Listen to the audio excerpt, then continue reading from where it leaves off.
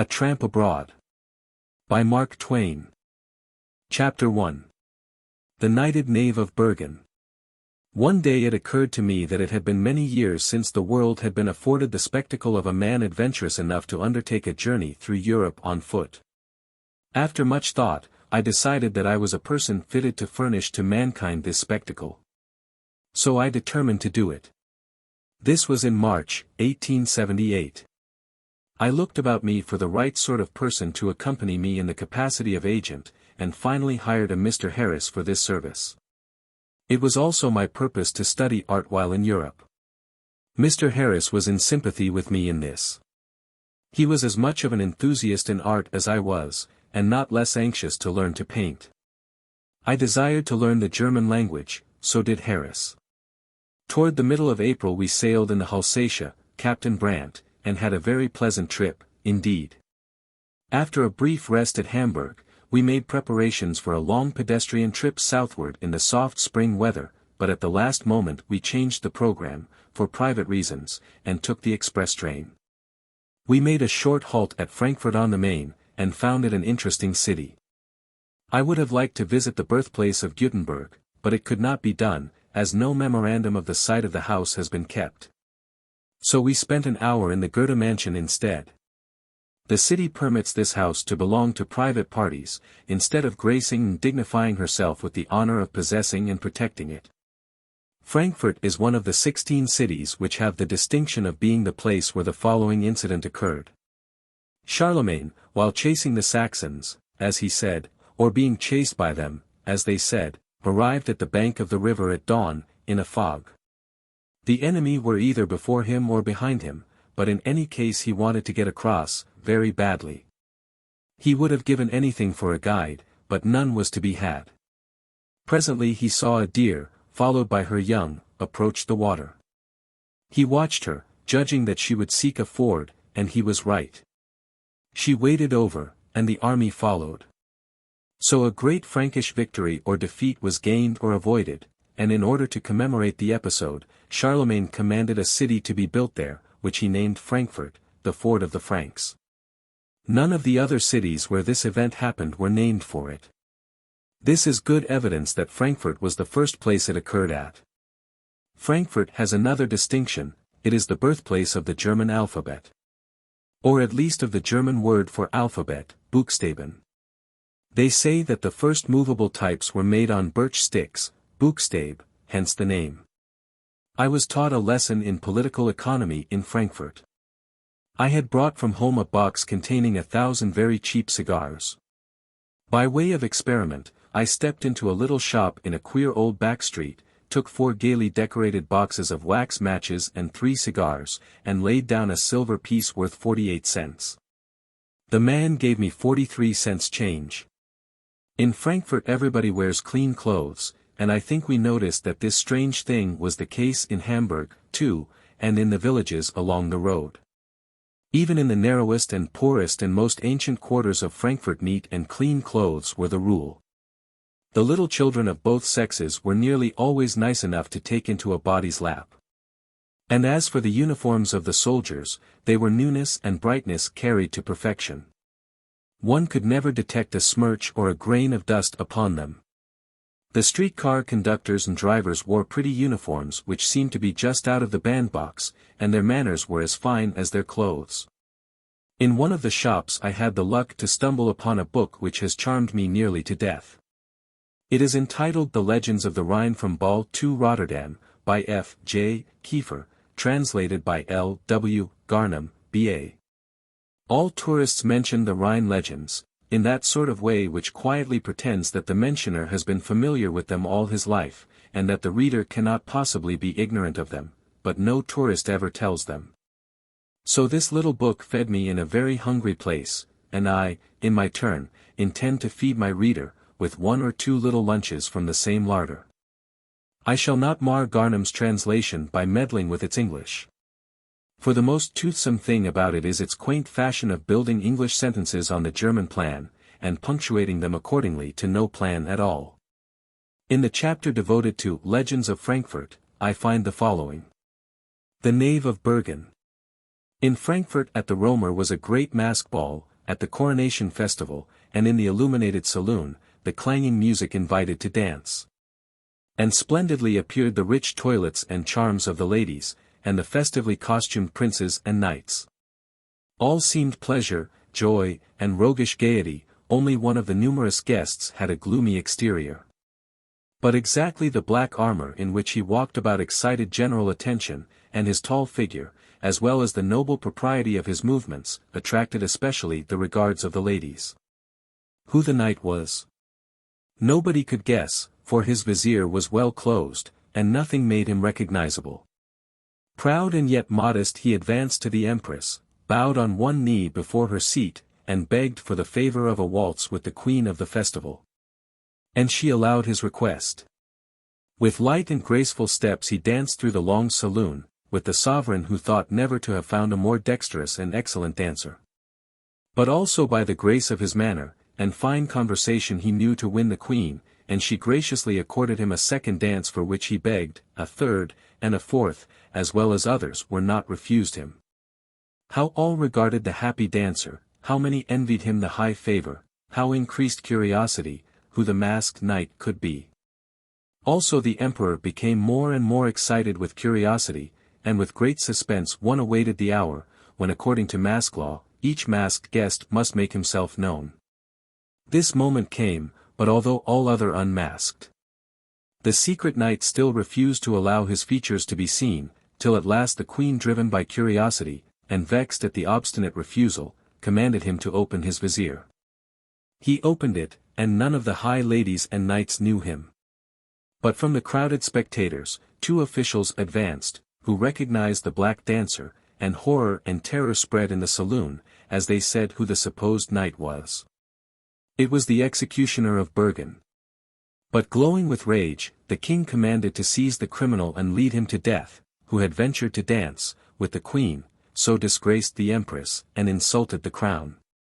The culpable threw himself at the emperor, and said, "Indeed I have heavily sinned against all noble guests assembled here, but most heavily against you my sovereign and my queen. The queen is insulted by my haughtiness equal to treason, but no punishment, even blood, will not be able to wash out the disgrace, which you have suffered by me. Therefore, O king, allow me to propose a remedy, to efface the shame, and to render it as if not done. Draw your sword and knight me, then I will throw down my gauntlet, to everyone who dares to speak disrespectfully of my king."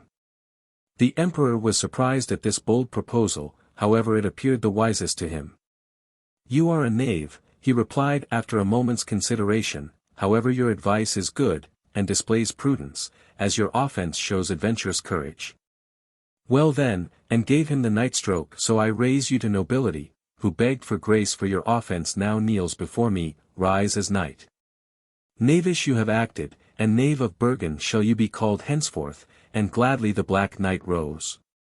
3 cheers were given in honor of the emperor, and loud cries of joy testified the approbation with which the queen danced still once with the knave of Bergen. How do you find this book? Any thoughts about the book or the author? Any suggestion for improvement? Please take a moment to share your thoughts in a comment. If you like it, share it with your friends who might enjoy it as well. Subscribe to keep in touch. Visit CompleteAudiobooks.com for more quality content. Chapter 2. Heidelberg, landing a Monarch at Heidelberg. We stopped at a hotel by the railway station. Next morning, as we sat in my room waiting for breakfast to come up, we got a good deal interested in something which was going on over the way, in front of another hotel. First, the personage who is called the portier, who is not the porter, but is a sort of first mate of a hotel, 1. See Appendix A, appeared at the door in a spick-and-span new blue cloth uniform, decorated with shining brass buttons, and with bands of gold lace around his cap and wristbands, and he wore white gloves. 2. He shed an official glance upon the situation, and then began to give orders. 2 women servants came out with pails and brooms and brushes, and gave the sidewalk a thorough scrubbing. Meanwhile 2 others scrubbed the 4 marble steps which led up to the door. Beyond these we could see some men servants taking up the carpet of the grand staircase. This carpet was carried away and the last grain of dust beaten and banged and swept out of it, then brought back and put down again. The brass stair rods received an exhaustive polishing and were returned to their places. Now a troop of servants brought pots and tubs of blooming plants and formed them into a beautiful jungle about the door and the base of the staircase. Other servants adorned all the balconies of the various stories with flowers and banners. Others ascended to the roof and hoisted a great flag on a staff there. Now came some more chambermaids and retouched the sidewalk, and afterward wiped the marble steps with damp cloths and finished by dusting them off with feather brushes. Now a broad black carpet was brought out and laid down the marble steps and out across the sidewalk to the curbstone. The portier cast his eye along it, and found it was not absolutely straight. He commanded it to be straightened. The servants made the effort, made several efforts, in fact, but the portier was not satisfied.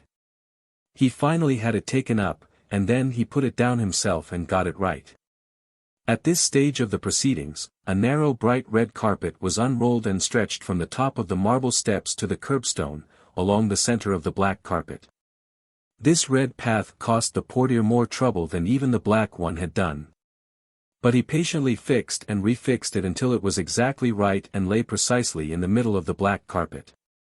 In New York these performances would have gathered a mighty crowd of curious and intensely interested spectators.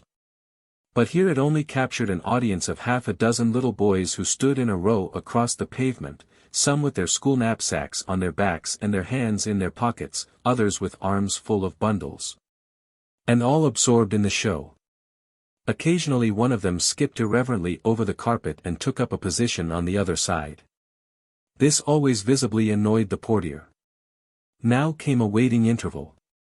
The landlord, in plain clothes, and bareheaded, placed himself on the bottom marble step, abreast the portier, who stood on the other end of the same steps.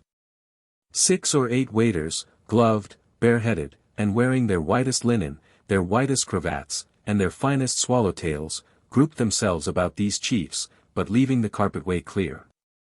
Nobody moved or spoke any more but only waited. In a short time the shrill piping of a coming train was heard, and immediately groups of people began to gather in the street. 2 or 3 open carriages arrived, and deposited some maids of honor and some male officials at the hotel.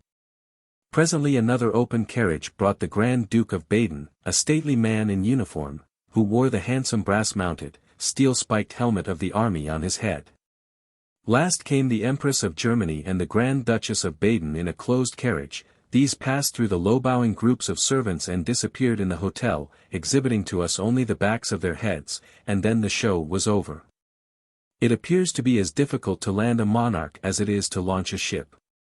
But as to Heidelberg, the weather was growing pretty warm, very warm, in fact. So we left the valley and took quarters at the Schloss Hotel, on the hill, above the castle. Heidelberg lies at the mouth of a narrow gorge, a gorge the shape of a shepherd's crook. If one looks up it he perceives that it is about straight, for a mile and a half, then makes a sharp curve to the right and disappears. This gorge, along whose bottom pours the swift Neckar, is confined between, or cloven through, a couple of long, steep ridges, 1,000 feet high and densely wooded clear to their summits. With the exception of one section which has been shaved and put under cultivation. These ridges are chopped off at the mouth of the gorge and form 2 bold and conspicuous headlands, with Heidelberg nestling between them.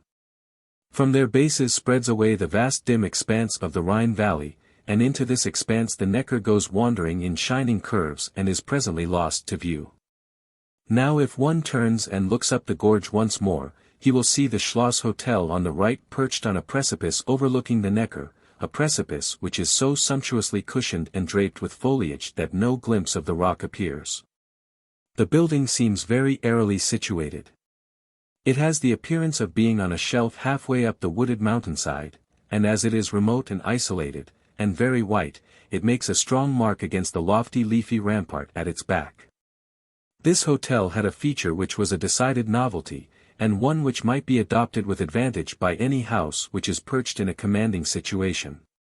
This feature may be described as a series of glass-enclosed parlors clinging to the outside of the house, one against each and every bedchamber and drawing-room. They are like long, narrow, high-ceiled birdcages hung against the building. My room was a corner room, and had two of these things, a north one and a west one. From the north cage one looks up the Neckar gorge, from the west one he looks down it. This last affords the most extensive view, and it is one of the loveliest that can be imagined, too. Out of a billowy upheaval of vivid green foliage, a rifle shot removed, rises the huge ruin of Heidelberg Castle, too. See Appendix B, with empty window arches, ivy-mailed battlements, mouldering towers, the leer of inanimate nature, deserted, discrowned, beaten by the storms, but royal still, and beautiful.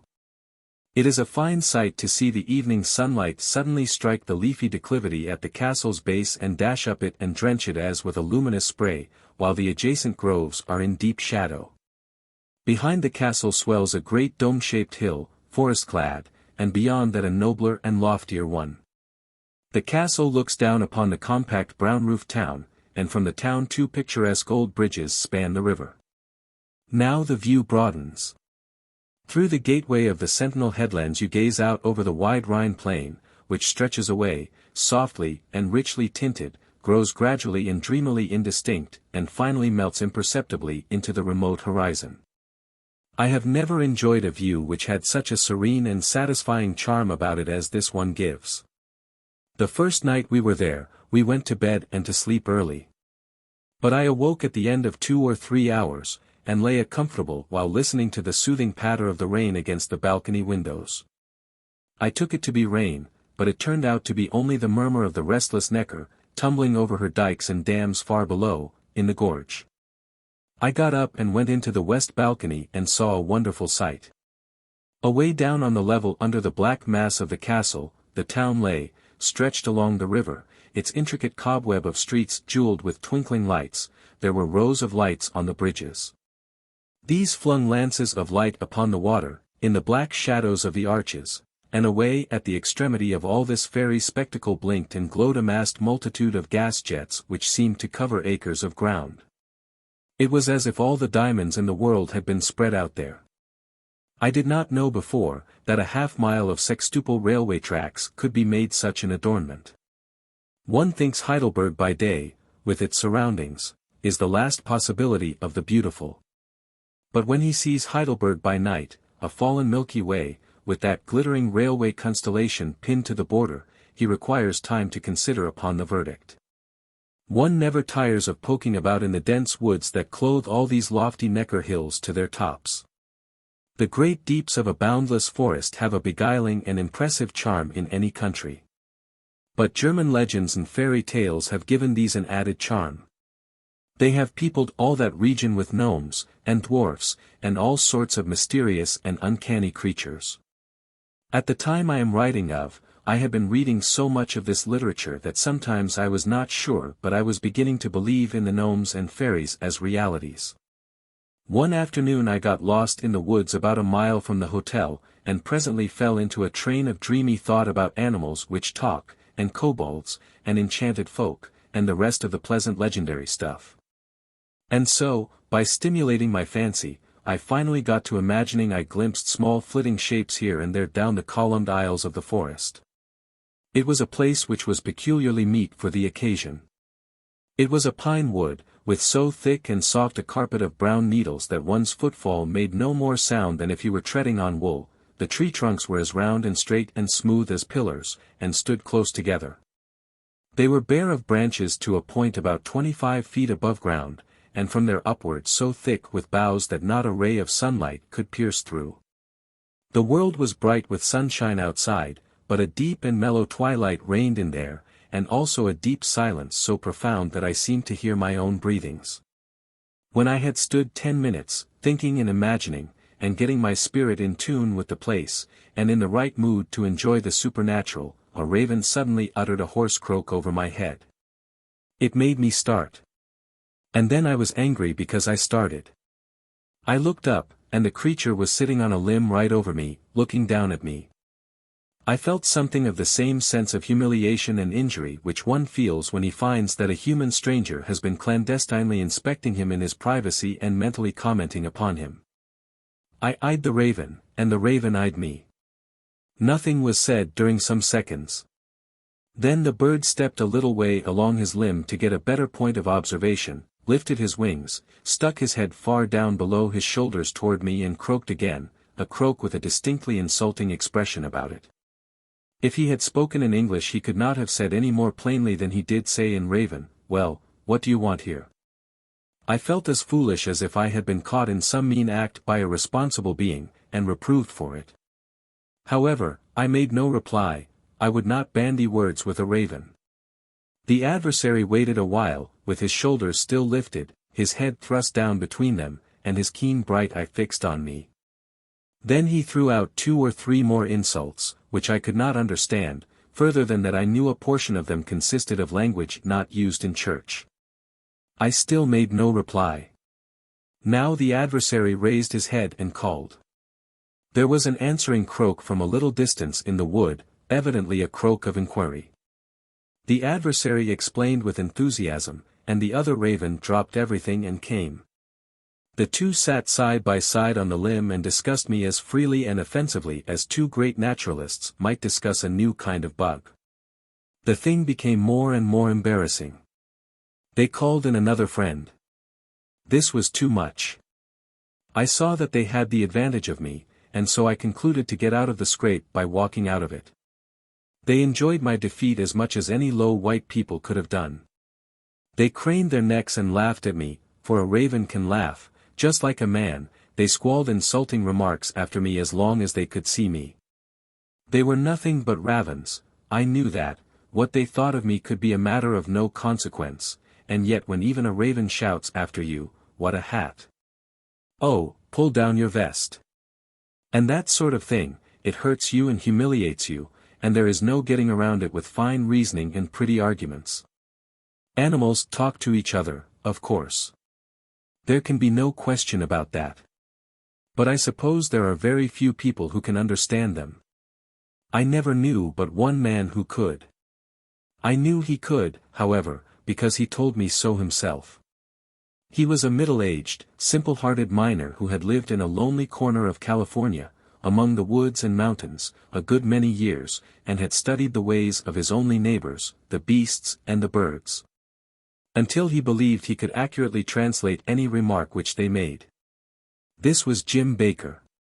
According to Jim Baker, some animals have only a limited education, and some use only simple words, and scarcely ever a comparison or a flowery figure. Whereas, certain other animals have a large vocabulary, a fine command of language and a ready and fluent delivery. Consequently these latter talk a great deal, they like it, they are so conscious of their talent, and they enjoy showing off. Baker said, that after long and careful observation, he had come to the conclusion that the bluejays were the best talkers he had found among birds and beasts. Said he, "There's more to a bluejay than any other creature. He has got more moods, and more different kinds of feelings than other creatures, and, mind you, whatever a bluejay feels, he can put into language. And no mere commonplace language either, but rattling, out-and-out book talk, and bristling with metaphor, too, just bristling. And as for command of language, why you never see a bluejay get stuck for a word. No man ever did. They just boil out of him.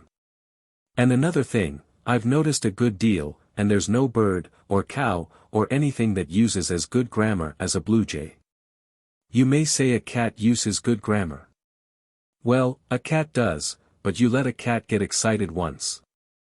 You let a cat get to pulling fur with another cat on a shed, nights, and you'll hear grammar that will give you the lockjaw. Ignorant people think it's the noise which fighting cats make that is so aggravating, but it ain't so. It's the sickening grammar they use. Now I've never heard a jay use bad grammar but very seldom, and when they do, they are as ashamed as a human, they shut right down and leave. You may call a jay a bird. Well, so he is, in a measure, but he's got feathers on him, and don't belong to no church, perhaps, but otherwise he is just as much human as you be. And I'll tell you for why. A jay's gifts, and instincts, and feelings, and interests, cover the whole ground. A jay hasn't got any more principle than a congressman. A jay will lie, a jay will steal, a jay will deceive, a jay will betray. And 4 times out of 5, a jay will go back on his solemnest promise. The sacredness of an obligation is such a thing which you can't cram into no bluejay's head. Now, on top of all this, there's another thing. A jay can outswear any gentleman in the mines. You think a cat can swear? Well, a cat can, but you give a bluejay a subject that calls for his reserve powers, and where is your cat? Don't talk to me, I know too much about this thing. In the one little particular of scolding, just good, clean, out-and-out scolding, a bluejay can lay over anything, human or divine. Yes, sir, a jay is everything that a man is. A jay can cry, a jay can laugh, a jay can feel shame, a jay can reason and plan and discuss, a jay likes gossip and scandal, a jay has got a sense of humor, a jay knows when he is an ass just as well as you do, maybe better. If a jay ain't human, he better take in his sign, that's all. Now I'm going to tell you a perfectly true fact about some bluejays. Chapter 3. Baker's Bluejay Yarn, What Stumped the Bluejays.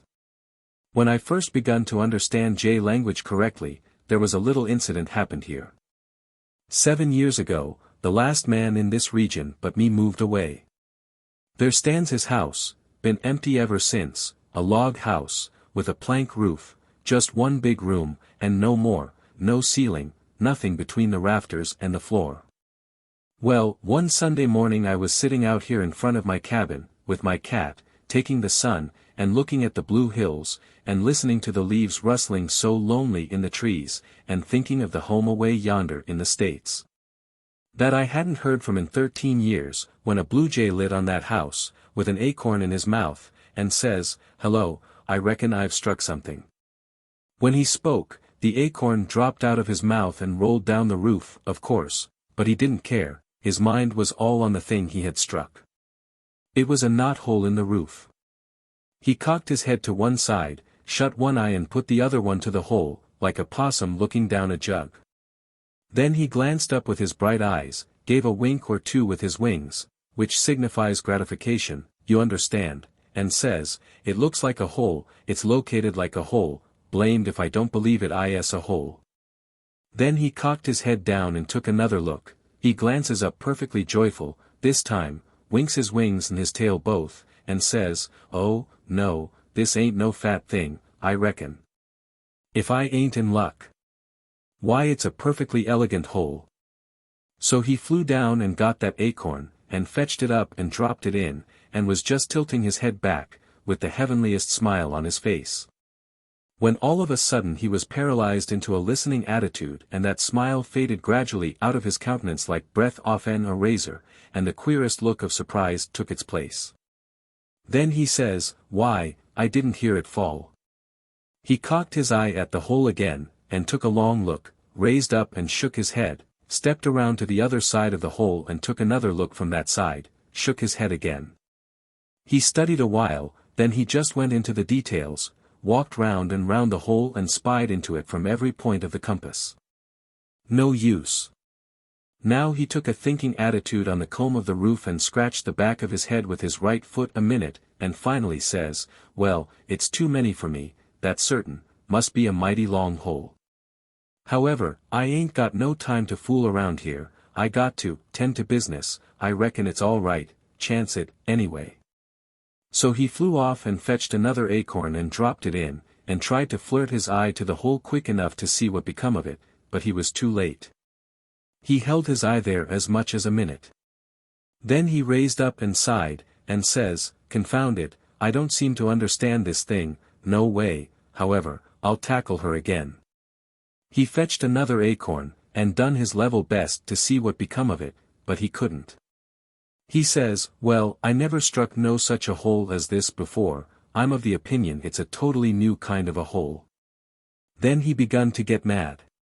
He held in for a spell, walking up and down the comb of the roof and shaking his head and muttering to himself, but his feelings got the upper hand of him, presently, and he broke loose and cussed himself black in the face.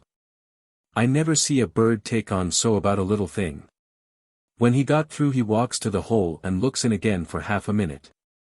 Then he says, "Well, you're a long hole, and a deep hole, and a mighty singular hole altogether, but I've started in to fill you, and I'm damned if I don't fill you, if it takes 100 years. And with that, away he went. You never see a bird work so since you was born. He laid into his work like a nigger, and the way he hove acorns into that hole for about 2 hours and a half was one of the most exciting and astonishing spectacles I ever struck. He never stopped to take a look anymore, he just hove 'em in and went for more. Well, at last he could hardly flop his wings, he was so tuckered out. He comes a-dropping down, once more, sweating like an ice pitcher, dropped his acorn in and says, 'Now I guess I've got the bulge on you by this time.' So he bent down for a look. If you'll believe me, when his head come up again he was just pale with rage. He says, 'I've shoveled acorns enough in there to keep the family 30 years, and if I can see a sign of one of 'em I wish I may land in a museum with a belly full of sawdust in 2 minutes.' He just had strength enough to crawl up onto the comb and lean his back egg in the chimbley, and then he collected his impressions and begun to free his mind. I see in a second that what I had mistook for profanity in the mines was only just the rudiments, as you may say. Another jay was going by, and heard him doing his devotions, and stops to inquire what was up. The sufferer told him the whole circumstance, and says, 'Now yonder's the hole, and if you don't believe me, go and look for yourself.' So this fellow went and looked, and comes back and says, 'How many did you say you put in there?' 'Not any less than 2 tons, says the sufferer. The other jay went and looked again. He couldn't seem to make it out, so he raised a yell, and 3 more jays come. They all examined the hole, they all made the sufferer tell it over again, then they all discussed it, and got off as many leather-headed opinions about it as an average crowd of humans could have done. They called in more jays. Then more and more, till pretty soon this whole region appeared to have a blue flush about it. There must have been 5,000 of them, and such another jawing, disputing, ripping, cussing, you never heard. Every jay in the whole lot put his eye to the hole and delivered a more chuckle-headed opinion about the mystery than the jay that went there before him. They examined the house all over, too. The door was standing half open, and at last one old jay happened to go and light on it and look in. Of course, that knocked the mystery galley west in a second. There lay the acorns, scattered all over the floor. He flopped his wings and raised a whoop. 'Come here,' he says, 'come here, everybody, hanged if this fool hasn't been trying to fill up a house with acorns.' They all came swooping down like a blue cloud, and as each fellow lit on the door and took a glance, the whole absurdity of the contract that first jay had tackled hit him home and he fell over backward suffocating with laughter. And the next jay took his place and done the same. Well, sir, they roost around here on the housetop and the trees for an hour, and guffawed over that thing like human beings. It ain't any use to tell me a bluejay hasn't got a sense of humor, because I know better. And memory, too. They brought jays here from all over the United States to look down that hole, every summer for 3 years. Other birds, too. And they could all see the point except an owl that come from Nova Scotia to visit the Yosemite, and he took this thing in on his way back. He said he couldn't see anything funny in it. But then he was a good deal disappointed about Yosemite, too. Chapter 4. Student Life, the Laborious Beer King. The summer semester was in full tide, consequently the most frequent figure in and about Heidelberg was the student. Most of the students were Germans, of course, but the representatives of foreign lands were very numerous. They hailed from every corner of the globe, for instruction is cheap in Heidelberg, and so is living, too. The Anglo-American Club, composed of British and American students, had 25 members, and there was still much material left to draw from. 9/10 of the Heidelberg students wore no badge or uniform. The other 10th wore caps of various colors, and belonged to social organizations called corps. There were 5 corps, each with a color of its own. There were white caps, blue caps, and red, yellow, and green ones. The famous duel fighting is confined to the corps boys. The Kneip seems to be a specialty of theirs, too. Kneeps are held, now and then, to celebrate great occasions, like the election of a beer king, for instance. The solemnity is simple. The 5 corps assemble at night, and at a signal they all fall loading themselves with beer, out of pint mugs, as fast as possible, and each man keeps his own count, usually by laying aside a lucifer match for each mug he empties. The election is soon decided. When the candidates can hold no more, a count is instituted and the one who has drank the greatest number of pints is proclaimed king. I was told that the last beer king elected by the corps, or by his own capabilities, emptied his mug 75 times. No stomach could hold all that quantity at one time, of course, but there are ways of frequently creating a vacuum, which those who have been much at sea will understand. One sees so many students abroad at all hours, that he presently begins to wonder if they ever have any working hours. Some of them have, some of them haven't. Each can choose for himself whether he will work or play. For German university life is a very free life, it seems to have no restraints. The student does not live in the college buildings, but hires his own lodgings, in any locality he prefers, and he takes his meals when and where he pleases. He goes to bed when it suits him, and does not get up at all unless he wants to. He is not entered at the university for any particular length of time, so he is likely to change about. He passes no examinations upon entering college. He merely pays a trifling fee of $5 or $10, receives a card entitling him to the privileges of a university, and that is the end of it. He is now ready for business, or play, as he shall prefer. If he elects to work, he finds a large list of lectures to choose from. He selects the subjects which he will study, and enters his name for these studies, but he can skip attendance. The result of this system is, that lecture courses upon specialties of an unusual nature are often delivered to very slim audiences, while those upon more practical and everyday matters of education are delivered to very large ones. I heard of one case where, day after day, the lecturer's audience consisted of 3 students, and always the same 3. But one day 2 of them remained away. The lecturer began as usual. "Gentlemen," then, without a smile, he corrected himself, saying, "Sir," and went on with his discourse. It is said that the vast majority of the Heidelberg students are hard workers, and make the most of their opportunities, that they have no surplus means to spend in dissipation, and no time to spare for frolicking.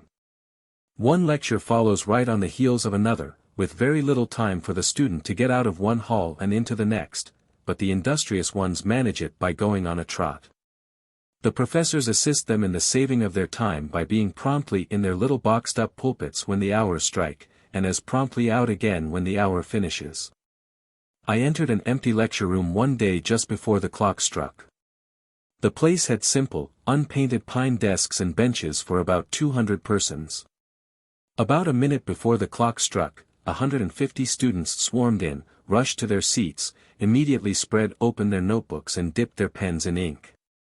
When the clock began to strike, a burly professor entered, was received with a round of applause, moved swiftly down the center aisle, said, "Gentlemen," and began to talk as he climbed his pulpit steps. And by the time he had arrived in his box and faced his audience, his lecture was well under way and all the pens were going. He had no notes, he talked with prodigious rapidity and energy for an hour, then the students began to remind him in certain well-understood ways that his time was up. He seized his hat, still talking, proceeded swiftly down his pulpit steps, got out the last word of his discourse as he struck the floor, everybody rose respectfully, and he swept rapidly down the aisle and disappeared. An instant rush for some other lecture room followed, and in a minute I was alone with the empty benches once more. Yes, without doubt, idle students are not the rule. Out of 800 in the town, I knew the faces of only about 50. But these I saw everywhere, and daily. They walked about the streets and the wooded hills, they drove in cabs, they boated on the river, they sipped beer and coffee, afternoons, in the Schloss gardens. A good many of them wore colored caps of the corps. They were finely and fashionably dressed, their manners were quite superb, and they led an easy, careless, comfortable life. If a dozen of them sat together and a lady or a gentleman passed whom one of them knew and saluted, they all rose to their feet and took off their caps. The members of a corps always received a fellow member in this way, too. But they paid no attention to members of other corps, they did not seem to see them. This was not a discourtesy, it was only a part of the elaborate and rigid corps etiquette. There seems to be no chilly distance existing between the German students and the professor, but, on the contrary, a companionable intercourse, the opposite of chilliness and reserve. When the professor enters a beer hall in the evening where students are gathered together, these rise up and take off their caps, and invite the old gentleman to sit with them and partake. He accepts, and the pleasant talk and the beer flow for an hour or two, and by the professor, properly charged and comfortable, gives a cordial good night, while the students stand bowing and uncovered. And then he moves on his happy way homeward with all his vast cargo of learning afloat in his hold. Nobody finds fault or feels outraged, no harm has been done. It seemed to be a part of corps etiquette to keep a dog or so, too. I mean a corps dog, the common property of the organization, like the corps steward or head servant. Then there are other dogs, owned by individuals. On a summer afternoon in the castle gardens, I have seen 6 students march solemnly into the grounds, in single file, each carrying a bright Chinese parasol and leading a prodigious dog by a string. It was a very imposing spectacle. Sometimes there would be as many dogs around the pavilion as students, and of all breeds and of all degrees of beauty and ugliness. These dogs had a rather dry time of it. For they were tied to the benches and had no amusement for an hour or two at a time except what they could get out of pawing at the gnats, or trying to sleep and not succeeding. However, they got a lump of sugar occasionally, they were fond of that. It seemed right and proper that students should indulge in dogs, but everybody else had them, too, old men and young ones, old women and nice young ladies. If there is one spectacle that is unpleasanter than another, it is that of an elegantly dressed young lady towing a dog by a string. It is said to be the sign and symbol of blighted love. It seems to me that some other way of advertising it might be devised, which would be just as conspicuous and yet not so trying to the proprieties. It would be a mistake to suppose that the easygoing pleasure-seeking student carries an empty head. Just the contrary. He has spent 9 years in the gymnasium, under a system which allowed him no freedom, but vigorously compelled him to work like a slave. Consequently, he has left the gymnasium with an education which is so extensive and complete, that the most a university can do for it is to perfect some of its profounder specialties. It is said that when a pupil leaves the gymnasium, he not only has a comprehensive education, but he knows what he knows, it is not befogged with uncertainty, it is burnt into him so that it will stay. For instance, he does not merely read and write Greek, but speaks it, the same with the Latin. Foreign youth steer clear of the gymnasium, its rules are too severe. They go to the university to put a mansard roof on their whole general education. But the German student already has his mansard roof, so he goes there to add a steeple in the nature of some specialty, such as a particular branch of law, or diseases of the eye, or special study of the ancient Gothic tongues. So this German attends only the lectures which belong to the chosen branch, and drinks his beer and tows his dog around and has a general good time the rest of the day. He has been in rigid bondage so long that the large liberty of the university life is just what he needs and likes and thoroughly appreciates.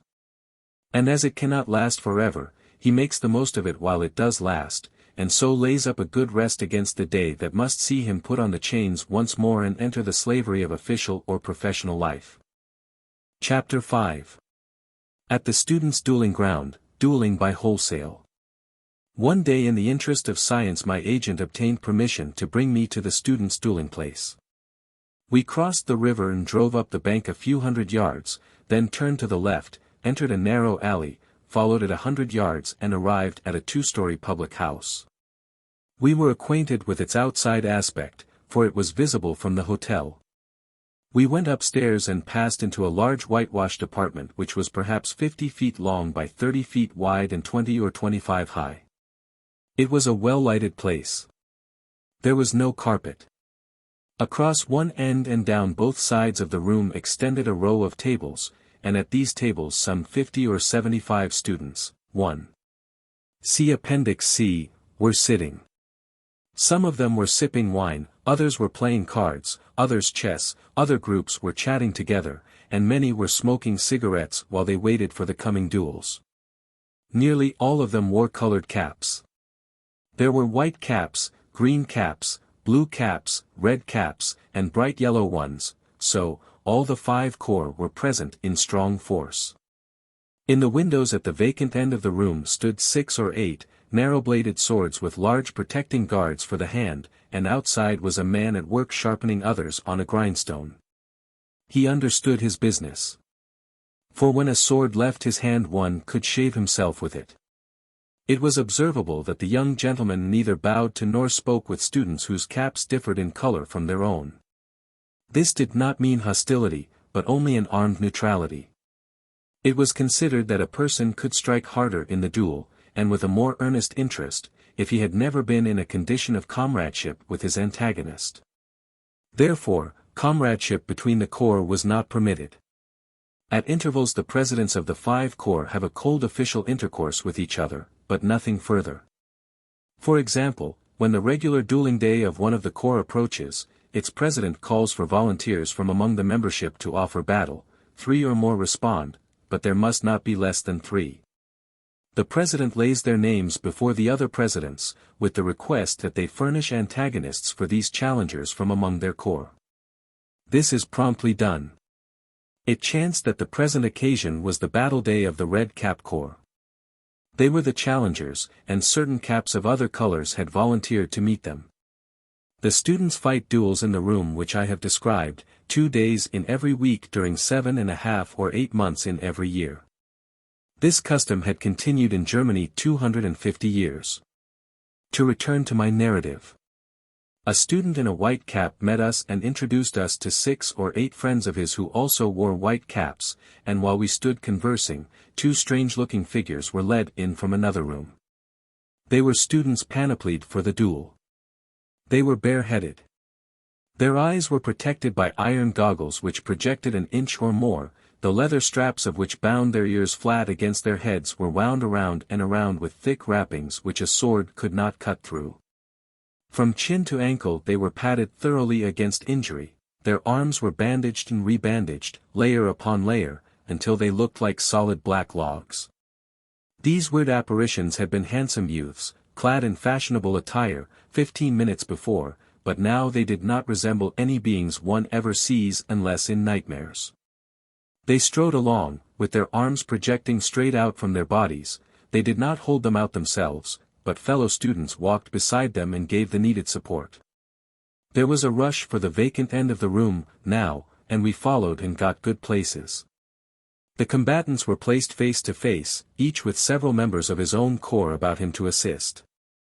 2 seconds, well padded, and with swords in their hands, took their stations. A student belonging to neither of the opposing corps placed himself in a good position to umpire the combat.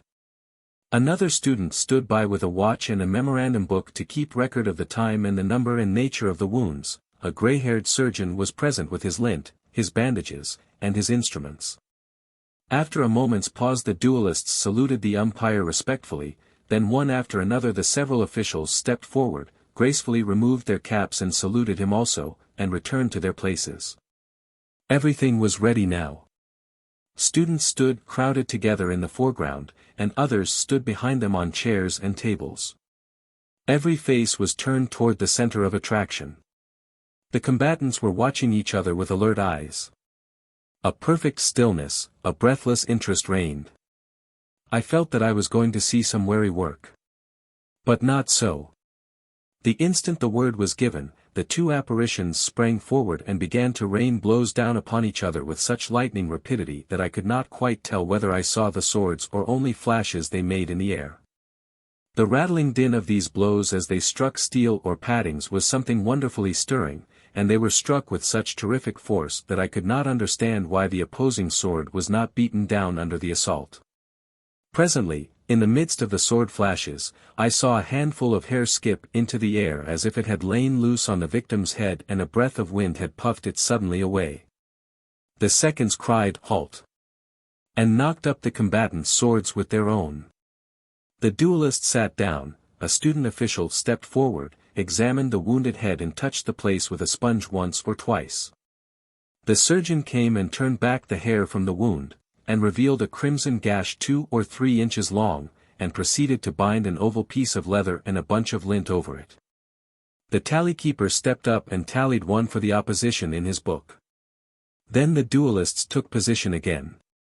A small stream of blood was flowing down the side of the injured man's head, and over his shoulder and down his body to the floor, but he did not seem to mind this.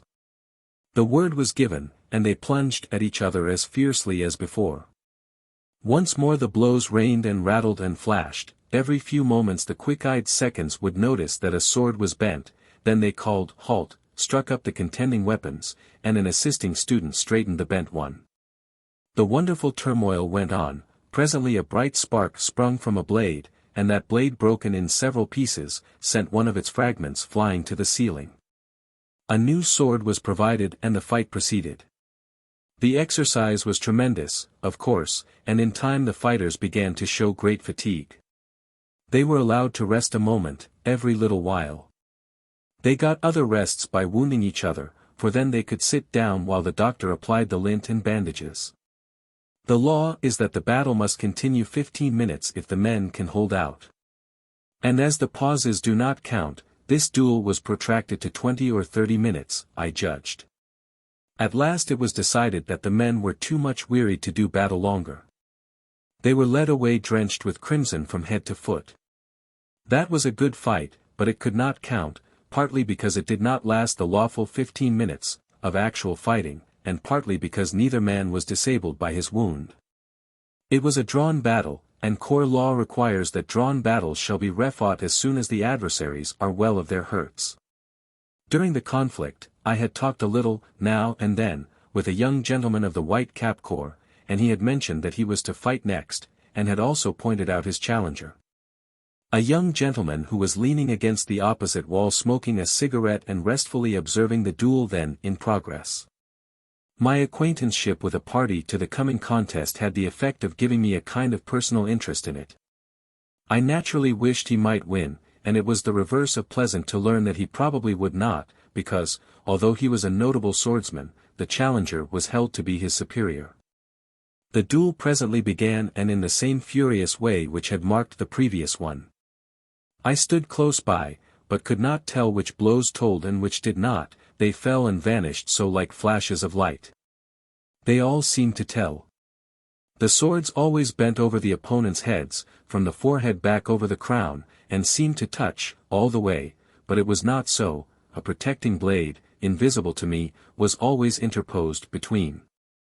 At the end of 10 seconds each man had struck 12 or 15 blows, and warded off 12 or 15, and no harm done. Then a sword became disabled, and a short rest followed whilst a new one was brought.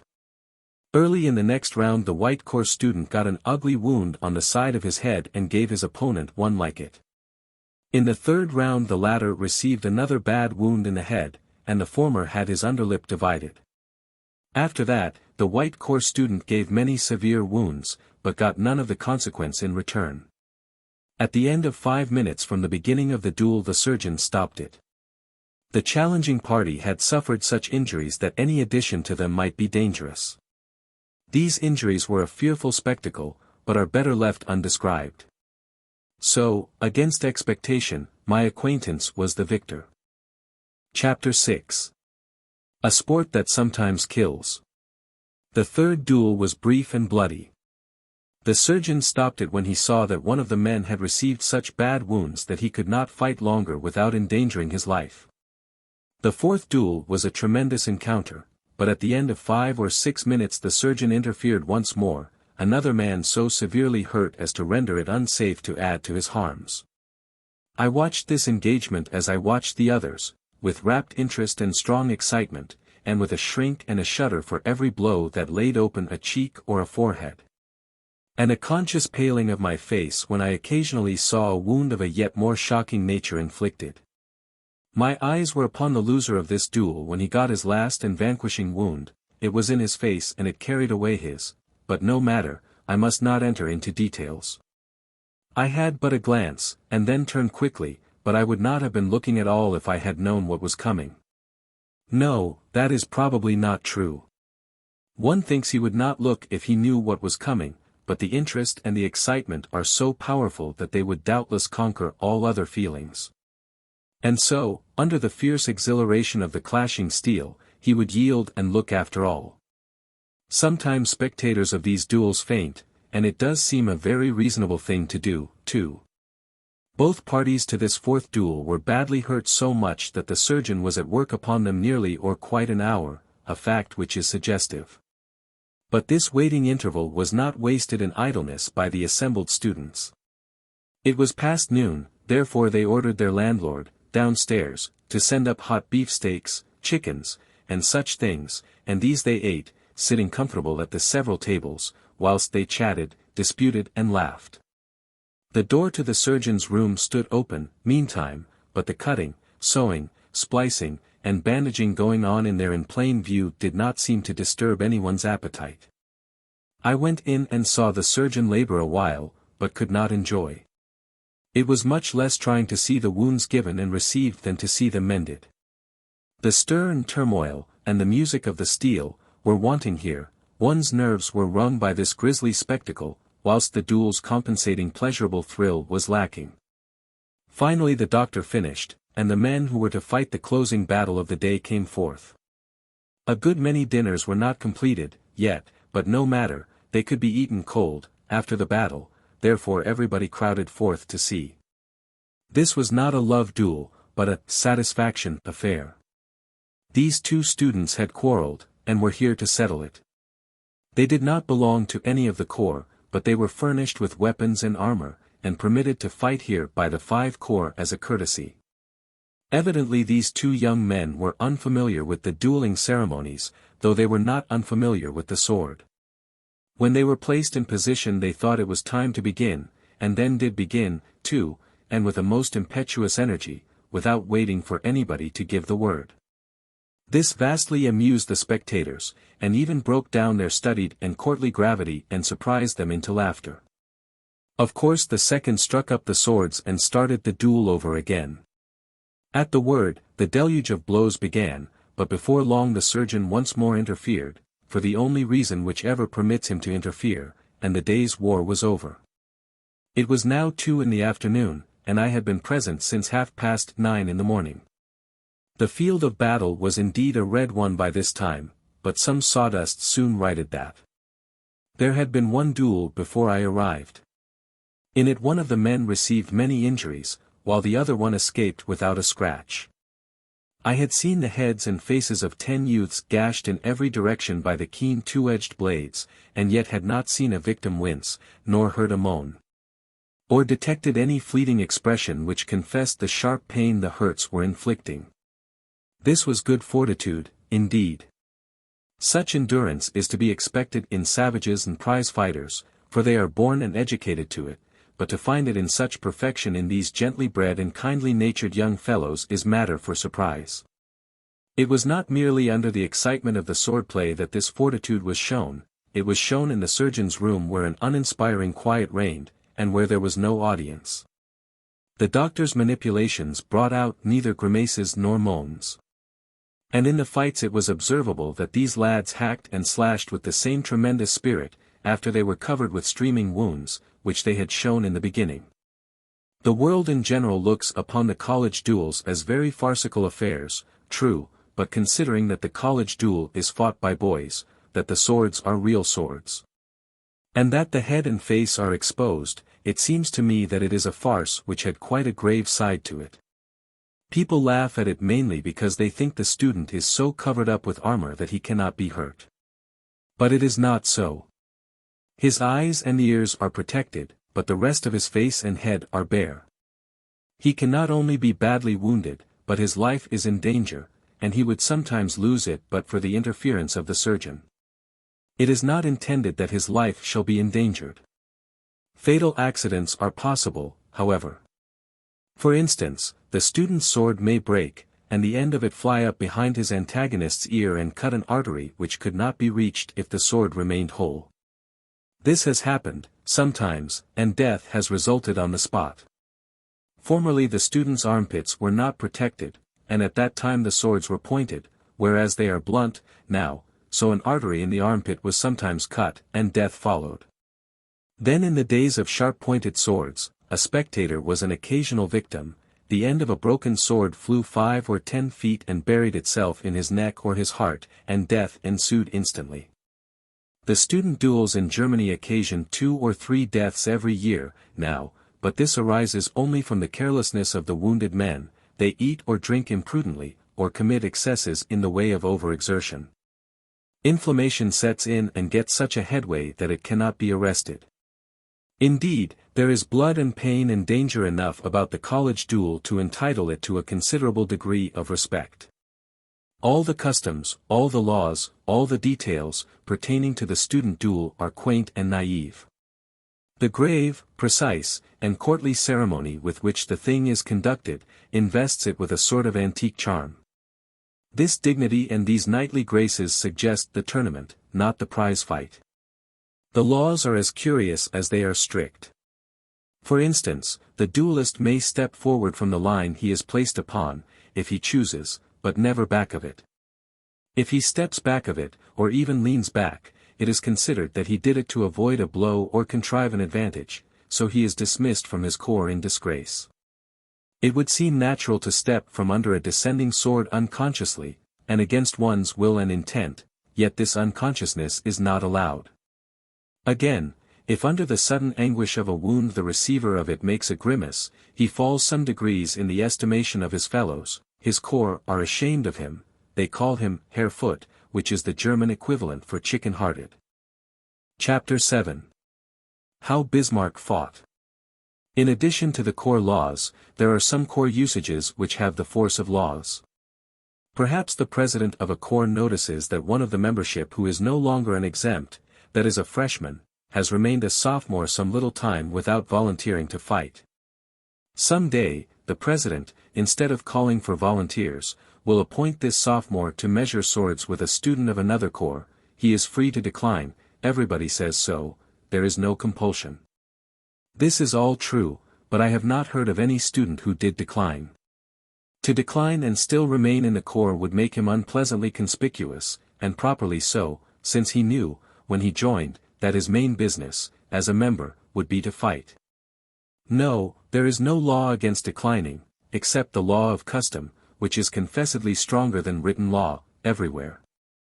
The 10 men whose duels I had witnessed did not go away when their hurts were dressed, as I had supposed they would, but came back, one after another, as soon as they were free of the surgeon, and mingled with the assemblage in the dueling room.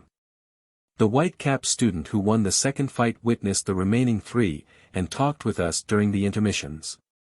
He could not talk very well, because his opponent's sword had cut his underlip in 2, and then the surgeon had sewed it together and overlaid it with a profusion of white plaster patches.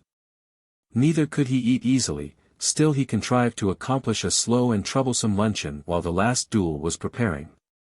The man who was the worst hurt of all played chess while waiting to see this engagement. A good part of his face was covered with patches and bandages, and all the rest of his head was covered and concealed by them.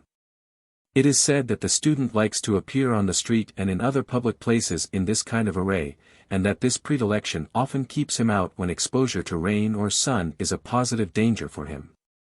Newly bandaged students are a very common spectacle in the public gardens of Heidelberg. It is also said that the student is glad to get wounds in the face, because the scars they leave will show so well there. And it is also said that these face wounds are so prized that youths have even been known to pull them apart from time to time and put red wine in them to make them heal badly and leave as ugly a scar as possible. It does not look reasonable, but it is roundly asserted and maintained. Nevertheless, I am sure of one thing, scars are plenty enough in Germany, among the young men, and very grim ones they are, too. They crisscross the face in angry red welts, and are permanent and ineffaceable. Some of these scars are of a very strange and dreadful aspect. And the effect is striking when several such accent the milder ones, which form a city map on a man's face. They suggest the burned district, then. We had often noticed that many of the students wore a colored silk band or ribbon diagonally across their breasts. It transpired that this signifies that the wearer has fought 3 duels in which a decision was reached, duels in which he either whipped or was whipped, for drawn battles do not count. Point 1 After a student has received his ribbon, he is free. He can cease from fighting, without reproach, except someone insult him. His president cannot appoint him to fight, he can volunteer if he wants to, or remain quiescent if he prefers to do so. Statistics show that he does not prefer to remain quiescent. They show that the duel has a singular fascination about it somewhere, for these free men, so far from resting upon the privilege of the badge, are always volunteering. A course student told me it was of record that Prince Bismarck fought 32 of these duels in a single summer term when he was in college. So he fought 29 after his badge had given him the right to retire from the field. The statistics may be found to possess interest in several particulars. 2 days in every week are devoted to dueling. The rule is rigid that there must be 3 duels on each of these days. There are generally more, but there cannot be fewer. There were 6 the day I was present, sometimes there are 7 or 8. It is insisted that 8 duels a week, for each of the 2 days, is too low an average to draw a calculation from, but I will reckon from that basis, preferring an understatement to an overstatement of the case. This requires about 480 or 500 duelists a year, for in summer the college term is about 3.5 months, and in winter it is 4 months and sometimes longer. Of the 750 students in the university at the time I am writing of, only 80 belong to the 5 corps, and it is only these corps that do the dueling. Occasionally other students borrow the arms and battleground of the 5 corps in order to settle a quarrel, but this does not happen every dueling day. Point 2 Consequently 80 youths furnish the material for some 250 duels a year. This average gives 6 fights a year to each of the 80. This large work could not be accomplished if the badge holders stood upon their privilege and ceased to volunteer. Of course, where there is so much fighting, the students make it a point to keep themselves in constant practice with the foil. One often sees them, at the tables in the castle grounds, using their whips or canes to illustrate some new sword trick which they have heard about. And between the duels, on the day whose history I have been writing, the swords were not always idle. Every now and then we heard a succession of the keen hissing sounds which the sword makes when it is being put through its paces in the air, and this informed us that a student was practicing. Necessarily, this unceasing attention to the art develops an expert occasionally. He becomes famous in his own university, his renown spreads to other universities. He is invited to Göttingen, to fight with a Göttingen expert.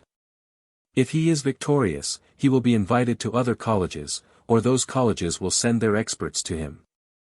Americans and Englishmen often join one or another of the 5 corps. A year or 2 ago, the principal Heidelberg expert was a big Kentuckian. He was invited to the various universities and left a wake of victory behind him all about Germany, but at last a little student in Strasbourg defeated him. There was formerly a student in Heidelberg who had picked up somewhere and mastered a peculiar trick of cutting up under instead of cleaving down from above. While the trick lasted, he won in 16 successive duels in his university. But by that time observers had discovered what his charm was, and how to break it, therefore his championship ceased. A rule which forbids social intercourse between members of different corps is strict. In the dueling house, in the parks, on the street, and anywhere and everywhere that the students go, caps of a color group themselves together. If all the tables in a public garden were crowded but one, and that one had 2 red-capped students at it and 10 vacant places, the yellow caps, the blue caps, the white caps, and the green caps, seeking seats, would go by that table and not seem to see it, nor seem to be aware that there was such a table in the grounds.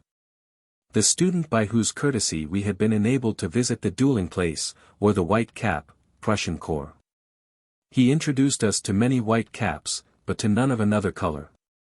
The corps etiquette extended even to us, who were strangers, and required us to group with the white corps only, and speak only with the white corps, while we were their guests, and keep aloof from the caps of the other colors.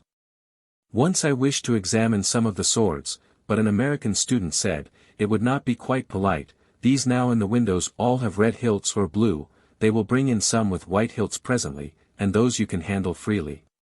When a sword was broken in the first duel, I wanted a piece of it, but its hilt was the wrong color, so it was considered best and politest to await a proper season. It was brought to me after the room was cleared, and I will now make a life-size sketch of it by tracing a line around it with my pen, to show the width of the weapon. The length of these swords is about 3 feet, and they are quite heavy.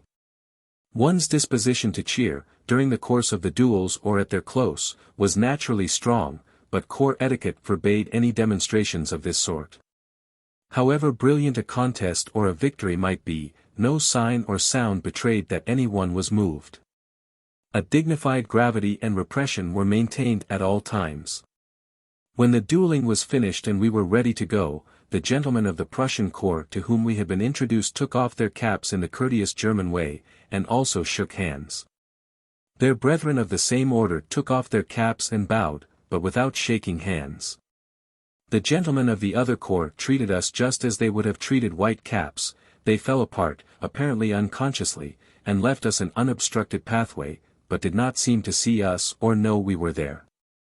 If we had gone thither the following week as guests of another corps, the white caps, without meaning any offense, would have observed the etiquette of their order and ignored our presence. How strangely are comedy and tragedy blended in this life! I had not been home a full half-hour, after witnessing those playful sham duels, when circumstances made it necessary for me to get ready immediately to assist personally at a real one, a duel with no effeminate limitation in the matter of results, but a battle to the death. An account of it, in the next chapter, will show the reader that duels between boys, for fun, and duels between men in earnest, are very different affairs. Transcriber's note for edition 12, on the advice of 2 German-speaking volunteers, the German letters A, O, and U with umlauts have been rendered as AE, OE, and UE instead of as, variously, A, surprised face, O, and U, as in previous editions. Chapter 8. The Great French Duel, I second Gambetta in a terrific duel. Much as the modern French duel is ridiculed by certain smart people, it is in reality one of the most dangerous institutions of our day. Since it is always fought in the open air, the combatants are nearly sure to catch cold.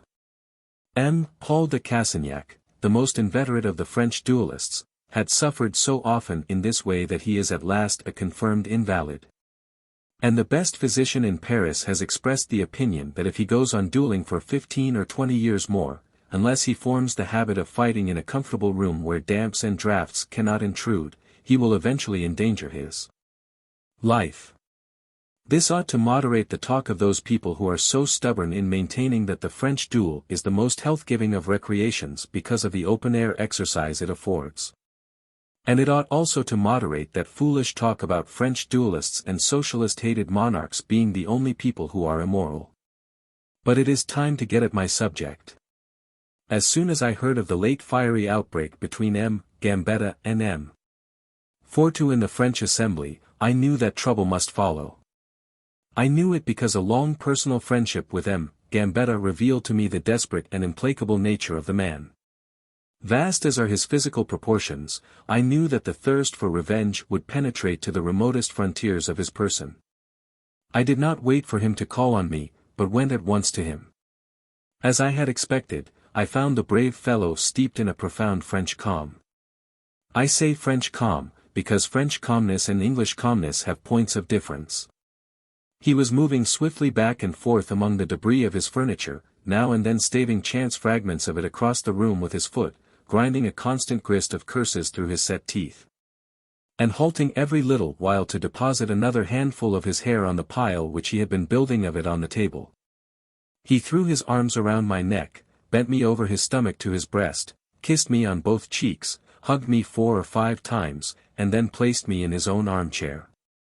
As soon as I had got well again, we began business at once. I said I supposed he would wish me to act as his second, and he said, of course. I said I must be allowed to act under a French name, so that I might be shielded from obloquy in my country, in case of fatal results. He winced here, probably at the suggestion that dueling was not regarded with respect in America. However, he agreed to my requirement.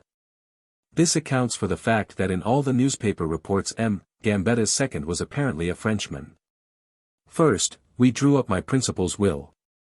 I insisted upon this, and stuck to my point. I said I had never heard of a man in his right mind going out to fight a duel without first making his will. He said he had never heard of a man in his right mind doing anything of the kind. When he had finished the will, he wished to proceed to a choice of his last words. He wanted to know how the following words, as a dying exclamation, struck me. I die for my God, for my country, for freedom of speech, for progress, and the universal brotherhood of man. I objected that this would require too lingering a death. It was a good speech for a consumptive, but not suited to the exigencies of the field of honor. We wrangled over a good many ante-mortem outbursts, but I finally got him to cut his obituary down to this, which he copied into his memorandum book, purposing to get it by heart. I die that France might live. I said that this remark seemed to lack relevancy, but he said relevancy was a matter of no consequence in last words, what you wanted was thrill. The next thing in order was the choice of weapons. My principal said he was not feeling well, and would leave that and the other details of the proposed meeting to me. Therefore I wrote the following note and carried it to M. Fortou's friend. Sir, M. Gambetta accepts M. Fortou's challenge, and authorizes me to propose Plessis Piquet as the place of meeting, tomorrow morning at daybreak as the time, and axes as the weapons. I am, sir, with great respect. Mark Twain. M. Fortou's friend read this note, and shuddered. Then he turned to me, and said, with a suggestion of severity in his tone. Have you considered, sir, what would be the inevitable result of such a meeting as this? Well, for instance, what would it be? Bloodshed. That's about the size of it, I said. Now, if it is a fair question, what was your side proposing to shed? I had him there. He saw he had made a blunder, so he hastened to explain it away. He said he had spoken jestingly. Then he added that he and his principal would enjoy axes, and indeed prefer them, but such weapons were barred by the French code, and so I must change my proposal. I walked the floor, turning the thing over in my mind, and finally it occurred to me that Gatling guns at 15 paces would be a likely way to get a verdict on the field of honor. So I framed this idea into a proposition. But it was not accepted. The code was in the way again. I proposed rifles, then double-barreled shotguns, then Colt's Navy revolvers. These being all rejected, I reflected a while, and sarcastically suggested brickbats at 3/4 of a mile. I always hate to fool away a humorous thing on a person who has no perception of humor, and it filled me with bitterness when this man went soberly away to submit the last proposition to his principal. He came back presently and said his principal was charmed with the idea of brickbats at 3/4 of a mile, but must decline on account of the danger to disinterested parties passing between them.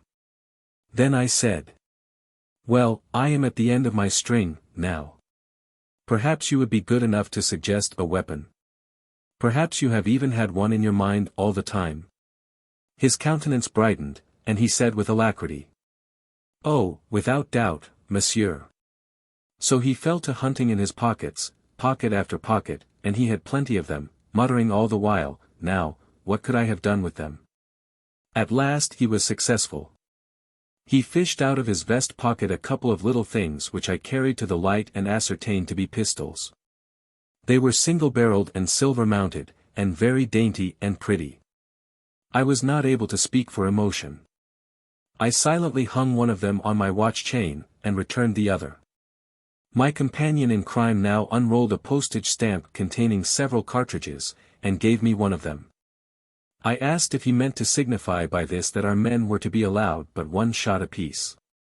He replied that the French code permitted no more.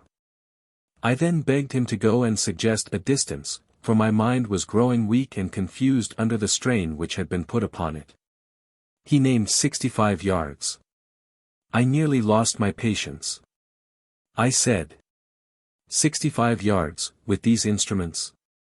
Squirt guns would be deadlier at 50. Consider, my friend, you and I are banded together to destroy life, not make it eternal. But with all my persuasions, all my arguments, I was only able to get him to reduce the distance to 35 yards. And even this concession he made with reluctance, and said with a sigh, I wash my hands of this slaughter, on your head be it. There was nothing for me but to go home to my old Lionheart and tell my humiliating story. When I entered, M. Gambetta was laying his last lock of hair upon the altar. He sprang toward me, exclaiming, You have made the fatal arrangements, I see it in your eye. I have. His face paled a trifle, and he leaned upon the table for support. He breathed thick and heavily for a moment or two, so tumultuous were his feelings, then he hoarsely whispered. The weapon, the weapon. Quick. What is the weapon? This, and I displayed that silver-mounted thing. He cast but one glance at it, then swooned ponderously to the floor. When he came to, he said mournfully. The unnatural calm to which I have subjected myself has told upon my nerves. But away with weakness. I will confront my fate like a man and a Frenchman.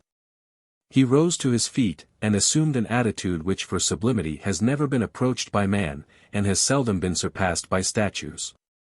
Then he said, in his deep bass tones. Behold, I am calm, I am ready, reveal to me the distance. 35 yards. I could not lift him up, of course, but I rolled him over, and poured water down his back.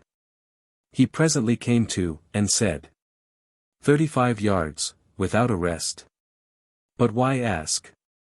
Since murder was that man's intention, why should he palter with small details? But mark you one thing, in my fall the world shall see how the chivalry of France meets death. After a long silence he asked. Was nothing said about that man's family standing up with him, as an offset to my bulk? But no matter. I would not stoop to make such a suggestion. If he is not noble enough to suggest it himself, he is welcome to this advantage, which no honorable man would take. He now sank into a sort of stupor of reflection, which lasted some minutes. After which he broke silence with. The hour, what is the hour fixed for the collision? Dawn, tomorrow. He seemed greatly surprised, and immediately said. Insanity. I never heard of such a thing. Nobody is abroad at such an hour. That is the reason I named it. Do you mean to say you want an audience? It is no time to bandy words. I am astonished that M. Fortu should ever have agreed to so strange an innovation. Go at once and require a later hour. I ran downstairs, threw open the front door, and almost plunged into the arms of M. Fortu's second. He said. I have the honor to say that my principal strenuously objects to the hour chosen, and begs you will consent to change it to 9:30. Any courtesy, sir, which it is in our power to extend is at the service of your excellent principal. We agree to the proposed change of time. I beg you to accept the thanks of my client. Then he turned to a person behind him, and said, You hear, M. Noir, the hour is altered to 9:30. Whereupon M. Noir bowed, expressed his thanks, and went away. My accomplice continued. If agreeable to you, your chief surgeons now shall proceed to the field in the same carriage as is customary. It is entirely agreeable to me, and I am obliged to you for mentioning the surgeons, for I am afraid I should not have thought of them. How many shall I want? I suppose 2 or 3 will be enough. 2 is the customary number for each party. I refer to chief surgeons, but considering the exalted positions occupied by our clients, it will be well and decorous that each of us appoint several consulting surgeons, from among the highest in the profession.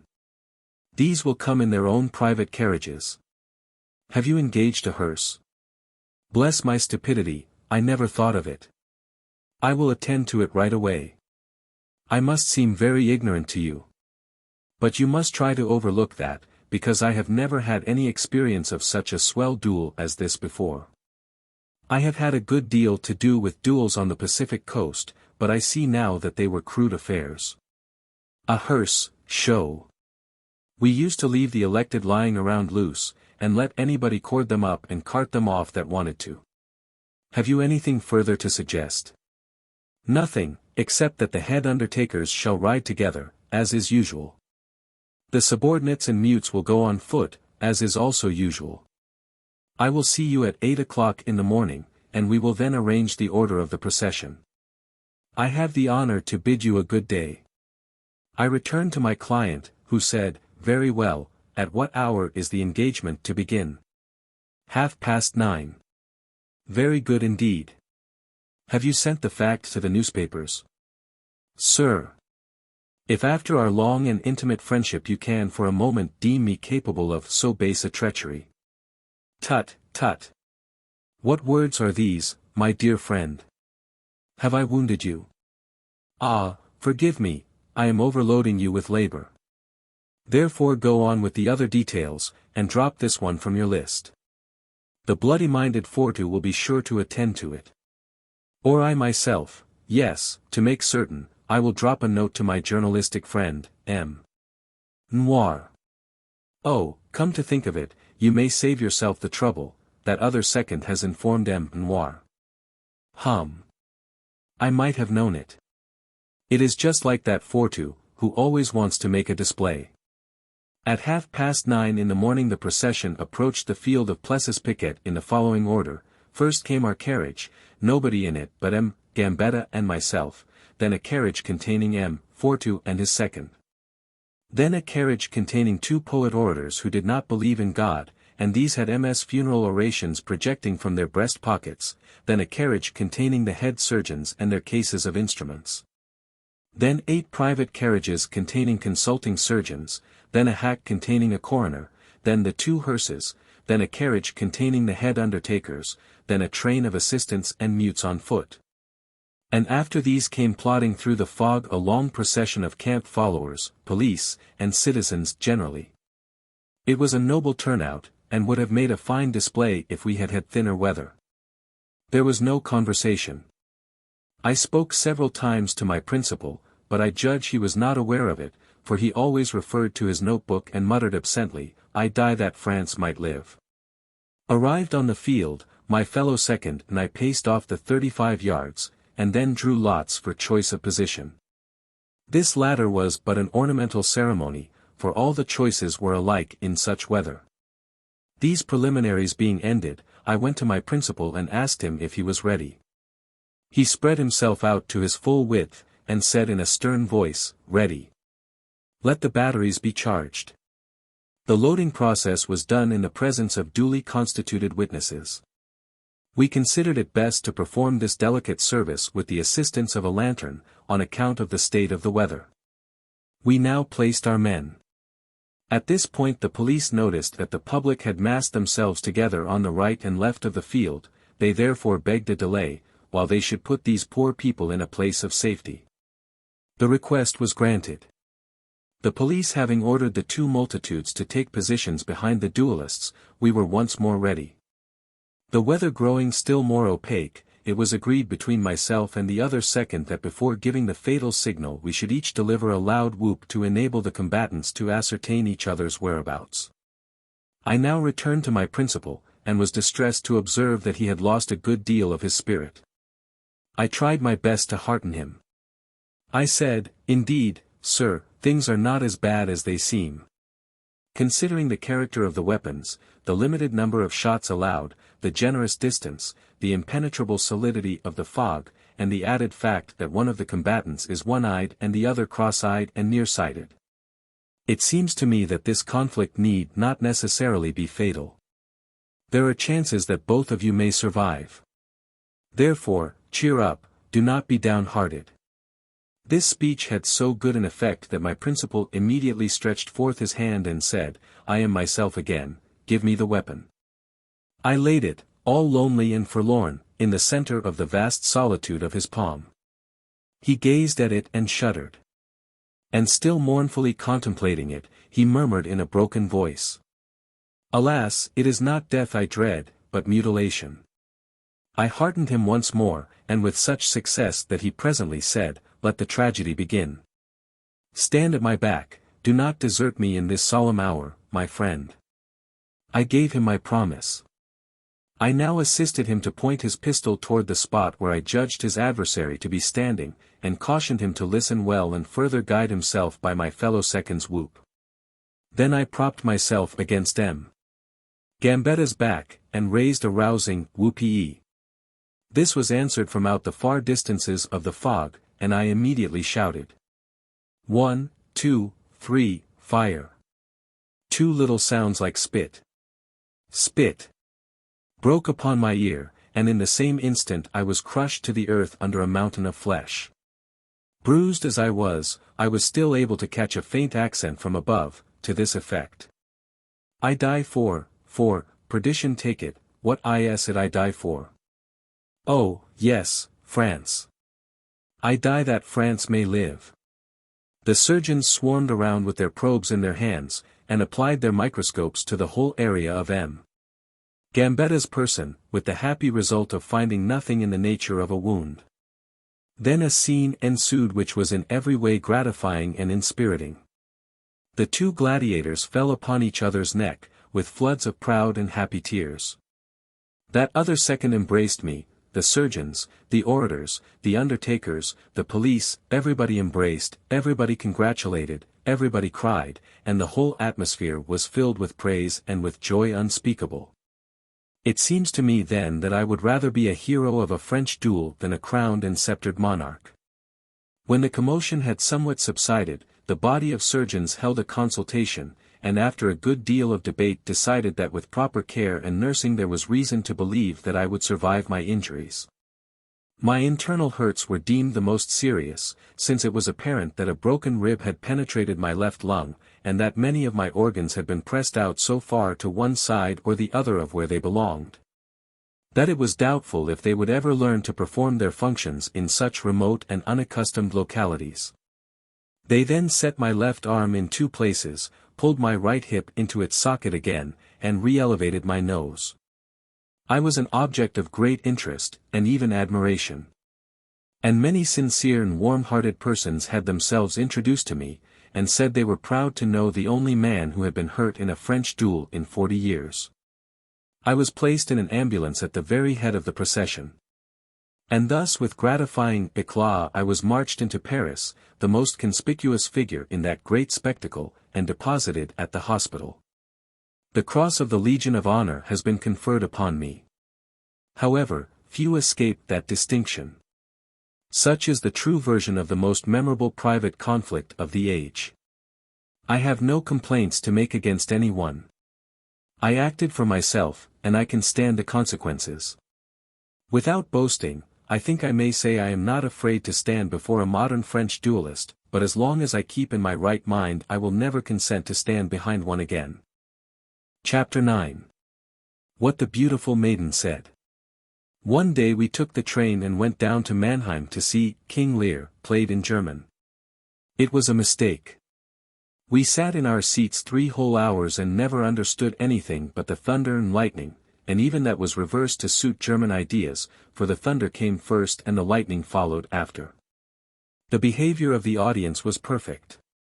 There were no rustlings, or whisperings, or other little disturbances. Each act was listened to in silence, and the applauding was done after the curtain was down. The doors opened at 4:30, the play began promptly at 5:30, and within 2 minutes afterward all who were coming were in their seats, and quiet reigned.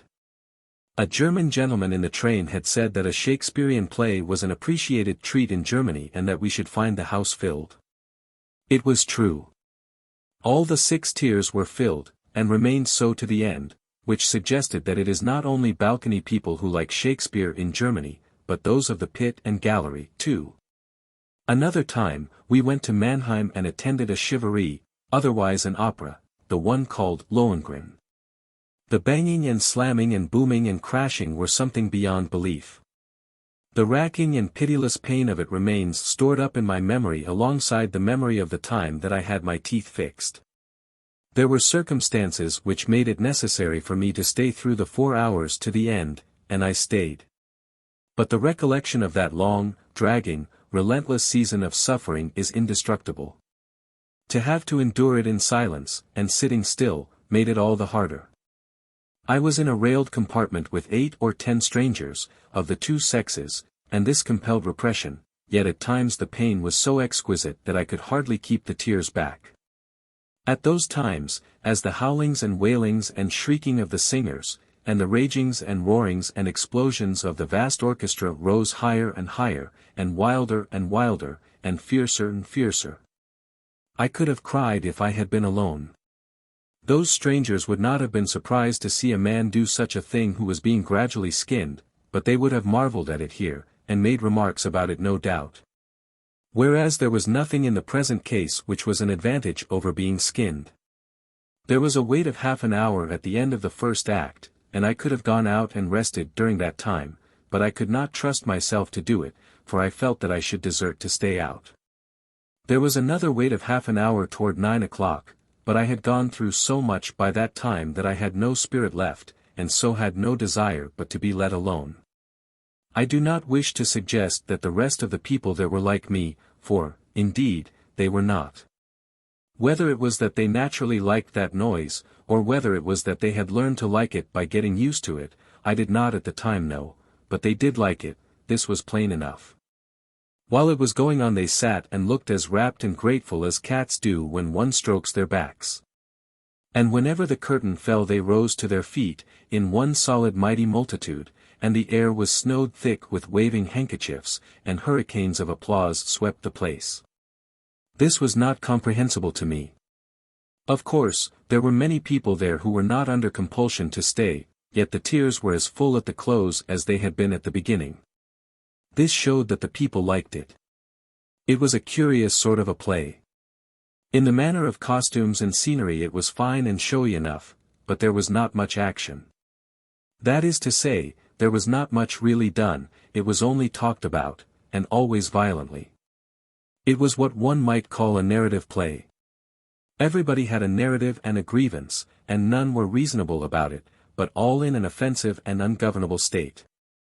There was little of that sort of customary thing where the tenor and the soprano stand down by the footlights, warbling, with blended voices, and keep holding out their arms toward each other and drawing them back and spreading both hands over first one breast and then the other with a shake and a pressure. No, it was every rioter for himself and no blending.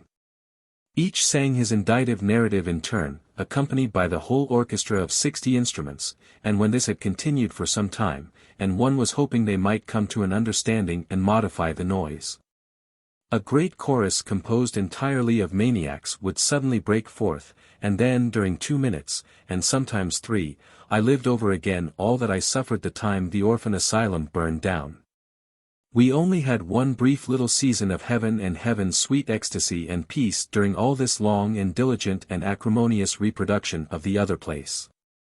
This was while a gorgeous procession of people marched around and around, in the third act, and sang the wedding chorus. To my untutored ear that was music, almost divine music. While my seared soul was steeped in the healing balm of those gracious sounds, it seemed to me that I could almost resuffer the torments which had gone before, in order to be so healed again.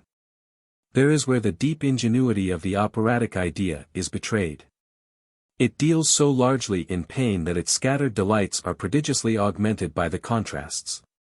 A pretty air in an opera is prettier there than it could be anywhere else, I suppose, just as an honest man in politics shines more than he would elsewhere. I have since found out that there is nothing the Germans like so much as an opera. They like it, not in a mild and moderate way, but with their whole hearts. This is a legitimate result of habit and education. Our nation will like the opera, too, by and by, no doubt. 1 in 50 of those who attend our operas likes it already, perhaps, but I think a good many of the other 49 go in order to learn to like it, and the rest in order to be able to talk knowingly about it. The latter usually hum the airs while they are being sung, so that their neighbors may perceive that they have been to operas before. The funerals of these do not occur often enough. A gentle, old maidish person and a sweet young girl of 17 sat right in front of us that night at the Mannheim Opera. These people talked, between the acts, and I understood them, though I understood nothing that was uttered on the distant stage. At first they were guarded in their talk, but after they had heard my agent and me conversing in English they dropped their reserve and I picked up many of their little confidences. No, I mean many of her little confidences, meaning the elder party, for the young girl only listened, and gave assenting nods, but never said a word. How pretty she was, and how sweet she was. I wished she would speak. But evidently she was absorbed in her own thoughts, her own young girl dreams, and found a dearer pleasure in silence. But she was not dreaming sleepy dreams, no, she was awake, alive, alert, she could not sit still a moment. She was an enchanting study. Her gown was of a soft white silky stuff that clung to her round young figure like a fish's skin, and it was rippled over with the gracefulest little fringy films of lace. She had deep, tender eyes, with long, curved lashes, and she had peachy cheeks, and a dimpled chin, and such a dear little rosebud of a mouth, and she was so dove-like, so pure, and so gracious, so sweet and so bewitching. For long hours I did mightily wish she would speak. And at last she did, the red lips parted, and out leaps her thought, and with such a guileless and pretty enthusiasm, too, Auntie, I just know I've got 500 fleas on me. That was probably over the average. Yes, it must have been very much over the average. The average at that time in the Grand Duchy of Baden was 45 to a young person, when alone, according to the official estimate of the Home Secretary for that year. The average for older people was shifty and indeterminable, for whenever a wholesome young girl came into the presence of her elders she immediately lowered their average and raised her own. She became a sort of contribution box. This dear young thing in the theatre had been sitting there unconsciously taking up a collection. Many a skinny old being in our neighborhood was the happier and the restfuler for her coming. In that large audience, that night, there were 8 very conspicuous people. These were ladies who had their hats or bonnets on. What a blessed thing it would be if a lady could make herself conspicuous in our theatres by wearing her hat. It is not usual in Europe to allow ladies and gentlemen to take bonnets, hats, overcoats, canes, or umbrellas into the auditorium, but in Mannheim this rule was not enforced because the audiences were largely made up of people from a distance. And among these were always a few timid ladies who were afraid that if they had to go into an anteroom to get their things when the play was over, they would miss their train.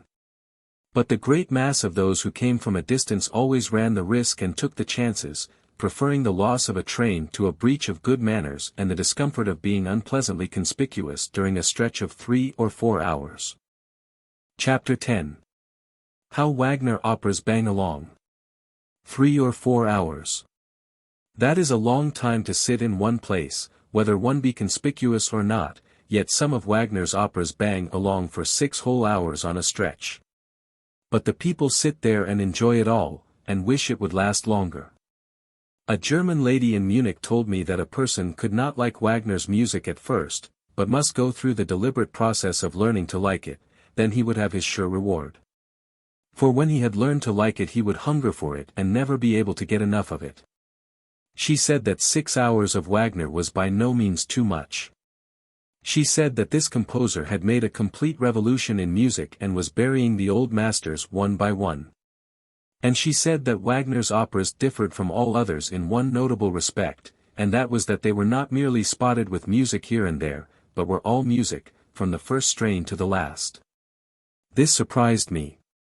I said I had attended one of his insurrections, and found hardly any music in it except the wedding chorus. She said Lohengrin was noisier than Wagner's other operas, but that if I would keep on going to see it I would find by and by that it was all music, and therefore would then enjoy it. I could have said, but would you advise a person to deliberately practice having a toothache in the pit of his stomach for a couple of years in order that he might then come to enjoy it? But I reserved that remark. This lady was full of the praises of the head tenor who had performed in a Wagner opera the night before, and went on to enlarge upon his old and prodigious fame, and how many honors had been lavished upon him by the princely houses of Germany. Here was another surprise. I had attended that very opera, in the person of my agent, and had made close and accurate observations. So I said. Why, madam, my experience warrants me in stating that that tenor's voice is not a voice at all, but only a shriek, the shriek of a hyena. That is very true, she said, he cannot sing now. It is already many years that he has lost his voice, but in other times he sang, yes, divinely. So whenever he comes now, you shall see, yes, that the theatre will not hold the people. Jal Bay Got. His voice is wunderschön in that pastime. I said she was discovering to me a kindly trait in the Germans which was worth emulating. I said that over the water we were not quite so generous. That with us, when a singer had lost his voice and a jumper had lost his legs, these parties ceased to draw. I said I had been to the opera in Hanover, once, and in Mannheim once, and in Munich, through my authorized agent, once, and this large experience had nearly persuaded me that the Germans preferred singers who couldn't sing. This was not such a very extravagant speech, either. For that burly Mannheim tenor's praises had been the talk of all Heidelberg for a week before his performance took place, yet his voice was like the distressing noise which a nail makes when you screech it across a window pane. I said so to Heidelberg friends the next day, and they said, in the calmest and simplest way, that that was very true, but that in earlier times his voice had been wonderfully fine. And the tenor in Hanover was just another example of this sort. The English-speaking German gentleman who went with me to the opera there was brimming with enthusiasm over that tenor. He said, "Ach Gott. A great man.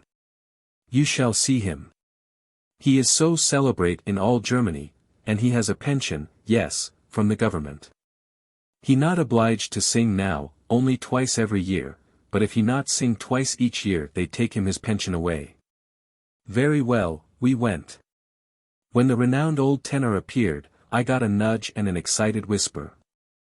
"Now you see him." But the "celebrate" was an astonishing disappointment to me.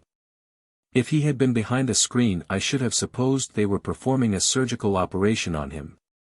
I looked at my friend. To my great surprise he seemed intoxicated with pleasure, his eyes were dancing with eager delight.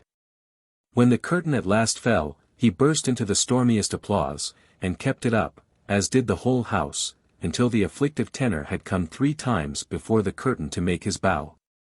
While the glowing enthusiast was swabbing the perspiration from his face, I said, "I don't mean the least harm, but really, now, do you think he can sing? Him? No. Gott im Himmel, aber, how he has been able to sing 25 years ago." Then pensively, "Ach, no, now he not sing any more, he only cry. When he think he sing, now, he not sing at all, no, he only make like a cat which is unwell." Where and how did we get the idea that the Germans are a stolid, phlegmatic race? In truth, they are widely removed from that. They are warm-hearted, emotional, impulsive, enthusiastic, their tears come at the mildest touch, and it is not hard to move them to laughter. They are the very children of impulse. We are cold and self-contained, compared to the Germans. They hug and kiss and cry and shout and dance and sing, and where we use one loving, petting expression, they pour out a score. Their language is full of endearing diminutives. Nothing that they love escapes the application of a petting diminutive, neither the house, nor the dog, nor the horse, nor the grandmother, nor any other creature, animate or inanimate. In the theatres at Hanover, Hamburg, and Mannheim, they had a wise custom. The moment the curtain went up, the light in the body of the house went down. The audience sat in the cool gloom of a deep twilight, which greatly enhanced the glowing splendors of the stage. It saved gas, too, and people were not sweated to death. When I saw King Lear played, nobody was allowed to see a scene shifted. If there was nothing to be done but slide a forest out of the way and expose a temple beyond, one did not see that forest split itself in the middle and go shrieking away. With the accompanying disenchanting spectacle of the hands and heels of the impelling impulse, no, the curtain was always dropped for an instant, one heard not the least movement behind it, but when it went up, the next instant, the forest was gone. Even when the stage was being entirely reset, one heard no noise. During the whole time that King Lear was playing, the curtain was never down 2 minutes at any one time. The orchestra played until the curtain was ready to go up for the first time, then they departed for the evening. Where the stage waits never reach 2 minutes, there is no occasion for music. I had never seen this 2-minute business between acts but once before, and that was when the Schaffraun was played at Wallach's. I was at a concert in Munich one night, the people were streaming in, the clock hand pointed to 7, the music struck up, and instantly all movement in the body of the house ceased.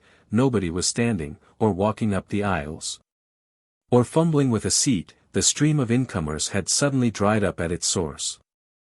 I listened undisturbed to a piece of music that was 15 minutes long, always expecting some tardy ticket holders to come crowding past my knees, and being continuously and pleasantly disappointed, but when the last note was struck, here came the stream again. You see, they had made those late comers wait in the comfortable waiting parlor from the time the music had begun until it was ended. It was the first time I had ever seen this sort of criminals denied the privilege of destroying the comfort of a house full of their betters. Some of these were pretty fine birds, but no matter. They had to tarry outside in the long parlor under the inspection of a double rank of liveried footmen and waiting maids who supported the 2 walls with their backs and held the wraps and traps of their masters and mistresses on their arms. We had no footmen to hold our things, and it was not permissible to take them into the concert room, but there were some men and women to take charge of them for us. They gave us checks for them and charged a fixed price, payable in advance, 5 cents. In Germany they always hear one thing at an opera which has never yet been heard in America, perhaps, I mean the closing strain of a fine solo or duet. We always smash into it with an earthquake of applause. The result is that we rob ourselves of the sweetest part of the treat. We get the whiskey, but we don't get the sugar in the bottom of the glass. Our way of scattering applause along through an act seems to me to be better than the Mannheim way of saving it all up till the act is ended. I do not see how an actor can forget himself and portray hot passion before a cold still audience. I should think he would feel foolish. It is a pain to me to this day, to remember how that old German Lear raged and wept and howled around the stage, with never a response from that hushed house, never a single outburst till the act was ended. To me there was something unspeakably uncomfortable in the solemn dead silences that always followed this old person's tremendous outpourings of his feelings. I could not help putting myself in his place. I thought I knew how sick and flat he felt during those silences, because I remembered a case which came under my observation once. And which, but I will tell the incident. One evening on board a Mississippi steamboat, a boy of 10 years lay asleep in a berth, a long, slim-legged boy. He was encased in quite a short shirt. It was the first time he had ever made a trip on a steamboat, and so he was troubled, and scared, and had gone to bed with his head filled with impending snaggings, and explosions, and conflagrations, and sudden death. About 10 o'clock some 20 ladies were sitting around about the ladies' saloon, quietly reading, sewing, embroidering, and so on, and among them sat a sweet, benignant old dame with round spectacles on her nose and her busy knitting needles in her hands. Now all of a sudden, into the midst of this peaceful scene burst that slim-shanked boy in the brief shirt, wild-eyed, erect-haired, and shouting, "Fire, fire! Jump and run, the boat's afire and there ain't a minute to lose." All those ladies looked sweetly up and smiled, nobody stirred. The old lady pulled her spectacles down, looked over them, and said, gently, "But you mustn't catch cold, child. Run and put on your breastpin, and then come and tell us all about it." It was a cruel chill to give to a poor little devil's gushing vehemence. He was expecting to be a sort of hero, the creator of a wild panic, and here everybody sat and smiled a mocking smile, and an old woman made fun of his bugbear. I turned and crept away, for I was that boy, and never even cared to discover whether I had dreamed the fire or actually seen it. I am told that in a German concert or opera, they hardly ever encore a song. That though they may be dying to hear it again, their good breeding usually preserves them against requiring the repetition. Kings may encore, that is quite another matter. It delights everybody to see that the king is pleased. And as to the actor encored, his pride and gratification are simply boundless. Still, there are circumstances in which even a royal encore. But it is better to illustrate. The King of Bavaria is a poet, and has a poet's eccentricities, with the advantage over all other poets of being able to gratify them, no matter what form they may take. He is fond of opera, but not fond of sitting in the presence of an audience. Therefore, it has sometimes occurred, in Munich, that when an opera has been concluded and the players were getting off their paint and finery, a command has come to them to get their paint and finery on again. Presently the king would arrive, solitary and alone, and the players would begin at the beginning and do the entire opera over again with only that one individual in the vast solemn theatre for audience. Once he took an odd freak into his head. High up and out of sight, over the prodigious stage of the court theatre is a maze of interlacing water pipes, so pierced that in case of fire, innumerable little thread-like streams of water can be caused to descend. And in case of need, this discharge can be augmented to a pouring flood. American managers might want to make a note of that. The king was sole audience. The opera proceeded, it was a piece with a storm in it. The mimic thunder began to mutter, the mimic wind began to wail and sough, and the mimic rain to patter.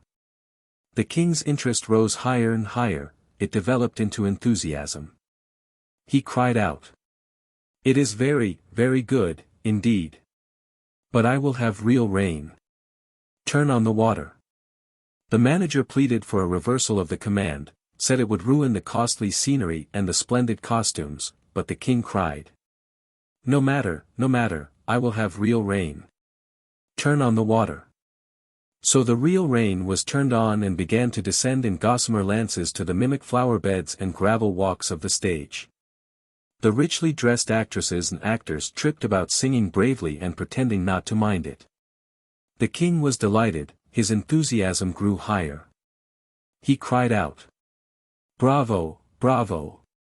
More thunder! More lightning! Turn on more rain!" The thunder boomed, the lightning glared, the storm winds raged, the deluge poured down. The mimic royalty on the stage, with their soaked satins clinging to their bodies, slopped about ankle-deep in water, warbling their sweetest and best, the fiddlers under the eaves of the stage sawed away for dear life. With the cold overflow spouting down the backs of their necks, and the dry and happy king sat in his lofty box and wore his gloves to ribbons applauding. "More yet," cried the king, "more yet, let loose all the thunder, turn on all the water. I will hang the man that raises an umbrella." When this most tremendous and effective storm that had ever been produced in any theatre was at last over, the king's approbation was measureless. He cried. "Magnificent, magnificent! Encore! Do it again!" But the manager succeeded in persuading him to recall the encore, and said the company would feel sufficiently rewarded and complimented in the mere fact that the encore was desired by His Majesty, without fatiguing him with a repetition to gratify their own vanity. During the remainder of the act the lucky performers were those whose parts required changes of dress, the others were a soaked, bedraggled, and uncomfortable lot, but in the last degree picturesque. The stage scenery was ruined, trapdoors were so swollen that they wouldn't work for a week afterward, the fine costumes were spoiled, and no end of minor damages were done by that remarkable storm. It was a royal idea, that storm, and royally carried out. But observe the moderation of the king, he did not insist upon his encore. If he had been a gladsome, unreflecting American opera audience, he probably would have had his storm repeated and repeated until he drowned all those people. Chapter 11. I paint a Turner. The summer days passed pleasantly in Heidelberg. We had a skilled trainer, and under his instructions we were getting our legs in the right condition for the contemplated pedestrian tours. We were well satisfied with the progress which we had made in the German language. 1. See Appendix D for information concerning this fearful tongue, and more than satisfied with what we had accomplished in art. We had had the best instructors in drawing and painting in Germany, Hemmerling, Vogel, Müller, Dietz, and Schumann. Hemmerling taught us landscape painting. Vogel taught us figure drawing, Müller taught us to do still life, and Dietz and Schumann gave us a finishing course in two specialties, battlepieces and shipwrecks. Whatever I am in art I owe to these men. I have something of the manner of each and all of them, but they all said that I had also a manner of my own, and that it was conspicuous. They said there was a marked individuality about my style, insomuch that if I ever painted the commonest type of a dog, I should be sure to throw a something into the aspect of that dog which would keep him from being mistaken for the creation of any other artist. Secretly I wanted to believe all these kind sayings, but I could not. I was afraid that my master's partiality for me, and pride in me, biased their judgment. So I resolved to make a test.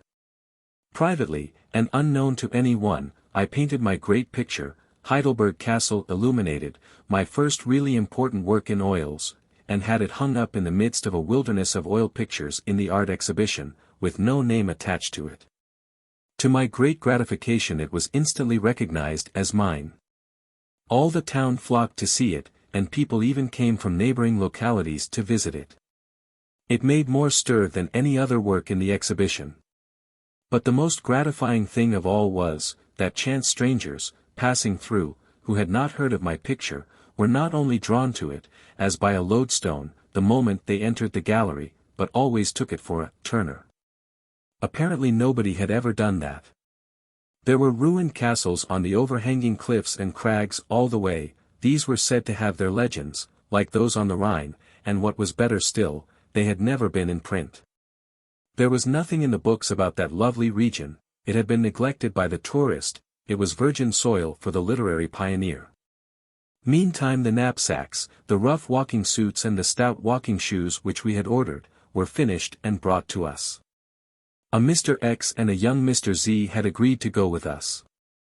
We went around one evening and bade goodbye to our friends, and afterward had a little farewell banquet at the hotel.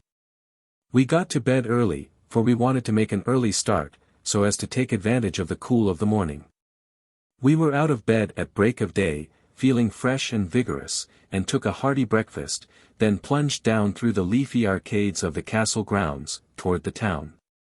What a glorious summer morning it was, and how the flowers did pour out their fragrance, and how the birds did sing.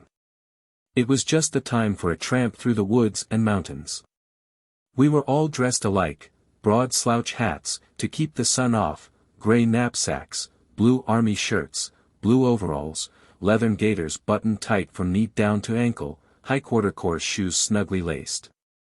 Each man had an opera glass, a canteen, and a guidebook case slung over his shoulder, and carried an alpenstock in one hand and a sun umbrella in the other. Around our hats were wound many folds of soft white muslin, with the ends hanging and flapping down our backs, an idea brought from the Orient and used by tourists all over Europe. Harris carried the little watch-like machine called a pedometer, whose office is to keep count of a man's steps and tell how far he has walked. Everybody stopped to admire our costumes and give us a hearty, pleasant march to you.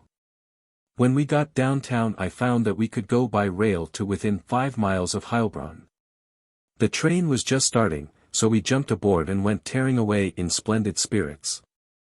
It was agreed all around that we had done wisely, because it would be just as enjoyable to walk down the Neckar as up it, and it could not be needful to walk both ways. There were some nice German people in our compartment.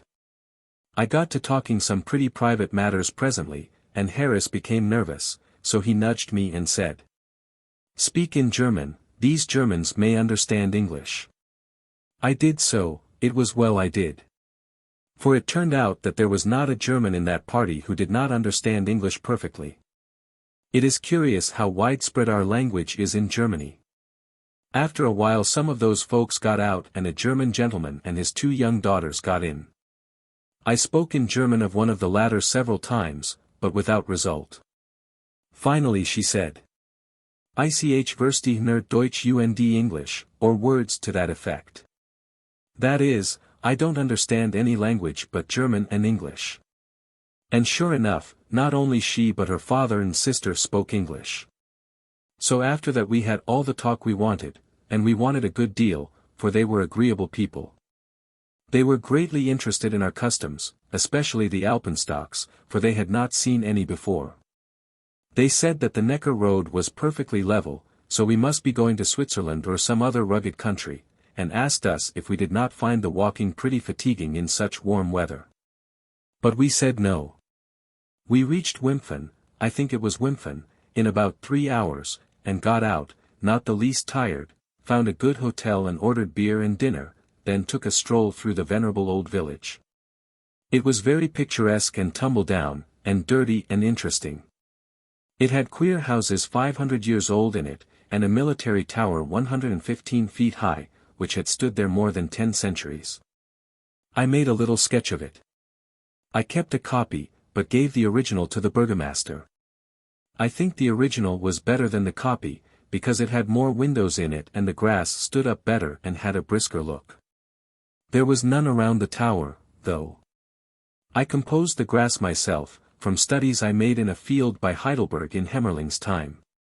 The man on top, looking at the view, is apparently too large, but I found he could not be made smaller, conveniently. I wanted him there, and I wanted him visible, so I thought out a way to manage it. I composed the picture from 2 points of view.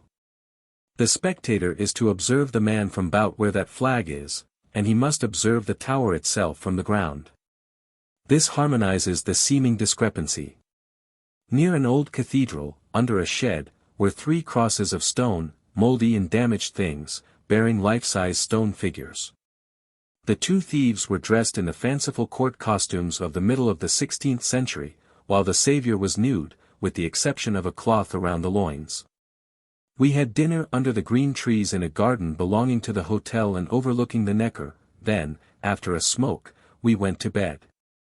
We had a refreshing nap, then got up about 3 in the afternoon and put on our panoply.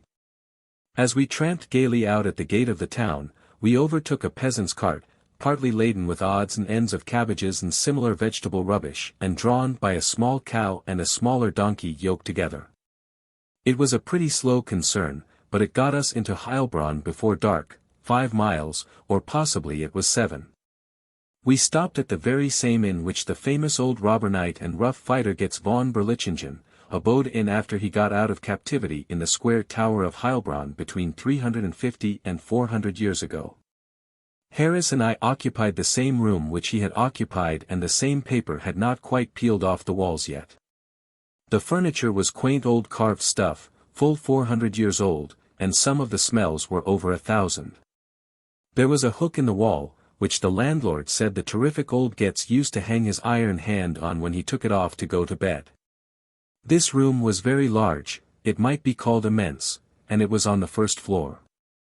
Which means it was in the 2nd story, for in Europe the houses are so high that they do not count the 1st story, else they would get tired climbing before they got to the top. The wallpaper was a fiery red, with huge gold figures in it, well smirched by time, and it covered all the doors.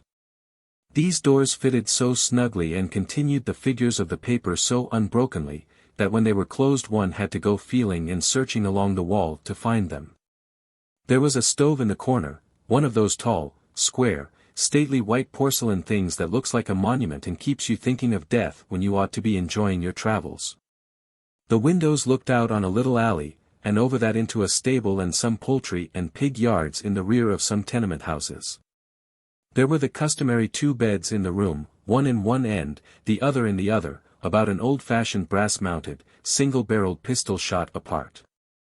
They were fully as narrow as the usual German bed, too, and had the German bed's ineradicable habit of spilling the blankets on the floor every time you forgot yourself and went to sleep. A round table as large as King Arthur's stood in the center of the room. While the waiters were getting ready to serve our dinner on it, we all went out to see the renowned clock on the front of the municipal buildings. Chapter 12. What the Wives Saved. The Rathaus, or municipal building, is of the quaintest and most picturesque Middle-Age architecture. It has a massive portico and steps, before it, heavily balustraded, and adorned with life-sized rusty iron knights in complete armor. The clock face on the front of the building is very large and of curious pattern. Ordinarily, a gilded angel strikes the hour on a big bell with a hammer. As the striking ceases, a life-sized figure of time raises its hourglass and turns it. 2 golden rams advance and butt each other, a gilded cock lifts its wings. But the main features are two great angels, who stand on each side of the dial with long horns at their lips. It was said that they blew melodious blasts on these horns every hour, but they did not do it for us. We were told, later, that they blew only at night, when the town was still. Within the Rathaus were a number of huge wild boars' heads, preserved, and mounted on brackets along the wall. They bore inscriptions telling who killed them and how many hundred years ago it was done. One room in the building was devoted to the preservation of ancient archives. There they showed us no end of aged documents. Some were signed by popes, some by Tilly and other great generals, and one was a letter written and subscribed by Getz von Berlichingen in Heilbronn in 1519 just after his release from the Square Tower. This fine old robber knight was a devoutly and sincerely religious man, hospitable, charitable to the poor, fearless in fight, active, enterprising, and possessed of a large and generous nature. He had in him a quality of being able to overlook moderate injuries, and being able to forgive and forget mortal ones as soon as he had soundly trounced the authors of them. He was prompt to take up any poor devil's quarrel and risk his neck to right him. The common folk held him dear, and his memory is still green in ballad and tradition. He used to go on the highway and rob rich wayfarers. And other times he would swoop down from his high castle on the hills of the Neckar and capture passing cargoes of merchandise. In his memoirs he piously thanks the giver of all good for remembering him in his needs and delivering sundry such cargoes into his hands at times when only special providences could have relieved him. He was a doughty warrior and found a deep joy in battle. In an assault upon a stronghold in Bavaria when he was only 23 years old, his right hand was shot away, but he was so interested in the fight that he did not observe it for a while. He said that the iron hand which was made for him afterward, and which he wore for more than half a century, was nearly as clever a member as the fleshy one had been. I was glad to get a facsimile of the letter written by this fine old German Robin Hood, though I was not able to read it. He was a better artist with his sword than with his pen. We went down by the river and saw the Square Tower. It was a very venerable structure, very strong, and very ornamental. There was no opening near the ground. They had to use a ladder to get into it, no doubt. We visited the principal church, also, a curious old structure, with a tower-like spire adorned with all sorts of grotesque images. The inner walls of the church were placarded with large mural tablets of copper, bearing engraved inscriptions celebrating the merits of old Heilbronn worthies of 2 or 3 centuries ago. And also bearing rudely painted effigies of themselves and their families tricked out in the queer costumes of those days. The head of the family sat in the foreground, and beyond him extended a sharply receding and diminishing row of sons, facing him sat his wife, and beyond her extended a low row of diminishing daughters. The family was usually large, but the perspective bad. Then we hired the hack and the horse which Getz von Berlichingen used to use, and drove several miles into the country to visit the place called Webertru, wife's fidelity I suppose it means. It was a feudal castle of the Middle Ages. When we reached its neighborhood we found it was beautifully situated, but on top of a mound, or hill, round and tolerably steep, and about 200 feet high. Therefore, as the sun was blazing hot, we did not climb up there, but took the place on trust, and observed it from a distance while the horse leaned up against a fence and rested. The place has no interest except that which is lent it by its legend, which is a very pretty one, to this effect. The legend. In the Middle Ages, a couple of young dukes, brothers, took opposite sides in one of the wars. The one fighting for the emperor, the other against him. One of them owned the castle and village on top of the mound which I have been speaking of, and in his absence his brother came with his knights and soldiers and began a siege. It was a long and tedious business, for the people made a stubborn and faithful defense. But at last their supplies ran out and starvation began its work, more fell by hunger than by the missiles of the enemy. They by and by surrendered, and begged for charitable terms. But the beleaguering prince was so incensed against them for their long resistance that he said he would spare none but the women and children, all men should be put to the sword without exception, and all their goods destroyed. Then the women came and fell on their knees and begged for the lives of their husbands. No, said the prince, not a man of them shall escape alive, you yourselves shall go with your children into houseless and friendless banishment. But that you may not starve I grant you this one grace, that each woman may bear with her from this place as much of her most valuable property as she is able to carry. Very well, presently the gates swung open and out filed those women carrying their husbands on their shoulders. The besiegers, furious at the trick, rushed forward to slaughter the men, but the duke stepped between and said, "No, put up your swords, a prince's word is inviolable." When we got back to the hotel, King Arthur's round table was ready for us in its white drapery, and the head waiter and his first assistant, in swallowtails and white cravats, brought in the soup and the hot plates at once. Mr. X had ordered the dinner, and when the wine came on, he picked up a bottle, glanced at the label, and then turned to the grave, the melancholy, the sepulchral head waiter and said it was not the sort of wine he had asked for. The head waiter picked up the bottle, cast his undertaker eye on it and said, "It is true, I beg pardon." Then he turned on his subordinate and calmly said, "Bring another label." At the same time he slid the present label off with his hand and laid it aside, it had been newly put on, its paste was still wet. When the new label came, he put it on. Our French wine being now turned into German wine, according to desire, the head waiter went blandly about his other duties, as if the working of this sort of miracle was a common and easy thing to him. Mr. X said he had not known, before, that there were people honest enough to do this miracle in public, but he was aware that thousands upon thousands of labels were imported into America from Europe every year. To enable dealers to furnish to their customers in a quiet and inexpensive way all the different kinds of foreign wines they might require.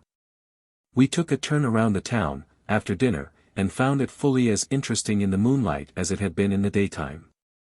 The streets were narrow and roughly paved, and there was not a sidewalk or a street lamp anywhere. The dwellings were centuries old, and vast enough for hotels. They widened all the way up.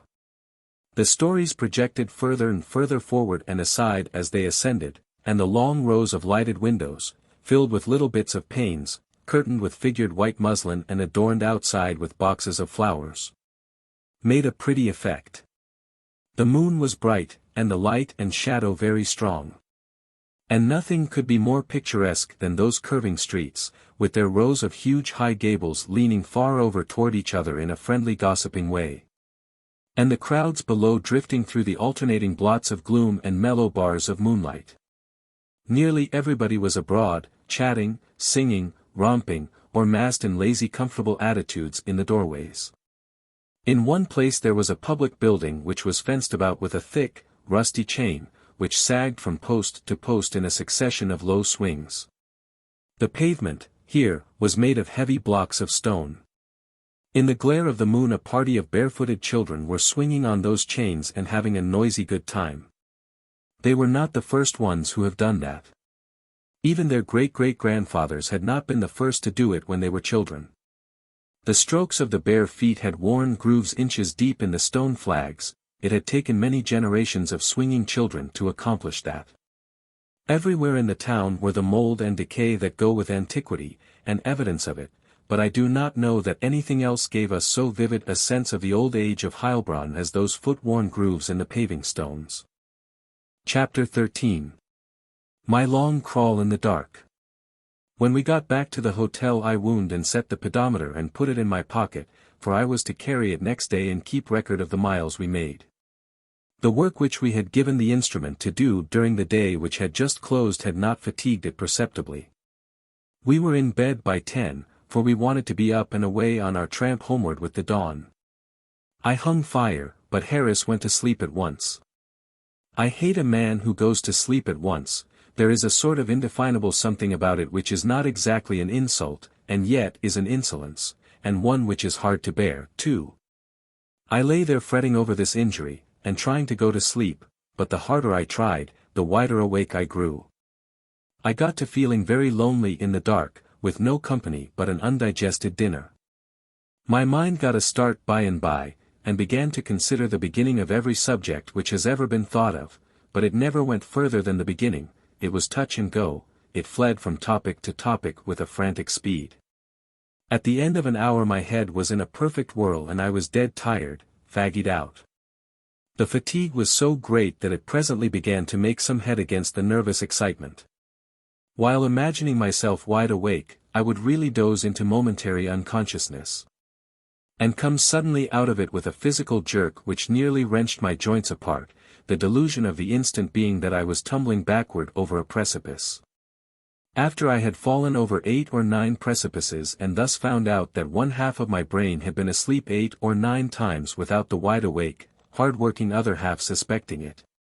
The periodical unconsciousnesses began to extend their spell gradually over more of my brain territory, and at last I sank into a drowse which grew deeper and deeper and was doubtless just on the very point of being a solid, blessed dreamless stupor, when, what was that?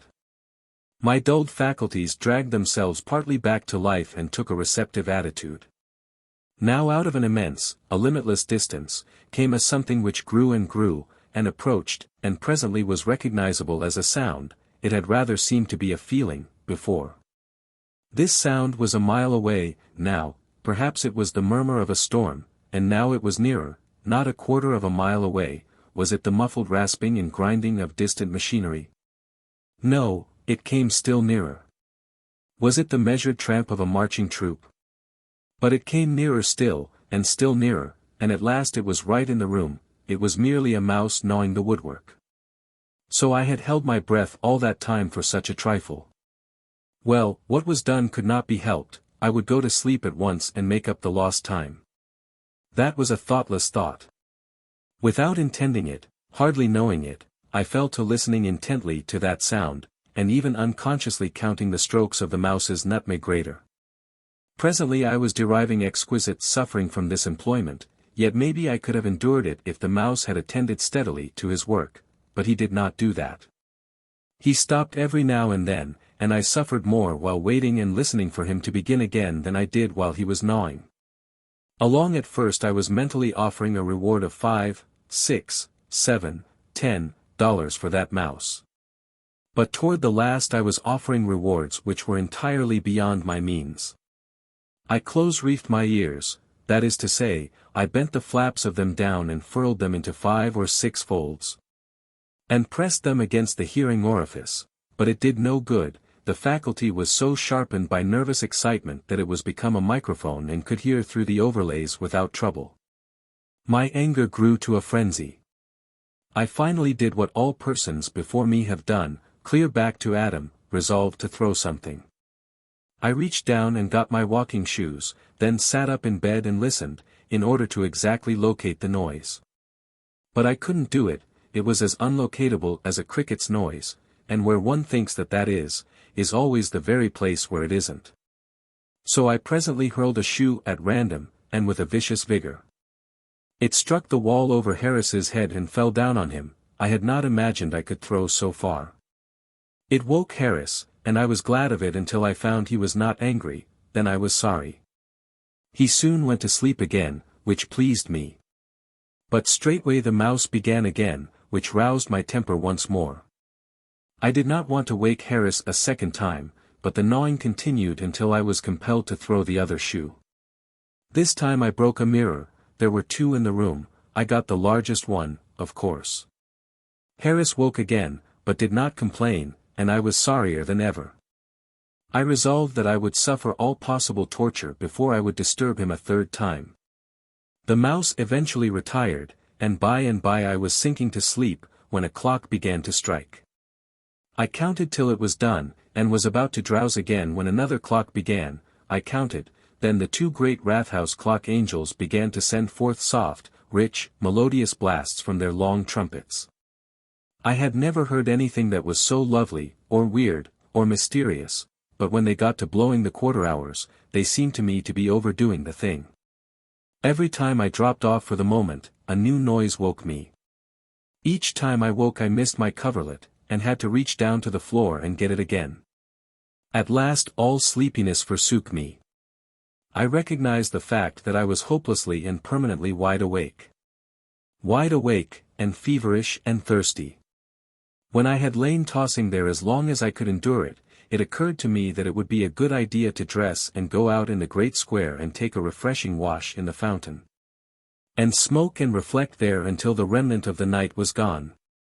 I believed I could dress in the dark without waking Harris. I had banished my shoes after the mouse, but my slippers would do for a summer night. So I rose softly, and gradually got on everything, down to one sock. I couldn't seem to get on the track of that sock, any way I could fix it. But I had to have it. So I went down on my hands and knees, with one slipper on and the other in my hand, and began to paw gently around and rake the floor, but with no success. I enlarged my circle, and went on pawing and raking. With every pressure of my knee, how the floor creaked. And every time I chanced to rake against any article, it seemed to give out 35 or 36 times more noise than it would have done in the daytime. In those cases I always stopped and held my breath till I was sure Harris had not awakened, then I crept along again. I moved on, but I could not find the sock, I could not seem to find anything but furniture. I could not remember that there was much furniture in the room when I went to bed, but the place was alive with it now, especially chairs everywhere, had a couple of families moved in the meantime. And I never could seem to glance on one of those chairs, but always struck it full and square with my head. My temper rose, by steady and sure degrees, and as I pawed on, I fell to making vicious comments under my breath. Finally, with a venomous access of irritation, I said I would leave without the sock, so I rose up and made straight for the door, as I supposed, and suddenly confronted my dim spectral image in the unbroken mirror. It startled the breath out of me, for an instant. It also showed me that I was lost, and had no sort of idea where I was. When I realized this, I was so angry that I had to sit down on the floor and take hold of something to keep from lifting the roof off with an explosion of opinion. If there had been only one mirror, it might possibly have helped to locate me. But there were two, and two were as bad as 1,000, besides, these were on opposite sides of the room. I could see the dim blur of the windows, but in my turned-around condition they were exactly where they ought not to be, and so they only confused me instead of helping me. I started to get up, and knocked down an umbrella. It made a noise like a pistol shot when it struck that hard, slick, carpetless floor. I grated my teeth and held my breath. Harris did not stir. I set the umbrella slowly and carefully on end against the wall, but as soon as I took my hand away, its heel slipped from under it, and down it came again with another bang. I shrunk together and listened a moment in silent fury. No harm done, everything quiet. With the most painstaking care and nicety, I stood the umbrella up once more, took my hand away, and down it came again. I have been strictly reared, but if it had not been so dark and solemn and awful there in that lonely, vast room, I do believe I should have said something then which could not be put into a Sunday school book without injuring the sale of it. If my reasoning powers had not been already sapped dry by my harassments, I would have known better than to try to set an umbrella on end on one of those glassy German floors in the dark. It can't be done in the daytime without 4 failures to 1 success. I had one comfort, though. Harris was yet still and silent, he had not stirred. The umbrella could not locate me, there were 4 standing around the room, and all alike. I thought I would feel along the wall and find the door in that way. I rose up and began this operation, but raked down a picture. It was not a large one, but it made noise enough for a panorama. Harris gave out no sound, but I felt that if I experimented any further with the pictures I should be sure to wake him. Better give up trying to get out. Yes, I would find King Arthur's Round Table once more, I had already found it several times, and use it for a base of departure on an exploring tour for my bed. If I could find my bed I could then find my water pitcher. I would quench my raging thirst and turn in. So I started on my hands and knees, because I could go faster that way, and with more confidence, too, and not knock down things. By and by I found the table, with my head, rubbed the bruise a little, then rose up and started, with hands abroad and fingers spread, to balance myself. I found a chair, then a wall, then another chair, then a sofa. Then an alpenstock, then another sofa. This confounded me, for I had thought there was only one sofa. I hunted up the table again and took a fresh start, found some more chairs. It occurred to me, now, as it ought to have done before, that as the table was round, it was therefore of no value as a base to aim from. So I moved off once more, and at random among the wilderness of chairs and sofas, wandering off into unfamiliar regions, and presently knocked a candlestick and knocked off a lamp. Grabbed at the lamp and knocked off a water pitcher with a rattling crash, and thought to myself, I've found you at last. I judged I was close upon you. Harris shouted, murder, and thieves, and finished with, I'm absolutely drowned. The crash had roused the house. Mr. X pranced in his long night garment, with a candle, young Z after him with another candle. A procession swept in at another door, with candles and lanterns, landlord and 2 German guests in their nightgowns and a chambermaid in hers. I looked around. I was at Harris's bed, a Sabbath day's journey from my own. There was only one sofa. It was against the wall. There was only one chair where a body could get at it. I had been revolving around it like a planet, and colliding with it like a comet half the night. I explained how I had been employing myself, and why. Then the landlord's party left, and the rest of us set about our preparations for breakfast, for the dawn was ready to break. I glanced furtively at my pedometer, and found I had made 47 miles. But I did not care, for I had come out for a pedestrian tour anyway. Chapter 14. Rafting down the Neckar. When the landlord learned that I and my agents were artists, our party rose perceptibly in his esteem. We rose still higher when he learned that we were making a pedestrian tour of Europe. He told us all about the Heidelberg road, and which were the best places to avoid and which the best ones to tarry at. He charged me less than cost for the things I broke in the night. He put up a fine luncheon for us and added to it a quantity of great light green plums, the pleasantest fruit in Germany. He was so anxious to do us honor that he would not allow us to walk out of Heilbronn, but called up Getz von Berlichingen's horse and cab and made us ride. I made a sketch of the turnout. It is not a work, it is only what artists call a study, a thing to make a finished picture from. This sketch has several blemishes in it. For instance, the wagon is not traveling as fast as the horse is. This is wrong. Again, the person trying to get out of the way is too small, he is out of perspective, as we say. The 2 upper lines are not the horse's back, they are the reins. There seems to be a wheel missing. This would be corrected in a finished work, of course.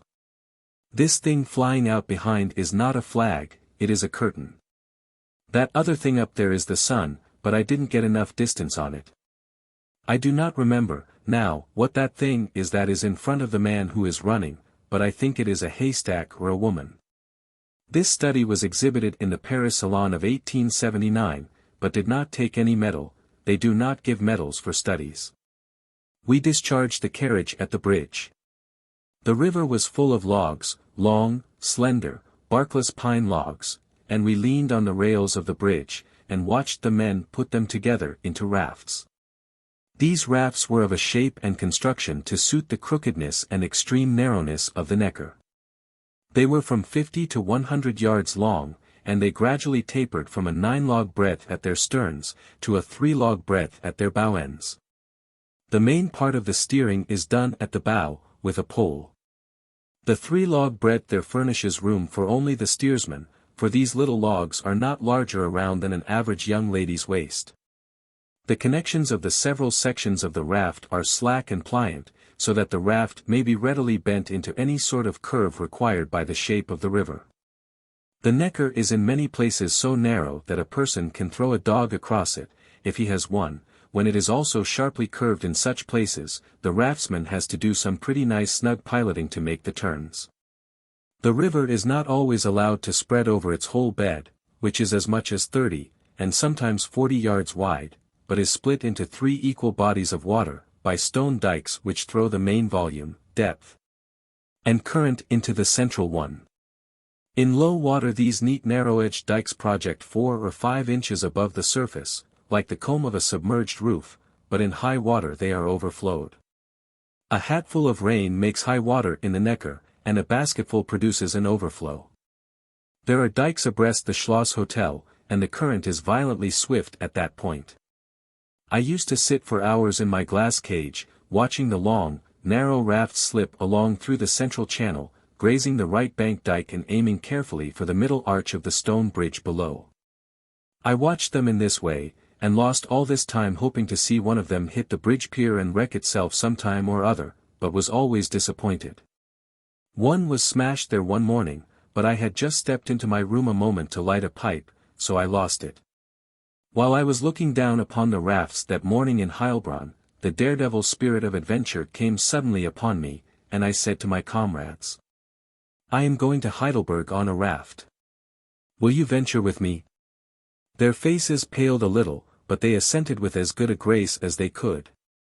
Harris wanted to cable his mother, thought it his duty to do that, as he was all she had in this world, so, while he attended to this, I went down to the longest and finest raft and hailed the captain with a hearty "Ahoy, shipmate," which put us upon pleasant terms at once, and we entered upon business.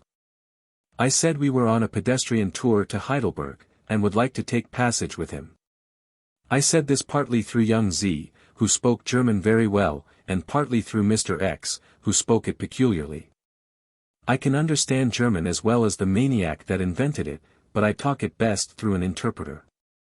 The captain hitched up his trousers, then shifted his quid thoughtfully.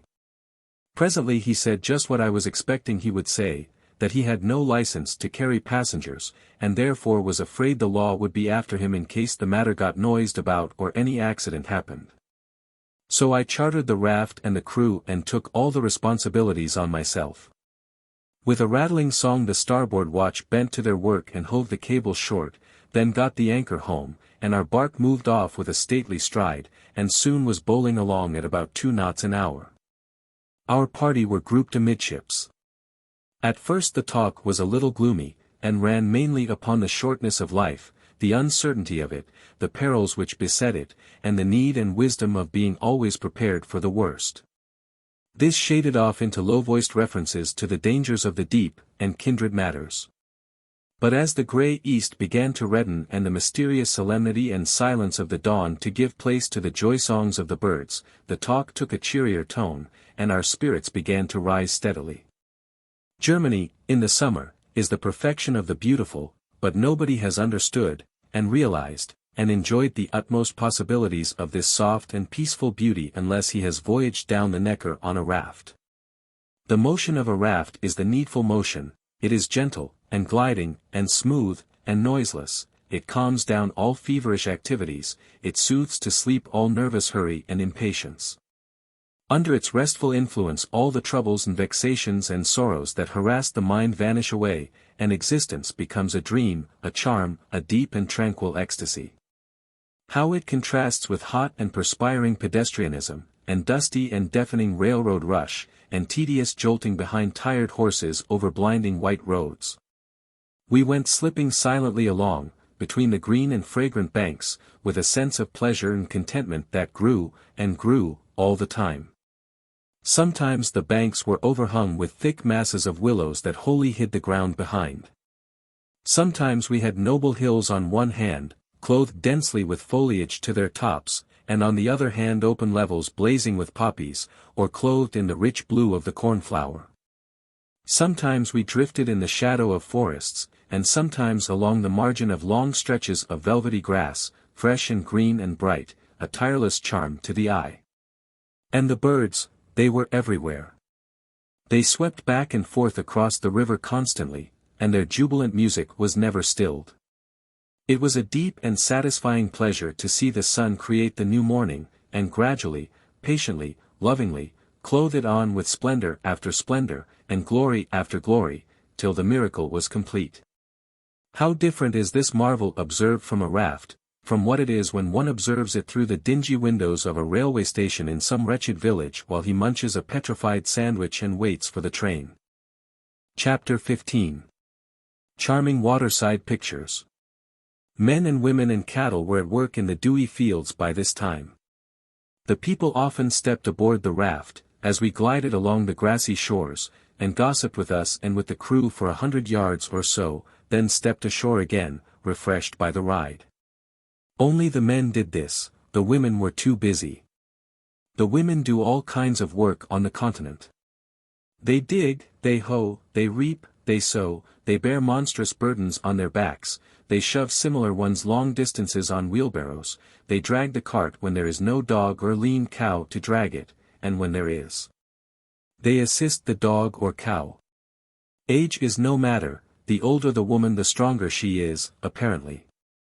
On the farm a woman's duties are not defined, she does a little of everything, but in the towns it is different, there she only does certain things, the men do the rest.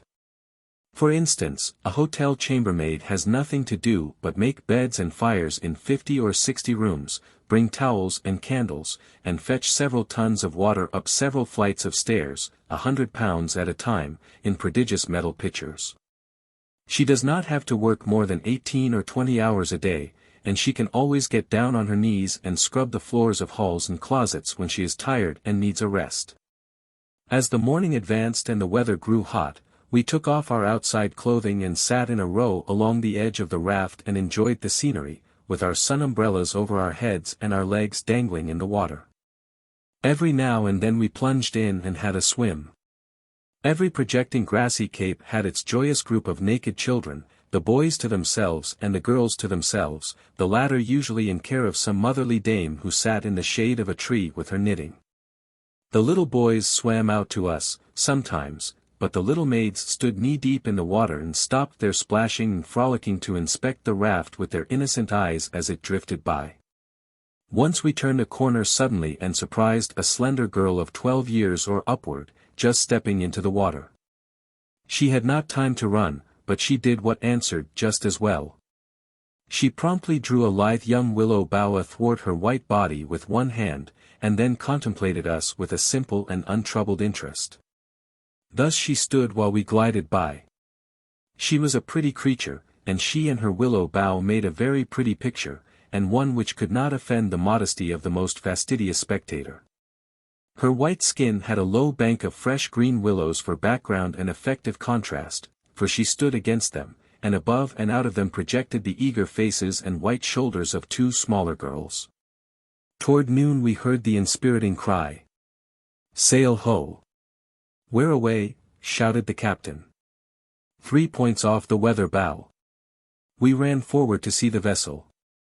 It proved to be a steamboat, for they had begun to run a steamer up the Neckar, for the first time in May. She was a tug, and one of a very peculiar build and aspect. I had often watched her from the hotel, and wondered how she propelled herself, for apparently she had no propeller or paddles. She came churning along, now, making a deal of noise of one kind or another, and aggravating it every now and then by blowing a hoarse whistle. She had 9 keelboats hitched on behind and following after her in a long, slender rank. We met her in a narrow place, between dikes, and there was hardly room for us both in the cramped passage. As she went grinding and groaning by, we perceived the secret of her moving impulse. She did not drive herself up the river with paddles or propeller, she pulled herself by hauling on a great chain. This chain is laid in the bed of the river and is only fastened at the 2 ends. It is 70 miles long. It comes in over the boat's bow, passes around a drum, and is paid out astern. She pulls on that chain, and so drags herself up the river or down it. She has neither bow or stern, strictly speaking, for she has a long-bladed rudder on each end and she never turns around. She uses both rudders all the time, and they are powerful enough to enable her to turn to the right or the left and steer around curves, in spite of the strong resistance of the chain. I would not have believed that that impossible thing could be done, but I saw it done, and therefore I know that there is one impossible thing which can be done. What miracle will man attempt next? We met many big keelboats on their way up, using sails, mule power, and profanity, a tedious and laborious business. A wire rope led from the foretopmast to the file of mules on the towpath 100 yards ahead, and by dint of much banging and swearing and urging, the detachment of drivers managed to get a speed of 2 or 3 miles an hour out of the mules against the stiff current. The Neckar has always been used as a canal, and thus has given employment to a great many men and animals. But now that this steamboat is able, with a small crew and a bushel or so of coal, to take 9 keelboats farther up the river in 1 hour than 30 men and 30 mules can do it in 2. It is believed that the old-fashioned towing industry is on its deathbed. A second steamboat began work in the Neckar 3 months after the first one was put in service. At noon we stepped ashore and bought some bottled beer and got some chickens cooked, while the raft waited. Then we immediately put to sea again, and had our dinner while the beer was cold and the chickens hot. There is no pleasanter place for such a meal than a raft that is gliding down the winding Neckar past green meadows and wooded hills, and slumbering villages, and craggy heights graced with crumbling towers and battlements. In one place we saw a nicely dressed German gentleman without any spectacles. Before I could come to anchor he had got under way. It was a great pity. I so wanted to make a sketch of him. The captain comforted me for my loss, however, by saying that the man was without any doubt a fraud who had spectacles, but kept them in his pocket in order to make himself conspicuous. Below Hasmersheim we passed Hornberg, Getz von Berlichingen's old castle. It stands on a bold elevation 200 feet above the surface of the river. It has high vine-clad walls enclosing trees, and a peaked tower about 75 feet high. The steep hillside, from the castle clear down to the water's edge, is terraced, and clothed thick with grapevines. This is like farming a mansard roof. All the steeps along that part of the river which furnish the proper exposure, are given up to the grape. That region is a great producer of Rhine wines. The Germans are exceedingly fond of Rhine wines. They are put up in tall, slender bottles, and are considered a pleasant beverage. One tells them from vinegar by the label. The Hornberg hill is to be tunneled, and the new railway will pass under the castle. The Cave of the Spectre. 2 miles below Hornberg Castle is a cave in a low cliff, which the captain of the raft said had once been occupied by a beautiful heiress of Hornberg, the Lady Gertrude, in the old times. It was 700 years ago. She had a number of rich and noble lovers and one poor and obscure one, Sir Wendell Lobenfeld. With the native chuckleheadness of the heroine of romance, she preferred the poor and obscure lover. With the native sound judgment of the father of a heroine of romance, the von Berlichingen of that day shut his daughter up in his dungeon keep, or his oubliette, or his culverin, or some such place. And resolved that she should stay there until she selected a husband from among her rich and noble lovers. The latter visited her and persecuted her with their supplications, but without effect, for her heart was true to her poor despised crusader, who was fighting in the Holy Land. Finally, she resolved that she would endure the attentions of the rich lovers no longer, so one stormy night she escaped and went down the river and hid herself in the cave on the other side. Her father ransacked the country for her, but found not a trace of her. As the days went by, and still no tidings of her came, his conscience began to torture him, and he caused proclamation to be made that if she were yet living and would return, he would oppose her no longer, she might marry whom she would. The months dragged on, all hope forsook the old man, he ceased from his customary pursuits and pleasures, he devoted himself to pious works, and longed for the deliverance of death. Now just at midnight, every night, the lost heiress stood in the mouth of her cave, arrayed in white robes, and sang a little love ballad which her crusader had made for her. She judged that if he came home alive the superstitious peasants would tell him about the ghost that sang in the cave, and that as soon as they described the ballad he would know that none but he and she knew that song. Therefore he would suspect that she was alive, and would come and find her. As time went on, the people of the region became sorely distressed about the spectre of the haunted cave. It was said that ill luck of one kind or another always overtook anyone who had the misfortune to hear that song. Eventually, every calamity that happened thereabouts was laid at the door of that music. Consequently, no boatman would consent to pass the cave at night, the peasants shunned the place, even in the daytime. But the faithful girl sang on, night after night, month after month, and patiently waited, her reward must come at last. 5 years dragged by, and still, every night at midnight, the plaintive tones floated out over the silent land, while the distant boatmen and peasants thrust their fingers into their ears and shuddered out a prayer. And now came the crusader home, bronzed and battle-scarred, but bringing a great and splendid fame to lay at the feet of his bride. The old lord of Hornburg received him as his son, and wanted him to stay by him and be the comfort and blessing of his age, but the tale of that young girl's devotion to him and its pathetic consequences made a changed man of the knight. He could not enjoy his well-earned rest. He said his heart was broken, he would give the remnant of his life to high deeds in the cause of humanity, and so find a worthy death and a blessed reunion with the brave true heart whose love had more honored him than all his victories in war. When the people heard this resolve of his, they came and told him there was a pitiless dragon in human disguise in the haunted cave, a dread creature which no knight had yet been bold enough to face. And begged him to rid the land of its desolating presence. He said he would do it. They told him about the song, and when he asked what song it was, they said the memory of it was gone, for nobody had been hardy enough to listen to it for the past 4 years and more. Toward midnight the crusader came floating down the river in a boat, with his trusty crossbow in his hands. He drifted silently through the dim reflections of the crags and trees, with his intent eyes fixed upon the low cliff which he was approaching. As he drew nearer, he discerned the black mouth of the cave. Now, is that a white figure? Yes. The plaintive song begins to well forth and float away over meadow and river.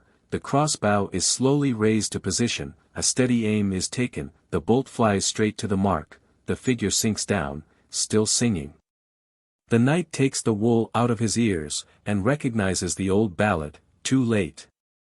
Ah, if he had only not put the wool in his ears.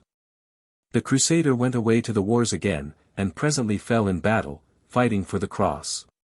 Tradition says that during several centuries the spirit of the unfortunate girl sang nightly from the cave at midnight, but the music carried no curse with it. And although many listened for the mysterious sounds, few were favored, since only those could hear them who had never failed in a trust. It is believed that the singing still continues, but it is known that nobody has heard it during the present century. Chapter 16. An ancient legend of the Rhine, the Lorelei. The last legend reminds one of the Lorelei, a legend of the Rhine. There is a song called the Lorelei. Germany is rich in folk songs, and the words and airs of several of them are peculiarly beautiful, but the Lorelei is the people's favorite. I could not endure it at first, but by and by it began to take hold of me, and now there is no tune which I like so well. It is not possible that it is much known in America, else I should have heard it there. The fact that I never heard it there, is evidence that there are others in my country who have fared likewise, therefore, for the sake of these, I mean to print the words and music in this chapter. And I will refresh the reader's memory by printing the legend of the Lorelei, too. I have it by me in the Legends of the Rhine, done into English by the wildly gifted Garnham, Bachelor of Arts. I print the legend partly to refresh my own memory, too, for I have never read it before. The legend. Lore, 2 syllables, was a water nymph who used to sit on a high rock called the Lay or Lay, pronounced like our word lie, in the Rhine, and lure boatmen to destruction in a furious rapid which marred the channel at that spot. She so bewitched them with her plaintive songs and her wonderful beauty that they forgot everything else to gaze up at her, and so they presently drifted among the broken reefs and were lost. In those old times, the Count Bruno lived in a great castle near there with his son, the Count Hermann, a youth of 20. Hermann had heard a great deal about the beautiful Lore, and had finally fallen very deeply in love with her without having seen her.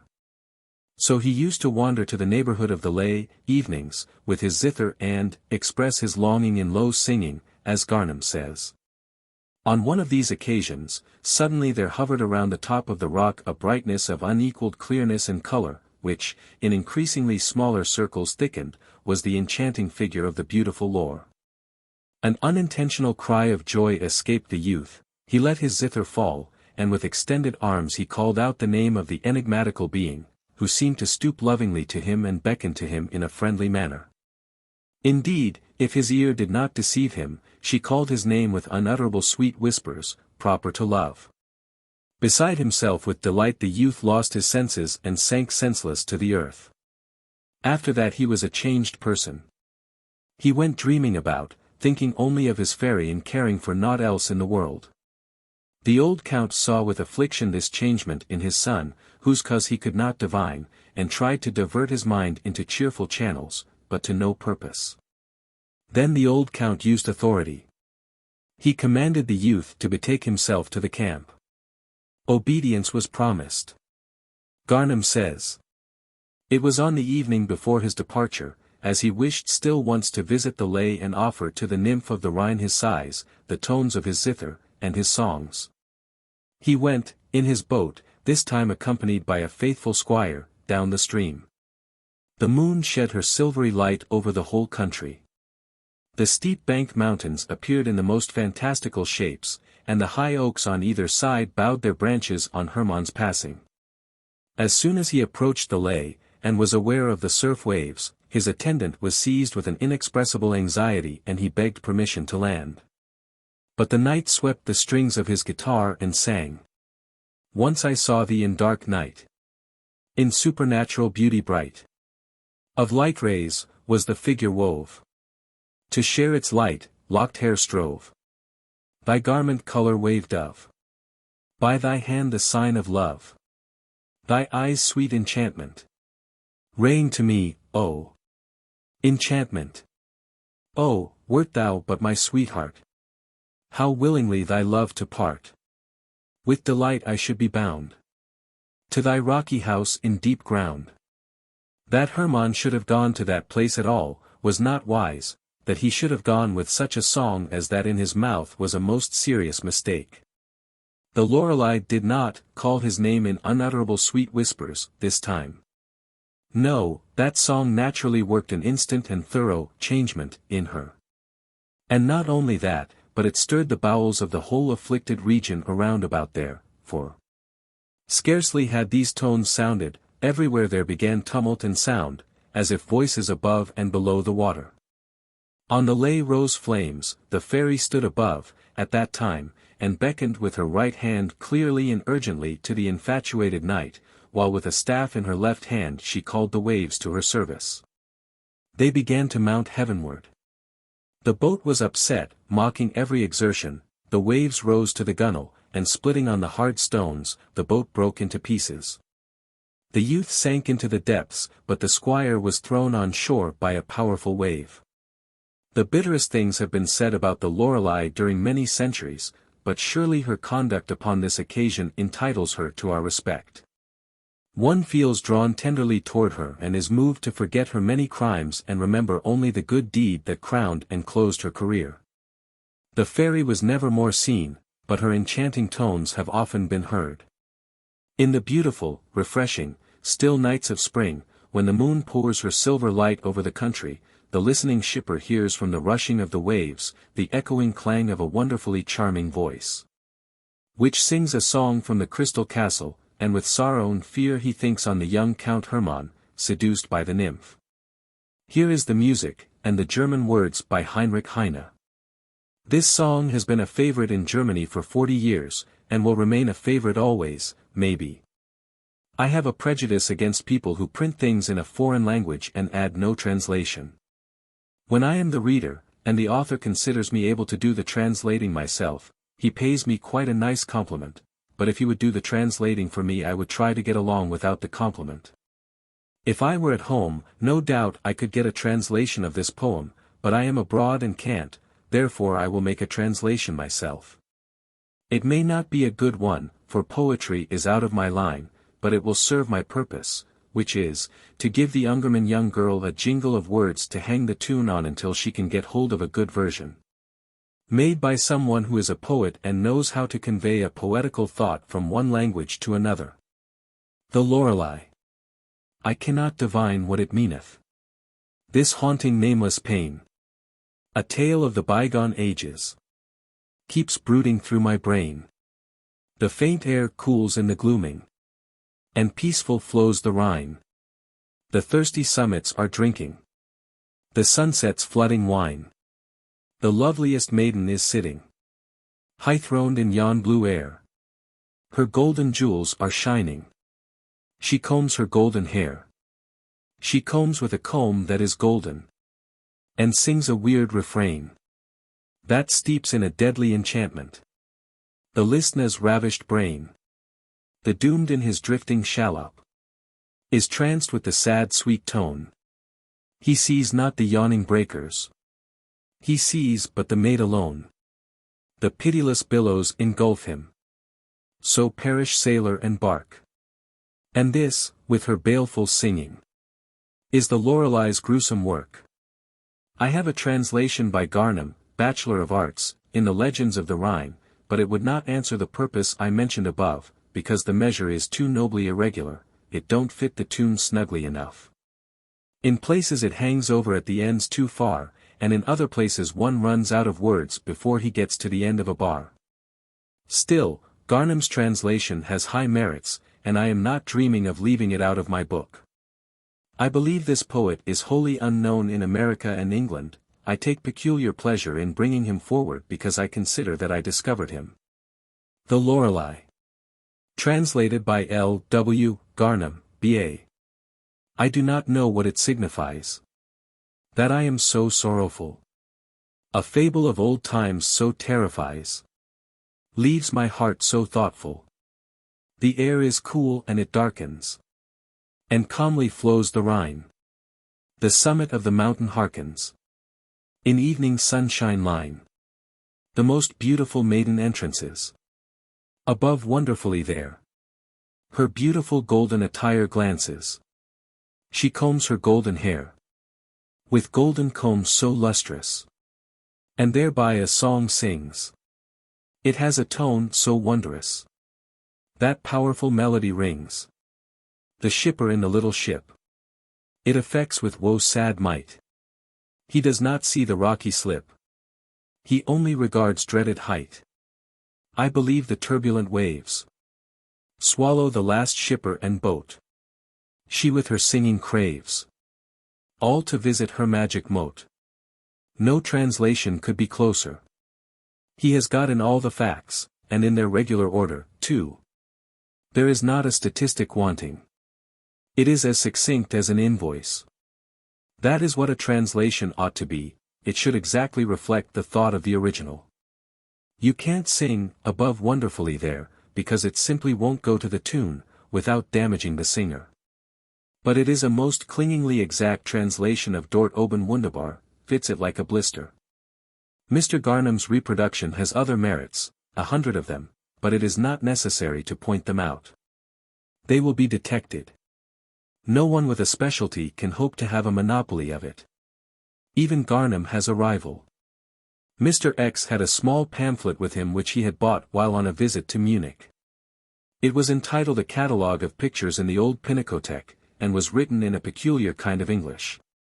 Here are a few extracts. It is not permitted to make use of the work in question to a publication of the same contents as well as to the pirated edition of it. An evening landscape. In the foreground near a pond and a group of white beeches is leading a footpath animated by travelers. A learned man in a cynical and torn dress holding an open book in his hand. St. Bartholomew and the executioner with the knife to fulfill the martyr. Portrait of a young man. A long while this picture was thought to be Bindi Altavita's portrait, now somebody will again have it to be the self-portrait of Raphael. Susan bathing, surprised by the too old man. In the background the lapidation of the condemned. Lapidation is good, it is much more elegant than stoning. St. Rock is sitting in a landscape with an angel who looks at his plague sore, whilst the dog the bread in his mouth attends him. Spring. The goddess Flora, sitting. Behind her a fertile valley perfused by a river. A beautiful bouquet animated by Maybugs, etc. A warrior in armor with a gypsious pipe in his hand leans against a table and blows the smoke far away of himself. A Dutch landscape along a navigable river which perfuses it till to the background. Some peasant singing in a cottage. A woman lets drink a child out of a cup. St. John's head as a boy, painted in fresco on a brick. Meaning a tile. A young man of the Riccio family, his hair cut off right at the end, dressed in black with the same cap. Attributed to Raphael, but the signation is false. The Virgin holding the infant. It is very painted in the manner of Sassoferrato. A larder with greens and dead game animated by a cookmaid and 2 kitchen boys. However, the English of this catalogue is at least as happy as that which distinguishes an inscription upon a certain picture in Rome, to wit. Revelation's View. St. John in Patterson's Island. But meanwhile the raft is moving on. Chapter 17. Why Germans Wear Spectacles. A mile or 2 above Eberbach we saw a peculiar ruin projecting above the foliage which clothed the peak of a high and very steep hill. This ruin consisted of merely a couple of crumbling masses of masonry which bore a rude resemblance to human faces. They leaned forward and touched foreheads, and had the look of being absorbed in conversation.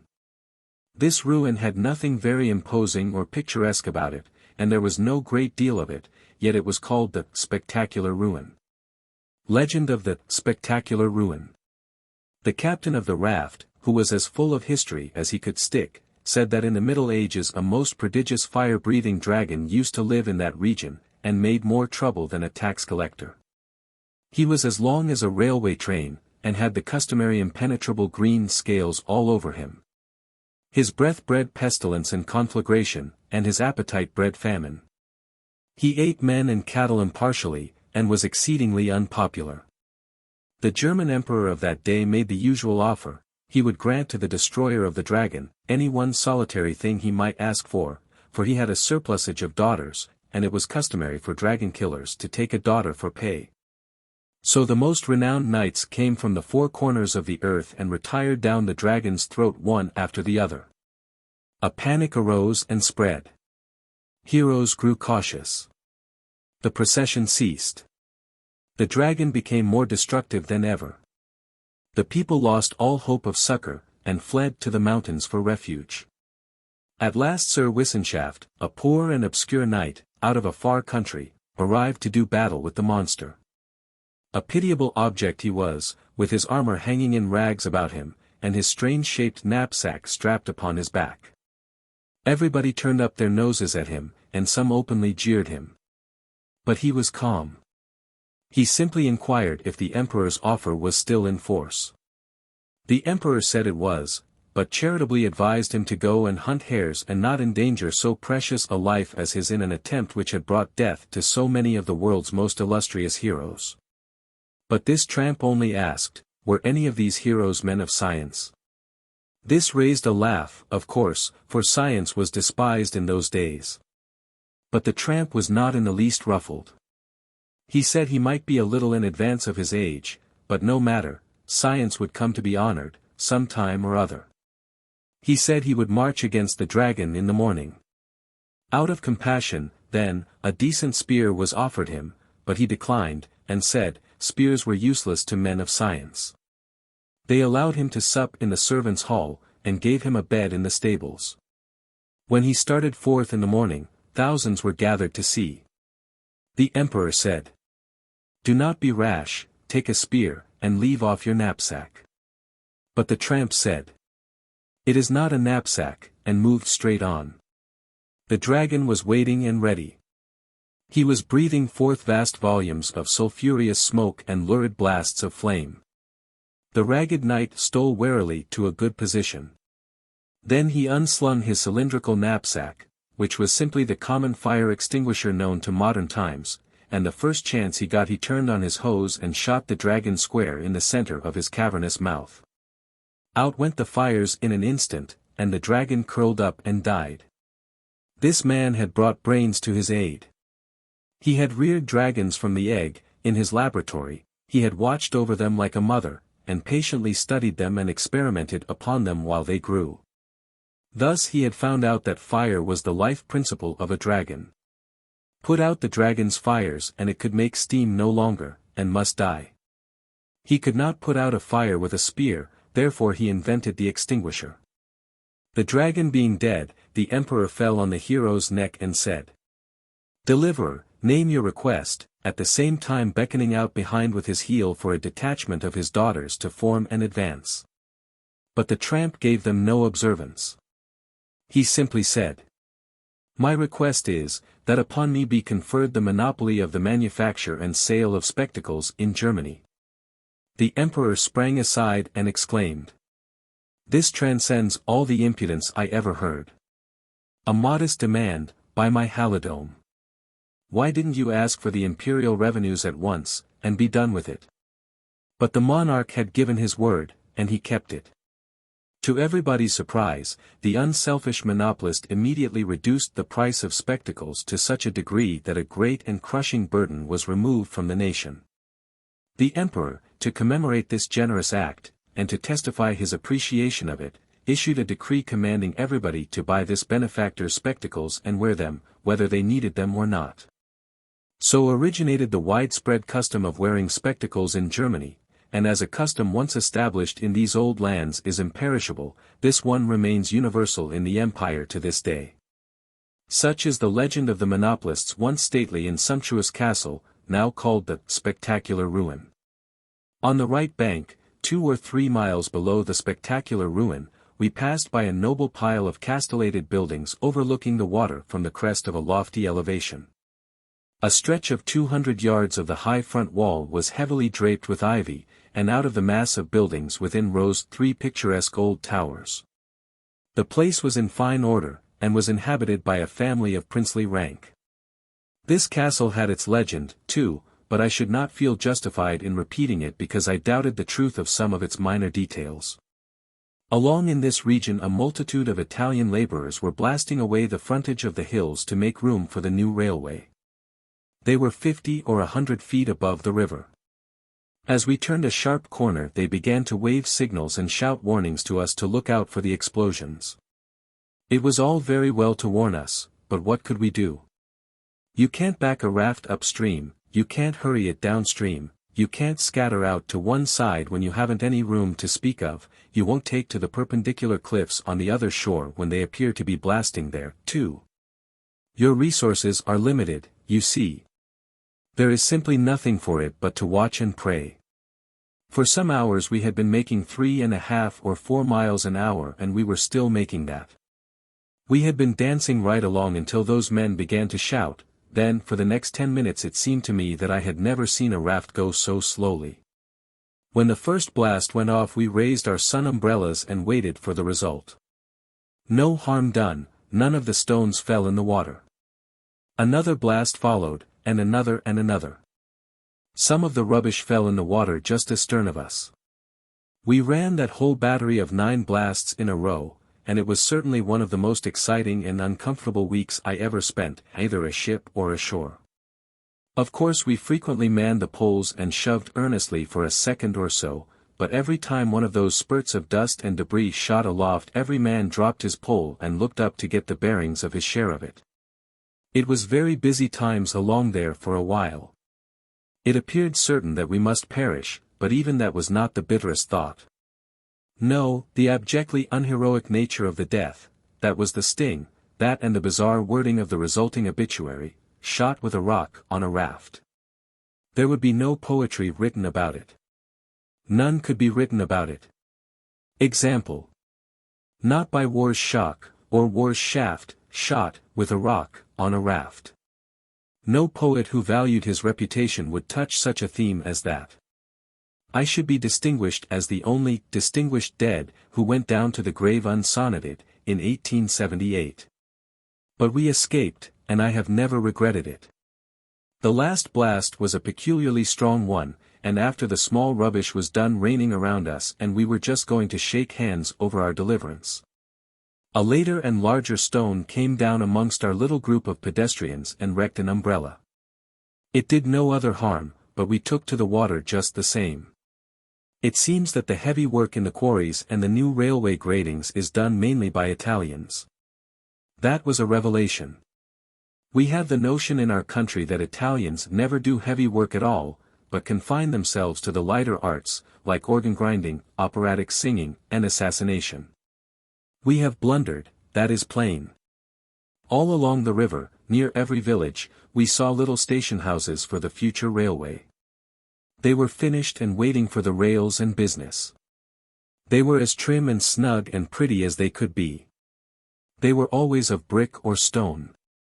They were of graceful shape, they had vines and flowers about them already, and around them the grass was bright and green, and showed that it was carefully looked after. They were a decoration to the beautiful landscape, not an offense. Wherever one saw a pile of gravel or a pile of broken stone, it was always heaped as trimly and exactly as a new grave or a stack of cannonballs. Nothing about those stations or along the railroad or the wagon road was allowed to look shabby or be unornamental.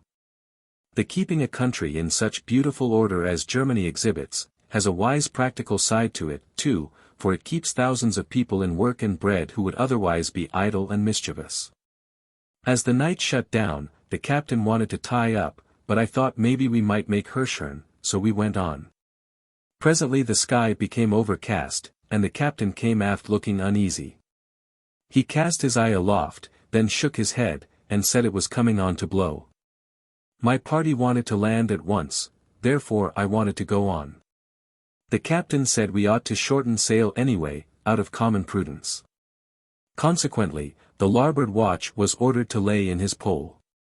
It grew quite dark, now, and the wind began to rise. It wailed through the swaying branches of the trees, and swept our decks in fitful gusts. Things were taking on an ugly look. The captain shouted to the steersman on the forward log. "How's she landing?" The answer came faint and hoarse from far forward. "Nor'east and by nor, east by east, half east, sir." "Let her go off a point." "Aye, sir." "What water have you got?" "Shoal, sir. 2 foot large on the stabboard, 2.5 scant on the labboard." "Let her go off another point." "Aye, sir." "Forward, men, all of you. Lively, now. Stand by to crowd her round the weather corner." "Aye, sir." Then followed a wild running and trampling and hoarse shouting, but the forms of the men were lost in the darkness and the sounds were distorted and confused by the roaring of the wind through the shingle bundles. By this time the sea was running inches high, and threatening every moment to engulf the frail bark. Now came the mate, hurrying aft, and said, close to the captain's ear, in a low, agitated voice. "Prepare for the worst, sir, we have sprung a leak." "Heavens! Where?" "Right aft the second row of logs. Nothing but a miracle can save us. Don't let the men know, or there will be a panic and mutiny. Lay her in shore and stand by to jump with the stern line the moment she touches. Gentlemen, I must look to you to second my endeavors in this hour of peril. You have hats, go forward and bail for your lives." Down swept another mighty blast of wind, clothed in spray and thick darkness. At such a moment as this, came from away forward that most appalling of all cries that are ever heard at sea. "Man overboard!" The captain shouted. "Hard a port! Never mind the man. Let him climb aboard or wade ashore." Another cry came down the wind. "Breakers ahead! Where away?" "Not a log's length off her port forefoot." We had groped our slippery way forward, and were now bailing with the frenzy of despair, when we heard the mate's terrified cry, from far aft. "Stop that dashed bailing, or we shall be aground." But this was immediately followed by the glad shout. "Land aboard the starboard transom." "Saved," cried the captain. "Jump ashore and take a turn around a tree and pass the bight aboard." The next moment we were all on shore weeping and embracing for joy, while the rain poured down in torrents. The captain said he had been a mariner for 40 years on the Neckar, and in that time had seen storms to make a man's cheek blanch and his pulses stop, but he had never seen a storm that even approached this one. How familiar that sounded! For I have been at sea a good deal and have heard that remark from captains with a frequency accordingly. We framed in our minds the usual resolution of thanks and admiration and gratitude, and took the first opportunity to vote it, and put it in writing and present it to the captain, with the customary speech. We tramped through the darkness and the drenching summer rain full 3 miles, and reached the Naturalist Tavern, in the village of Lucerne just an hour before midnight, almost exhausted from hardship, fatigue, and terror. I can never forget that night. The landlord was rich, and therefore could afford to be crusty and disobliging. He did not at all like being turned out of his warm bed to open his house for us. But no matter, his household got up and cooked a quick supper for us, and we brewed a hot punch for ourselves, to keep off consumption. After supper and punch we had an hour's soothing smoke while we fought the naval battle over again and voted the resolutions. Then we retired to exceedingly neat and pretty chambers upstairs that had clean, comfortable beds in them with heirloom pillowcases most elaborately and tastefully embroidered by hand. Such rooms and beds and embroidered linen are as frequent in German village inns as they are rare in ours. Our villages are superior to German villages in more merits, excellences, conveniences, and privileges than I can enumerate, but the hotels do not belong in the list. The Naturalist Tavern was not a meaningless name. For all the halls and all the rooms were lined with large glass cases which were filled with all sorts of birds and animals, glass-eyed, ably stuffed, and set up in the most natural, eloquent and dramatic attitudes. The moment we were abed, the rain cleared away and the moon came out. I dozed off to sleep while contemplating a great white stuffed owl which was looking intently down on me from a high perch with the air of a person who thought he had met me before, but could not make out for certain. But young Z did not get off so easily. He said that as he was sinking deliciously to sleep, the moon lifted away the shadows and developed a huge cat, on a bracket, dead and stuffed, but crouching, with every muscle tense, for a spring. And with its glittering glass eyes aimed straight at him. It made Z uncomfortable. He tried closing his own eyes, but that did not answer, for a natural instinct kept making him open them again to see if the cat was still getting ready to launch at him, which she always was. He tried turning his back, but that was a failure. He knew the sinister eyes were on him still. So at last he had to get up, after an hour or two of worry and experiment, and set the cat out in the hall. So he won, that time. Chapter 18. The kindly courtesy of Germans. In the morning we took breakfast in the garden, under the trees, in the delightful German summer fashion.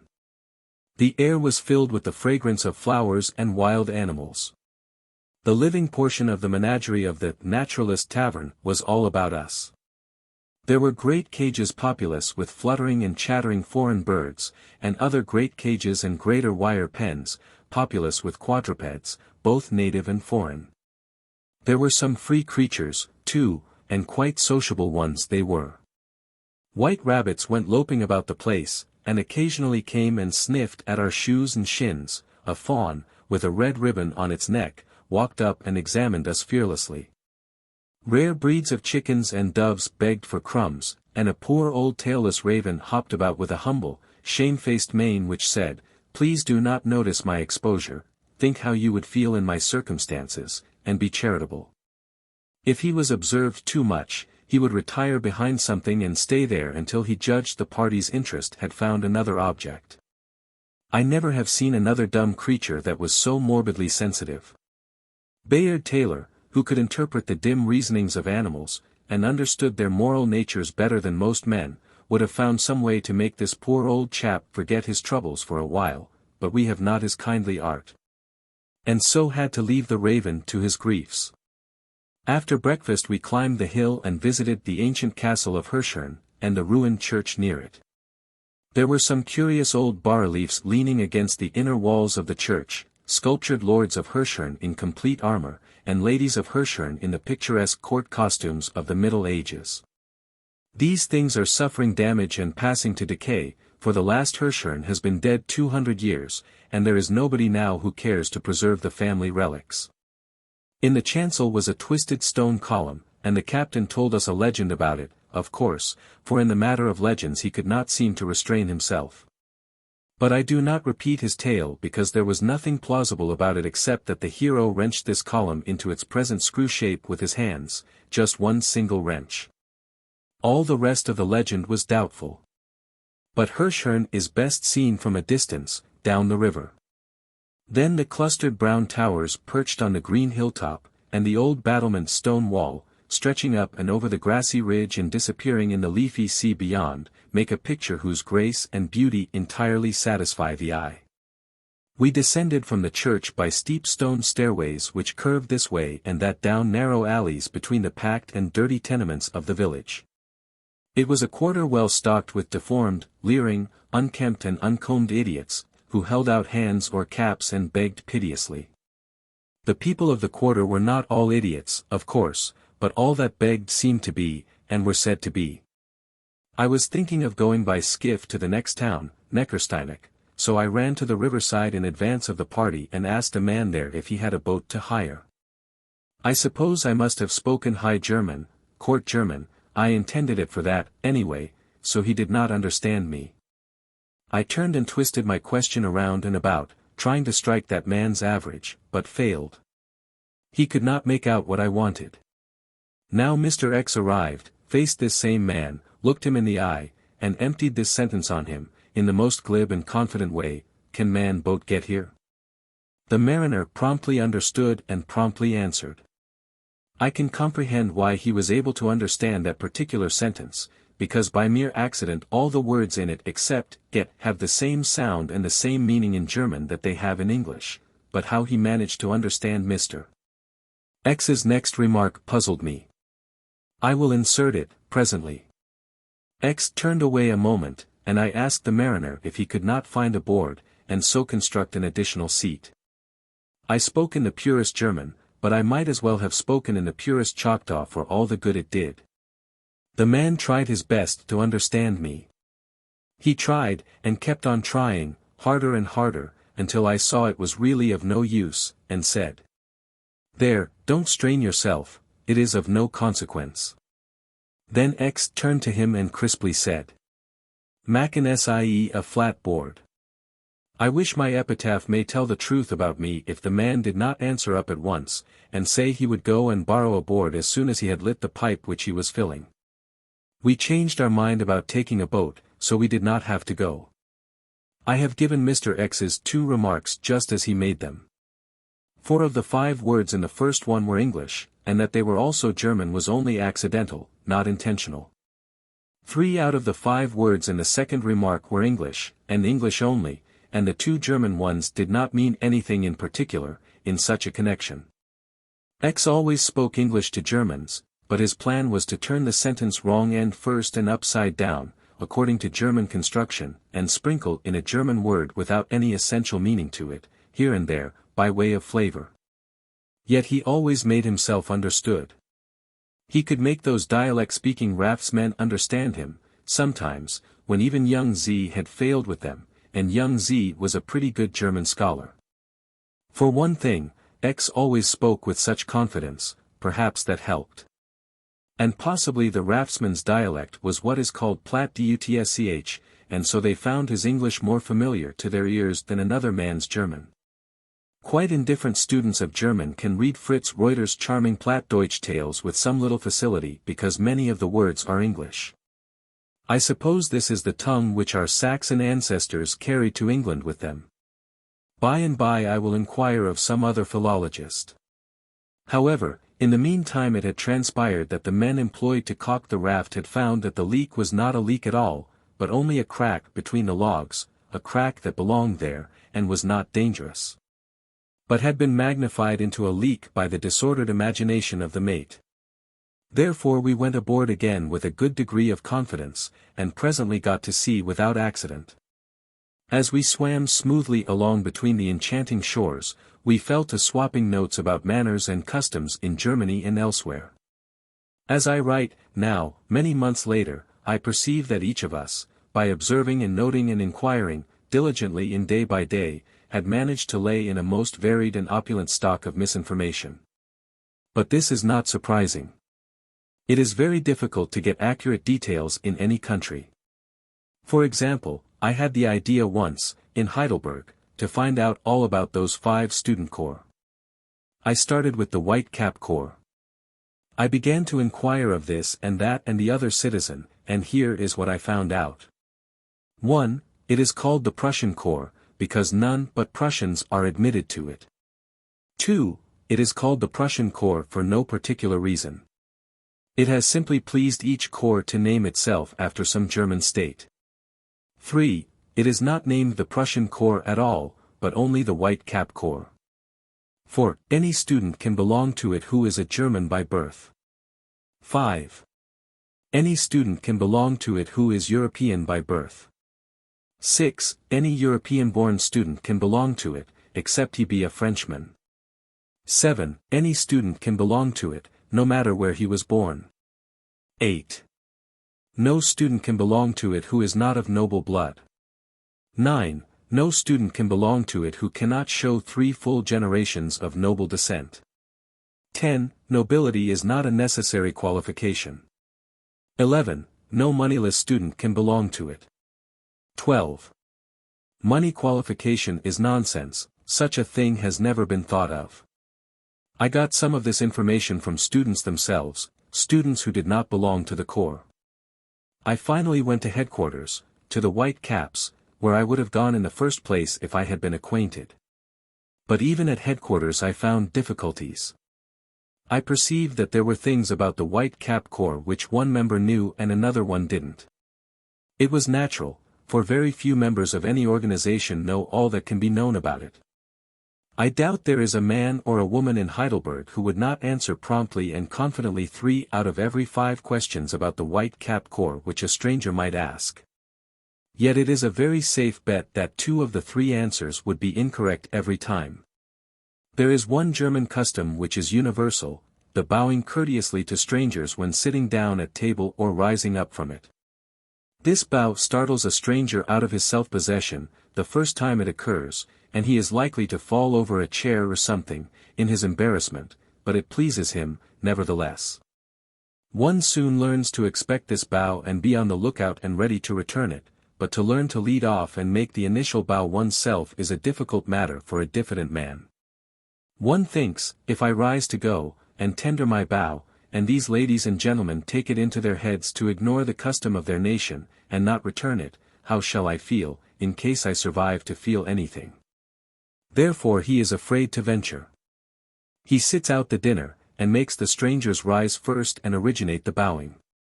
A table d'hôte dinner is a tedious affair for a man who seldom touches anything after the 3 first courses.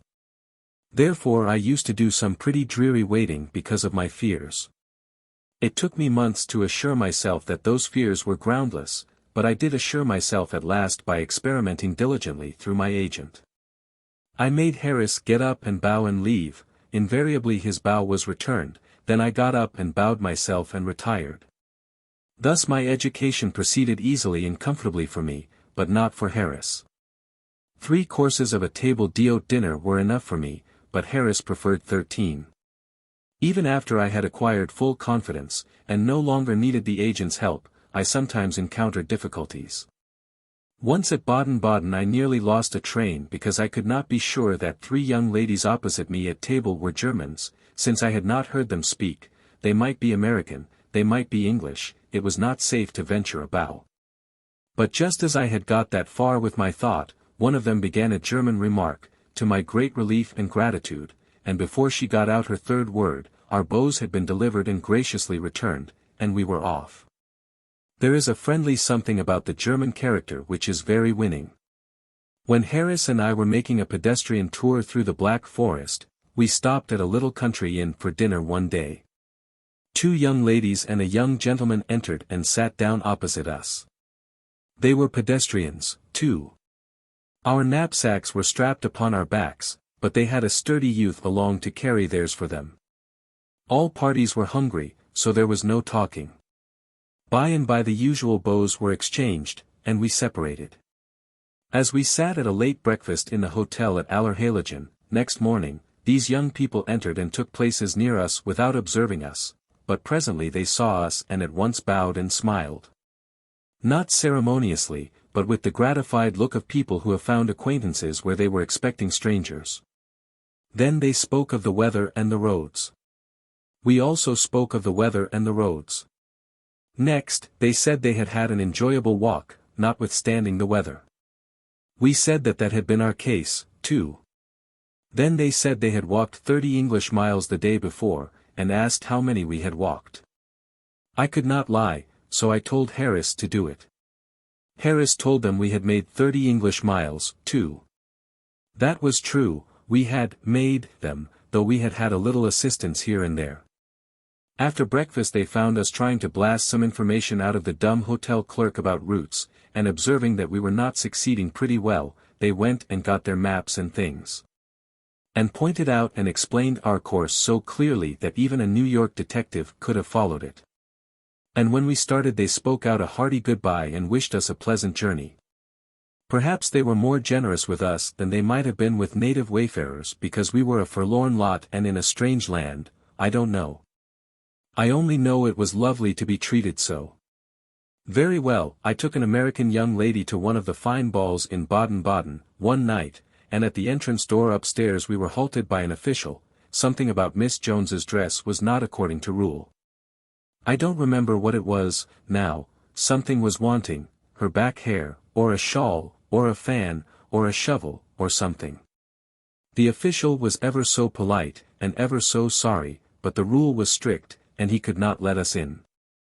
It was very embarrassing, for many eyes were on us. But now a richly dressed girl stepped out of the ballroom, inquired into the trouble, and said she could fix it in a moment. She took Miss Jones to the robing room, and soon brought her back in regulation trim, and then we entered the ballroom with this benefactress unchallenged. Being safe, now, I began to puzzle through my sincere but ungrammatical thanks, when there was a sudden mutual recognition. The benefactress and I had met at Alp-Scaling. 2 weeks had not altered her good face, and plainly her heart was in the right place yet, but there was such a difference between these clothes and the clothes I had seen her in before, when she was walking 30 miles a day in the Black Forest, that it was quite natural that I had failed to recognize her sooner. I had on my other suit, too, but my German would betray me to a person who had heard it once, anyway. She brought her brother and sister, and they made our way smooth for that evening. Well, months afterward, I was driving through the streets of Munich in a cab with a German lady, one day, when she said, "There, that is Prince Ludwig and his wife, walking along there." Everybody was bowing to them, cabmen, little children, and everybody else, and they were returning all the bows and overlooking nobody, when a young lady met them and made a deep courtesy. "That is probably one of the ladies of the court," said my German friend. I said, "She is an honor to it, then. I know her. I don't know her name, but I know her. I have known her at Alp-Scaling and Baden-Baden. She ought to be an empress, but she may be only a duchess. It is the way things go in this way. If one asks a German a civil question, he will be quite sure to get a civil answer. If you stop a German in the street and ask him to direct you to a certain place, he shows no sign of feeling offended. If the place be difficult to find, 10 to 1 the man will drop his own matters and go with you and show you. In London, too, many a time, strangers have walked several blocks with me to show me my way. There is something very real about this sort of politeness. Quite often, in Germany, shopkeepers who could not furnish me the article I wanted have sent one of their employees with me to show me a place where it could be had. Chapter 19. The Deadly Jest of Dilsberg. However, I wander from the raft. We made the port of Neckarsteinach in good season, and went to the hotel and ordered a trout dinner, the same to be ready against our return from a 2-hour pedestrian excursion to the village and castle of Dilsberg, a mile distant, on the other side of the river. I do not mean that we proposed to be 2 hours making 2 miles, no, we meant to employ most of the time in inspecting Dilsberg. For Dilsberg is a quaint place. It is most quaintly and picturesquely situated, too. Imagine the beautiful river before you, then a few rods of brilliant green sward on its opposite shore. Then a sudden hill, no preparatory gently rising slopes, but a sort of instantaneous hill, a hill 250 or 300 feet high, as round as a bowl, with the same taper upward that an inverted bowl has. And with about the same relation of height to diameter that distinguishes a bowl of good honest depth, a hill which is thickly clothed with green bushes, a comely, shapely hill, rising abruptly out of the dead level of the surrounding green plains. Visible from a great distance down the bends of the river, and with just exactly room on the top of its head for its steepled and turreted and roof-clustered cap of architecture. which same is tightly jammed and compacted within the perfectly round hoop of the ancient village wall. There is no house outside the wall on the whole hill, or any vestige of a former house. All the houses are inside the wall, but there isn't room for another one. It is really a finished town, and has been finished a very long time. There is no space between the wall and the first circle of buildings. No, the village wall is itself the rear wall of the first circle of buildings, and the roofs jut a little over the wall and thus furnish it with eaves. The general level of the massed roofs is gracefully broken and relieved by the dominating towers of the ruined castle and the tall spires of a couple of churches, so, from a distance Dilsberg has rather more the look of a king's crown than a cap. That lofty green eminence and its quaint coronet form quite a striking picture, you may be sure, in the flush of the evening sun. We crossed over in a boat and began the ascent by a narrow, steep path which plunged us at once into the leafy deeps of the bushes. But they were not cool deeps by any means, for the sun's rays were weltering hot and there was little or no breeze to temper them. As we panted up the sharp ascent, we met brown, bareheaded and barefooted boys and girls, occasionally, and sometimes men. They came upon us without warning, they gave us good day, flashed out of sight in the bushes, and were gone as suddenly and mysteriously as they had come. They were bound for the other side of the river to work. This path had been traveled by many generations of these people. They have always gone down to the valley to earn their bread, but they have always climbed their hill again to eat it, and to sleep in their snug town. It is said that the Dilsbergers do not emigrate much. They find that living up there above the world, in their peaceful nest, is pleasanter than living down in the troublous world. The 700 inhabitants are all blood kin to each other, too. They have always been blood kin to each other for 1500 years, they are simply one large family, and they like the home folks better than they like strangers, hence they persistently stay at home. It has been said that for ages Dilsberg has been merely a thriving and diligent idiot factory. I saw no idiots there, but the captain said, because of late years the government has taken to lugging them off to asylums and otherwheres. And government wants to cripple the factory, too, and is trying to get these Dilsbergers to marry out of the family, but they don't like to. The captain probably imagined all this, as modern science denies that the intermarrying of relatives deteriorates the stock. Arrived within the wall, we found the usual village sights and life. We moved along a narrow, crooked lane which had been paved in the Middle Ages. A strapping, ruddy girl was beating flax or some such stuff in a little bit of a good box of a barn, and she swung her flail with a will, if it was a flail. I was not farmer enough to know what she was at. A frowsy, bare-legged girl was herding half a dozen geese with a stick, driving them along the lane and keeping them out of the dwellings. A cooper was at work in a shop which I know he did not make so large a thing as a hogshead in, for there was not room. In the front rooms of dwellings girls and women were cooking or spinning, and ducks and chickens were waddling in and out, over the threshold, picking up chance crumbs and holding pleasant converse. A very old and wrinkled man sat asleep before his door, with his chin upon his breast and his extinguished pipe in his lap. Soiled children were playing in the dirt everywhere along the lane, unmindful of the sun. Except the sleeping old man, everybody was at work, but the place was very still and peaceful, nevertheless, so still that the distant cackle of the successful hen smote upon the ear but little dulled by intervening sounds. That commonest of village sights was lacking here, the public pump, with its great stone tank or trough of limpid water, and its group of gossiping pitcher-bearers, for there is no well or fountain or spring on this tall hill. Cisterns of rain-water are used. Our alpenstocks and muslin tails compelled attention, and as we moved through the village we gathered a considerable procession of little boys and girls, and so went in some state to the castle. It proved to be an extensive pile of crumbling walls, arches, and towers, massive, properly grouped for picturesque effect, weedy, grass-grown, and satisfactory. The children acted as guides. They walked us along the top of the highest walls, then took us up into a high tower and showed us a wide and beautiful landscape, made up of wavy distances of woody hills, and a nearer prospect of undulating expanses of green lowlands. On the one hand, and castle-graced crags and ridges on the other, with the shining curves of the Neckar flowing between. But the principal show, the chief pride of the children, was the ancient and empty well in the grass-grown court of the castle. Its massive stone curb stands up 3 or 4 feet above ground, and is whole and uninjured. The children said that in the Middle Ages this well was 400 feet deep, and furnished all the village with an abundant supply of water, in war and peace. They said that in the old day its bottom was below the level of the Neckar, hence the water supply was inexhaustible. But there were some who believed it had never been a well at all, and was never deeper than it is now, 80 feet. That at that depth a subterranean passage branched from it and descended gradually to a remote place in the valley, where it opened into somebody's cellar or other hidden recess, and that the secret of this locality is now lost.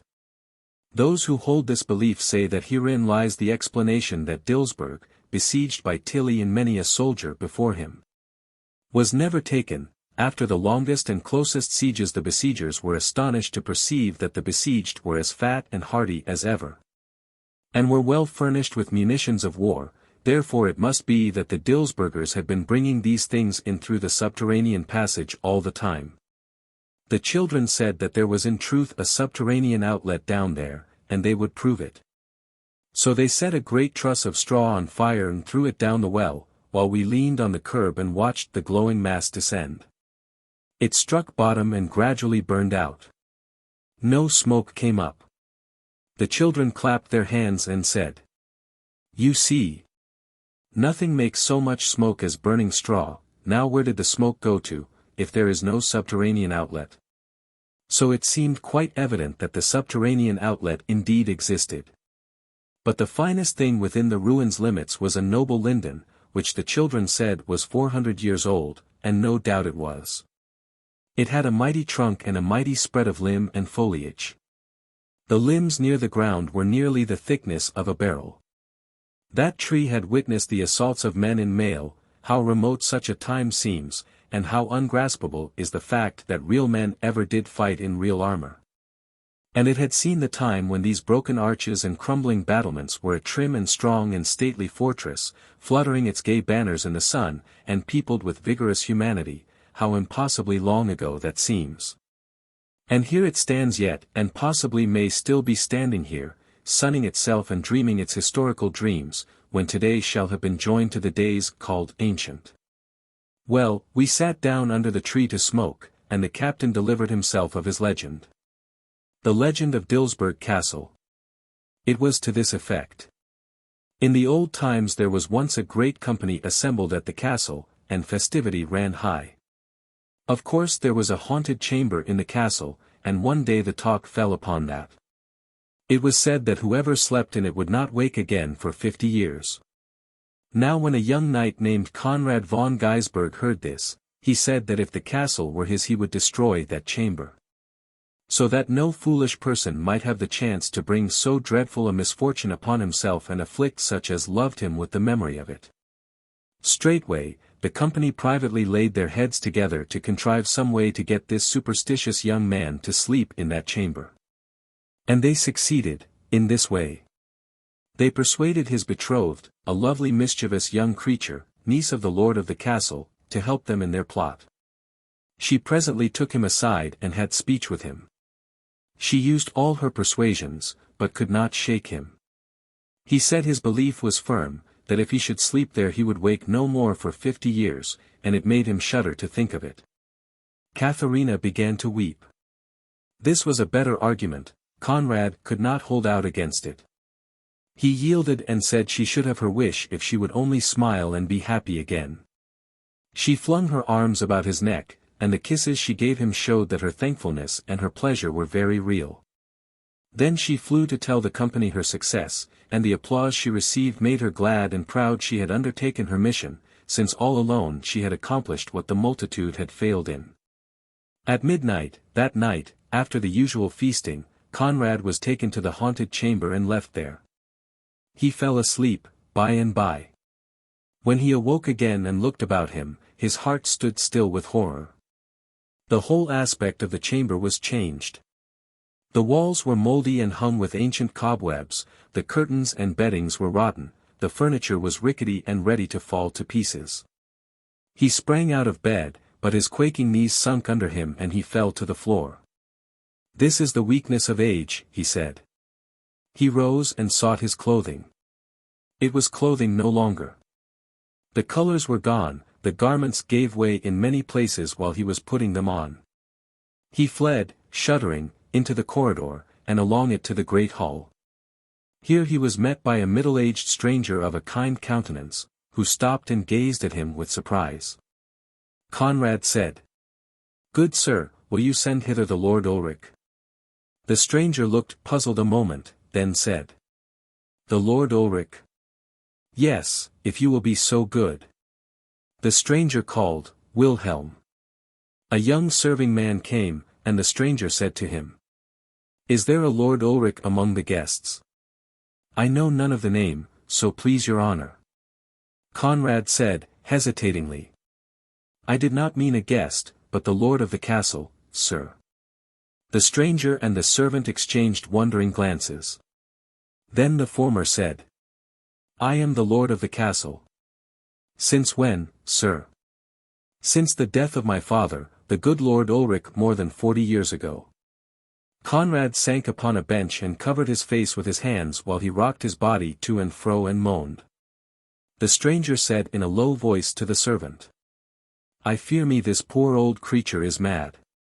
Call someone." In a moment several people came, and grouped themselves about, talking in whispers. Conrad looked up and scanned the faces about him wistfully. Then he shook his head and said, in a grieved voice, "No, there is none among ye that I know. I am old and alone in the world. They are dead and gone these many years that cared for me. But sure, some of these aged ones I see about me can tell me some little word or two concerning them." Several bent and tottering men and women came nearer and answered his questions about each former friend as he mentioned the names. This one they said had been dead 10 years, that one 20, another 30. Each succeeding blow struck heavier and heavier. At last the sufferer said, "There is one more, but I have not the courage to, O my lost Katharina." One of the old dames said, "Ah, I knew her well, poor soul. A misfortune overtook her lover, and she died of sorrow nearly 50 years ago. She lieth under the linden tree without the court." Conrad bowed his head and said, "Ah, why did I ever wake?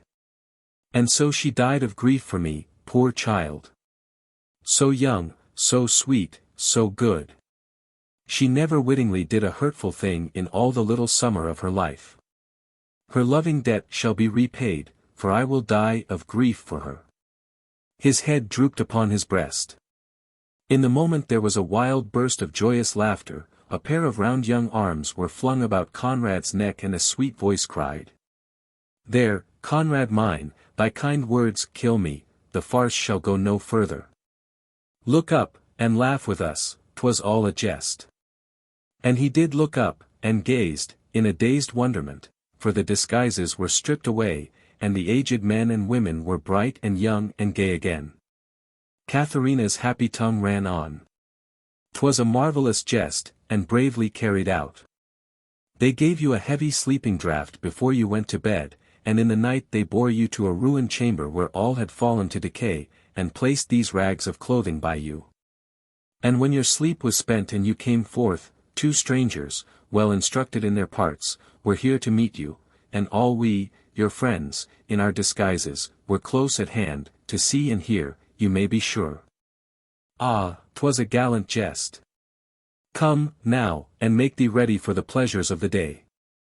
How real was thy misery for the moment, thou poor lad. Look up and have thy laugh, now."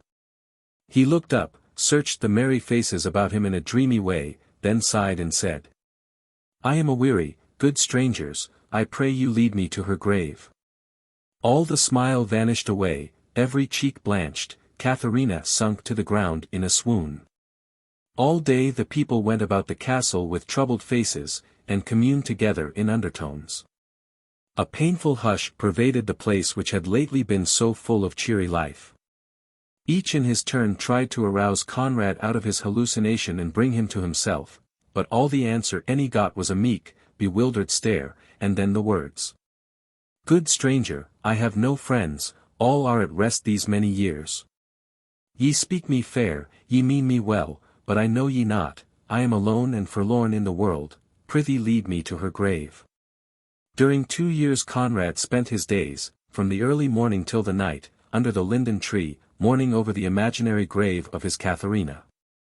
Katharina was the only company of the harmless madman. He was very friendly toward her because, as he said, in some ways she reminded him of his Katharina whom he had lost, 50 years ago. He often said, "She was so gay, so happy-hearted, but you never smile. And always when you think I am not looking, you cry." When Conrad died, they buried him under the linden, according to his directions, so that he might rest, near his poor Katharina. Then Katharina sat under the linden alone, every day and all day long, a great many years, speaking to no one, and never smiling, and at last her long repentance was rewarded with death, and she was buried by Conrad's side. Harris pleased the captain by saying it was good legend, and pleased him further by adding, "Now that I have seen this mighty tree, vigorous with its 400 years, I feel a desire to believe the legend for its sake. So I will humor the desire, and consider that the tree really watches over those poor hearts and feels a sort of human tenderness for them." We returned to Neckarsteinach, plunged our hot heads into the trough at the town pump, and then went to the hotel and ate our trout dinner in leisurely comfort, in the garden, with the beautiful Neckar flowing at our feet. The quaint Dilsberg looming beyond, and the graceful towers and battlements of a couple of medieval castles, called the Swallow's Nest, 3 and the Brothers, assisting the rugged scenery of a bend of the river down to our right. We got to see in season to make the 8-mile run to Heidelberg before the night shut down. We sailed by the hotel in the mellow glow of sunset, and came slashing down with the mad current into the narrow passage between the dikes. I believed I could shoot the bridge myself, and I went to the forward triplet of logs and relieved the pilot of his pole and his responsibility.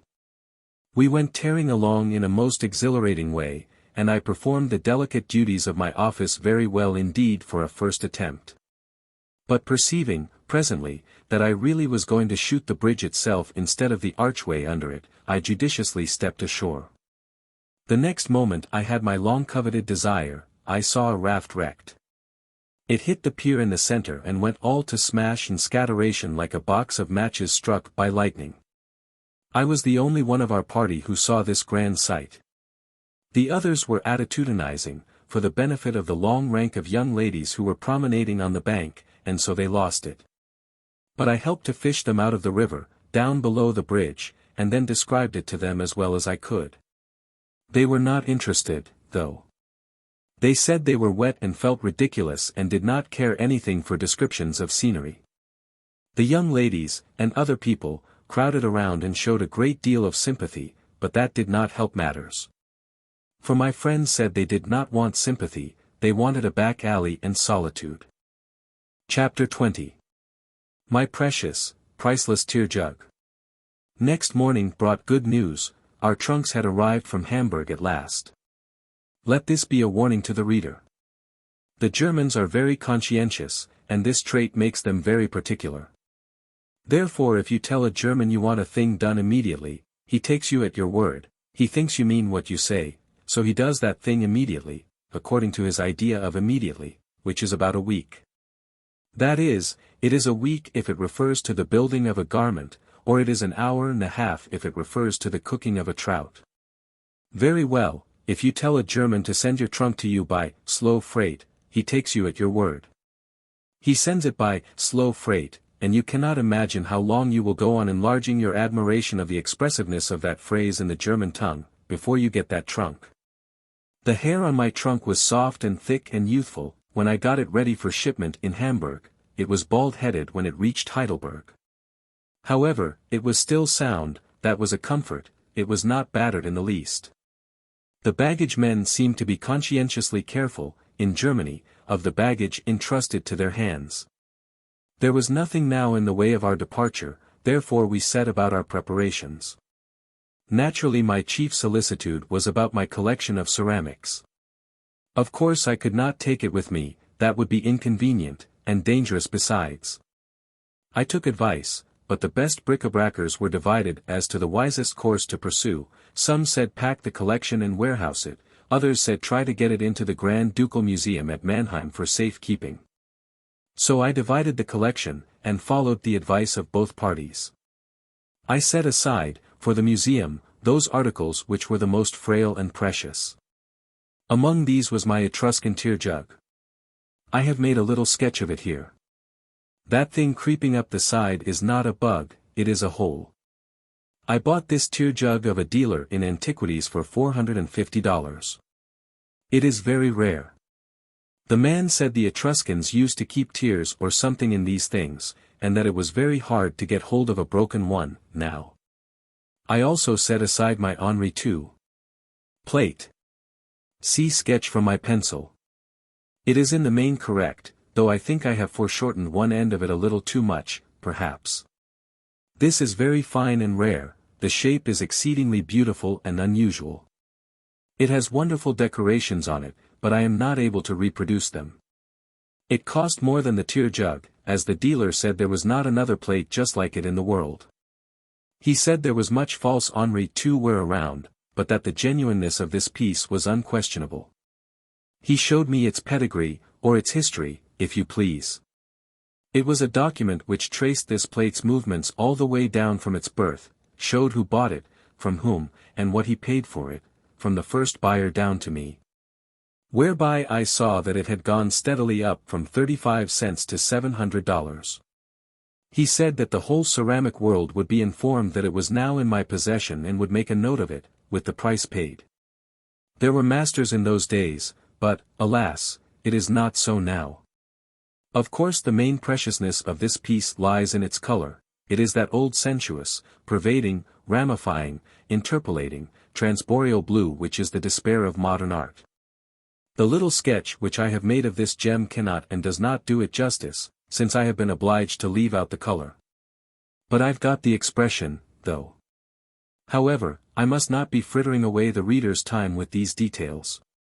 I did not intend to go into any detail at all, at first, but it is the failing of the true ceramiker, or the true devotee in any department of bric-a-brackery, that once he gets his tongue or his pen started on his darling theme, he cannot well stop until he drops from exhaustion. He has no more sense of the flight of time than has any other lover when talking of his sweetheart. The very marks on the bottom of a piece of rare crockery are able to throw me into a gibbering ecstasy.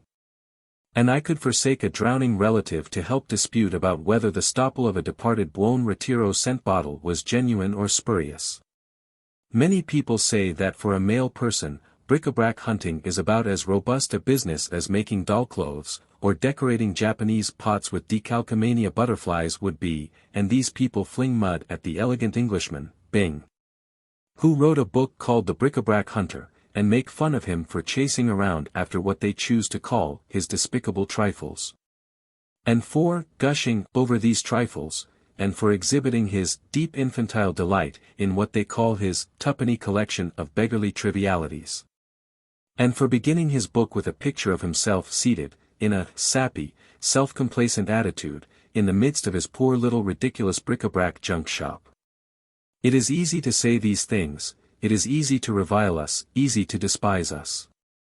Therefore, let these people rail on, they cannot feel as Byng and I feel, it is their loss, not ours. For my part one am content to be a bric-a-bracker and a ceramiker, more, I am proud to be so named. I am proud to know that I lose my reason as immediately in the presence of a rare jug with an illustrious mark on the bottom of it, as if I had just emptied that jug. Very well. I packed and stored a part of my collection, and the rest of it I placed in the care of the Grand Ducal Museum in Mannheim, by permission. My old blue china cat remains there yet. I presented it to that excellent institution. I had but one misfortune with my things. An egg which I had kept back from breakfast that morning, was broken in packing. It was a great pity. I had shown it to the best connoisseurs in Heidelberg, and they all said it was an antique. We spent a day or two in farewell visits, and then left for Baden-Baden. We had a pleasant trip to it, for the Rhine Valley is always lovely. The only trouble was that the trip was too short. If I remember rightly, it only occupied a couple of hours, therefore I judged that the distance was very little, if any, over 50 miles. We quitted the train at Oos, and walked the entire remaining distance to Baden-Baden, with the exception of a lift of less than an hour which we got on a passing wagon, the weather being exhaustingly warm. We came into town on foot. One of the first persons we encountered, as we walked up the street, was the Reverend Mr. An old friend from America, a lucky encounter, indeed, for his is a most gentle, refined, and sensitive nature, and his company and companionship are a genuine refreshment. We knew he had been in Europe some time, but were not at all expecting to run across him. Both parties burst forth into loving enthusiasms, and Reverend Mr. said, "I have got a brimful reservoir of talk to pour out on you, and an empty one ready and thirsting to receive what you have got. We will sit up till midnight and have a good satisfying interchange, for I leave here early in the morning." We agreed to that, of course. I had been vaguely conscious, for a while, of a person who was walking in the street abreast of us. I had glanced furtively at him once or twice, and noticed that he was a fine, large, vigorous young fellow, with an open, independent countenance, faintly shaded with a pale and even almost imperceptible crop of early down. And that he was clothed from head to heel in cool and enviable snow-white linen. I thought I had also noticed that his head had a sort of listening tilt to it.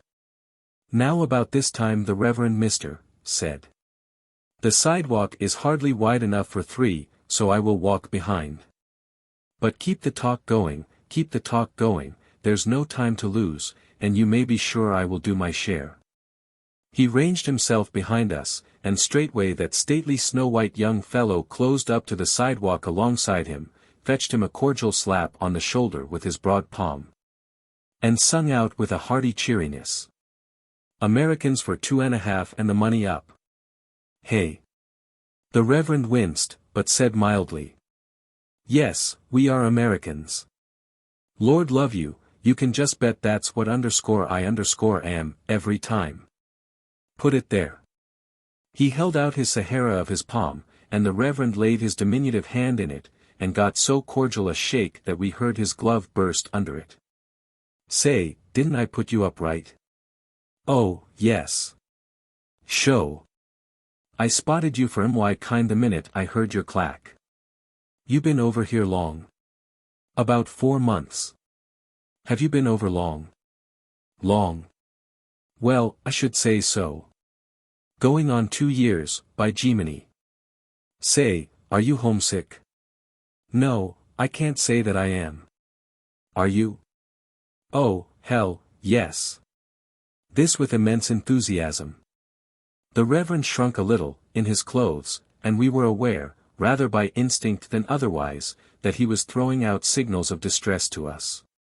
But we did not interfere or try to succor him, for we were quite happy. The young fellow hooked his arm into the Reverend's, now, with the confiding and grateful air of a waif who has been longing for a friend, and a sympathetic ear. And a chance to lisp once more the sweet accents of the mother tongue, and then he limbered up the muscles of his mouth and turned himself loose, and with such a relish. Some of his words were not Sunday school words, so I am obliged to put blanks where they occur. Yes indeedy. If I ain't an American, there ain't any Americans, that's all. And when I heard you fellows gassing away in the good old American language, if it wasn't all I could do to keep from hugging you. My tongue's all warped with trying to curl it around these forsaken wind-galled 9-jointed German words here. Now I tell you it's awful good to lay it over a Christian word once more and kind of let the old taste soak it. I'm from Western New York. My name is Charlie Adams. I'm a student, you know. Been here going on 2 years. I'm learning to be a horse doctor. I like that part of it, you know, but, these people, they won't learn a fellow in his own language, they make him learn in German, so before I could tackle the horse doctoring I had to tackle this miserable language. First off, I thought it would certainly give me the bots, but I don't mind now.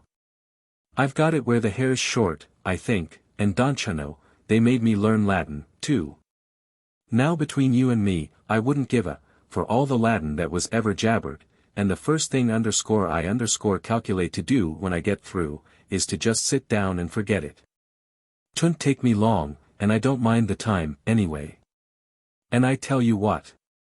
The difference between school teaching over yonder and school teaching over here, show. We don't know anything about it. Here you've got to peg and peg and peg and there just ain't any let up, and what you learn here, you've got to know, don't you know, or else you'll have one of these, spavined, spectacles, ring-boned, knock-kneed old professors in your hair. I've been here long enough, and I'm getting blessed tired of it, mind I tell you. The old man wrote me that he was coming over in June, and said he'd take me home in August, whether I was done with my education or not, but darn him, he didn't come. Never said why, just sent me a hamper of Sunday school books, and told me to be good, and hold on a while. I don't take to Sunday school books, don't you know, I don't hanker after them when I can get pie, but I read them, anyway, because whatever the old man tells me to do, that's the thing that I'm going to do, or tear something, you know. I buckled in and read all those books, because he wanted me to, but that kind of thing don't excite me, I like something hearty. But I'm awful homesick. I'm homesick from ear socket to crupper, and from crupper to hop joint. But it ain't any use, I've got to stay here, till the old man drops the rag and give the word, yes, sir, right here in this country I've got to linger till the old man says come. And you bet your bottom dollar, Johnny, it ain't just as easy as it is for a cat to have twins.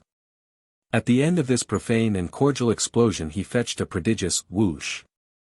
To relieve his lungs and make recognition of the heat, and then he straightway dived into his narrative again for Johnny's benefit, beginning, well, it ain't any use talking. Some of those old American words do have a kind of a bully swing to them. A man can express himself with a man can get at what he wants to say, don't you know. When we reached our hotel and it seemed that he was about to lose the Reverend, he showed so much sorrow. And begged so hard and so earnestly that the Reverend's heart was not hard enough to hold out against the pleadings, so he went away with the parent-honoring student, like a right Christian, and took supper with him in his lodgings. And sat in the surf beat of his slang and profanity till near midnight, and then left him pretty well talked out, but grateful, clear down to his frogs, as he expressed it. The Reverend said it had transpired during the interview that Charlie Adams's father was an extensive dealer in horses in western New York. This accounted for Charlie's choice of a profession. The Reverend brought away a pretty high opinion of Charlie as a manly young fellow, with stuff in him for a useful citizen. He considered him rather a rough gem, but a gem, nevertheless. Chapter 21. Insolent Shopkeepers and Gabbling Americans. Baden-Baden sits in the lap of the hills, and the natural and artificial beauties of the surroundings are combined effectively and charmingly. The level strip of ground which stretches through and beyond the town is laid out in handsome pleasure grounds, shaded by noble trees and adorned at intervals with lofty and sparkling fountain jets. Thrice a day a fine band makes music in the public promenade before the Conversation House, and in the afternoon and evening that locality is populous with fashionably dressed people of both sexes, who march back and forth past the great music stand and look very much bored, though they make a show of feeling otherwise. It seems like a rather aimless and stupid existence. A good many of these people are there for a real purpose, however, they are racked with rheumatism, and they are there to stew it out in the hot baths. These invalids looked melancholy enough, limping about on their canes and crutches, and apparently brooding over all sorts of cheerless things. People say that Germany, with her damp stone houses, is the home of rheumatism. If that is so, Providence must have foreseen that it would be so, and therefore filled the land with the healing baths. Perhaps no other country is so generously supplied with medicinal springs as Germany. Some of these baths are good for one ailment, some for another, and again, peculiar ailments are conquered by combining the individual virtues of several different baths.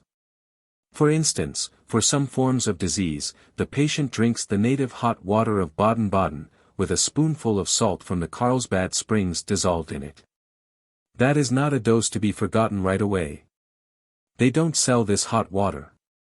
No, you go into the great Trinkhall, and stand around, first on one foot and then on the other. While 2 or 3 young girls sit pottering at some sort of ladylike sewing work in your neighborhood and can't seem to see you, polite as $3 clerks in government offices. By and by one of these rises painfully, and stretches fists and body heavenward till she raises her heels from the floor. At the same time refreshing herself with a yawn of such comprehensiveness that the bulk of her face disappears behind her upper lip and one is able to see how she is constructed inside, then she slowly closes her cavern. Brings down her fists and her heels, comes languidly forward, contemplates you contemptuously, draws you a glass of hot water and sets it down where you can get it by reaching for it.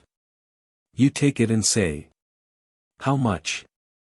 And she returns you, with elaborate indifference, a beggar's answer. Knock believe, what you please. This thing of using the common beggar's trick and the common beggar's shibboleth to put you on your liberality when you were expecting a simple straightforward commercial transaction, adds a little to your prospering sense of irritation. You ignore her reply, and ask again. How much? And she calmly, indifferently, repeats. Knock believe. You are getting angry, but you are trying not to show it. You resolve to keep on asking your question till she changes her answer, or at least her annoyingly indifferent manner. Therefore, if your case be like mine, you 2 fools stand there, and without perceptible emotion of any kind, or any emphasis on any syllable, you look blandly into each other's eyes, and hold the following idiotic conversation. How much? Knock believe. How much? Knock believe. How much? Knock believe. How much? Knock believe. How much? Knock believe. How much? Knock believe. I do not know what another person would have done, but at this point I gave up. That cast-iron indifference, that tranquil contemptuousness, conquered me, and I struck my colors.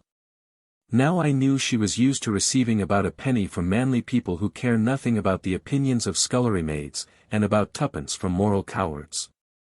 But I laid a silver 25-cent piece within her reach and tried to shrivel her up with this sarcastic speech. If it isn't enough, will you stoop sufficiently from your official dignity to say so? She did not shrivel. Without deigning to look at me at all, she languidly lifted the coin and bit it, to see if it was good. Then she turned her back and placidly waddled to her former roost again, tossing the money into an open till as she went along. She was victor to the last, you see. I have enlarged upon the ways of this girl because they are typical. Her manners are the manners of a goodly number of the Baden-Baden shopkeepers.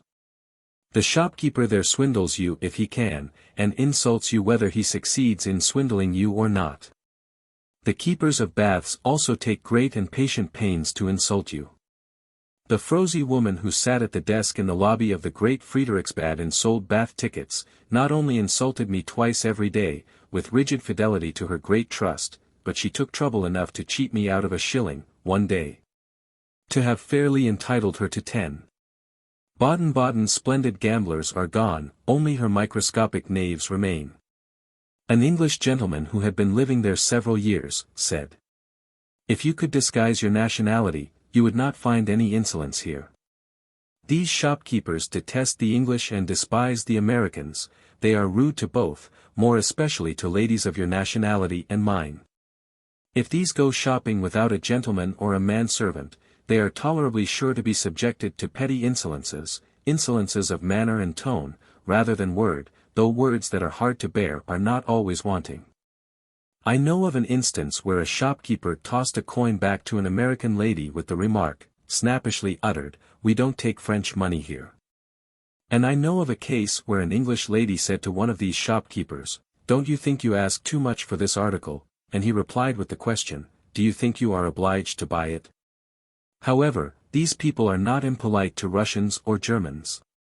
And as to rank, they worship that, for they have long been used to generals and nobles. If you wish to see what abysses servility can descend, present yourself before a Baden-Baden shopkeeper in the character of a Russian prince. It is an inane town, filled with sham, and petty fraud, and snobbery, but the baths are good. I spoke with many people, and they were all agreed in that. I had the twinges of rheumatism unceasingly during 3 years, but the last one departed after a fortnight's bathing there, and I have never had one since. I fully believe I left my rheumatism in Baden-Baden. Baden-Baden is welcome to it. It was little, but it was all I had to give. I would have preferred to leave something that was catching, but it was not in my power. There are several hot springs there, and during 2,000 years they have poured forth a never-diminishing abundance of the healing water. This water is conducted in pipe to the numerous bathhouses, and is reduced to an endurable temperature by the addition of cold water.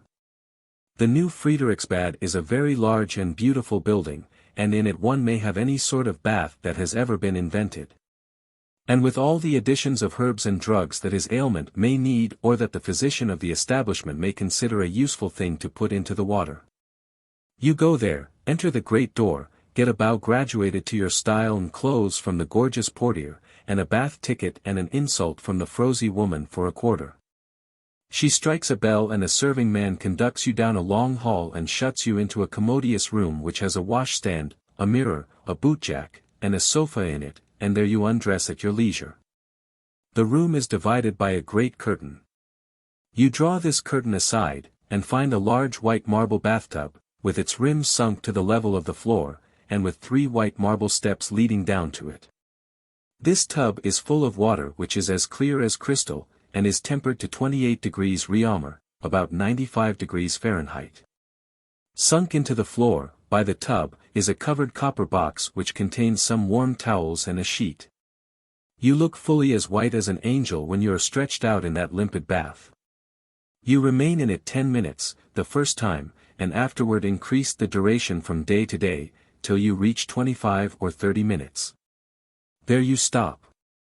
The appointments of the place are so luxurious, the benefits so marked, the price so moderate, and the insults so sure, that you very soon find yourself adoring the Friedrichsbad and infesting it.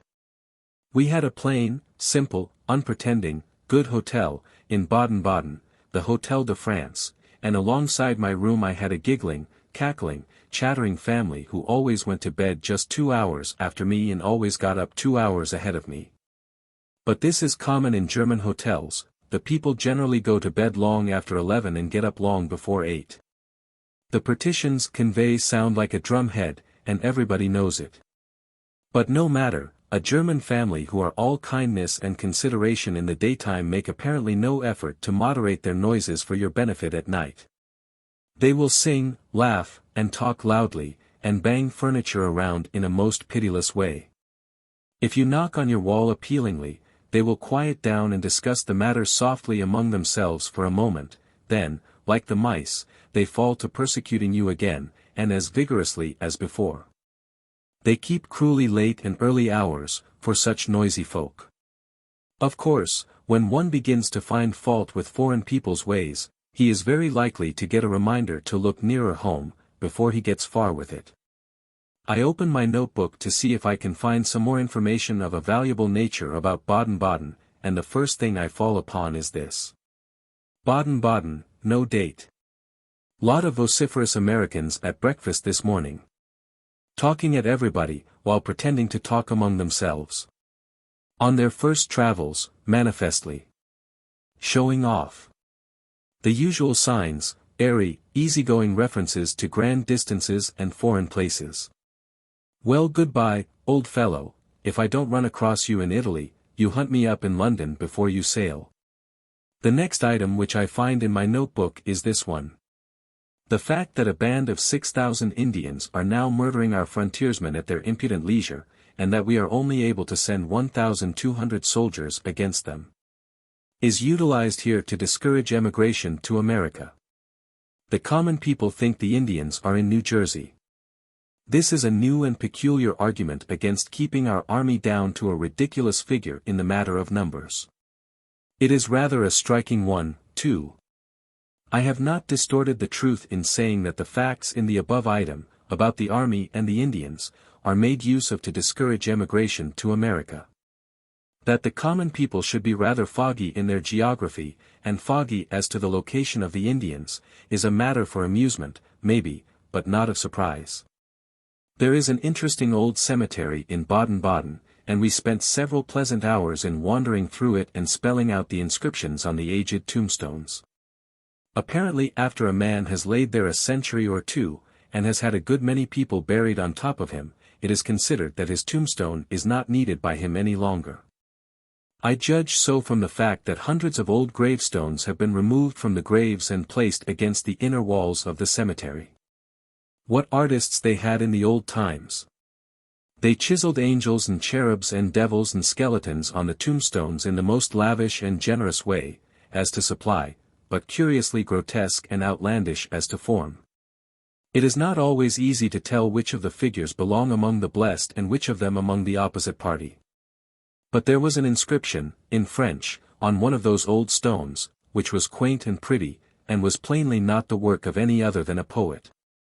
It was to this effect: Here reposes in God, Caroline de Clary, a religieuse of St.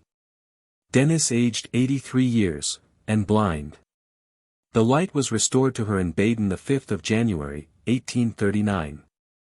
We made several excursions on foot to the neighboring villages, over winding and beautiful roads and through enchanting woodland scenery. The woods and roads were similar to those at Heidelberg, but not so bewitching. I suppose that roads and woods which are up to the Heidelberg mark are rare in the world. Once we wandered clear away to La Favorita Palace, which is several miles from Baden-Baden. The grounds about the palace were fine. The palace was a curiosity. It was built by a Margravine in 1725, and remains as she left it at her death.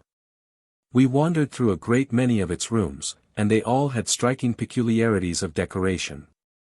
For instance, the walls of one room were pretty completely covered with small pictures of the Margravine in all conceivable varieties of fanciful costumes, some of them male. The walls of another room were covered with grotesquely and elaborately figured hand-wrought tapestry. The musty ancient beds remained in the chambers, and their quilts and curtains and canopies were decorated with curious handwork, and the walls and ceilings frescoed with historical and mythological scenes in glaring colors. There was enough crazy and rotten rubbish in the building to make a true bric-a-bracer green with envy. A painting in the dining hall verged upon the indelicate, but then the Margravine was herself a trifle indelicate. It is in every way a wildly and picturesquely decorated house, and brimful of interest as a reflection of the character and tastes of that rude bygone time. In the grounds, a few rods from the palace, stands the Margravine's chapel, just as she left it, a coarse wooden structure, wholly barren of ornament. It is said that the Margravine would give herself up to debauchery and exceedingly fast living for several months at a time, and then retire to this miserable wooden den and spend a few months in repenting and getting ready for another good time. She was a devoted Catholic, and was perhaps quite a model sort of a Christian as Christians went then, in high life.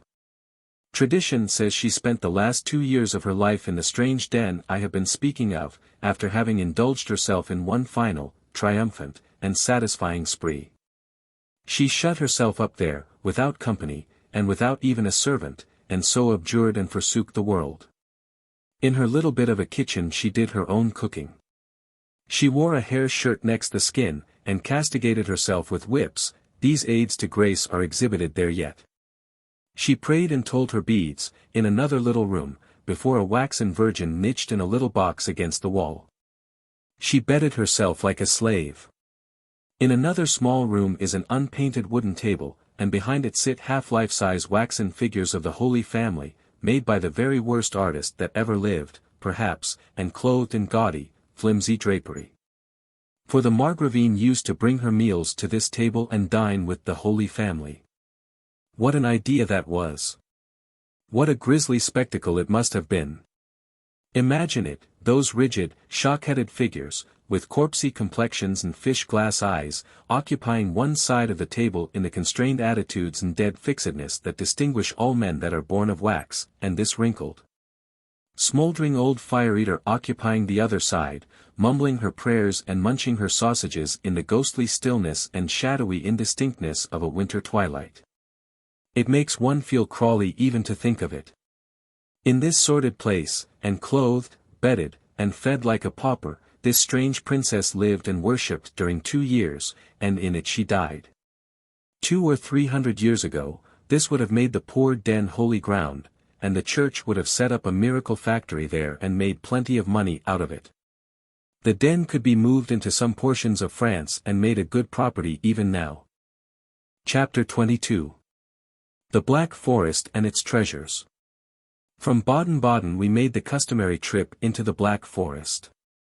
We were on foot most of the time. One cannot describe those noble woods, nor the feeling with which they inspire him. A feature of the feeling, however, is a deep sense of contentment, another feature of it is a buoyant, boyish gladness. And a third and very conspicuous feature of it is one's sense of the remoteness of the workday world and his entire emancipation from it and its affairs. Those woods stretch unbroken over a vast region. And everywhere they are such dense woods, and so still, and so piney and fragrant. The stems of the trees are trim and straight, and in many places all the ground is hidden for miles under a thick cushion of moss of a vivid green color, with not a decayed or ragged spot in its surface. And not a fallen leaf or twig to mar its immaculate tidiness. A rich cathedral gloom pervades the pillared aisles, so the stray flecks of sunlight that strike a trunk here and a bough yonder are strongly accented, and when they strike the moss they fairly seem to burn. But the weirdest effect, and the most enchanting, is that produced by the diffused light of the low afternoon sun.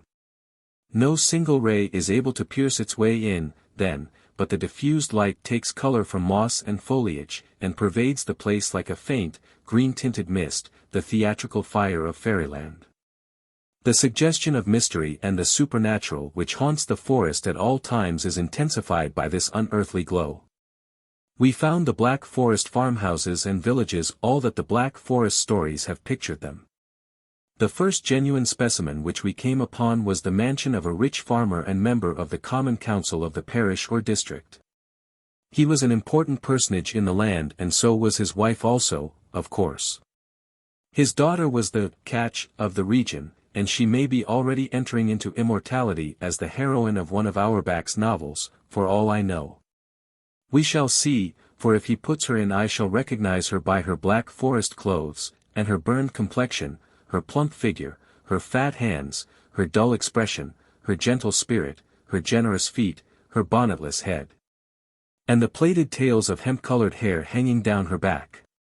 The house was big enough for a hotel. It was 100 feet long and 50 wide, and 10 feet high, from ground to eaves, but from the eaves to the comb of the mighty roof was as much as 40 feet, or maybe even more. This roof was of ancient mud-colored straw thatch a foot thick, and was covered all over, except in a few trifling spots, with a thriving and luxurious growth of green vegetation, mainly moss. The mossless spots were places where repairs had been made by the insertion of bright new masses of yellow straw. The eaves projected far down, like sheltering, hospitable wings. Across the gable that fronted the road, and about 10 feet above the ground, ran a narrow porch, with a wooden railing. A row of small windows filled with very small panes looked upon the porch. Above were 2 or 3 other little windows, one clear up under the sharp apex of the roof. Before the ground floor door was a huge pile of manure. The door of the second-story room on the side of the house was open, and occupied by the rear elevation of a cow. Was this probably the drawing room? All of the front half of the house from the ground up seemed to be occupied by the people, the cows, and the chickens, and all the rear half by draft animals and hay. But the chief feature, all around this house, was the big heaps of manure. We became very familiar with the fertilizer in the forest. We fell unconsciously into the habit of judging of a man's station in life by this outward and eloquent sign. Sometimes we said, "Here is a poor devil, this is manifest." When we saw a stately accumulation, we said, "Here is a banker." When we encountered a country seat surrounded by an alpine pomp of manure, we said, "Doubtless a duke lives here." The importance of this feature has not been properly magnified in the Black Forest stories. Manure is evidently the Black Forester's main treasure, his coin, his jewel, his pride, his old master, his ceramics, his bric-a-brac, his darling, his title to public consideration, envy, veneration. And his first solicitude when he gets ready to make his will. The true Black Forest novel, if it is ever written, will be skeleton somewhat in this way. Skeleton for a Black Forest novel. Rich old farmer, named Huss. Has inherited great wealth of manure, and by diligence has added to it. It is double-starred in Baedeker.5. The Black Forest artist paints it, his masterpiece. The king comes to see it. Gretchen Huss, daughter and heiress. Paul Hock, young neighbor, suitor for Gretchen's hand, ostensibly, he really wants the manure. Hock has a good many cartloads of the Black Forest currency himself, and therefore is a good catch, but he is sordid, mean, and without sentiment, whereas Gretchen is all sentiment and poetry. Hans Schmidt, young neighbor, full of sentiment, full of poetry, loves Gretchen, Gretchen loves him. But he has no manure. Old Huss forbids him in the house. His heart breaks, he goes away to die in the woods, far from the cruel world, for he says, bitterly, what is man, without manure? Interval of 6 months. Paul Hock comes to old Huss and says, I am at last as rich as you required, come and view the pile. Old Huss views it and says, it is sufficient, take her and be happy, meaning Gretchen. Interval of 2 weeks. Wedding party assembled in old Huss's drawing room. Hock placid and content, Gretchen weeping over her hard fate. Enter old Huss's head bookkeeper. Huss says fiercely, I gave you 3 weeks to find out why your books don't balance, and to prove that you are not a defaulter. The time is up, find me the missing property or you go to prison as a thief. Bookkeeper, I have found it. Where? Bookkeeper, sternly, tragically, in the bridegroom's pile, behold the thief, see him blench and tremble. Sensation. Paul Hock, lost, lost. Falls over the cow in a swoon and is handcuffed. Gretchen, saved. Falls over the calf in a swoon of joy, but is caught in the arms of Hans Schmidt, who springs in at that moment. Old Huss, what, you here, varlet? Unhand the maid and quit the place. Hans, still supporting the insensible girl, never. Cruel old man, know that I come with claims which even you cannot despise. Huss, what, you? Name them. Hans, listen then.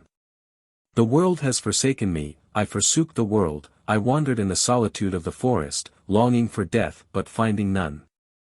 I fed upon roots, and in my bitterness I dug for the bitterest, loathing the sweeter kind.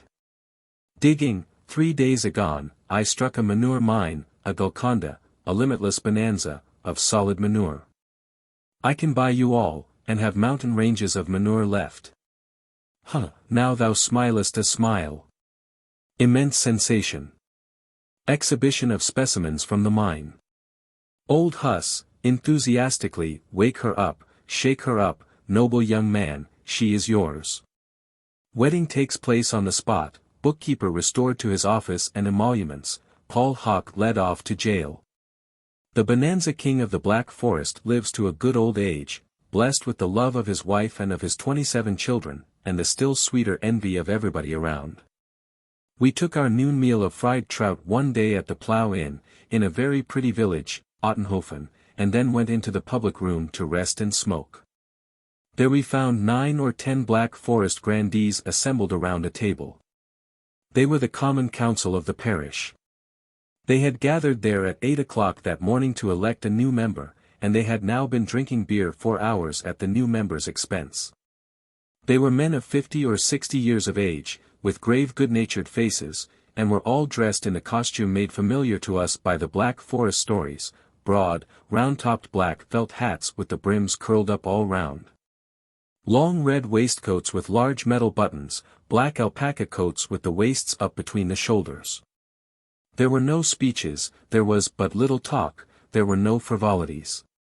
The council filled themselves gradually, steadily, but surely, with beer, and conducted themselves with sedate decorum, as became men of position, men of influence, men of manure. We had a hot afternoon tramp up the valley, along the grassy bank of a rushing stream of clear water, past farmhouses, watermills, and no end of wayside crucifixes and saints and virgins. These crucifixes, etc. are set up in memory of departed friends, by survivors, and are almost as frequent as telegraph poles are in other lands. We followed the carriage road, and had our usual luck. We traveled under a beating sun, and always saw the shade leave the shady places before we could get to them. In all our wanderings we seldom managed to strike a piece of road at its time for being shady.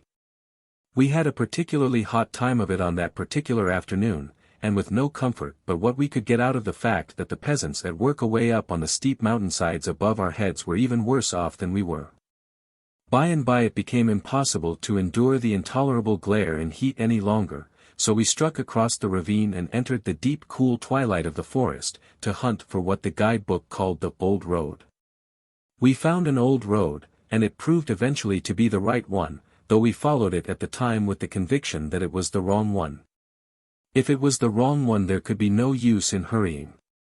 Therefore we did not hurry, but sat down frequently on the soft moss and enjoyed the restful quiet and shade of the forest solitudes. There had been distractions in the carriage road, school children, peasants, wagons, troops of pedestrianizing students from all over Germany, but we had the old road to ourselves. Now and then, while we rested, we watched the laborious ant at his work. I found nothing new in him, certainly nothing to change my opinion of him. It seems to me that in the matter of intellect the ant must be a strangely overrated bird. During many summers, now, I have watched him, when I ought to have been in better business, and I have not yet come across a living ant that seemed to have any more sense than a dead one. I refer to the ordinary ant, of course. I have had no experience of those wonderful Swiss and African ones which vote, keep drilled armies, hold slaves, and dispute about religion.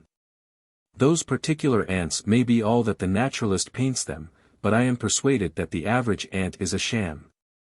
I admit his industry, of course.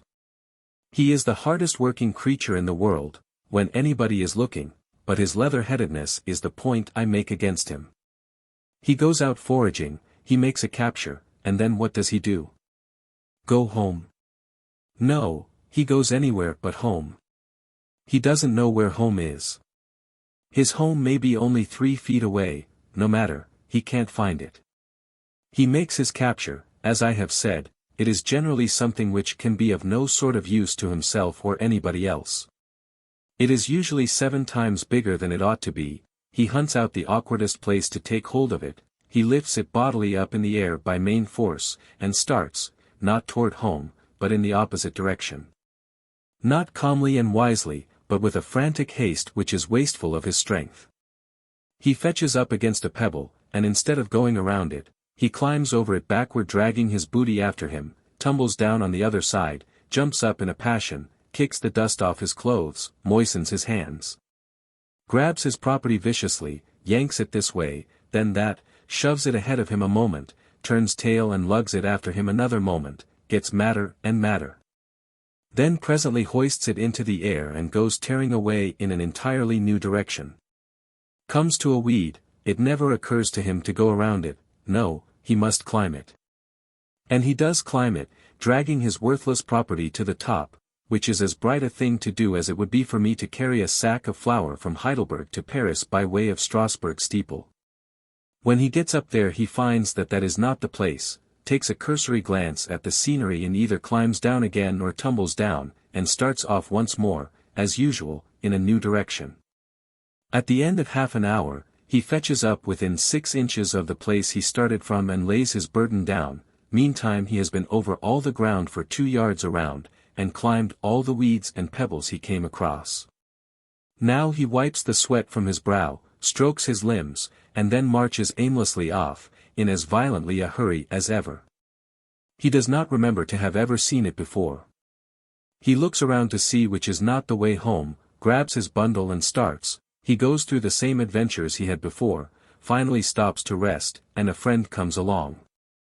Evidently the friend remarks that a last year's grasshopper leg is a very noble acquisition, and inquires where he got it. Evidently the proprietor does not remember exactly where he did get it, but thinks he got it, around here somewhere. Evidently the friend contracts to help him freight it home. Then, with a judgment peculiarly antic, pun not intended, they take hold of opposite ends of that grasshopper leg and begin to tug with all their might in opposite directions. Presently they take a rest and confer together. They decide that something is wrong, they can't make out what. Then they go at it again, just as before. Same result. Mutual recriminations follow. Evidently each accuses the other of being an obstructionist. They lock themselves together and chew each other's jaws for a while, then they roll and tumble on the ground till one loses a horn or a leg and has to haul off for repairs. They make up and go to work again in the same old insane way, but the crippled ant is at a disadvantage, tug as he may, the other one drags off the booty and him at the end of it. Instead of giving up, he hangs on, and gets his shins bruised against every obstruction that comes in the way. By and by, when that grasshopper leg has been dragged all over the same old ground once more, it is finally dumped at about the spot where it originally lay. The two perspiring ants inspect it thoughtfully and decide that dried grasshopper legs are a poor sort of property after all. And then each starts off in a different direction to see if he can't find an old nail or something else that is heavy enough to afford entertainment and at the same time valueless enough to make an ant want to own it. There in the Black Forest, on the mountainside, I saw an ant go through with such a performance as this with a dead spider of fully 10 times his own weight. The spider was not quite dead, but too far gone to resist. He had a round body the size of a pea. The little ant, observing that I was noticing, turned him on his back, sunk his fangs into his throat, lifted him into the air and started vigorously off with him, stumbling over little pebbles, stepping on the spider's legs and tripping himself up. Dragging him backward, shoving him bodily ahead, dragging him up stones 6 inches high instead of going around them. Climbing weeds 20 times his own height and jumping from their summits, and finally leaving him in the middle of the road to be confiscated by any other fool of an ant that wanted him. I measured the ground which this ass traversed, and arrived at the conclusion that what he had accomplished inside of 20 minutes would constitute some such job as this, relatively speaking, for a man. To wit, to strap 2 800-pound horses together, carry them 1,800 feet, mainly over, not around, boulders averaging 6 feet high, and in the course of the journey climb up and jump from the top of one precipice like Niagara. And 3 steeples, each 120 feet high. And then put the horses down, in an exposed place, without anybody to watch them, and go off to indulge in some other idiotic miracle for vanity's sake. Science has recently discovered that the ant does not lay up anything for winter use. This will knock him out of literature, to some extent. He does not work, except when people are looking, and only then when the observer has a green, naturalistic look, and seems to be taking notes. This amounts to deception, and will injure him for the Sunday schools. He has not judgment enough to know what is good to eat from what isn't. This amounts to ignorance, and will impair the world's respect for him. He cannot stroll around a stump and find his way home again. This amounts to idiocy, and once the damaging fact is established, thoughtful people will cease to look up to him, the sentimental will cease to fondle him. His vaunted industry is but a vanity and of no effect, since he never gets home with anything he starts with. This disposes of the last remnant of his reputation and wholly destroys his main usefulness as a moral agent, since it will make the sluggard hesitate to go to him any more. It is strange, beyond comprehension, that so manifest a humbug as the ant has been able to fool so many nations and keep it up so many ages without being found out. The ant is strong, but we saw another strong thing, where we had not suspected the presence of much muscular power before. A toadstool, that vegetable which springs to full growth in a single night, had torn loose and lifted a matted mass of pine needles and dirt of twice its own bulk into the air, and supported it there, like a column supporting a shed. 10,000 toadstools, with the right purchase, could lift a man, I suppose. But what good would it do? All our afternoon's progress had been uphill. About 5 or half past we reached the summit. And all of a sudden the dense curtain of the forest parted and we looked down into a deep and beautiful gorge and out over a wide panorama of wooded mountains with their summits shining in the sun and their glade-furrowed sides dimmed with purple shade. The gorge under our feet, called Allerheiligen, afforded room in the grassy level at its head for a cozy and delightful human nest, shut away from the world and its botherations. And consequently the monks of the old times had not failed to spy it out. And here were the brown and comely ruins of their church and convent to prove that priests had as fine an instinct 700 years ago in ferreting out the choicest nooks and corners in a land as priests have today. A big hotel crowds the ruins a little, now, and drives a brisk trade with summer tourists. We descended into the gorge and had a supper which would have been very satisfactory if the trout had not been boiled. The Germans are pretty sure to boil a trout or anything else if left to their own devices. This is an argument of some value in support of the theory that they were the original colonists of the wild islands of the coast of Scotland. A schooner laden with oranges was wrecked upon one of those islands a few years ago, and the gentle savages rendered the captain such willing assistance that he gave them as many oranges as they wanted. Next day he asked them how they liked them. They shook their heads and said, "Baked, they were tough, and even boiled, they weren't things for a hungry man to hanker after." We went down the glen after supper. It is beautiful, a mixture of sylvan loveliness and craggy wildness. A limpid torrent goes whistling down the glen, and toward the foot of it winds through a narrow cleft between lofty precipices and hurls itself over a succession of falls. After one passes the last of these he has a backward glimpse at the falls which is very pleasing. They rise in a 7-stepped stairway of foaming glittering cascades, and make a picture which is as charming as it is unusual. Chapter 23. Nicodemus Dodge and the Skeleton. We were satisfied that we could walk to Oppenau in one day, now that we were in practice, so we set out the next morning after breakfast determined to do it. It was all the way downhill, and we had the loveliest summer weather for it. So we set the pedometer and then stretched away on an easy, regular stride, down through the cloven forest, drawing in the fragrant breath of the morning in deep refreshing draughts. And wishing we might never have anything to do forever but walk to Oppenau and keep on doing it and then doing it over again. Now, the true charm of pedestrianism does not lie in the walking, or in the scenery, but in the talking. The walking is good to time the movement of the tongue by, and to keep the blood and the brain stirred up and active. The scenery and the woodsy smells are good to bear in upon a man an unconscious and unobtrusive charm and solace to eye and soul and sense, but the supreme pleasure comes from the talk. It is no matter whether one talks wisdom or nonsense, the case is the same, the bulk of the enjoyment lies in the wagging of the gladsome jaw and the flapping of the sympathetic ear. And what motley variety of subjects a couple of people will casually rake over in the course of a day's tramp. There being no constraint, a change of subject is always in order, and so a body is not likely to keep pegging at a single topic until it grows tiresome. We discussed everything we knew, during the first 15 or 20 minutes, that morning, and then branched out into the glad, free, boundless realm of the things we were not certain about. Harris said that if the best writer in the world once got the slovenly habit of doubling up his halves, he could never get rid of it while he lived. That is to say, if a man gets the habit of saying, "I should have liked to have known more about it," instead of saying simply and sensibly, "I should have liked to know more about it," that man's disease is incurable.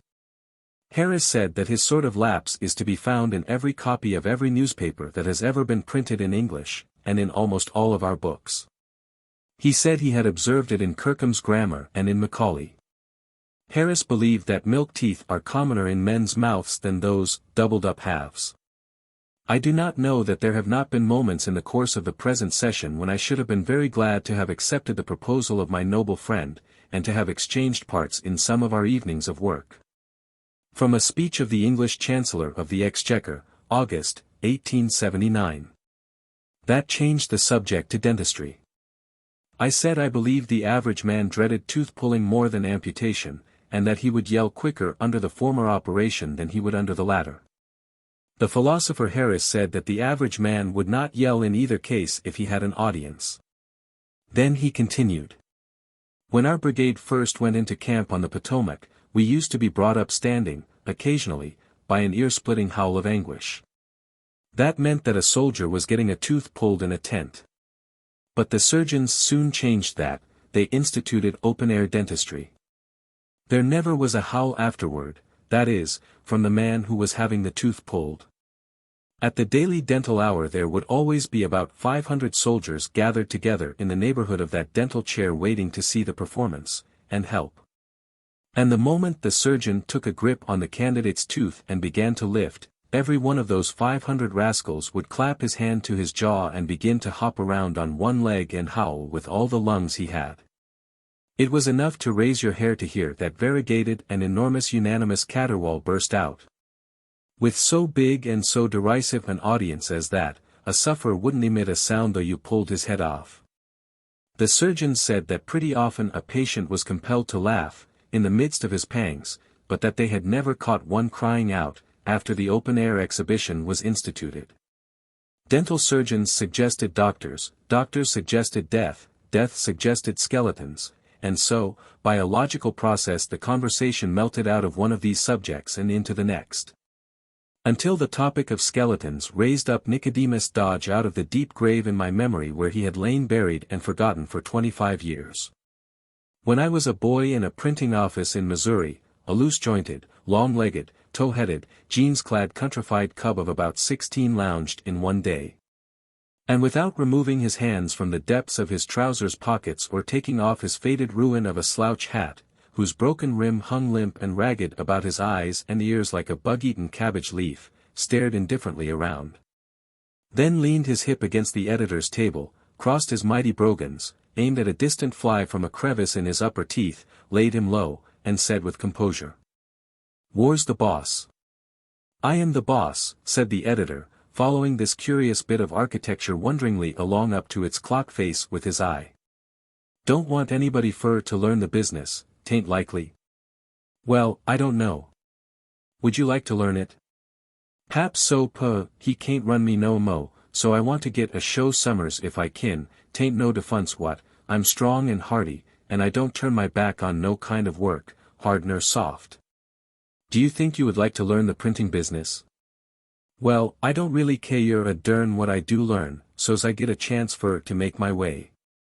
I'd just as soon learn print as anything." "Can you read?" "Yes, middlin', dot." "Right?" "Well, I've seed people could lay over me thar." "Cipher?" "Not good enough to keep store, I don't reckon, but up as fur as 12 times 12 I ain't no slouch.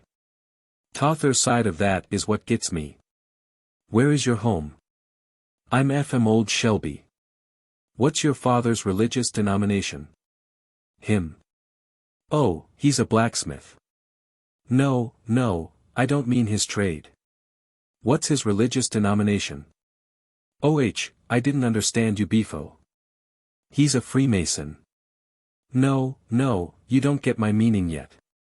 "What I mean is, does he belong to any church?" "Now you're talkin'." "Couldn't make out what you was tryin' to get through yo' head no way." "Belong to a church?" "Why, boss, he's been the pizenest kind of free will Baptist for 40 year. They ain't no pizener ones, and what he is. Mighty good man, pap is." "Everybody says that." "If they said any different they wouldn't say it where I was, not much they wouldn't." "What is your own religion?" "Well, boss, you've kind o' got me, there, and yet you hain't got me so mighty much, nuther. I think, if a feller he ps another feller when he's in trouble, and don't cuss, and don't do no mean things, ner nothin', he ain't no business to do, and don't spell the Savior's name with a little g. He ain't runnin' no risks, he's about as seft as he belonged to a church. But suppose he did spell it with a little g, what then?" "Well, if he done it a purpose, I reckon he wouldn't stand no chance, he oughtn't to have no chance, anyway, I'm most rotten certain 'bout that." "What is your name?" "Nicodemus Dodge." "I think maybe you'll do, Nicodemus. We'll give you a trial, anyway." "All right. When would you like to begin?" "Now." So, within 10 minutes after we had first glimpsed this nondescript he was one of us, and with his coat off and hard at it.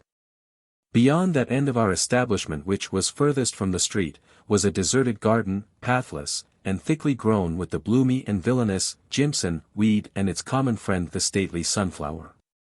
In the midst of this mournful spot was a decayed and aged little frame house with but one room, one window, and no ceiling. It had been a smokehouse a generation before. Nicodemus was given this lonely and ghostly den as a bedchamber. The village smarties recognized a treasure in Nicodemus, right away, but to play jokes on. It was easy to see that he was inconceivably green and confiding. George Jones had the glory of perpetrating the first joke on him.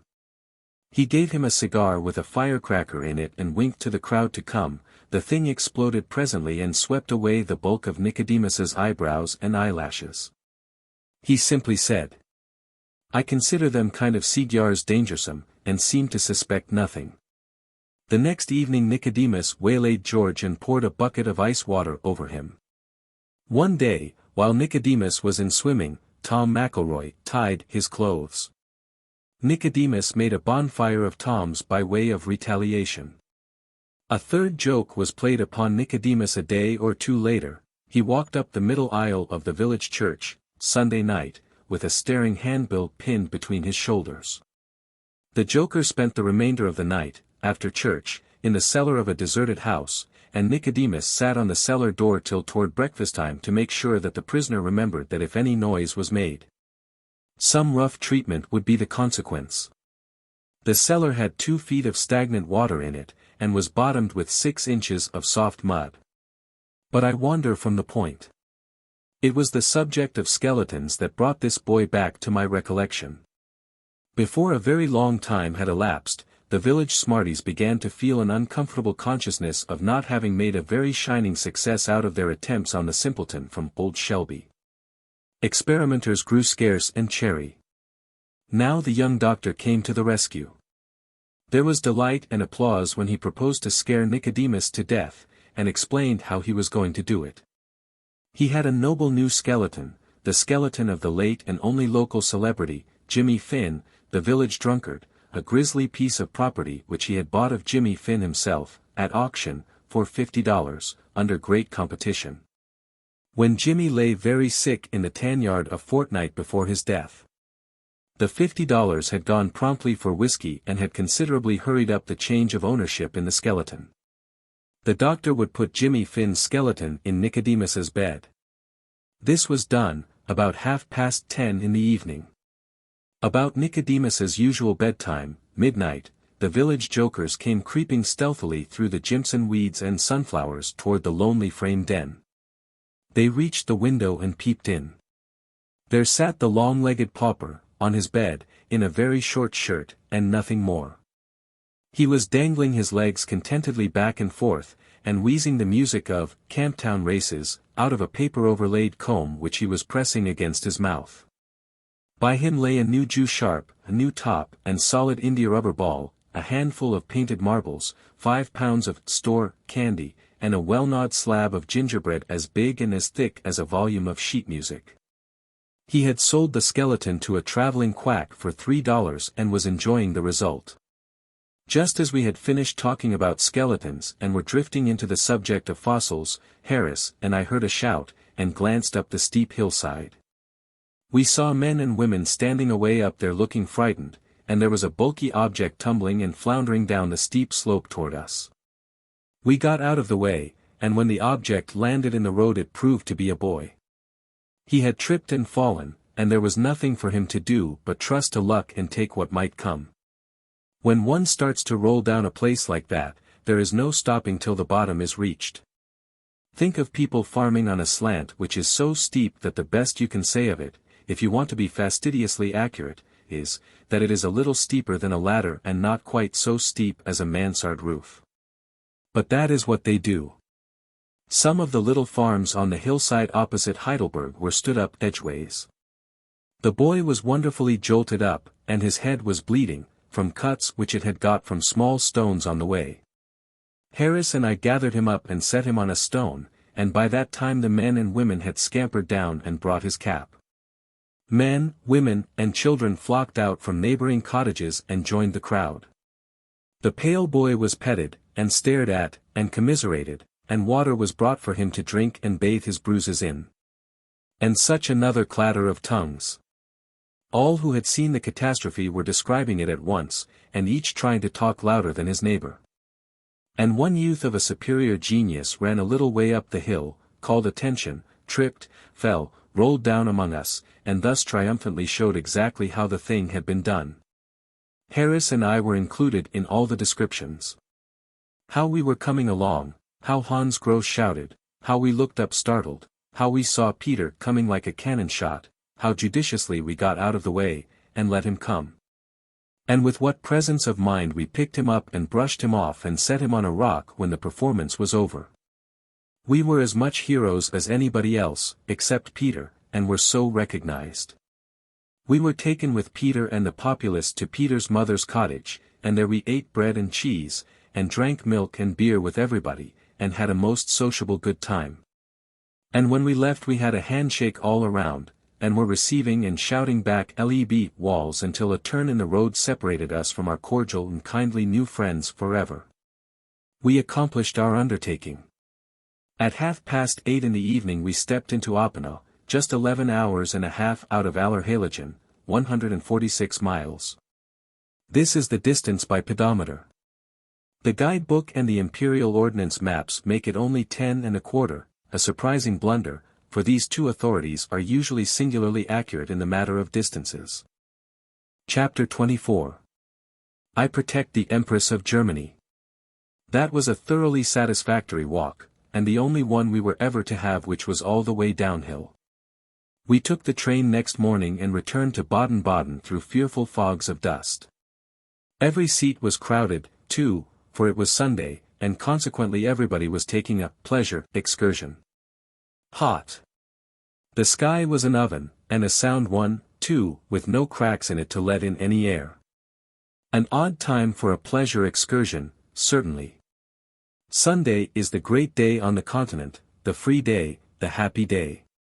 One can break the Sabbath in 100 ways without committing any sin. We do not work on Sunday, because the commandment forbids it. The Germans do not work on Sunday, because the commandment forbids it. We rest on Sunday, because the commandment requires it. The Germans rest on Sunday because the commandment requires it. But in the definition of the word rest lies all the difference. With us, its Sunday meaning is, stay in the house and keep still. With the Germans its Sunday and weekday meanings seem to be the same, rest the tired part, and never mind the other parts of the frame, rest the tired part, and use the means best calculated to rest that particular part. Thus, if one's duties have kept him in the house all the week, it will rest him to be out on Sunday. If his duties have required him to read weighty and serious matter all the week, it will rest him to read light matter on Sunday. If his occupation has busied him with death and funerals all the week, it will rest him to go to the theater Sunday night and put in 2 or 3 hours laughing at a comedy. If he is tired with digging ditches or felling trees all the week, it will rest him to lie quiet in the house on Sunday. If the hand, the arm, the brain, the tongue, or any other member, is fatigued with inanition, it is not to be rested by adding a day's inanition, but if a member is fatigued with exertion, inanition is the right rest for it. Such is the way in which the Germans seem to define the word rest, that is to say, they rest a member by recreating, recuperating, restoring its forces. But our definition is less broad. We all rest alike on Sunday, by secluding ourselves and keeping still, whether that is the surest way to rest the most of us or not. The Germans make the actors, the preachers, etc., work on Sunday. We encourage the preachers, the editors, the printers, etc., to work on Sunday, and imagine that none of the sin of it falls upon us. But I do not know how we are going to get around the fact that if it is wrong for the printer to work at his trade on Sunday, it must be equally wrong for the preacher to work at his, since the commandment has made no exception in his favor. We buy Monday morning's paper and read it, and thus encourage Sunday printing. But I shall never do it again. The Germans remember the Sabbath day to keep it holy, by abstaining from work, as commanded. We keep it holy by abstaining from work, as commanded, and by also abstaining from play, which is not commanded. Perhaps we constructively break the command to rest, because the resting we do is in most cases only a name, and not a fact. These reasonings have sufficed, in a measure, to mend the rent in my conscience which I made by travelling to Baden-Baden that Sunday. We arrived in time to furbish up and get to the English church before services began. We arrived in considerable style, too, for the landlord had ordered the first carriage that could be found, since there was no time to lose, and our coachman was so splendidly liveried that we were probably mistaken for a brace of stray dukes. Why else were we honoured with a pew all to ourselves, away up among the very elect at the left of the chancel? That was my first thought.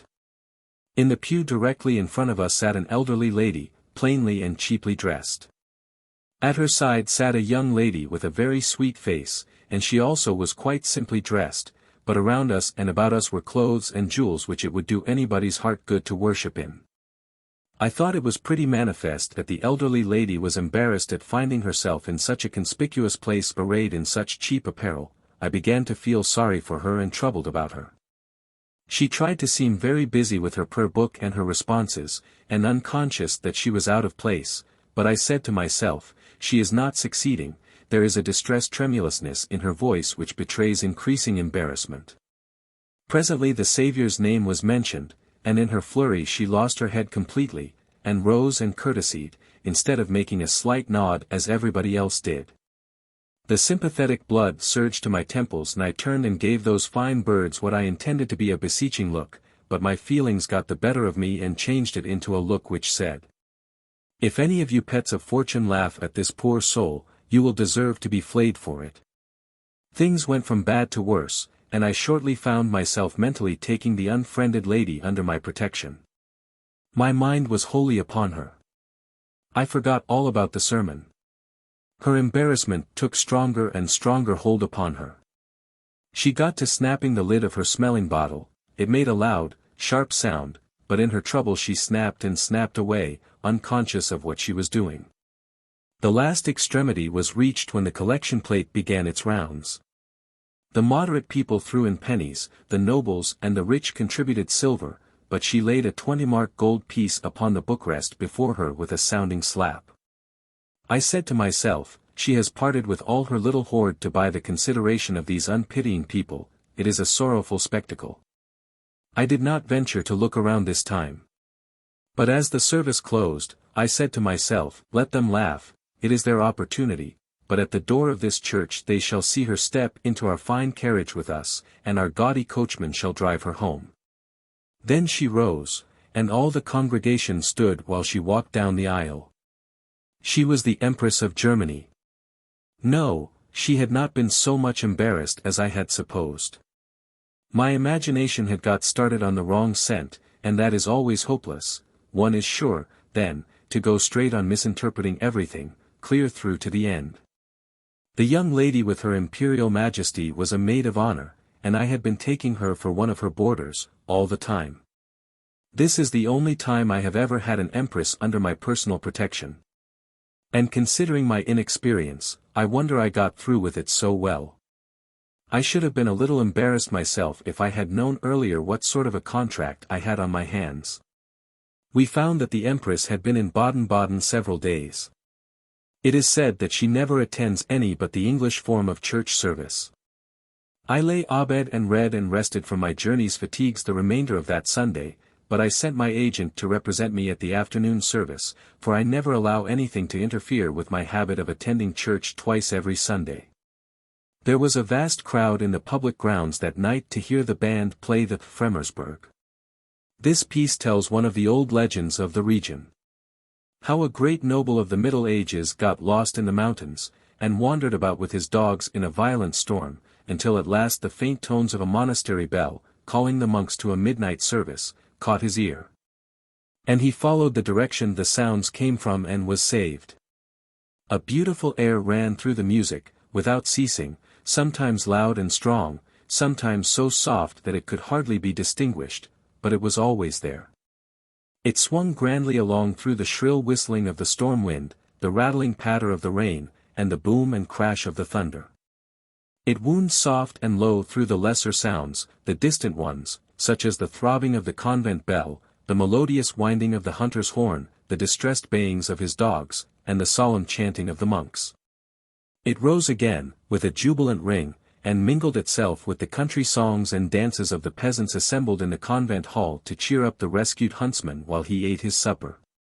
The instruments imitated all these sounds with a marvelous exactness. More than one man started to raise his umbrella when the storm burst forth and the sheets of mimic rain came driving by. It was hardly possible to keep from putting your hand to your hat when the fierce wind began to rage and shriek, and it was not possible to refrain from starting when those sudden and charmingly real thunder crashes were let loose. I suppose the Fremersberg is a very low-grade music. I know, indeed, that it must be low-grade music, because it delighted me, warmed me, moved me, stirred me, uplifted me, enraptured me, that I was full of cry all the time, and mad with enthusiasm. My soul had never had such a scouring out since I was born. The solemn and majestic chanting of the monks was not done by instruments, but by men's voices. And it rose and fell, and rose again in that rich confusion of warring sounds, and pulsing bells, and the stately swing of that ever-present enchanting air. And it seemed to me that nothing but the very lowest of low-grade music could be so divinely beautiful.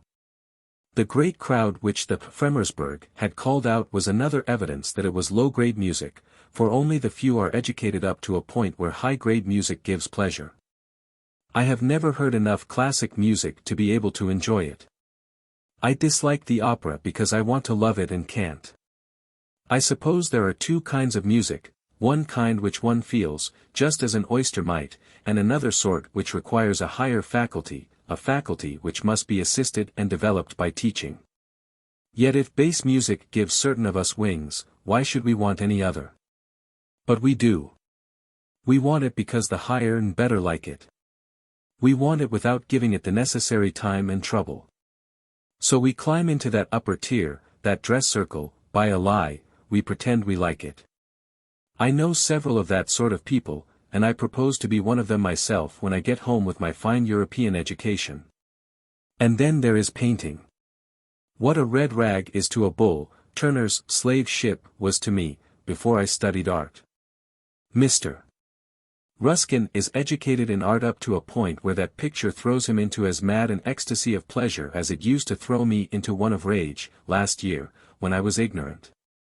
His cultivation enables him, and me, now, to see water in that glaring yellow mud, and natural effects in those lurid explosions of mixed smoke and flame, and crimson sunset glories. It reconciles him, and me, now, to the floating of iron cable chains and other unfloatable things. It reconciles us to fishes swimming around on top of the mud, I mean the water. The most of the picture is a manifest impossibility, that is to say, a lie, and only rigid cultivation can enable a man to find truth in a lie. But it enabled Mr. Ruskin to do it, and it has enabled me to do it, and I am thankful for it. A Boston newspaper reporter went and took a look at the slave ship floundering about in that fierce conflagration of reds and yellows, and said it reminded him of a tortoise-shell cat having a fit in a platter of tomatoes. In my then uneducated state, that went home to my non-cultivation, and I thought here is a man with an unobstructed eye. Mr. Ruskin would have said, this person is an ass. That is what I would say, now. Months after this was written, I happened into the National Gallery in London, and soon became so fascinated with the Turner pictures that I could hardly get away from the place. I went there often, afterward, meaning to see the rest of the gallery, but the Turner spell was too strong, it could not be shaken off. However, the Turners which attracted me most did not remind me of the slave ship. However, our business in Baden-Baden this time, was to join our courier. I had thought it best to hire one, as we should be in Italy, by and by, and we did not know the language. Neither did he. We found him at the hotel, ready to take charge of us. I asked him if he was all fixed. He said he was. That was very true. He had a trunk, 2 small satchels, and an umbrella. I was to pay him $55 a month and railway fares. On the continent the railway fare on a trunk is about the same it is on a man. Couriers do not have to pay any board and lodging. This seems a great saving to the tourist, at first. It does not occur to the tourist that somebody pays that man's board and lodging. It occurs to him by and by, however, in one of his lucid moments. Chapter 25. Hunted by the Little Chamois. Next morning we left in a train for Switzerland, and reached Lucerne about 10 o'clock at night. The first discovery I made was that the beauty of the lake had not been exaggerated. Within a day or two I made another discovery. This was, that the lauded chamois is not a wild goat, that it is not a horned animal, that it is not shy, that it does not avoid human society, and that there is no peril in hunting it. The chamois is a black or brown creature no bigger than a mustard seed. You do not have to go after it, it comes after you, it arrives in vast herds and skips and scampers all over your body, inside your clothes. Thus it is not shy, but extremely sociable, it is not afraid of man, on the contrary, it will attack him, its bite is not dangerous, but neither is it pleasant. Its activity has not been overstated. If you try to put your finger on it, it will skip 1,000 times its own length at one jump, and no eye is sharp enough to see where it lights. A great deal of romantic nonsense has been written about the Swiss chamois and the perils of hunting it, whereas the truth is that even women and children hunt it, and fearlessly, indeed, everybody hunts it. The hunting is going on all the time, day and night, in bed and out of it. It is poetic foolishness to hunt it with a gun, very few people do that, there is not one man in a million who can hit it with a gun. It is much easier to catch it than it is to shoot it, and only the experienced chamois hunter can do either. Another common piece of exaggeration is that about the scarcity of the chamois. It is the reverse of scarce. Droves of 100 million chamois are not unusual in the Swiss hotels. Indeed, they are so numerous as to be a great pest. The romancers always dress up the chamois hunter in a fanciful and picturesque costume, whereas the best way to hunt this game is to do it without any costume at all. The article of commerce called chamois skin is another fraud. Nobody could skin a chamois, it is too small. The creature is a humbug in every way, and everything which has been written about it is sentimental exaggeration. It was no pleasure to me to find the chamois out, for he had been one of my pet illusions. All my life it had been my dream to see him in his native wild some day, and engage in the adventurous sport of chasing him from cliff to cliff. It is no pleasure to me to expose him, now, and destroy the reader's delight in him and respect for him, but still it must be done. For when an honest writer discovers an imposition it is his simple duty to strip it bare and hurl it down from its place of honor, no matter who suffers by it. Any other course would render him unworthy of the public confidence. Lucerne is a charming place. It begins at the water's edge, with a fringe of hotels, and scrambles up and spreads itself over 2 or 3 sharp hills in a crowded, disorderly, but picturesque way, offering to the eye a heaped-up confusion of red roofs, quaint gables, dormer windows, toothpick steeples, with here and there a bit of ancient embattled wall bending itself over the ridges, worm fashion, and here and there an old square tower of heavy masonry. And also here and there a town clock with only one hand, a hand which stretches across the dial and has no joint in it. Such a clock helps out the picture, but you cannot tell the time of day by it. Between the curving line of hotels and the lake is a broad avenue with lamps and a double rank of low shade trees. The lake front is walled with masonry like a pier, and has a railing, to keep people from walking overboard.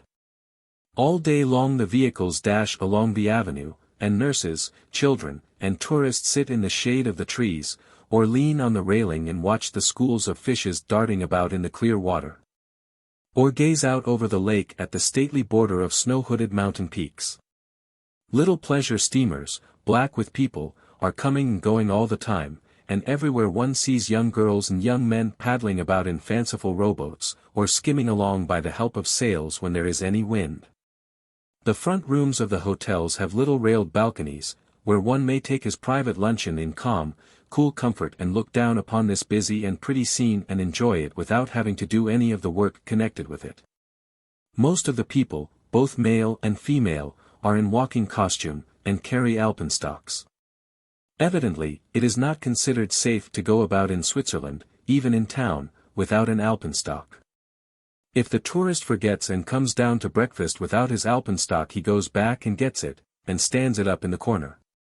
When his touring in Switzerland is finished, he does not throw that broomstick away, but lugs it home with him, to the far corners of the earth, although this costs him more trouble and bother than a baby or a courier could. You see, the alpenstock is his trophy, his name is burned upon it, and if he has climbed a hill, or jumped a brook, or traversed a brickyard with it, he has the names of those places burned upon it, too. Thus it is his regimental flag, so to speak, and bears the record of his achievements. It is worth 3 francs when he buys it, but a bonanza could not purchase it after his great deeds have been inscribed upon it. There are artisans all about Switzerland whose trade it is to burn these things upon the alpenstock of the tourist. And observe, a man is respected in Switzerland according to his alpenstock. I found I could get no attention there, while I carried an unbranded one. However, branding is not expected, so I soon remedied that. The effect upon the next detachment of tourists was very marked. I felt repaid for my trouble. Half of the summer horde in Switzerland is made up of English people, the other half is made up of many nationalities, the Germans leading and the Americans coming next. The Americans were not as numerous as I had expected they would be.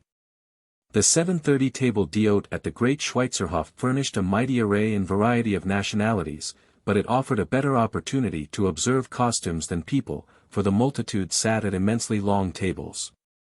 And therefore the faces were mainly seen in perspective. But the breakfasts were served at small round tables, and then if one had the fortune to get a table in the midst of the assemblage he could have as many faces to study as he could desire. We used to try to guess out the nationalities, and generally succeeded tolerably well.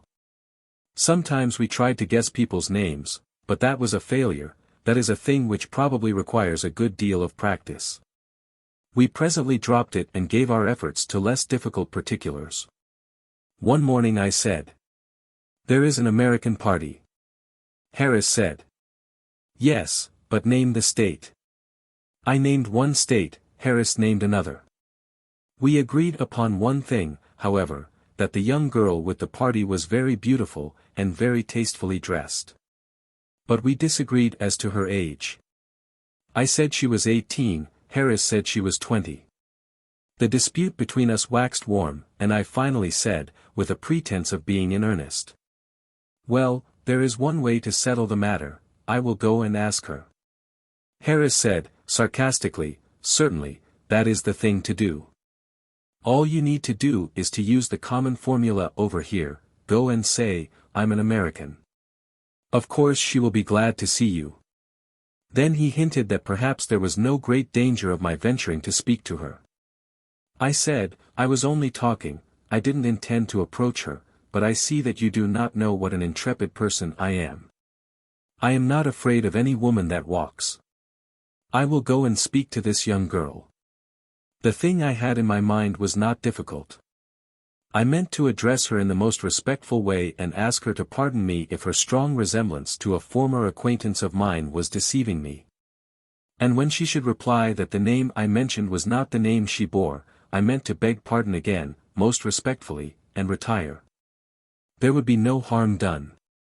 I walked to her table, bowed to the gentleman, then turned to her and was about to begin my little speech when she exclaimed, "I knew I wasn't mistaken, I told John it was you."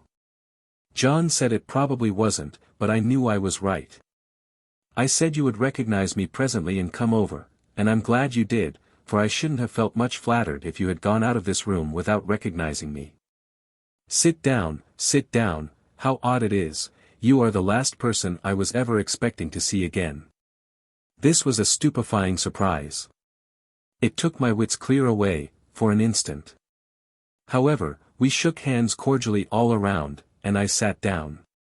But truly this was the tightest place I ever was in.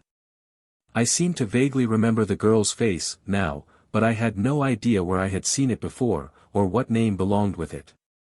I immediately tried to get up a diversion about Swiss scenery, to keep her from launching into topics that might betray that I did not know her, but it was of no use, she went right along upon matters which interested her more. Oh dear! What a night that was, when the sea washed the forward boats away, do you remember it? Oh, don't I, said I, but I didn't. I wished the sea had washed the rudder and the smokestack and the captain away, then I could have located this questioner. And don't you remember how frightened poor Mary was, and how she cried? Indeed I do, said I. Dear me, how it all comes back. I fervently wished it would come back, but my memory was a blank. The wise way would have been to frankly own up. But I could not bring myself to do that, after the young girl had praised me so for recognizing her, so I went on, deeper and deeper into the mire, hoping for a chance clue but never getting one. The unrecognizable continued, with vivacity. Do you know, George married Mary, after all? Why, no. Did he? Indeed he did. He said he did not believe she was half as much to blame as her father was, and I thought he was right. Didn't you? Of course he was. It was a perfectly plain case. I always said so. Why, no you didn't, at least that summer. Oh, no, not that summer. No, you are perfectly right about that. It was the following winter that I said it. Well, as it turned out, Mary was not in the least to blame, it was all her father's fault, at least his and old Darley's. It was necessary to say something, so I said. I always regarded Darley as a troublesome old thing. So he was, but then they always had a great affection for him, although he had so many eccentricities. You remember that when the weather was the least cold, he would try to come into the house. I was rather afraid to proceed. Evidently Darley was not a man, he must be some other kind of animal, possibly a dog, maybe an elephant. However, tails are common to all animals, so I ventured to say. And what a tail he had! 1. He had 1,000. This was bewildering. I did not quite know what to say, so I only said. Yes, he was rather well fixed in the matter of tails. For a Negro, and a crazy one at that, I should say he was, said she. It was getting pretty sultry for me. I said to myself, is it possible she is going to stop there, and wait for me to speak? If she does, the conversation is blocked. A Negro with 1,000 tails is a topic which a person cannot talk upon fluently and instructively without more or less preparation. As to diving rashly into such a vast subject. But here, to my gratitude, she interrupted my thoughts by saying. Yes, when it came to tales of his crazy woes, there was simply no end to them if anybody would listen. His own quarters were comfortable enough, but when the weather was cold, the family were sure to have his company, nothing could keep him out of the house. But they always bore it kindly because he had saved Tom's life, years before. You remember Tom? Oh, perfectly. Fine fellow he was, too. Yes he was. And what a pretty little thing his child was. You may well say that. I never saw a prettier child. I used to delight to pet it and dandle it and play with it. So did I. You named it. What was that name? I can't call it to mind. It appeared to me that the ice was getting pretty thin, here. I would have given something to know what the child's was. However, I had the good luck to think of a name that would fit either sex, so I brought it out. I named it Francis. From a relative, I suppose. But you named the one that died, too, one that I never saw. What did you call that one? I was out of neutral names, but as the child was dead and she had never seen it, I thought I might risk a name for it and trust to luck. Therefore I said. I called that one Thomas Henry. She said, musingly. That is very singular. Very singular. I sat still and let the cold sweat run down. I was in a good deal of trouble, but I believed I could worry through if she wouldn't ask me to name any more children. I wondered where the lightning was going to strike next. She was still ruminating over that last child's title, but presently she said. I have always been sorry you were away at the time, I would have had you name my child. Your child. Are you married? I have been married 13 years. Christened, you mean? No, married. The youth by your side is my son. It seems incredible, even impossible. I do not mean any harm by it, but would you mind telling me if you are any over 18? That is to say, will you tell me how old you are? I was just 19 the day of the storm we were talking about. That was my birthday. That did not help matters much, as I did not know the date of the storm. I tried to think of some non-committal thing to say, to keep up my end of the talk, and render my poverty in the matter of reminiscences as little noticeable as possible, but I seemed to be about out of non-committal things. I was about to say, you haven't changed a bit since then, but that was risky. I thought of saying, you have improved ever so much since then, but that wouldn't answer, of course. I was about to try a shy at the weather, for a saving change, when the girl slipped in ahead of me and said, "How I have enjoyed this talk over those happy old times, haven't you? I never have spent such a half hour in all my life before." Said I, with emotion, and I could have added, with a near approach to truth, and I would rather be scalped than spend another one like it. I was holily grateful to be through with the ordeal, and was about to make my goodbyes and get out, when the girl said, "But there is one thing that is ever so puzzling to me." "Why, what is that?" "That dead child's name." "What did you say it was?" Here was another balmy place to be in. I had forgotten the child's name. I hadn't imagined it would be needed again. However, I had to pretend to know, anyway, so I said, "Joseph William." The youth at my side corrected me, and said, "No, Thomas Henry." I thanked him, in words, and said, with trepidation, "Oh yes, I was thinking of another child that I named. I have named a great many, and I get them confused. This one was named Henry Thompson." "Thomas Henry," calmly interposed the boy. I thanked him again, strictly in words, and stammered out, "Thomas Henry, yes, Thomas Henry was the poor child's name. I named him for Thomas Carlyle, the great author, you know, and Henry, Henry VIII. The parents were very grateful to have a child named Thomas Henry." "That makes it more singular than ever," murmured my beautiful friend. "Does it? Why?" "Because when the parents speak of that child now, they always call it Susan Amelia." That spiked my gun. I could not say anything. I was entirely out of verbal obliquities. To go further would be to lie, and that I would not do. So I simply sat still and suffered, sat mutely and resignedly there, and sizzled, for I was being slowly fried to death in my own blushes. Presently the enemy laughed a happy laugh and said, "I have enjoyed this talk over old times, but you have not. I saw very soon that you were only pretending to know me, and so as I had wasted a compliment on you in the beginning, I made up my mind to punish you. And I have succeeded pretty well.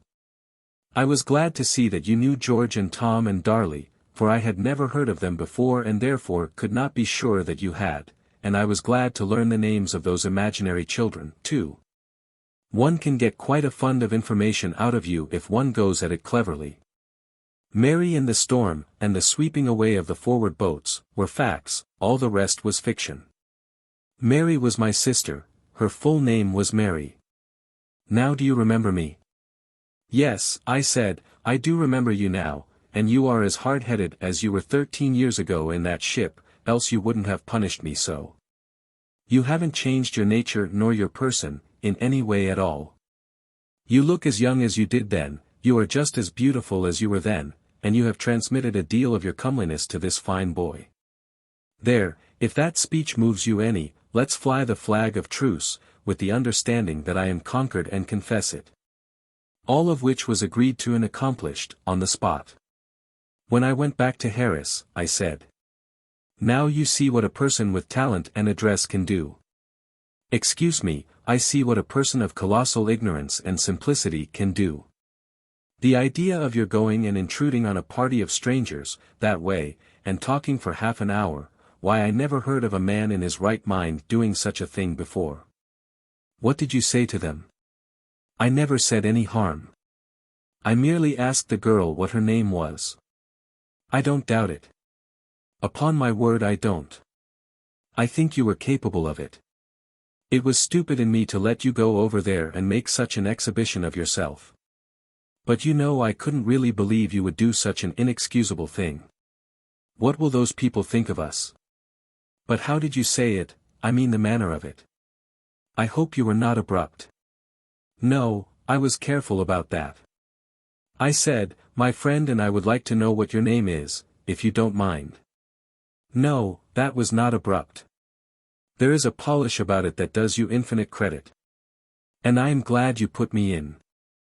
That was a delicate attention which I appreciate at its full value. What did she do? She didn't do anything in particular. She told me her name. Simply told you her name. Do you mean to say she did not show any surprise? Well, now I come to think, she did show something. Maybe it was surprise. I hadn't thought of that. I took it for gratification. Oh, undoubtedly you were right, it must have been gratification. It could not be otherwise than gratifying to be assaulted by a stranger with such a question as that. Then what did you do? I offered my hand and the party gave me a shake. I saw it. I did not believe my own eyes, at the time. Did the gentleman say anything about cutting your throat? No, they all seemed glad to see me, as far as I could judge. And do you know, I believe they were. I think they said to themselves, doubtless this curiosity has got away from his keeper, let us amuse ourselves with him. There is no other way of accounting for their facile docility. You sat down. Did they ask you to sit down? No, they did not ask me, but I suppose they did not think of it. You have an unerring instinct. What else did you do? What did you talk about? Well, I asked the girl how old she was. Undoubtedly. Your delicacy is beyond praise. Go on, don't mind my apparent misery, I always look so when I am steeped in a profound and reverent joy. Go on, she told you her age? Yes, she told me her age, and all about her mother, and her grandmother, and her other relations, and all about herself. Did she volunteer these statistics? No, not exactly that. I asked the questions and she answered them. This is divine. Go on, it is not possible that you forgot to inquire into her politics? No, I thought of that. She is a Democrat, her husband is a Republican, and both of them are Baptists. Her husband. Is that child married? She is not a child. She is married, and that is her husband who is there with her. Has she any children? Yes, 7.5. That is impossible. No, she has them. She told me herself. Well, but 7.5. How do you make out the half? Where does the half come in? There is a child which she had by another husband, not this one but another one, so it is a stepchild, and they do not count in full measure. Another husband? Has she another husband? Yes, 4. This one is number 4. I don't believe a word of it. It is impossible, upon its face. Is that boy there her brother? No, that is her son. He is her youngest. He is not as old as he looked, he is only 11.5. These things are all manifestly impossible. This is a wretched business. It is a plain case, they simply took your measure, and concluded to fill you up. They seem to have succeeded. I am glad I am not in the mess. They may at least be charitable enough to think there ain't a pair of us. Are they going to stay here long? No, they leave before noon. There is one man who is deeply grateful for that. How did you find out? You asked, I suppose. No, along at first I inquired into their plans, in a general way, and they said they were going to be here a week, and make trips roundabout. But toward the end of the interview, when I said you and I would tour around with them with pleasure, and offered to bring you over and introduce you, they hesitated a little, and asked if you were from the same establishment that I was. I said you were, and then they said they had changed their mind and considered it necessary to start at once and visit a sick relative in Siberia. Ah, me, you struck the summit. You struck the loftiest altitude of stupidity that human effort has ever reached. You shall have a monument of jackasses' skulls as high as the Strasbourg spire if you die before I do. They wanted to know I was from the same establishment that you hailed from, did they? What did they mean by establishment? I don't know, it never occurred to me to ask. Well, I know. They meant an asylum, an idiot asylum, do you understand? So they do think there's a pair of us, after all. Now what do you think of yourself? Well, I don't know. I didn't know I was doing any harm, I didn't mean to do any harm. They were very nice people, and they seemed to like me. Harris made some rude remarks and left for his bedroom, to break some furniture, he said. He was a singularly irascible man, any little thing would disturb his temper. I had been well scorched by the young woman, but no matter, I took it out on Harris. One should always get even, in some way, else the sore place will go on hurting. Chapter 26. The Nest of the Cuckoo-Clock. The Hofkirche is celebrated for its organ concerts. All summer long the tourists flock to that church about 6 o'clock in the evening, and pay their franc, and listen to the noise. They don't stay to hear all of it, but get up and tramp out over the sounding stone floor, meeting late-comers who tramp in a sounding and vigorous way. This tramping back and forth is kept up nearly all the time, and is accented by the continuous slamming of the door, and the coughing and barking and sneezing of the crowd. Meantime, the big organ is booming and crashing and thundering away, doing its best to prove that it is the biggest and best organ in Europe. And that a tight little box of a church is the most favorable place to average and appreciate its powers in. It is true, there were some soft and merciful passages occasionally, but the tramp of the tourists only allowed one to get fitful glimpses of them, so to speak. Then right away the organist would let go another avalanche. The commerce of Lucerne consists mainly in gimcrackery of the souvenir sort. The shops are packed with alpine crystals, photographs of scenery, and wooden and ivory carvings. I will not conceal the fact that miniature figures of the Lion of Lucerne are to be had in them. Millions of them. But they are libels upon him, every one of them. There is a subtle something about the majestic pathos of the original which the copyist cannot get. Even the sun fails to get it, both the photographer and the carver give you a dying lion, and that is all. The shape is right, the attitude is right, the proportions are right, but that indescribable something which makes the Lion of Lucerne the most mournful and moving piece of stone in the world, is wanting. The lion lies in his lair in the perpendicular face of a low cliff, for he is carved from the living rock of the cliff. His size is colossal, his attitude is noble. His head is bowed, the broken spear is sticking in his shoulder, his protecting paw rests upon the lilies of France.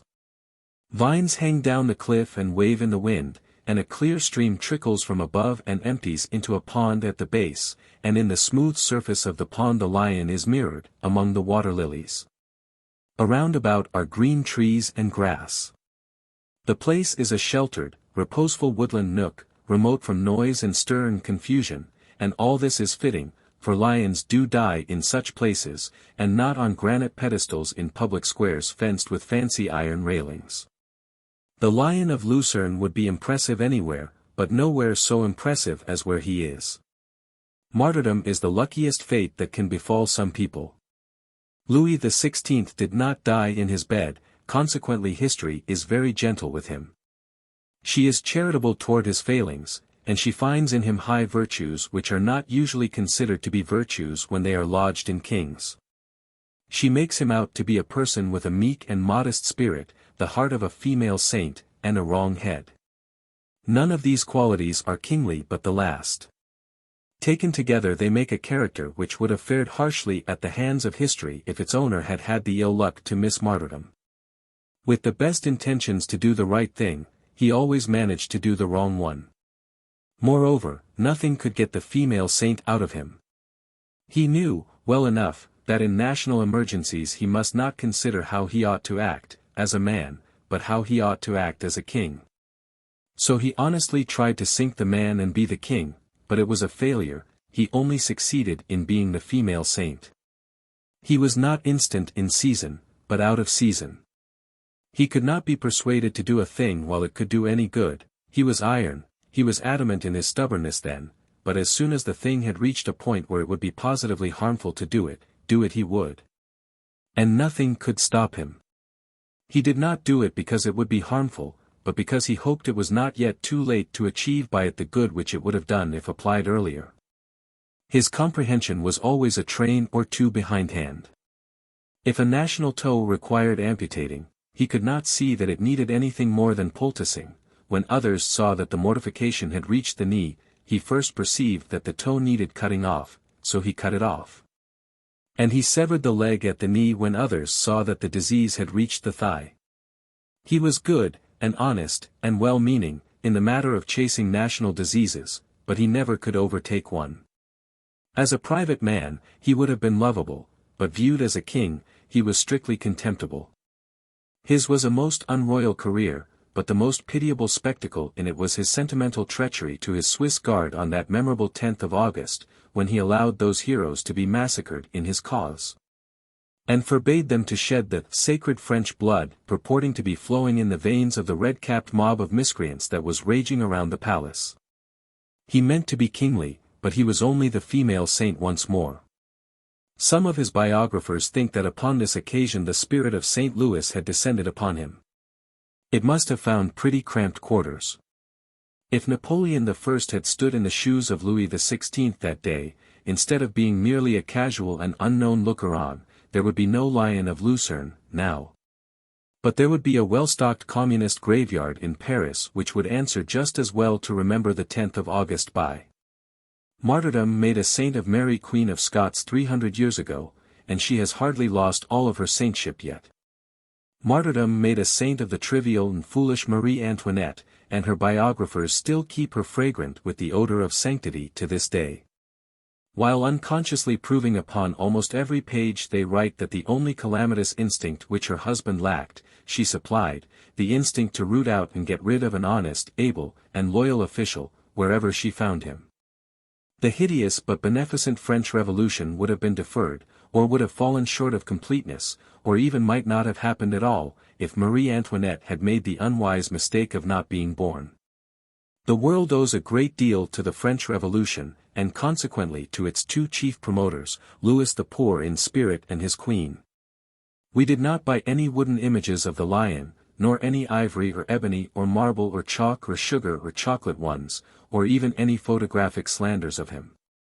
The truth is, these copies were so common, so universal, in the shops and everywhere, that they presently became as intolerable to the wearied eye as the latest popular melody usually becomes to the harassed ear. In Lucerne, too, the wood carvings of other sorts, which had been so pleasant to look upon when one saw them occasionally at home, soon began to fatigue us. We grew very tired of seeing wooden quails and chickens picking and strutting around clock faces, and still more tired of seeing wooden images of the alleged chamois skipping about wooden rocks, or lying upon them in family groups, or peering alertly up from behind them.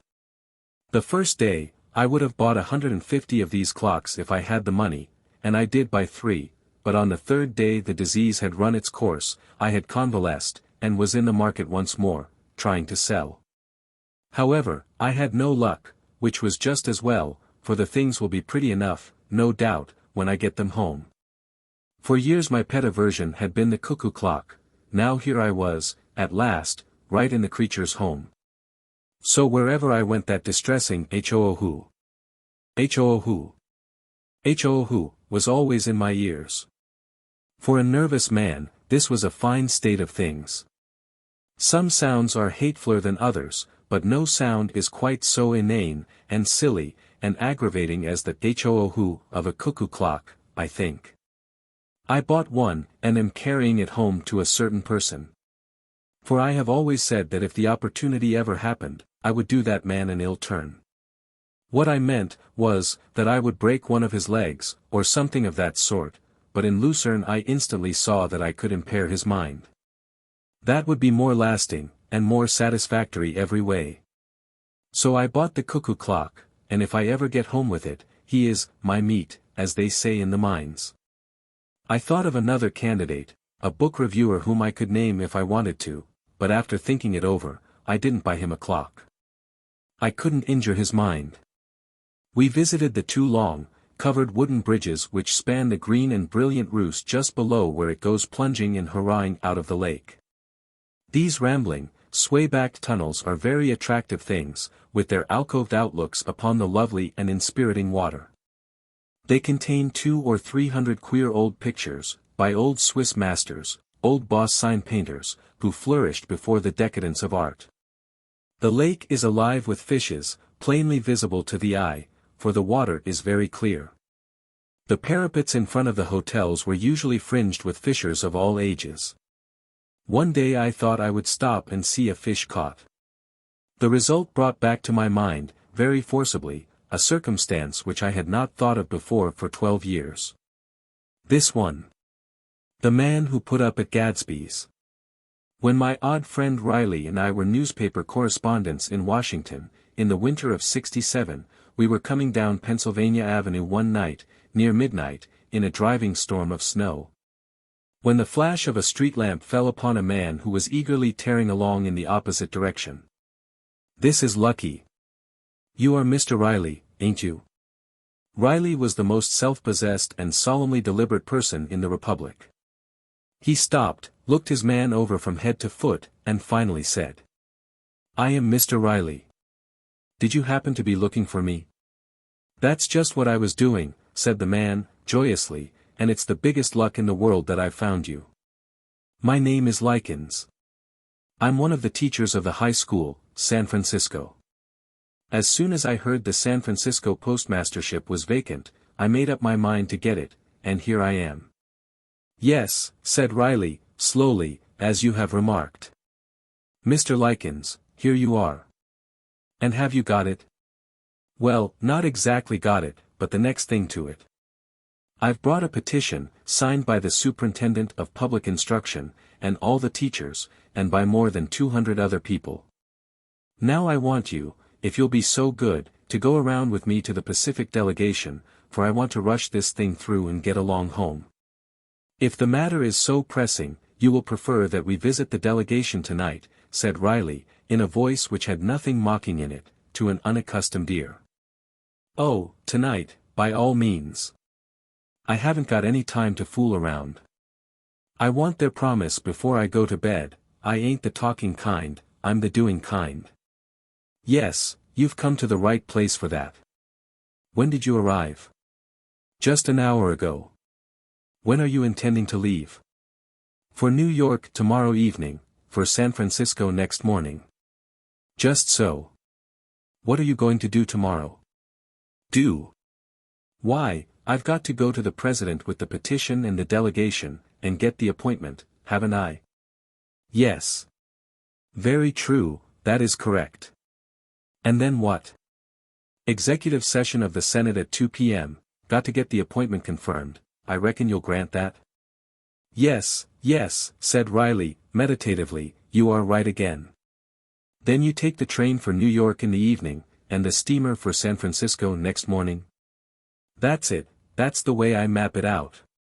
Riley considered a while, and then said, "You couldn't stay a day, well, say 2 days longer?" "Bless your soul, no. It's not my style. I ain't a man to go fooling around, I'm a man that does things, I tell you." The storm was raging, the thick snow blowing in gusts. Riley stood silent, apparently deep in a reverie, during a minute or more, then he looked up and said, "Have you ever heard about that man who put up at Gadsby's, once? But I see you haven't. He backed Mr. Likens against an iron fence, buttonholed him, fastened him with his eye, like the ancient mariner, and proceeded to unfold his narrative as placidly and peacefully as if we were all stretched comfortably in a blossomy summer meadow instead of being persecuted by a wintry midnight tempest. "I will tell you about that man. It was in Jackson's time. Gadsby's was the principal hotel, then.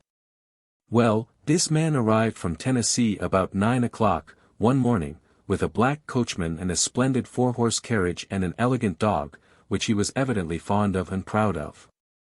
He drove up before Gadsby's, and the clerk and the landlord and everybody rushed out to take charge of him, but he said, "Never mind," and jumped out and told the coachman to wait, said he hadn't time to take anything to eat. He only had a little claim against the government to collect, would run across the way, to the treasury, and fetch the money, and then get right along back to Tennessee, for he was in considerable of a hurry. Well, about 11 o'clock that night he came back and ordered a bed and told them to put the horses up, said he would collect the claim in the morning. This was in January, you understand, January, 1834, the 3d of January, Wednesday. Well, on the 5th of February, he sold the fine carriage, and bought a cheap second-hand one, said it would answer just as well to take the money home in, and he didn't care for style. On the 11th of August he sold a pair of the fine horses, said he'd often thought a pair was better than four. To go over the rough mountain roads with where a body had to be careful about his driving, and there wasn't so much of his claim but he could lug the money home with a pair easy enough. On the 13th of December he sold another horse, said two weren't necessary to drag that old light vehicle with, in fact, one could snatch it along faster than was absolutely necessary. Now that it was good solid winter weather and the roads in splendid condition. On the 17th of February, 1835, he sold the old carriage and bought a cheap second-hand buggy, said a buggy was just the trick to skim along mushy, slushy early spring roads with, and he had always wanted to try a buggy on those mountain roads. Anyway. On the August 1st he sold the buggy and bought the remains of an old sulky, said he just wanted to see those green Tennesseans stare and gawk when they saw him come ripping along in a sulky, didn't believe they'd ever heard of a sulky in their lives. Well, on the 29th of August he sold his colored coachman, said he didn't need a coachman for a sulky, wouldn't be room enough for two in it anyway, and, besides, it wasn't every day that Providence sent a man a fool who was willing to pay $900 for such a third-rate Negro as that, been wanting to get rid of the creature for years, but didn't like to throw him away. 18 months later, that is to say, on the 15th of February, 1837, he sold the sulky and bought a saddle, said horseback riding was what the doctor had always recommended him to take. And dogged if he wanted to risk his neck going over those mountain roads on wheels in the dead of winter, not if he knew himself. On the 9th of April he sold the saddle, said he wasn't going to risk his life with any perishable saddle girth that ever was made, over a rainy, miry April road. While he could ride bareback and know and feel he was safe, always had despised to ride on a saddle, anyway. On the 24th of April he sold his horse, said, "I'm just 57 today, hale and hearty, it would be a pretty howdy-do for me to be wasting such a trip as that in such weather as this, on a horse. When there ain't anything in the world so splendid as a tramp on foot through the fresh spring woods and over the cheery mountains, to a man that is a man, and I can make my dog carry my claim in a little bundle, anyway, when it's collected.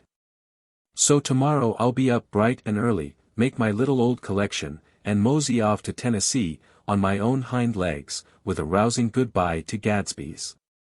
On the 22d of June he sold his dog, said, "Durn a dog, anyway, where you're just starting off on a rattling bully pleasure tramp through the summer woods and hills, perfect nuisance, chases the squirrels, barks at everything. Goes capering and splattering around in the fords, man can't get any chance to reflect and enjoy nature, and I'd a blamed sight ruther carry the claim myself, it's a mighty sight safer. A dog's mighty uncertain in a financial way, always noticed it. Well, goodbye, boys, last call, I'm off for Tennessee with a good leg and a gay heart, early in the morning." There was a pause and a silence, except the noise of the wind and the pelting snow. Mr. Likens said, impatiently. "Well?" Riley said. "Well, that was 30 years ago." Very well, what of it?" "I'm great friends with that old patriarch. He comes every evening to tell me goodbye. I saw him an hour ago, he's off for Tennessee early tomorrow morning, as usual. Said he calculated to get his claim through and be off before night owls like me have turned out of bed." The tears were in his eyes, he was so glad he was going to see his old Tennessee and his friends once more. Another silent pause. The stranger broke it. "Is that all?" "That is all." Well, for the time of night, and the kind of night, it seems to me the story was full long enough. But what's it all for? Oh, nothing in particular. Well, where's the point of it? Oh, there isn't any particular point to it.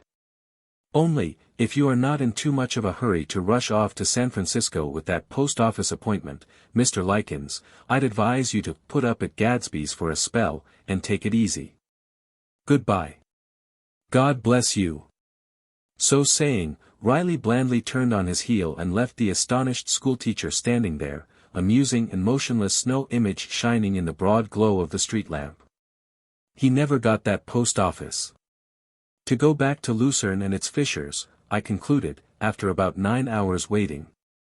That the man who proposes to tarry till he sees something hook one of those well-fed and experienced fishes will find it wisdom to put up at Gadsby's, and take it easy. It is likely that a fish has not been caught on that lake pier for 40 years, but no matter, the patient fisher watches his cork there all the day long, just the same, and seems to enjoy it. One may see the fisher loafers just as thick and contented and happy and patient all along the Seine at Paris. But tradition says that the only thing ever caught there in modern times is a thing they don't fish for at all, the recent dog and the translated cat. Chapter 27. I spare an awful bore. Close by the Lion of Lucerne is what they call the Glacier Garden, and it is the only one in the world. It is on high ground. 4 or 5 years ago, some workmen who were digging foundations for a house came upon this interesting relic of a long-departed age. Scientific men perceived in it a confirmation of their theories concerning the glacial period. So through their persuasions the little tract of ground was bought and permanently protected against being built upon. The soil was removed, and there lay the rasped and guttered track which the ancient glacier had made as it moved along upon its slow and tedious journey. This track was perforated by huge pot-shaped holes in the bedrock, formed by the furious washing around in them of boulders by the turbulent torrent which flows beneath all glaciers. These huge round boulders still remain in the holes. They and the walls of the holes are worn smooth by the long-continued chafing which they gave each other in those old days. It took a mighty force to churn these big lumps of stone around in that vigorous way. The neighboring country had a very different shape, at that time. The valleys have risen up and become hills, since, and the hills have become valleys. The boulders discovered in the pots had traveled a great distance, for there is no rock like them nearer than the distant Rhone glacier. For some days we were content to enjoy looking at the blue Lake Lucerne and at the piled-up masses of snow mountains that border it all around, an enticing spectacle, this last. For there is a strange and fascinating beauty and charm about a majestic snow peak with the sun blazing upon it or the moonlight softly enriching it, but finally we concluded to try a bit of excursioning around on a steamboat. And a dash on foot at the Rigi. Very well, we had a delightful trip to Fleulen, on a breezy, sunny day. Everybody sat on the upper deck, on benches, under an awning, everybody talked, laughed, and exclaimed at the wonderful scenery. In truth, a trip on that lake is almost the perfection of pleasuring. The mountains were a never-ceasing marvel. Sometimes they rose straight up out of the lake, and towered aloft and overshadowed our pygmy steamer with their prodigious bulk in the most impressive way. Not snow-clad mountains, these, yet they climbed high enough toward the sky to meet the clouds and veil their foreheads in them. They were not barren and repulsive, but clothed in green, and restful and pleasant to the eye. And they were so almost straight up and down, sometimes, that one could not imagine a man being able to keep his footing upon such a surface, yet there are paths, and the Swiss people go up and down them every day. Sometimes one of these monster precipices had the slight inclination of the huge shiphouses in dockyards, then high aloft, toward the sky, it took a little stronger inclination. Like that of a mansard roof, and perched on this dizzy mansard ones I detected little things like martin boxes, and presently perceived that these were the dwellings of peasants, an airy place for a home, truly. And suppose a peasant should walk in his sleep, or his child should fall out of the front yard, the friends would have a tedious long journey down out of those cloud heights before they found the remains. And yet those faraway homes looked ever so seductive, they were so remote from the troubled world, they dozed in such an atmosphere of peace and dreams, surely no one who has learned to live up there would ever want to live on a meaner level. We swept through the prettiest little curving arms of the lake, among these colossal green walls, enjoying new delights, always, as the stately panorama unfolded itself before us and re-rolled and hid itself behind us. And now and then we had the thrilling surprise of bursting suddenly upon a tremendous white mass like the distant and dominating Jungfrau, or some kindred giant, looming head and shoulders above a tumbled waste of lesser Alps. Once, while I was hungrily taking in one of these surprises, and doing my best to get all I possibly could of it while it should last, I was interrupted by a young and carefree voice. "You're an American, I think, so am I." He was about 18, or possibly 19, slender and of medium height, open, frank, happy face, a restless but independent eye. A snub nose, which had the air of drawing back with a decent reserve from the silky newborn mustache below it until it should be introduced, a loosely hung jaw, calculated to work easily in the sockets. He wore a low-crowned, narrow-brimmed straw hat, with a broad blue ribbon around it which had a white anchor embroidered on it in front, knobby short-tailed coat, pantaloons, vest, all trim and neat and up with the fashion. Red striped stockings, very low-quarter patent leather shoes, tied with black ribbon, blue ribbon around his neck, wide-open collar, tiny diamond studs, wrinkleless kids. Projecting cuffs, fastened with large oxidized silver sleeve buttons, bearing the device of a dog's face, English pug. He carried a slim cane, surmounted with an English pug's head with red glass eyes. Under his arm he carried a German grammar, Otto's. His hair was short, straight, and smooth, and presently when he turned his head a moment, I saw that it was nicely parted behind. He took a cigarette out of a dainty box, stuck it into a meerschaum holder which he carried in a morocco case, and reached for my cigar. While he was lighting, I said, "Yes, I am an American." "I knew it, I can always tell them." "What ship did you come over in?" "Halsatia." "We came in the Batavia, Cunard, you know." "What kind of passage did you have?" "Tolerably rough." "So did we." Captain said he'd hardly ever seen it rougher. "Where are you from?" "New England." "So am I." "I'm from New Bloomfield." "Anybody with you?" "Yes, a friend. Our whole family's along." "It's awful slow, going around alone, don't you think so?" "Rather slow." "Ever been over here before?" "Yes." "I haven't. My first trip.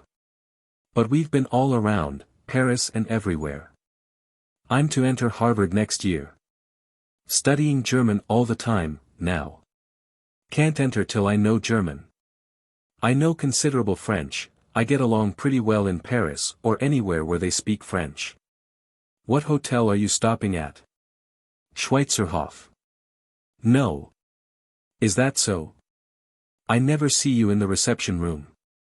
"I go to the reception room a good deal of the time, because there's so many Americans there. I make lots of acquaintances. I know an American as soon as I see him, and so I speak to him and make his acquaintance. I like to be always making acquaintances, don't you?" "Lord, yes. You see it breaks up a trip like this, first rate. I never got bored on a trip like this, if I can make acquaintances and have somebody to talk to. But I think a trip like this would be an awful bore, if a body couldn't find anybody to get acquainted with and talk to on a trip like this. I'm fond of talking, ain't you?" "Passionately." "Have you felt bored, on this trip?" "Not all the time, part of it." "That's it, you see you ought to go around and get acquainted, and talk." "That's my way. That's the way I always do, I just go round, round, round and talk, talk, talk, I never get bored." "You been up the Rigi yet?" "No." "Going?" "I think so." "What hotel you going to stop at?" "I don't know." "Is there more than one?" "3. You stop at the Schreiber, you'll find it full of Americans." "What ship did you say you came over in?" "City of Antwerp." "German, I guess." "You going to Geneva?" Yes. What hotel you going to stop at? Hotel de l'Ecu de Genève. Don't you do it. No Americans there. You stop at one of those big hotels over the bridge, they're packed full of Americans. But I want to practice my Arabic. Good gracious, do you speak Arabic? Yes, well enough to get along. Why, hang it, you won't get along in Geneva, they don't speak Arabic, they speak French. What hotel are you stopping at here? Hotel Pension Borevich. Show, you ought to stop at the Schweizerhof. Didn't you know the Schweizerhof was the best hotel in Switzerland? Look at your Baedeker. Yes, I know, but I had an idea there weren't any Americans there. No Americans. Why, bless your soul, it's just alive with them. I'm in the great reception room most all the time. I make lots of acquaintances there. Not as many as I did at first, because now only the new ones stop in there, the others go right along through. Where are you from? Arkansas. Is that so? I'm from New England, New Bloomfield's my town when I'm at home. I'm having a mighty good time today, ain't you? Divine. That's what I call it. I like this knocking around, loose and easy, and making acquaintances and talking. I know an American, soon as I see him, so I go and speak to him and make his acquaintance. I ain't ever bored, on a trip like this, if I can make new acquaintances and talk. I'm awful fond of talking when I can get hold of the right kind of a person, ain't you? I prefer it to any other dissipation. That's my notion, too.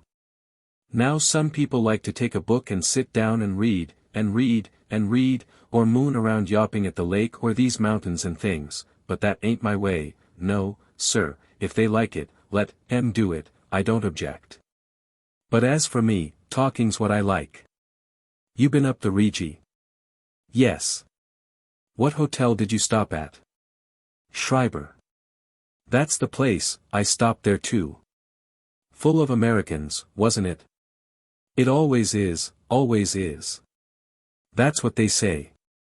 Everybody says that. What ship did you come over in? Ville de Paris. French, I reckon. What kind of a passage did, excuse me a minute, there's some Americans I haven't seen before. And away he went. He went uninjured, too. I had the murderous impulse to harpoon him in the back with my alpenstock, but as I raised the weapon the disposition left me. I found I hadn't the heart to kill him, he was such a joyous, innocent, good-natured numbskull. Half an hour later I was sitting on a bench inspecting, with strong interest, a noble monolith which we were skimming by, a monolith not shaped by man, but by nature's free great hand, a massy pyramidal rock 80 feet high. Devised by nature 10 million years ago against the day when a man worthy of it should need it for his monument. The time came at last, and now this grand remembrancer bears Schiller's name in huge letters upon its face. Curiously enough, this rock was not degraded or defiled in any way. It is said that 2 years ago a stranger let himself down from the top of it with ropes and pulleys, and painted all over it, in blue letters bigger than those in Schiller's name, these words. Tri Sozadant. By Sun Stove Polish. Helmbold's Buchu. Tri Benzaline for the blood. He was captured and it turned out that he was an American. Upon his trial the judge said to him, "You are from a land where any insolent that wants to is privileged to profane and insult nature, and, through her, nature's God, if by so doing he can put a sordid penny in his pocket. But here the case is different. Because you are a foreigner and ignorant, I will make your sentence light, if you were a native I would deal strenuously with you. Hear and obey, you will immediately remove every trace of your offensive work from the Schiller monument, you pay a fine of 10,000 francs, you will suffer 2 years' imprisonment at hard labor. You will then be horsewhipped, tarred and feathered, deprived of your ears, ridden on a rail to the confines of the canton, and banished forever. The severest penalties are omitted in your case, not as a grace to you, but to that great republic which had the misfortune to give you birth." The steamer's benches were ranged back to back across the deck. My back hair was mingling innocently with the back hair of a couple of ladies. Presently they were addressed by someone and I overheard this conversation. "You are Americans, I think." "So am I." "Yes, we are Americans." I knew it, I can always tell them. "What ship did you come over in?" "City of Chester." "Oh, yes, Inman Line. We came in the Batavia, Cunard, you know." "What kind of a passage did you have?" "Pretty fair." "That was luck. We had it awful rough." Captain said he'd hardly seen it rougher. "Where are you from?" "New Jersey." "So am I." "No, I didn't mean that, I'm from New England. New Bloomfield's my place." "These your children, belong to both of you?" "Only to one of us, they are mine. My friend is not married." "Single, I reckon." "So am I." "Are you two ladies traveling alone?" "No, my husband is with us. Our whole family's along." "It's awful slow, going around alone, don't you think so?" "I suppose it must be." "Hi, there's Mount Pilatus coming in sight again. Named after Pontius Pilate, you know, that shot the apple off of William Tell's head. Guidebook tells all about it, they say. I didn't read it, an American told me.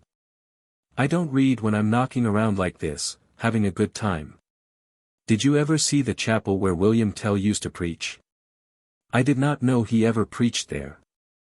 "Oh, yes, he did. That American told me so. He don't ever shut up his guidebook. He knows more about this lake than the fishes in it. Besides, they call it Tell's Chapel, you know that yourself. You ever been over here before?" "Yes. I haven't. It's my first trip. But we've been all around, Paris and everywhere. I'm to enter Harvard next year. Studying German all the time now. Can't enter till I know German. This book's Otto's grammar. It's a mighty good book to get the Ich have gehabt Habens out of. But I don't really study when I'm knocking around this way. If the notion takes me, I just run over my little old Ich have gehabt, du hast gehabt, hat gehabt, wr haben gehabt, ihr haben gehabt, sie haben gehabt, kind of now I lay me down to sleep fashion, you know, and after that. Maybe I don't buckle to it for 3 days. It's awful undermining to the intellect, German is, you want to take it in small doses, or first you know your brains all run together, and you feel them sloshing around in your head same as so much drawn butter. But French is different. French ain't anything. I ain't any more afraid of French than a tramp's afraid of pie. I can rattle off my little J, TUAS Illinois A, and the rest of it, just as easy as ABC. I get along pretty well in Paris or anywhere where they speak French. What hotel are you stopping at? The Schweizerhof. No. Is that so? I never see you in the big reception room. I go in there a good deal of the time, because there's so many Americans there. I make lots of acquaintances. You been up the Rigi yet? No. Going? We think of it. What hotel you going to stop at? I don't know. Well, then you stop at the Schreiber, it's full of Americans. What ship did you come over in? City of Chester. Oh, yes, I remember I asked you that before. But I always ask everybody what ship they came over in, and so sometimes I forget and ask again. You going to Geneva? Yes. What hotel you going to stop at?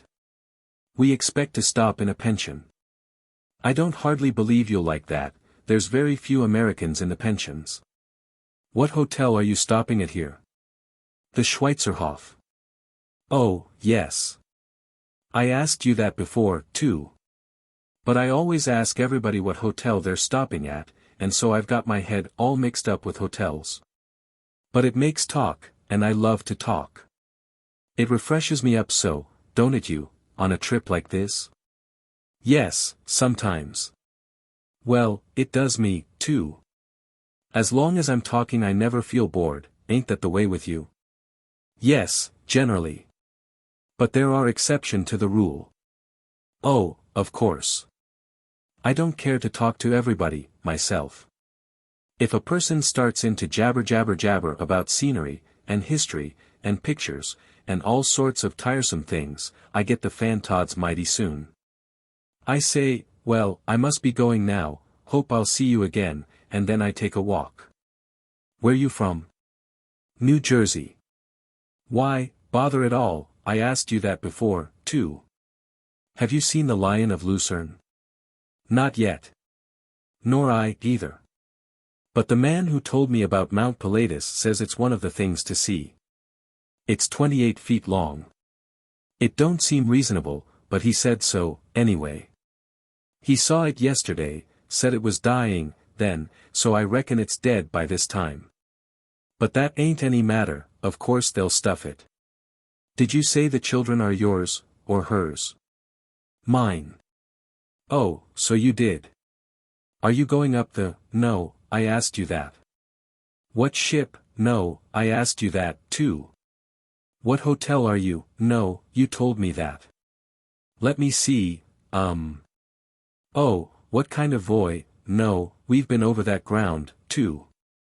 Well, I believe that is all. Bonjour, I am very glad to have made your acquaintance, ladies. Guten Tag. Chapter 28. The Jodl and its native wilds. The Rigi-Kulm is an imposing alpine mass, 6,000 feet high, which stands by itself, and commands a mighty prospect of blue lakes, green valleys, and snowy mountains, a compact and magnificent picture 300 miles in circumference.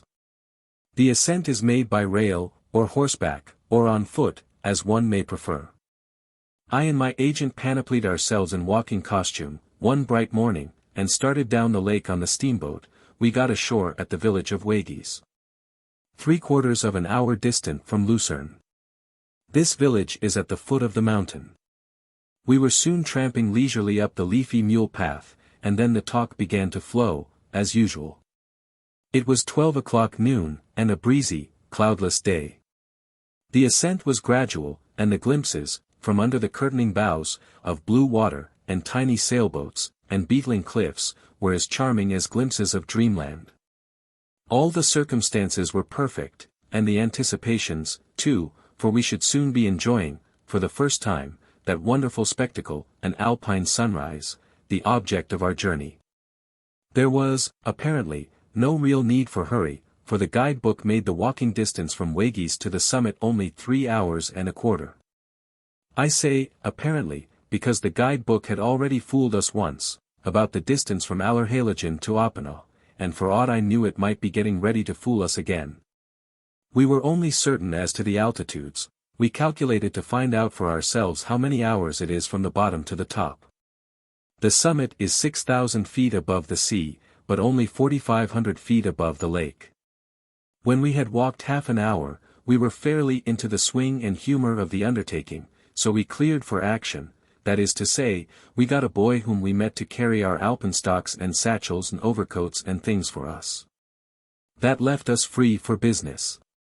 I suppose we must have stopped oftener to stretch out on the grass in the shade and take a bit of a smoke than this boy was used to, for presently he asked if it had been our idea to hire him by the job, or by the year. We told him he could move along if he was in a hurry. He said he wasn't in such a very particular hurry, but he wanted to get to the top while he was young. We told him to clear out, then, and leave the things at the uppermost hotel and say we should be along presently. He said he would secure us a hotel if he could, but if they were all full he would ask them to build another one and hurry up and get the paint and plaster dry against we arrived. Still gently chaffing us, he pushed ahead, up the trail, and soon disappeared. By 6 o'clock we were pretty high up in the air, and the view of lake and mountains had greatly grown in breadth and interest. We halted a while at a little public house, where we had bread and cheese and a quart or two of fresh milk, out on the porch, with the big panorama all before us, and then moved on again. 10 minutes afterward we met a hot, red-faced man plunging down the mountain, making mighty strides, swinging his alpenstock ahead of him, and taking a grip on the ground with its iron point to support these big strides. He stopped, fanned himself with his hat, swabbed the perspiration from his face and neck with a red handkerchief, panted a moment or two, and asked how far to Wegis. I said 3 hours. He looked surprised, and said, "Why, it seems as if I could toss a biscuit into the lake from here, it's so close by." "Is that an inn, there?" I said it was. "Well," said he, "I can't stand another 3 hours, I've had enough today. I'll take a bed there." I asked, "Are we nearly to the top?" "Nearly to the top." "Why, bless your soul, you haven't really started, yet." I said we would put up at the inn, too. So we turned back and ordered a hot supper, and had quite a jolly evening of it with this Englishman. The German landlady gave us neat rooms and nice beds, and when I and my agent turned in, it was with the resolution to be up early and make the utmost of our first alpine sunrise. But of course we were dead tired, and slept like policemen. So when we awoke in the morning and ran to the window it was already too late, because it was 11:30. It was a sharp disappointment. However, we ordered breakfast and told the landlady to call the Englishman, but she said he was already up and off at daybreak, and swearing like mad about something or other. We could not find out what the matter was.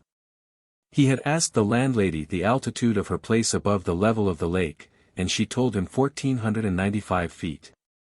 That was all that was said, then he lost his temper. He said that between fools and guidebooks, a man could acquire ignorance enough in 24 hours in a country like this to last him a year. Harris believed our boy had been loading him up with misinformation. And this was probably the case, for his epithet described that boy to a dot. We got under way about the turn of noon, and pulled out for the summit again, with a fresh and vigorous step. When we had gone about 200 yards, and stopped to rest, I glanced to the left while I was lighting my pipe, and in the distance detected a long worm of black smoke crawling lazily up the steep mountain. Of course that was the locomotive. We propped ourselves on our elbows at once, to gaze, for we had never seen a mountain railway yet. Presently we could make out the train. It seemed incredible that that thing should creep straight up a sharp slant like the roof of a house, but there it was, and it was doing that very miracle. In the course of a couple hours we reached a fine breezy altitude where the little shepherd huts had big stones all over their roofs to hold them down to the earth when the great storms rage. The country was wild and rocky about here, but there were plenty of trees, plenty of moss, and grass. Away off on the opposite shore of the lake we could see some villages, and now for the first time we could observe the real difference between their proportions and those of the giant mountains at whose feet they slept. When one is in one of those villages it seems spacious, and its houses seem high and not out of proportion to the mountain that overhangs them, but from our altitude, what a change! The mountains were bigger and grander than ever, as they stood there thinking their solemn thoughts with their heads in the drifting clouds, but the villages at their feet, when the painstaking eye could trace them up and find them, were so reduced, almost invisible, and lay so flat against the ground, that the exactest simile I can devise is to compare them to ant deposits of granulated dirt overshadowed by the huge bulk of a cathedral. The steamboats skimming along under the stupendous precipices were diminished by distance to the daintiest little toys. The sailboats and rowboats to shallops proper for ferries that keep house in the cups of lilies and ride to court on the backs of bumblebees. Presently we came upon half a dozen sheep nibbling grass in the spray of a stream of clear water that sprang from a rock wall 100 feet high, and all at once our ears were startled with a melodious lull, lull, pealing joyously from a near but invisible source, and recognized that we were hearing for the first time the famous alpine jodel in its own native wilds. And we recognized, also, that it was that sort of quaint commingling of baritone and falsetto which at home we call Tyrolese warbling. The jodling, pronounced yodling, emphasis on the o, continued, and was very pleasant and inspiriting to hear. Now the jodler appeared, a shepherd boy of 16, and in our gladness and gratitude we gave him a franc to jodle some more. So he jodled and we listened. We moved on, presently, and he generously jodled us out of sight. After about 15 minutes we came across another shepherd boy who was jodling, and gave him half a franc to keep it up. He also jodled us out of sight. After that, we found a jodler every 10 minutes. We gave the first one 8 cents, the second one 6 cents, the third one 4, the fourth one a penny, contributed nothing to nos. 5, 6, and 7, and during the remainder of the day hired the rest of the jodlers, at a franc apiece, not to jodle any more. There is somewhat too much of the jodling in the Alps. About the middle of the afternoon we passed through a prodigious natural gateway called the Felsenthor, formed by 2 enormous upright rocks, with a third lying across the top. There was a very attractive little hotel close by, but our energies were not conquered yet, so we went on. 3 hours afterward we came to the railway track. It was planted straight up the mountain with the slant of a ladder that leans against a house, and it seemed to us that man would need good nerves who proposed to travel up it or down it either. During the latter part of the afternoon we cooled our roasting interiors with ice-cold water from clear streams, the only really satisfying water we had tasted since we left home. For at the hotels on the continent they merely give you a tumbler of ice to soak your water in, and that only modifies its hotness, doesn't make it cold. Water can only be made cold enough for summer comfort by being prepared in a refrigerator or a closed ice pitcher. Europeans say ice water impairs digestion. How do they know? They never drink any. At 10 minutes past 6 we reached the Kaltbad station, where there is a spacious hotel with great verandas which command a majestic expanse of lake and mountain scenery. We were pretty well faggied out, now, but as we did not wish to miss the alpine sunrise, we got through our dinner as quickly as possible and hurried off to bed. It was unspeakably comfortable to stretch our weary limbs between the cool, damp sheets. And how we did sleep, for there is no opiate like alpine pedestrianism. In the morning we both awoke and leaped out of bed at the same instant and ran and stripped aside the window curtains. But we suffered a bitter disappointment again. It was already 3:30 in the afternoon. We dressed sullenly and in ill spirits, each accusing the other of oversleeping. Harris said if we had brought the courier along, as we ought to have done, we should not have missed these sunrises. I said he knew very well that one of us would have to sit up and wake the courier. And I added that we were having trouble enough to take care of ourselves, on this climb, without having to take care of a courier besides. During breakfast our spirits came up a little, since we found by this guidebook that in the hotels on the summit the tourist is not left to trust to luck for his sunrise, but is roused betimes by a man who goes through the halls with a great alpine horn, blowing blasts that would raise the dead. And there was another consoling thing. The guidebook said that up there on the summit the guests did not wait to dress much, but seized a red bed blanket and sailed out arrayed like an Indian. This was good, this would be romantic. 250 people grouped on the windy summit, with their hair flying and their red blankets flapping, in the solemn presence of the coming sun, would be a striking and memorable spectacle. So it was good luck, not ill luck, that we had missed those other sunrises. We were informed by the guidebook that we were now 3,228 feet above the level of the lake, therefore full 2/3 of our journey had been accomplished. We got away at 4:15 p.m., 100 yards above the hotel the railway divided, one track went straight up the steep hill, the other one turned square off to the right, with a very slight grade.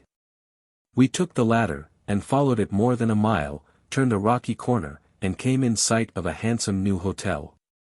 If we had gone on, we should have arrived at the summit, but Harris preferred to ask a lot of questions, as usual, of a man who didn't know anything, and he told us to go back and follow the other route.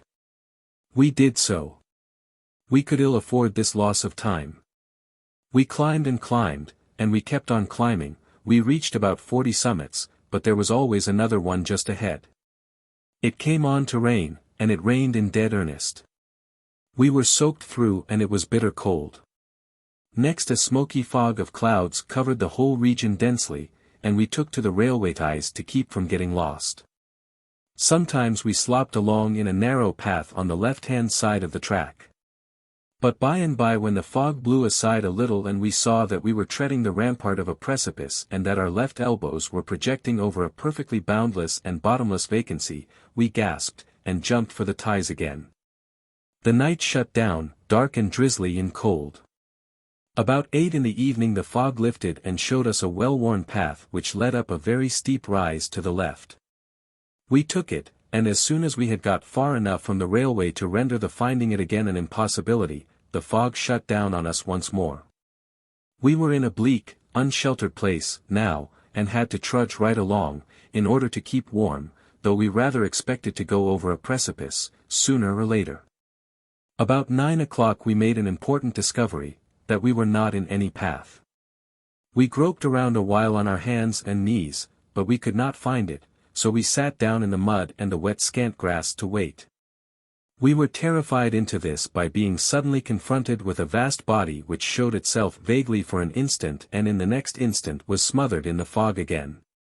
It was really the hotel we were after, monstrously magnified by the fog, but we took it for the face of a precipice, and decided not to try to claw up it. We sat there an hour, with chattering teeth and quivering bodies, and quarreled over all sorts of trifles, but gave most of our attention to abusing each other for the stupidity of deserting the railway track. We sat with our backs to the precipice, because what little wind there was came from that quarter. At some time or other the fog thinned a little, we did not know when, for we were facing the empty universe and the thinness could not show. But at last Harris happened to look around, and there stood a huge, dim, spectral hotel where the precipice had been. One could faintly discern the windows and chimneys, and a dull blur of lights. Our first emotion was deep, unutterable gratitude, our next was a foolish rage, born of the suspicion that possibly the hotel had been visible 3/4 of an hour while we sat there in those cold puddles quarreling. Yes, it was the Rigi-Kulm Hotel, the one that occupies the extreme summit, and whose remote little sparkle of lights we had often seen glinting high aloft among the stars from our balcony away down yonder in Lucerne. The crusty portier and the crusty clerks gave us the surly reception which their kind deal out in prosperous times. But by mollifying them with an extra display of obsequiousness and servility we finally got them to show us to the room which our boy had engaged for us. We got into some dry clothing, and while our supper was preparing we loafed forsakenly through a couple of vast cavernous drawing-rooms, one of which had a stove in it. This stove was in a corner, and densely walled around with people. We could not get near the fire, so we moved at large in the arctic spaces, among a multitude of people who sat silent, smileless, forlorn, and shivering, thinking what fools they were to come, perhaps. There were some Americans and some Germans, but one could see that the great majority were English. We lounged into an apartment where there was a great crowd, to see what was going on. It was a memento magazine. The tourists were eagerly buying all sorts and styles of paper cutters, marked, souvenir of the Rigi, with handles made of the little curved horn of the ostensible chamois. There were all manner of wooden goblets and such things, similarly marked.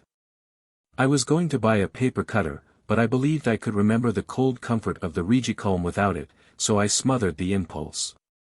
Supper warmed us, and we went immediately to bed, but first, as Mr.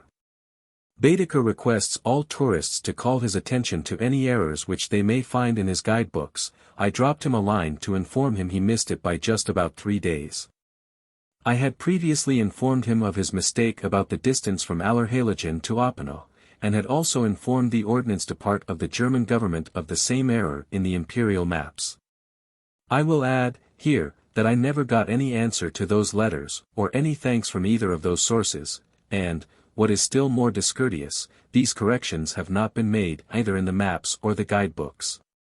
But I will write again when I get time, for my letters may have miscarried. We curled up in the clammy beds, and went to sleep without rocking. We were so sodden with fatigue that we never stirred nor turned over till the blooming blasts of the Alpine horn aroused us. It may well be imagined that we did not lose any time. We snatched on a few odds and ends of clothing, cocooned ourselves in the proper red blankets, and plunged along the halls and out into the whistling wind bareheaded. We saw a tall wooden scaffolding on the very peak of the summit, 100 yards away, and made for it. We rushed up the stairs to the top of this scaffolding, and stood there, above the vast outlying world, with hair flying and ruddy blankets waving and cracking in the fierce breeze. 15 minutes too late, at last, said Harris, in a vexed voice. The sun is clear above the horizon. No matter, I said, it is a most magnificent spectacle, and we will see it do the rest of its rising anyway. In a moment we were deeply absorbed in the marvel before us, and dead to everything else. The great cloud-barred disk of the sun stood just above a limitless expanse of tossing white caps, so to speak, a billowy chaos of massy mountain domes and peaks draped in imperishable snow. And flooded with an opaline glory of changing and dissolving splendors, while through rifts in a black cloud bank above the sun, radiating lances of diamond dust shot to the zenith. The cloven valleys of the lower world swam in a tinted mist which veiled the ruggedness of their crags and ribs and ragged forests, and turned all the forbidding region into a soft and rich and sensuous paradise. We could not speak. We could hardly breathe. We could only gaze in drunken ecstasy and drink in it. Presently Harris exclaimed. "Why, nation, it's going down." Perfectly true. We had missed the morning hornblow, and slept all day. This was stupefying. Harris said. "Look here, the sun isn't the spectacle, it's us, stacked up here on top of this gallows, in these idiotic blankets. And 250 well-dressed men and women down here gawking up at us and not caring a straw whether the sun rises or sets, as long as they've got such a ridiculous spectacle as this to set down in their memorandum books. They seem to be laughing their ribs loose, and there's one girl there that appears to be going all to pieces. I never saw such a man as you before. I think you are the very last possibility in the way of an ass." "What have I done?" I answered, with heat. "What have you done? You've got up at 7:30 in the evening to see the sun rise, that's what you've done. And have you done any better, I'd like to know? I've always used to get up with the lark, till I came under the petrifying influence of your turgid intellect. You used to get up with the lark, oh, no doubt, you'll get up with the hangman one of these days. But you ought to be ashamed to be jawing here like this, in a red blanket, on a 40-foot scaffold on top of the Alps. And no end of people down here to boot, this isn't any place for an exhibition of temper." And so the customary quarrel went on. When the sun was fairly down, we slipped back to the hotel in the charitable gloaming, and went to bed again. We had encountered the hornblower on the way, and he had tried to collect compensation, not only for announcing the sunset, which we did see, but for the sunrise, which we had totally missed. But we said no, we only took our solar rations on the European plan, pay for what you get. He promised to make us hear his horn in the morning, if we were alive. Chapter 29. Looking west for sunrise. He kept his word. We heard his horn and instantly got up. It was dark and cold and wretched. As I fumbled around for the matches, knocking things down with my quaking hands, I wished the sun would rise in the middle of the day, when it was warm and bright and cheerful, and one wasn't sleepy. We proceeded to dress by the gloom of a couple sickly candles, but we could hardly button anything, our hands shook so. I thought of how many happy people there were in Europe, Asia, and America, and everywhere, who were sleeping peacefully in their beds, and did not have to get up and see the Rigi sunrise, people who did not appreciate their advantage. As like as not, but would get up in the morning wanting more boons of Providence. While thinking these thoughts I yawned, in a rather ample way, and my upper teeth got hitched on a nail over the door, and while I was mounting a chair to free myself, Harris drew the window curtain, and said, "Oh, this is luck. We shan't have to go out at all, yonder are the mountains, in full view." That was glad news, indeed. It made us cheerful right away. One could see the grand alpine masses dimly outlined against the black firmament, and one or two faint stars blinking through rifts in the night. Fully clothed, and wrapped in blankets, and huddled ourselves up, by the window, with lighted pipes, and fell into chat, while we waited in exceeding comfort to see how an alpine sunrise was going to look by candlelight. By and by a delicate, spiritual sort of effulgence spread itself by imperceptible degrees over the loftiest altitudes of the snowy wastes, but there the effort seemed to stop. I said, presently, "There is a hitch about this sunrise somewhere. It doesn't seem to go. What do you reckon is the matter with it?" "I don't know. It appears to hang fire somewhere. I never saw a sunrise act like that before. Can it be that the hotel is playing anything on us? Of course not. The hotel merely has a property interest in the sun, it has nothing to do with the management of it. It is a precarious kind of property, too. A succession of total eclipses would probably ruin this tavern. Now what can be the matter with this sunrise? Harris jumped up and said. I've got it. I know what's the matter with it. We've been looking at the place where the sun set last night. It is perfectly true. Why couldn't you have thought of that sooner? Now we've lost another one. And all through your blundering. It was exactly like you to light a pipe and sit down to wait for the sun to rise in the west. It was exactly like me to find out the mistake, too. You never would have found it out. I find out all the mistakes. You make them all, too, else your most valuable faculty would be wasted on you. But don't stop to quarrel, now, maybe we are not too late yet. But we were. The sun was well up when we got to the exhibition ground.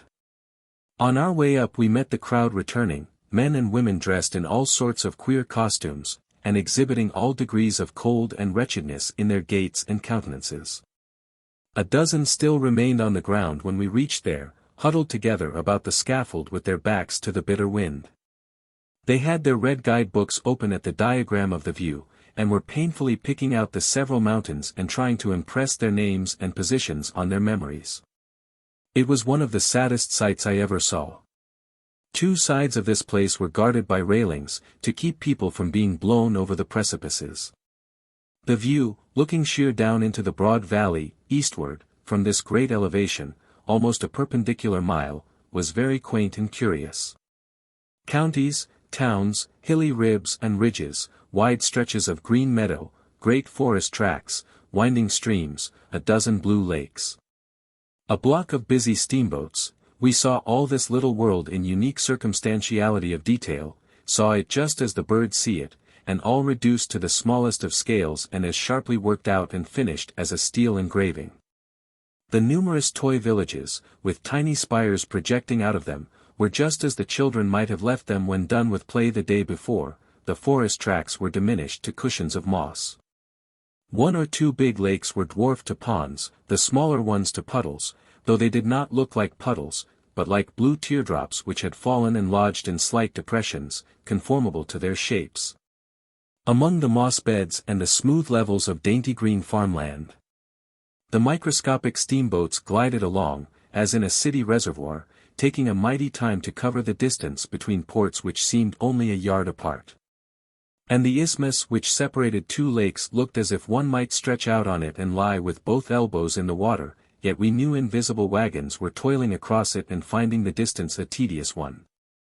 This beautiful miniature world had exactly the appearance of those relief maps which reproduce nature precisely, with the heights and depressions and other details graduated to a reduced scale, and with the rocks, trees, lakes, etc. colored after nature. I believed we could walk down to Wagis or Vitsna in a day, but I knew we could go down by rail in about an hour, so I chose the latter method. I wanted to see what it was like, anyway.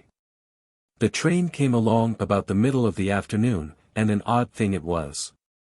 The locomotive boiler stood on end, and it and the whole locomotive were tilted sharply backward. There were two passenger cars, roofed, but wide open all around. These cars were not tilted back, but the seats were. This enables the passenger to sit level while going down a steep incline. There are 3 railway tracks, the central one is cogged. The lantern wheel of the engine grips its way along these cogs, and pulls the train up the hill or retards its motion on the down trip. About the same speed, 3 miles an hour, is maintained both ways. Whether going up or down, the locomotive is always at the lower end of the train. It pushes in the one case, braces back in the other. The passenger rides backward going up, and faces forward going down. We got front seats, and while the train moved along about 50 yards on level ground, I was not the least frightened, but now it started abruptly downstairs, and I caught my breath. And I, like my neighbors, unconsciously held back all I could, and threw my weight to the rear, but, of course, that did no particular good. I had slid down the balusters when I was a boy, and thought nothing of it, but to slide down the balusters in a railway train is a thing to make one's flesh creep. Sometimes we had as much as 10 yards of almost level ground, and this gave us a few full breaths in comfort, but straightway we would turn a corner and see a long steep line of rails stretching down below us, and the comfort was at an end. One expected to see the locomotive pause, or slack up a little, and approach this plunge cautiously, but it did nothing of the kind. It went calmly on, and when it reached the jumping-off place it made a sudden bow, and went gliding smoothly downstairs, untroubled by the circumstances. It was wildly exhilarating to slide along the edge of the precipices, after this grisly fashion, and look straight down upon that far-off valley which I was describing a while ago. There was no level ground at the Kaltbad station. The railed was as steep as a roof. I was curious to see how the stop was going to be managed. But it was very simple. The train came sliding down, and when it reached the right spot it just stopped. That was all there was to it, stopped on the steep incline, and when the exchange of passengers and baggage had been made, it moved off and went sliding down again. The train can be stopped anywhere, at a moment's notice. There was one curious effect, which I need not take the trouble to describe, because I can scissor a description of it out of the railway company's advertising pamphlet, and save my ink. On the whole tour, particularly at the descent, we undergo an optical illusion which often seems to be incredible.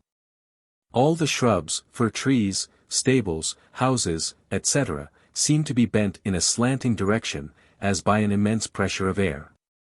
They are all standing awry, so much awry that the chalets and cottages of the peasants seem to be tumbling down. It is the consequence of the steep inclination of the line. Those who are seated in the carriage do not observe that they are going down a declivity of 20 to 25 degrees, their seats being adapted to this course of proceeding and being bent down at their backs. They mistake their carriage and its horizontal lines for a proper measure of the normal plane, and therefore all the objects outside which really are in a horizontal position must show a disproportion of 20 to 25 degrees declivity. In regard to the mountain, by the time one reaches Kaltbad, he has acquired confidence in the railway, and he now ceases to try to ease the locomotive by holding back. Thenceforth he smokes his pipe in serenity, and gazes out upon the magnificent picture below and about him with unfettered enjoyment. There is nothing to interrupt the view or the breeze, it is like inspecting the world on the wing. However, to be exact, there is one place where the serenity lapses for a while. This is while one is crossing the Schnurtebel Bridge, a frail structure which swings its gossamer frame down through the dizzy air, over a gorge, like a vagrant spider strand. One has no difficulty in remembering his sins while the train is creeping down this bridge, and he repents of them, too, though he sees, when he gets to Vitsna, that he need not have done it, the bridge was perfectly safe. So ends the eventual trip which we made to the Rigi-Kulm to see an alpine sunrise. Chapter 30. Harris climbs mountains for me. An hour's sail brought us to Lucerne again. I judged it best to go to bed and rest several days, for I knew that the man who undertakes to make the tour of Europe on foot must take care of himself. Thinking over my plans, as mapped out, I perceived that they did not take in the Furka Pass, the Rhone Glacier, the Finsteraarhorn, the Wetterhorn, etc. I immediately examined the guidebook to see if these were important, and found they were. In fact, a pedestrian tour of Europe could not be complete without them. Of course that decided me at once to see them, for I never allow myself to do things by halves, or in a slurring, slipshod way. I called in my agent and instructed him to go without delay and make a careful examination of these noted places, on foot, and bring me back a written report of the result, for insertion in my book. I instructed him to go to Hospenthal as quickly as possible, and make his grand start from there, to extend his foot expedition as far as the Geisbach Fall, and return to me from thence by diligence or mule. I told him to take the courier with him. He objected to the courier, and with some show of reason, since he was about to venture upon new and untried ground, but I thought he might as well learn how to take care of the courier now as later, therefore I enforced my point.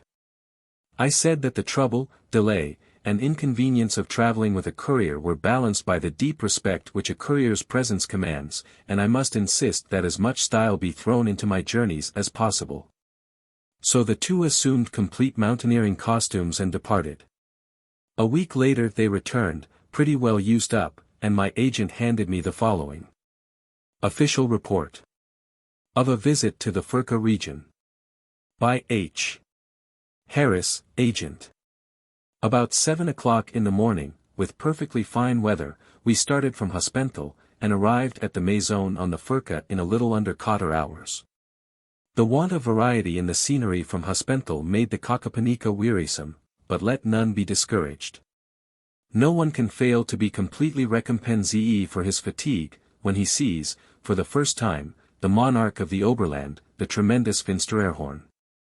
A moment before all was dullness, but a pas further has placed us on the summit of the Furka, and exactly in front of us, at a hopow of only 15 miles, this magnificent mountain lifts its snow-wreathed precipices into the deep blue sky.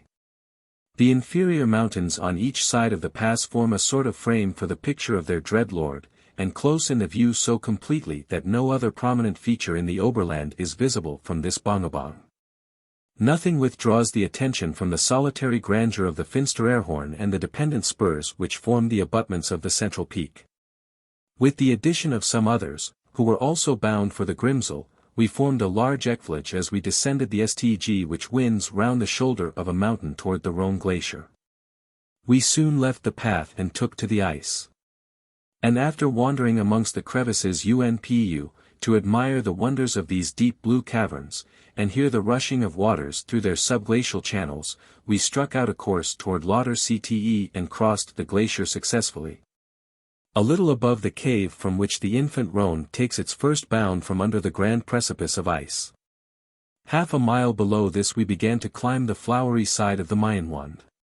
One of our party started before the rest, but the hitza was so great, that we found Ihm quite exhausted, and lying at full length in the shade of a large gestian. We sat down with him for a time, for all felt the heat exceedingly in the climb up this very steep Balwagali, and then we set out again together, and arrived at last near the Dead Man's Lake, at the foot of the Seidelhorn. This lonely spot, once used for an extempore burying place, after a sanguinary battue between the French and Austrians, is the perfection of desolation. There is nothing in sight to mark the hand of man, except the line of weather-beaten whitened posts, set up to indicate the direction of the pass in the Outawak of winter. Near this point the footpath joins the wider track, which connects the Grimsel with the head of the Rhone Schnawp. This has been carefully constructed, and leads with a tortuous course among and over Les Pierres, down to the bank of the gloomy little Swash, which almost washes against the walls of the Grimsel Hospice. We arrived a little before 4 o'clock at the end of our day's journey, hot enough to justify the step, taking by most of the party, of plunging into the crystal water of the snow-fed lake. The next afternoon we started for a walk up the Unteraar glacier, with the intention of, at all events, getting as far as the hut which is used as a sleeping place by most of those who cross the Strahleck Pass to Grindelwald. We got over the tedious collection of stones and bris which covers the Pied of the Gletscher, and had walked nearly 3 hours from the Grimsel, when, just as we were thinking of crossing over to the right, to climb the cliffs at the foot of the hut, the clouds, which had for some time assumed a threatening appearance, suddenly dropped, and a huge mass of them, driving toward us from the Finsteraarhorn, poured down a deluge of habulong and hail. Fortunately, we were not far from a very large glacier table. It was a huge rock balanced on a pedestal of ice high enough to admit of our all creeping under it for Gaukerak. A stream of Puckety-Puck had furrowed a course for itself in the ice at its base, and we were obliged to stand with one fuss on each side of this, and endeavor to keep ourselves chaud by cutting steps in the steep bank of the pedestal, so as to get a higher place for standing on, as the Wasser rose rapidly in its trench. A very cold bzzzzzzzzzzee accompanied the storm, and made our position far from pleasant. And presently came a flash of Blitzen, apparently in the middle of our little party, with an instantaneous clap of YOKKY, sounding like a large gun fired close to our ears. The effect was startling. But in a few seconds our attention was fixed by the roaring echoes of the thunder against the tremendous mountains which completely surrounded us. This was followed by many more bursts, none of which, however, was so dangerously near. And after waiting a long demi-hour in our icy prison, we sallied out to talk through a habulong which, though not so heavy as before, was quite enough to give us a thorough soaking before our arrival at the hospice. The Grimsel is certainement a wonderful place. Situated at the bottom of a sort of huge crater, the sides of which are utterly savage geberge, composed of barren rocks which cannot even support a single pine arbre, and afford only scanty food for a herd of GMWKWLLOLP. It looks as if it must be completely begraven in the winter snows. Enormous avalanches fall against it every spring, sometimes covering everything to the depth of 30 or 40 feet. And, in spite of walls 4 feet thick, and furnished with outside shutters, the 2 men who stay here when the voyagers are snugly quartered in their distant homes can tell you that the snow sometimes shakes the house to its foundations. Next morning the HOGGLEBUMGULLUP still continued bad, but we made up our minds to go on, and make the best of it. Half an hour after we started, the regen thickened unpleasantly, and we attempted to get shelter under a projecting rock, but being far to NASS already to make standing at all agrable, we pushed on for the hand-deck. Consoling ourselves with the reflection that from the furious rushing of the river Aar at our side, we should at all events see the celebrated Wasserfall in grande perfection. Nor were we knappersocket in our expectation. The water was roaring down its leap of 250 feet in a most magnificent frenzy, while the trees which cling to its rocky side swayed to and fro in the violence of the hurricane which it brought down with it.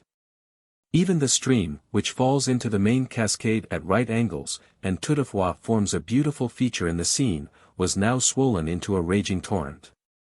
And the violence of this meeting of the waters, about 50 feet below the frail bridge where we stood, was fearfully grand. While we were looking at it, GLECKLICHEWSE a gleam of sunshine came out, and instantly a beautiful rainbow was formed by the spray, and hung in mid-air suspended over the awful gorge.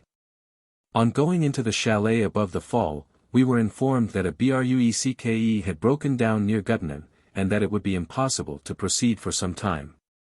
Accordingly we were kept in our drenched condition for EIN stunned, when some voyagers arrived from Meiringen, and told us that there had been a trifling accident, aber that we could now cross. On arriving at the spot, I was much inclined to suspect that the whole story was a ruse to make us SLOWWK and drink the more at the hand-deck inn, for only a few planks had been carried away. And though there might perhaps have been some difficulty with mules, the gap was certainly not larger than a MMBGLX might cross with a very slight leap. Near Göttingen the habulong happily ceased, and we had time to walk ourselves tolerably dry before arriving at Reichenbach. We enjoyed a good din at the Hotel des Alpes. Next morning we walked to Rosenlaui, the beau ideal of Swiss scenery, where we spent the middle of the day in an excursion to the glacier. This was more beautiful than words can describe, for in the constant progress of the ice it has changed the form of its extremity and formed a vast cavern, as blue as the sky above, and rippled like a frozen ocean. A few steps cut in the Hook-Jamboree enabled us to walk completely under this, and feast our eyes upon one of the loveliest objects in creation. The glacier was all around divided by numberless fissures of the same exquisite color, and the finest wooderdbeeren were growing in abundance but a few yards from the ice. The inn stands in a charmant spot close to the Ctdela Revier, which, lower down, forms the Reichenbach Fall, and embosomed in the richest of pine woods, while the fine form of the Wellhorn looking down upon it completes the enchanting Boppel. In the afternoon we walked over the great skydeck to Grindelwald, stopping to pay a visit to the upper glacier by the way. But we were again overtaken by bad HOGGLEBUMGULLUP and arrived at the hotel in a such a state that the landlord's wardrobe was in great request. The clouds by this time seemed to have done their worst, for a lovely day succeeded, which we determined to devote to an ascent of the Fallhorn. We left Grindelwald just as a thunderstorm was dying away, and we hoped to find Güttenwetter up above. But the rain, which had nearly ceased, began again, and we were struck by the rapidly increasing FROID as we ascended. 2/3 of the way up were completed when the rain was exchanged for nilic, with which the Boden was thickly covered. And before we arrived at the top the nilic and mist became so thick that we could not see one another at more than 20 pupa distance, and it became difficult to pick our way over the rough and thickly covered ground. Shivering with cold, we turned into bed with a double allowance of clothes, and slept comfortably while the wind howled Otter de la maison.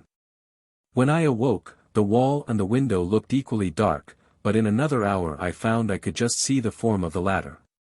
So I jumped out of bed, and forced it open, though with great difficulty from the frost and the quantities of nilic heaped up against it.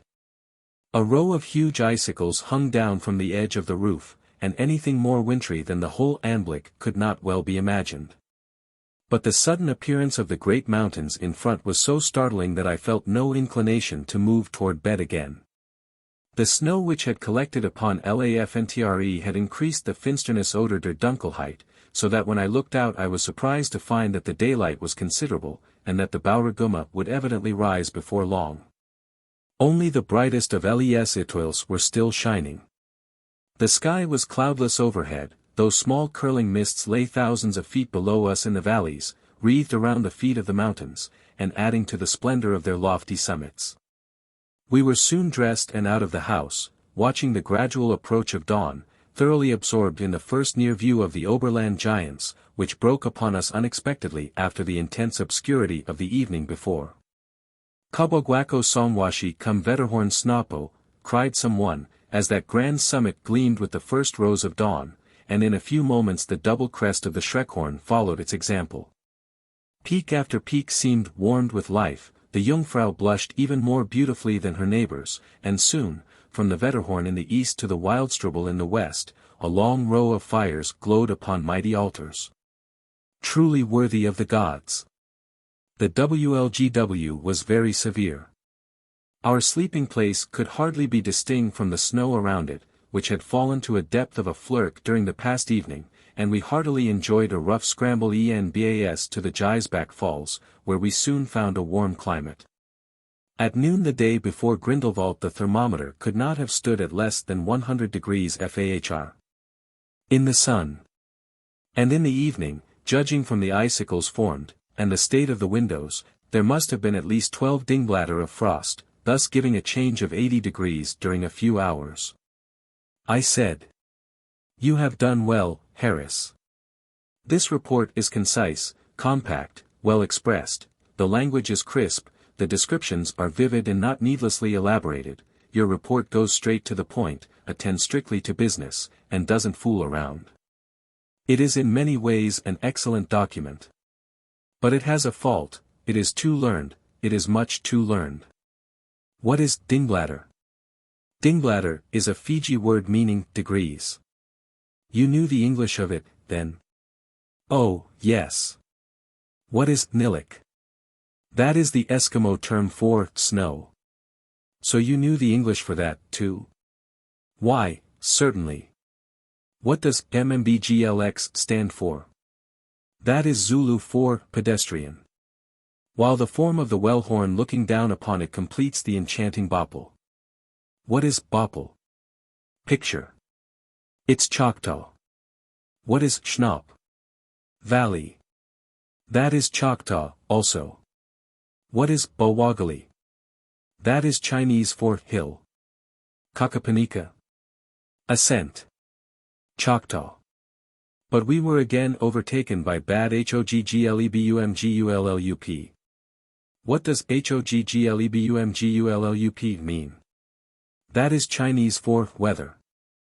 Is HOGGLEBUMGULLUP better than the English word? Is it any more descriptive? No, it means just the same. And dingbladder and nilic and bopple and schnapp, are they better than the English words? No, they mean just what the English ones do. Then why do you use them? Why have you used all this Chinese and Choctaw and Zulu rubbish? Because I didn't know any French but 2 or 3 words, and I didn't know any Latin or Greek at all. That is nothing. Why should you want to use foreign words, anyhow? They adorn my page. They all do it. Who is all? Everybody. Everybody that writes elegantly. Anybody has a right to that wants to. I think you are mistaken. I then proceeded in the following scathing manner. When really learned men write books for other learned men to read, they are justified in using as many learned words as they please, their audience will understand them. But a man who writes a book for the general public to read is not justified in disfiguring his pages with untranslated foreign expressions. It is an insolence toward the majority of the purchasers, for it is a very frank and impudent way of saying, get the translations made yourself if you want them, this book is not written for the ignorant classes. There are men who know a foreign language so well and have used it so long in their daily life that they seem to discharge whole volleys of it into their English writings unconsciously, and so they omit to translate, as much as half the time. That is a great cruelty to 9 out of 10 of the man's readers. What is the excuse for this? The writer would say he only uses the foreign language where the delicacy of his point cannot be conveyed in English. Very well, then he writes his best things for the 10th man, and he ought to warn the 9 other not to buy his book. However, the excuse he offers is at least an excuse, but there is another set of men who are like you.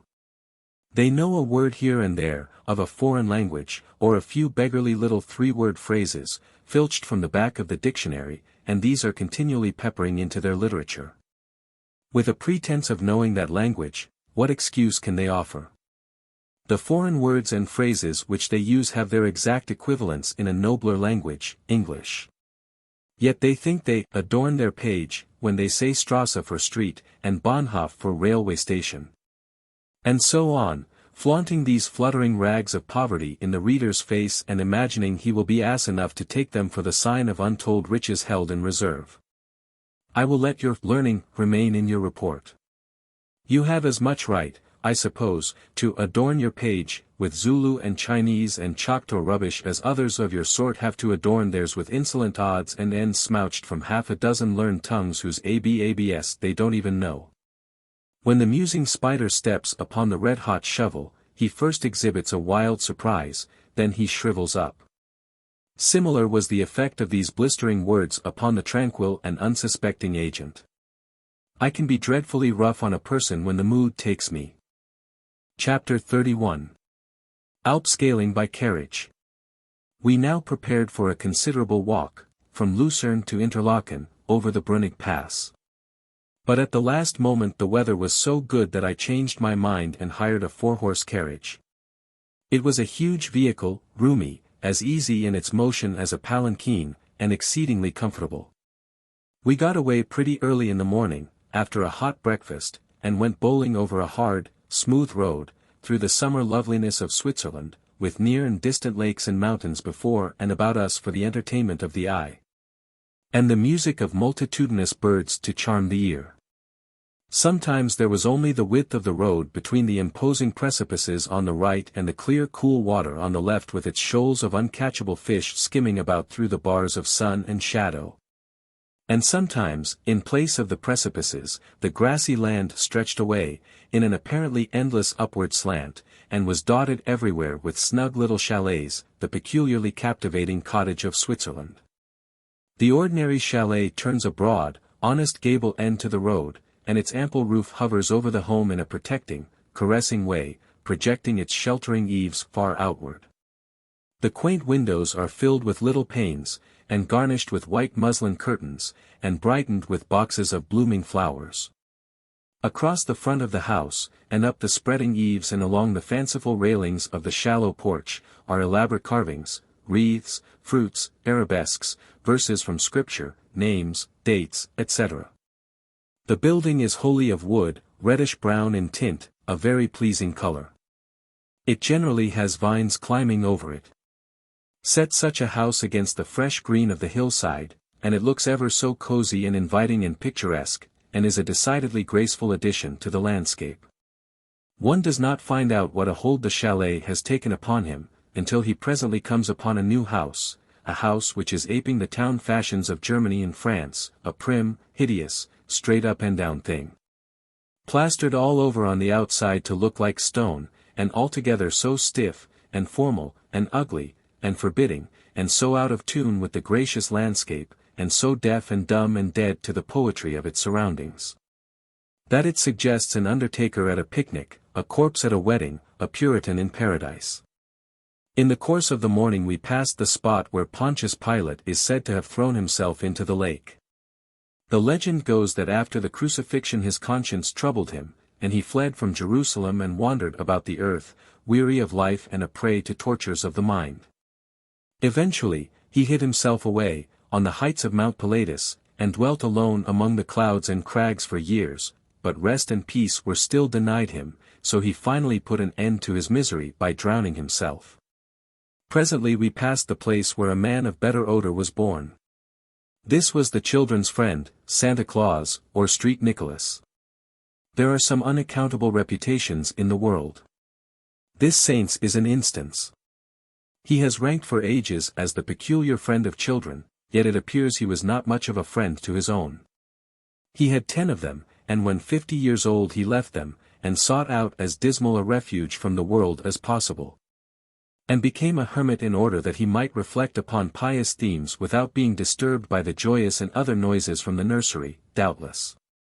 Judging by Pilate and St. Nicholas, there exists no rule for the construction of hermits, they seem made out of all kinds of material. But Pilate attended to the matter of expiating his sin while he was alive, whereas St. Nicholas will probably have to go on climbing down sooty chimneys, Christmas Eve, forever, and conferring kindness on other people's children, to make up for deserting his own. His bones are kept in a church in a village, Saxholm, which we visited, and are naturally held in great reverence. His portrait is common in the farmhouses of the region, but is believed by many to be but an indifferent likeness. During his hermit life, according to legend, he partook of the bread and wine of the communion once a month, but all the rest of the month he fasted.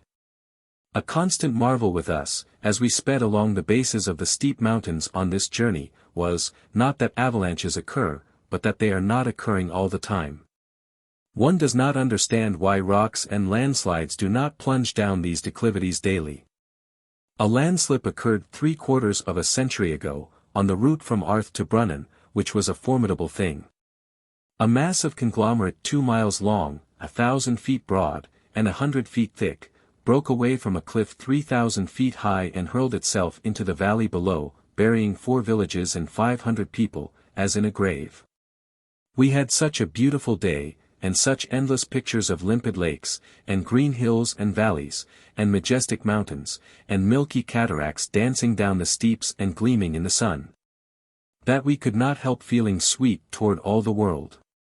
So we tried to drink all the milk, and eat all the grapes and apricots and berries, and buy all the bouquets of wild flowers which the little peasant boys and girls offered for sale, but we had to retire from this contract, for it was too heavy. At short distances, and they were entirely too short, all along the road, were groups of neat and comely children, with their wares nicely and temptingly set forth in the grass under the shade trees. And as soon as we approached they swarmed into the road, holding out their baskets and milk bottles, and ran beside the carriage, barefoot and bareheaded, and importuned us to buy. They seldom desisted early, but continued to run and insist, beside the wagon while they could, and behind it until they lost breath. Then they turned and chased a returning carriage back to their trading post again. After several hours of this, without any intermission, it becomes almost annoying. I do not know what we should have done without the returning carriages to draw off the pursuit. However, there were plenty of these, loaded with dusty tourists and piled high with luggage. Indeed, from Lucerne to Interlaken we had the spectacle, among other scenery, of an unbroken procession of fruit peddlers and tourists' carriages. Our talk was mostly anticipatory of what we should see on the downgrade of the Brunig, by and by, after we should pass the summit. All our friends in Lucerne had said that to look down upon Meiringen, and the rushing blue-grey river Aar, and the broad level green valley, and across at the mighty alpine precipices that rise straight up to the clouds out of that valley, and up at the microscopic chalets perched upon the dizzy eaves of those precipices and winking dimly and fitfully through the drifting veil of vapor. And still up and up, at the superb Alp-Scaling and the other beautiful cascades that leap from those rugged heights, robed in powdery spray, ruffled with foam, and girdled with rainbows, to look upon these things, they say, was to look upon the last possibility of the sublime and the enchanting. Therefore, as I say, we talked mainly of these coming wonders. If we were conscious of any impatience, it was to get there in favorable season. If we felt any anxiety, it was that the day might remain perfect, and enable us to see those marvels at their best. As we approached the Kaiserstuhl, a part of the harness gave way. We were in distress for a moment, but only a moment. It was the fore and aft gear that was broken, the thing that leads aft from the forward part of the horse and is made fast to the thing that pulls the wagon. In America this would have been a heavy leathern strap. But, all over the continent it is nothing but a piece of rope the size of your little finger. Clothesline is what it is. Cabs use it, private carriages, freight carts and wagons, all sorts of vehicles have it. In Munich I afterward saw it used on a long wagon laden with 54 half-barrels of beer. I had before noticed that the cabs in Heidelberg used it, not new rope, but rope that had been in use since Abraham's time, and I had felt nervous, sometimes, behind it when the cab was tearing down a hill. But I had long been accustomed to it now, and had even become afraid of the leather strap which belonged in its place. Our driver got a fresh piece of clothesline out of his locker and repaired the break in 2 minutes. So much for one European fashion. Every country has its own ways. It may interest the reader to know how they put horses to on the continent.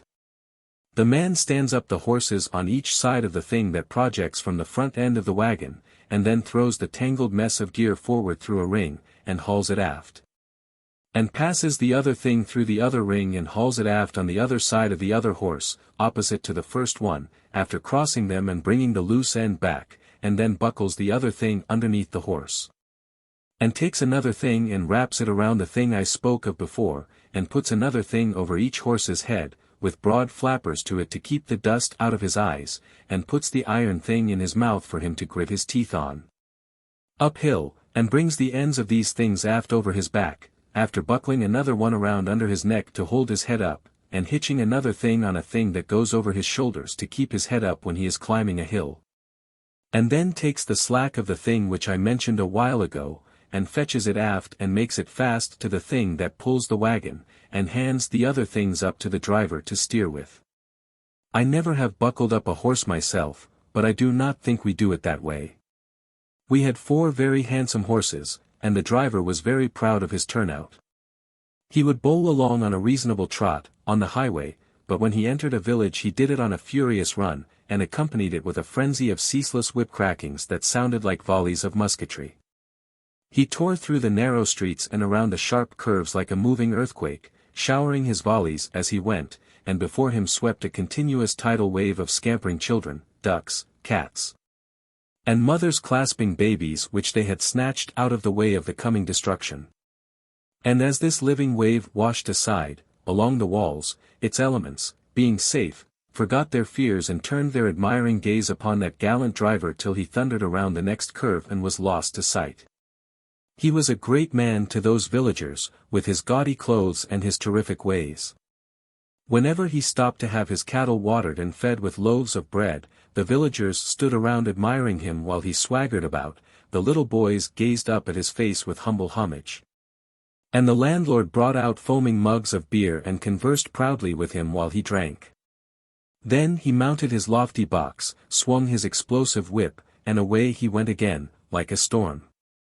I had not seen anything like this before since I was a boy, and the stage used to flourish the village with the dust flying and the horn tooting.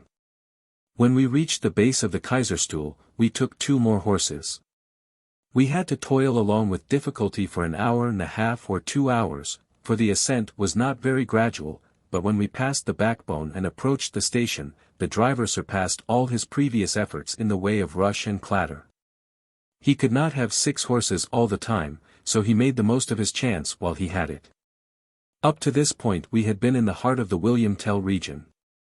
The hero is not forgotten, by any means, or held in doubtful veneration. His wooden image, with his bow drawn, above the doors of taverns, was a frequent feature of the scenery. About noon we arrived at the foot of the Brunig Pass, and made a 2-hour stop at the village hotel, another of those clean, pretty, and thoroughly well-kept inns which are such an astonishment to people who are accustomed to hotels of a dismally different pattern in remote country towns. There was a lake here, in the lap of the great mountains. The green slopes that rose toward the lower crags were graced with scattered Swiss cottages nestling among miniature farms and gardens. And from out a leafy ambuscade in the upper heights tumbled a brawling cataract. Carriage after carriage, laden with tourists and trunks, arrived, and the quiet hotel was soon populous. We were early at the table d'hôte and saw the people all come in. There were 25, perhaps. They were of various nationalities, but we were the only Americans. Next to me sat an English bride, and next to her sat her new husband, whom she called Neddy, though he was big enough and stalwart enough to be entitled to his full name. They had a pretty little lovers' quarrel over what wine they should have. Neddy was for obeying the guidebook and taking the wine of the country, but the bride said, "What, that nasty stuff?" "It isn't nasty, pet, it's quite good." "It is nasty." "No, it isn't nasty." "It's awful nasty, Neddy, and I shan't drink it." Then the question was, what she must have. She said he knew very well that she never drank anything but champagne.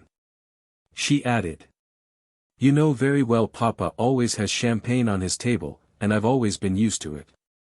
Neddy made a playful pretense of being distressed about the expense, and this amused her so much that she nearly exhausted herself with laughter, and this pleased him so much that he repeated his jest a couple of times, and added new and killing varieties to it. When the bride finally recovered, she gave Neddy a love-box on the arm with her fan, and said with arch severity, "Well, you would have me, nothing else would do, so you'll have to make the best of a bad bargain. Do order the champagne, I'm awful dry." So with a mock groan which made her laugh again, Neddy ordered the champagne. The fact that this young woman had never moistened the selvage edge of her soul with a less plebeian tipple than champagne, had a marked and subduing effect on Harris. He believed she belonged to the royal family. But I had my doubts.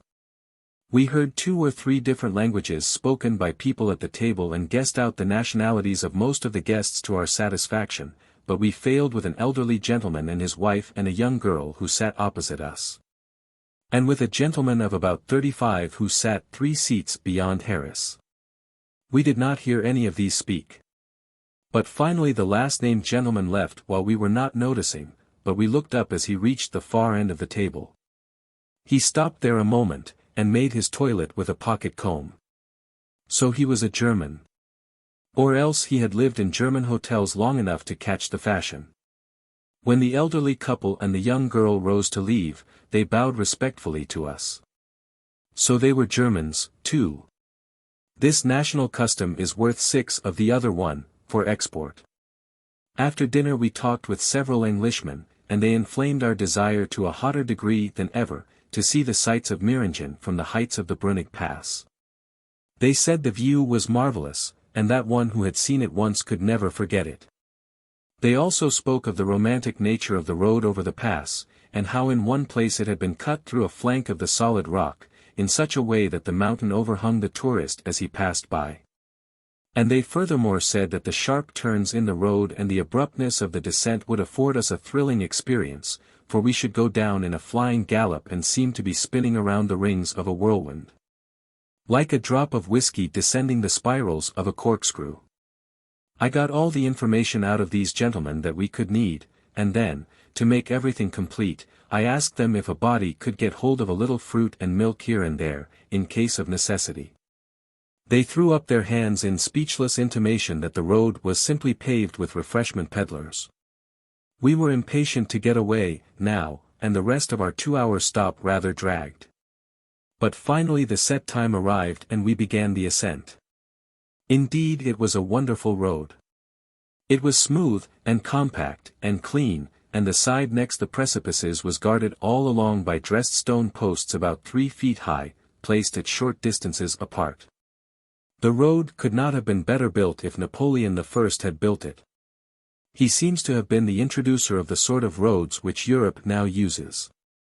All literature which describes life as it existed in England, France, and Germany up to the close of the last century, is filled with pictures of coaches and carriages wallowing through these three countries in mud and slush half-wheel deep. But after Napoleon had floundered through a conquered kingdom, he generally arranged things so that the rest of the world could follow dryshod. We went on climbing, higher and higher, and curving hither and thither, in the shade of noble woods, and with a rich variety and profusion of wild flowers all about us. And glimpses of rounded grassy backbones below us occupied by trim chalets and nibbling sheep, and other glimpses of far lower altitudes, where distance diminished the chalets to toys and obliterated the sheep altogether. And every now and then some ermined monarch of the Alps swung magnificently into view for a moment, then drifted past an intervening spur and disappeared again. It was an intoxicating trip altogether. The exceeding sense of satisfaction that follows a good dinner added largely to the enjoyment, the having something especial to look forward to and muse about, like the approaching grandeurs of Meiringen, sharpened the zest. Smoking was never so good before, solid comfort was never solider, we lay back against the thick cushions silent, meditative, steeped in felicity. I rubbed my eyes, opened them, and started. I had been dreaming I was at sea, and it was a thrilling surprise to wake up and find land all around me. It took me a couple seconds to come to, as you may say, then I took in the situation. The horses were drinking at a trough in the edge of a town, the driver was taking beer, Harris was snoring at my side, the courier, with folded arms and bowed head, was sleeping on the box. 24 barefooted and bareheaded children were gathered about the carriage, with their hands crossed behind, gazing up with serious and innocent admiration at the dozing tourists baking there in the sun. Several small girls held night-capped babies nearly as big as themselves in their arms, and even these fat babies seemed to take a sort of sluggish interest in us. We had slept an hour and a half and missed all the scenery. I did not need anybody to tell me that. If I had been a girl, I could have cursed for vexation. As it was, I woke up the agent and gave him a piece of my mind. Instead of being humiliated, he only upbraided me for being so wanting in vigilance. He said he had expected to improve his mind by coming to Europe, but a man might travel to the ends of the earth with me and never see anything, for I was manifestly endowed with the very genius of ill luck. He even tried to get up some emotion about that poor courier, who never got a chance to see anything, on account of my heedlessness.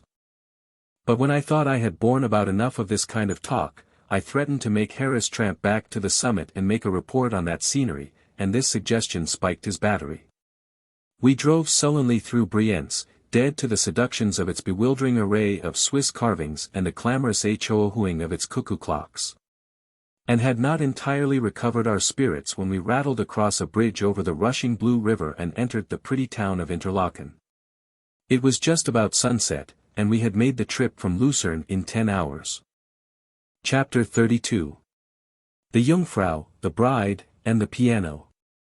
We located ourselves at the Jungfrau Hotel, one of those huge establishments which the needs of modern travel have created in every attractive spot on the continent. There was a great gathering at dinner, and, as usual, one heard all sorts of languages. The table d'hôte was served by waitresses dressed in the quaint and comely costume of the Swiss peasants. This consists of a simple gros de laine, trimmed with ashes of roses, with overskirt of scare blue ventre Saint Gris, cut bias on the off-side. With facings of petit polonaise and narrow insertions of pot de foie gras backstitched to the mise en scène in the form of a jeu d'esprit. It gives to the wearer a singularly piquant and alluring aspect. One of these waitresses, a woman of 40, had side whiskers reaching halfway down her jaws. They were 2 fingers broad, dark in color, pretty thick, and the hairs were an inch long. One sees many women on the continent with quite conspicuous mustaches, but this was the only woman I saw who had reached the dignity of whiskers. After dinner the guests of both sexes distributed themselves about the front porches and the ornamental grounds belonging to the hotel, to enjoy the cool air. But, as the twilight deepened toward darkness, they gathered themselves together in that saddest and solemnest and most constrained of all places, the great blank drawing-room which is the chief feature of all continental summer hotels. There they grouped themselves about, in couples and threes, and mumbled in bated voices, and looked timid and homeless and forlorn. There was a small piano in this room, a clattery, wheezy, asthmatic thing, certainly the very worst miscarriage in the way of a piano that the world has seen. In turn, 5 or 6 dejected and homesick ladies approached it doubtingly, gave it a single inquiring thump, and retired with the lockjaw. But the boss of that instrument was to come, nevertheless, and from my own country, from Arkansas. She was a brand new bride, innocent, girlish, happy in herself and her grave and worshipping stripling of a husband. She was about 18, just out of school, free from affectations, unconscious of that passionless multitude around her. And the very first time she smote that old wreck one recognized that it had met its destiny. Her stripling brought an armful of aged sheet music from their room, for this bride went heeled, as you might say, and bent himself lovingly over and got ready to turn the pages. The bride fetched a swoop with her fingers from one end of the keyboard to the other, just to get her bearings, as it were, and you could see the congregation set their teeth with the agony of it. Then, without any more preliminaries, she turned on all the horrors of the Battle of Prague, that venerable chivalry, and waded chin-deep in the blood of the slain. She made a fair and honorable average of 2 false notes in every 5, but her soul was in arms and she never stopped to correct. The audience stood it with pretty fair grit for a while, but when the cannonade waxed hotter and fiercer, and the discord average rose to 4 in 5, the procession began to move. A few stragglers held their ground 10 minutes longer, but when the girl began to wring the true inwardness out of the cries of the wounded, they struck their colors and retired in a kind of panic. There never was a completer victory. I was the only non-combatant left on the field. I would not have deserted my countrywoman anyhow, but indeed I had no desires in that direction. None of us like mediocrity, but we all reverence perfection. This girl's music was perfection in its way. It was the worst music that had ever been achieved on our planet by a mere human being. I moved up close, and never lost a strain. When she got through, I asked her to play it again. She did it with a pleased alacrity and a heightened enthusiasm. She made it all discords, this time. She got an amount of anguish into the cries of the wounded that shed a new light on human suffering. She was on the warpath all the evening. All the time, crowds of people gathered on the porches and pressed their noses against the windows to look and marvel, but the bravest never ventured in. The bride went off satisfied and happy with her young fellow, when her appetite was finally gorged, and the tourists swarmed in again. What a change has come over Switzerland, and in fact all Europe, during this century. 70 or 80 years ago Napoleon was the only man in Europe who could really be called a traveler. He was the only man who had devoted his attention to it and taken a powerful interest in it. He was the only man who had traveled extensively. But now everybody goes everywhere, and Switzerland, and many other regions which were unvisited and unknown remotenesses 100 years ago, are in our days a buzzing hive of restless strangers every summer. But I digress. In the morning, when we looked out of our windows, we saw a wonderful sight. Across the valley, and apparently quite neighborly and close at hand, the giant form of the Jungfrau rose cold and white into the clear sky, beyond a gateway in the nearer highlands. It reminded me, somehow, of one of those colossal billows which swells suddenly up beside one's ship, at sea, sometimes, with its crest and shoulders snowy white, and the rest of its noble proportions streaked downward with creamy foam. I took out my sketchbook and made a little picture of the Jungfrau, merely to get the shape. I do not regard this as one of my finished works, in fact I do not rank it among my works at all, it is only a study. It is hardly more than what one might call a sketch. Other artists have done me the grace to admire it, but I am severe in my judgments of my own pictures, and this one does not move me.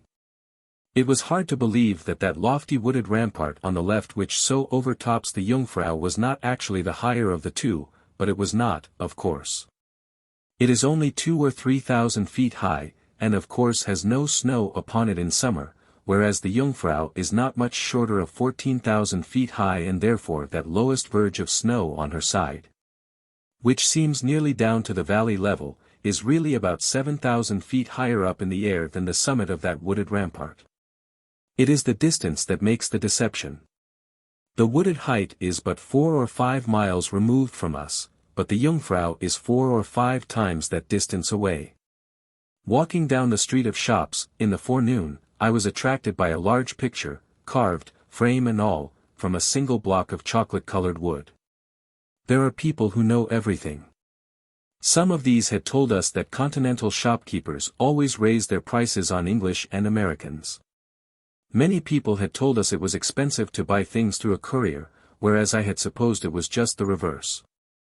When I saw this picture, I conjectured that it was worth more than the friend I proposed to buy it for would like to pay, but still it was worthwhile to inquire, so I told the courier to step in and ask the price, as if he wanted it for himself. I told him not to speak in English, and above all not to reveal the fact that he was a courier. Then I moved on a few yards, and waited. The courier came presently and reported the price. I said to myself, it is 100 francs too much, and so dismissed the matter from my mind. But in the afternoon I was passing that place with Harris, and the picture attracted me again. We stepped in, to see how much higher broken German would raise the price. The shopwoman named a figure just 100 francs lower than the courier had named. This was a pleasant surprise. I said I would take it. After I had given directions as to where it was to be shipped, the shopwoman said, appealingly, "If you please, do not let your courier know you bought it." This was an unexpected remark. I said, "What makes you think I have a courier?" "Ah, that is very simple," he told me himself. He was very thoughtful. "But tell me, why did you charge him more than you are charging me?" "That is very simple, also, I do not have to pay you a percentage." "Oh, I begin to see. You would have had to pay the courier a percentage." "Undoubtedly. The courier always has his percentage. In this case it would have been 100 francs. Then the tradesman does not pay a part of it, the purchaser pays all of it. There are occasions when the tradesman and the courier agree upon a price which is twice or thrice the value of the article, then the two divide, and both get a percentage." "I see. But it seems to me that the purchaser does all the paying, even then." "Oh, to be sure. It goes without saying. But I have bought this picture myself, therefore why shouldn't the courier know it?" The woman exclaimed, in distress. "Ah, indeed it would take all my little profit. He would come and demand his 100 francs, and I should have to pay. He has not done the buying. You could refuse." "I could not dare to refuse. He would never bring travelers here again. More than that, he would denounce me to the other couriers, they would divert custom from me, and my business would be injured." I went away in a thoughtful frame of mind. I began to see why a courier could afford to work for $55 a month and his fares. A month or two later I was able to understand why a courier did not have to pay any board and lodging, and why my hotel bills were always larger when I had him with me than when I left him behind, somewhere, for a few days. Another thing was also explained, now, apparently. In one town I had taken the courier to the bank to do the translating when I drew some money. I had sat in the reading room till the transaction was finished. Then a clerk had brought the money to me in person, and had been exceedingly polite, even going so far as to precede me to the door and holding it open for me and bow me out as if I had been a distinguished personage. It was a new experience. Exchange had been in my favor ever since I had been in Europe, but just that one time. I got simply the face of my draft, and no extra francs, whereas I had expected to get quite a number of them. This was the first time I had ever used the courier at the bank. I had suspected something then, and as long as he remained with me afterward I managed bank matters by myself. Still, if I felt that I could afford the tax, I would never travel without a courier, for a good courier is a convenience whose value cannot be estimated in dollars and cents. Without him, travel is a bitter harassment, a purgatory of little exasperating annoyances, a ceaseless and pitiless punishment, I mean to an irascible man who has no business capacity and is confused by details. Without a courier, travel has an array of pleasure in it, anywhere, but with him it is a continuous and unruffled delight. He is always at hand, never has to be sent for. If your bell is not answered promptly, and it seldom is, you have only to open the door and speak, the courier will hear, and he will have the order attended to or raise an insurrection. You tell him what day you will start, and whither you are going, leave all the rest to him. You need not inquire about trains, or fares, or car changes, or hotels, or anything else. At the proper time he will put you in a cab or an omnibus, and drive you to the train or the boat. He has packed your luggage and transferred it, he has paid all the bills. Other people have preceded you half an hour to scramble for impossible places and lose their tempers, but you can take your time, the courier has secured your seats for you, and you can occupy them at your leisure. At the station, the crowd mash one another to pulp in the effort to get the weighers' attention to their trunks, they dispute hotly with these tyrants, who are cool and indifferent. They get their baggage billets, at last, and then have another squeeze and another rage over the disheartening business of trying to get them recorded and paid for. And still another over the equally disheartening business of trying to get near enough to the ticket office to buy a ticket. And now, with their tempers gone to the dogs, they must stand penned up and packed together, laden with wraps and satchels and shawl straps, with the weary wife and babies, in the waiting room. Till the doors are thrown open, and then all hands make a grand final rush to the train, find it full, and have to stand on the platform and fret until some more cars are put on. They are in a condition to kill somebody by this time. Meantime, you have been sitting in your car, smoking, and observing all this misery in the extremest comfort. On the journey the guard is polite and watchful, won't allow anybody to get into your compartment, tells them you are just recovering from the smallpox and do not like to be disturbed. For the courier has made everything right with the guard. At way stations the courier comes to your compartment to see if you want a glass of water, or a newspaper, or anything. At eating stations he sends luncheon out to you, while the other people scramble and worry in the dining rooms. If anything breaks about the car you are in, and a station master proposes to pack you and your agent into a compartment with strangers, the courier reveals to him confidentially that you are a French duke born deaf and dumb. And the official comes and makes affable signs that he has ordered a choice car to be added to the train for you. At custom houses the multitude file tediously through, hot and irritated, and look on while the officers burrow into the trunks and make a mess of everything, but you hand your keys to the courier and sit still. Perhaps you arrive at your destination in a rainstorm at 10 at night, you generally do. The multitude spend half an hour verifying their baggage and getting it transferred to the omnibuses. But the courier puts you into a vehicle without a moment's loss of time, and when you reach your hotel you find your rooms have been secured 2 or 3 days in advance, everything is ready, you can go at once to bed. Some of those other people will have to drift around to 2 or 3 hotels, in the rain, before they find accommodations. I have not set down half of the virtues that are vested in a good courier, but I think I have set down a sufficiency of them to show that an irritable man who can afford one and does not employ him is not a wise economist. My courier was the worst one in Europe, yet he was a good deal better than none at all. It could not pay him to be a better one than he was, because I could not afford to buy things through him. He was a good enough courier for the small amount he got out of his service.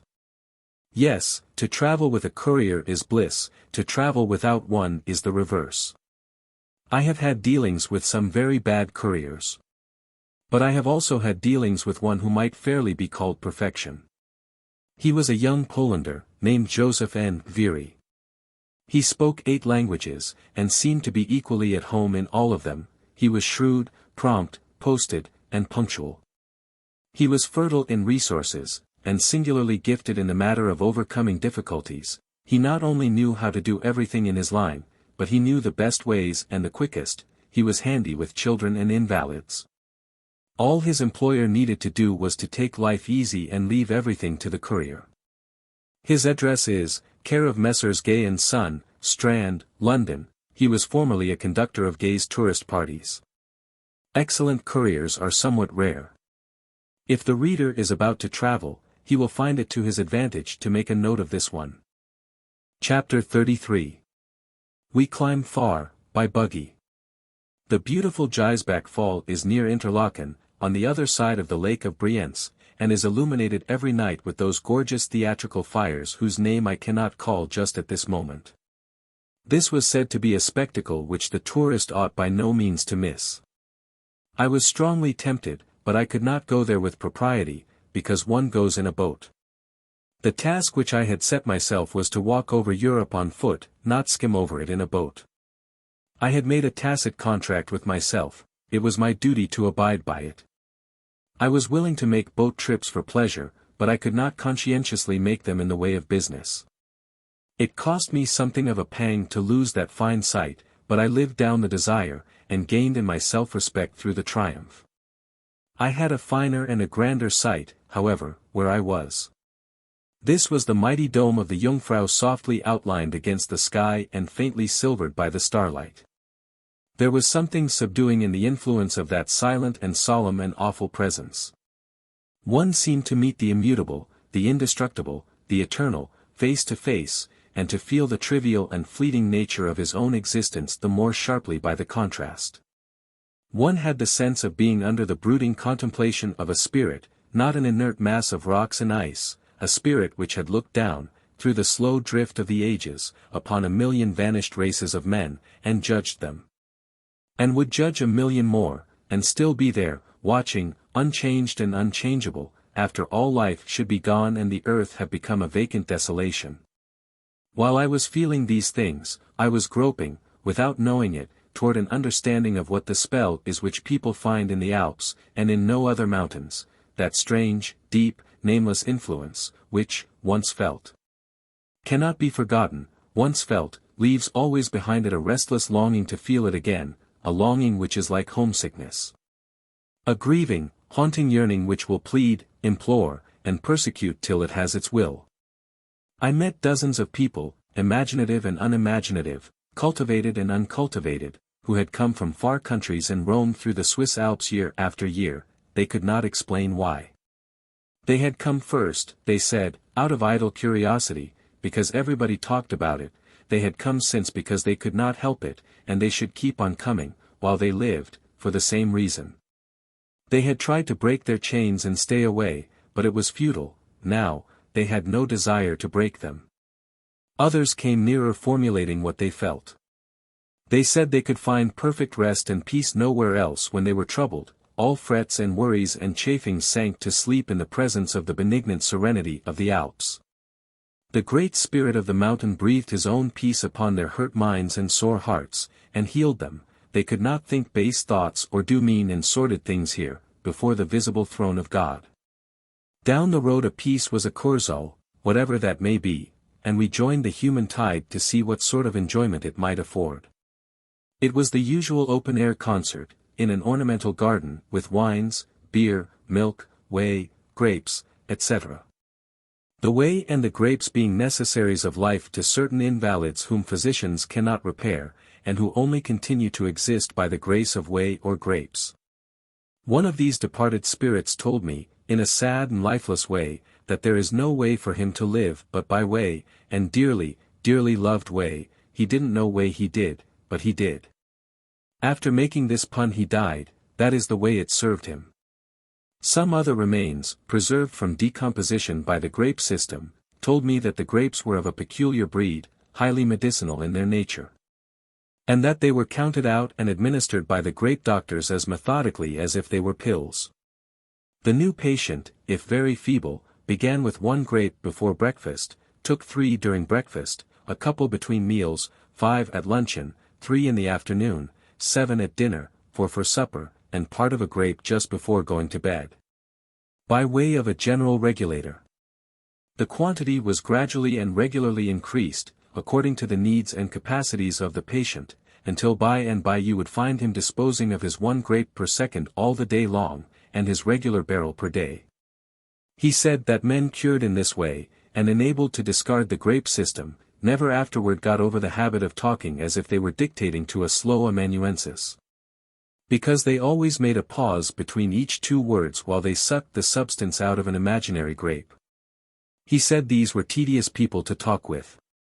He said that men who had been cured by the other process were easily distinguished from the rest of mankind because they always tilted their heads back, between every two words, and swallowed a swig of imaginary whey. He said it was an impressive thing to observe two men, who had been cured by the two processes. Engaged in conversation, said their pauses and accompanying movements were so continuous and regular that a stranger would think himself in the presence of a couple of automatic machines. One finds out a great many wonderful things, by traveling, if he stumbles upon the right person. I did not remain long at the Kursaal. The music was good enough, but it seemed rather tame after the cyclone of that Arkansas expert. Besides, my adventurous spirit had conceived a formidable enterprise, nothing less than a trip from Interlaken, by the Gemmi and Visp, clear to Zermatt, on foot. So it was necessary to plan the details, and get ready for an early start. The courier, this was not the one I have just been speaking of, thought that the portier of the hotel would be able to tell us how to find our way. And so it turned out. He showed us the whole thing, on a relief map, and we could see our route, with all its elevations and depressions, its villages and its rivers, as clearly as if we were sailing over it in a balloon. A relief map is a great thing.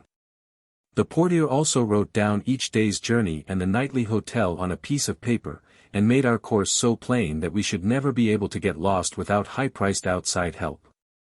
I put the courier in the care of a gentleman who was going to Lausanne, and then we went to bed, after laying out the walking costumes and putting them into condition for instant occupation in the morning. However, when we came down to breakfast at 8 a.m., it looked so much like rain that I hired a 2-horse top buggy for the first third of the journey. For 2 or 3 hours we jogged along the level road which skirts the beautiful Lake of Thun, with a dim and dreamlike picture of watery expanses and spectral alpine forms always before us, veiled in a mellowing mist. Then a steady downpour set in, and hid everything but the nearest objects. We kept the rain out of our faces with umbrellas, and away from our bodies with the leather apron of the buggy. But the driver sat unsheltered and placidly soaked the weather in and seemed to like it. We had the road to ourselves, and I never had a pleasanter excursion.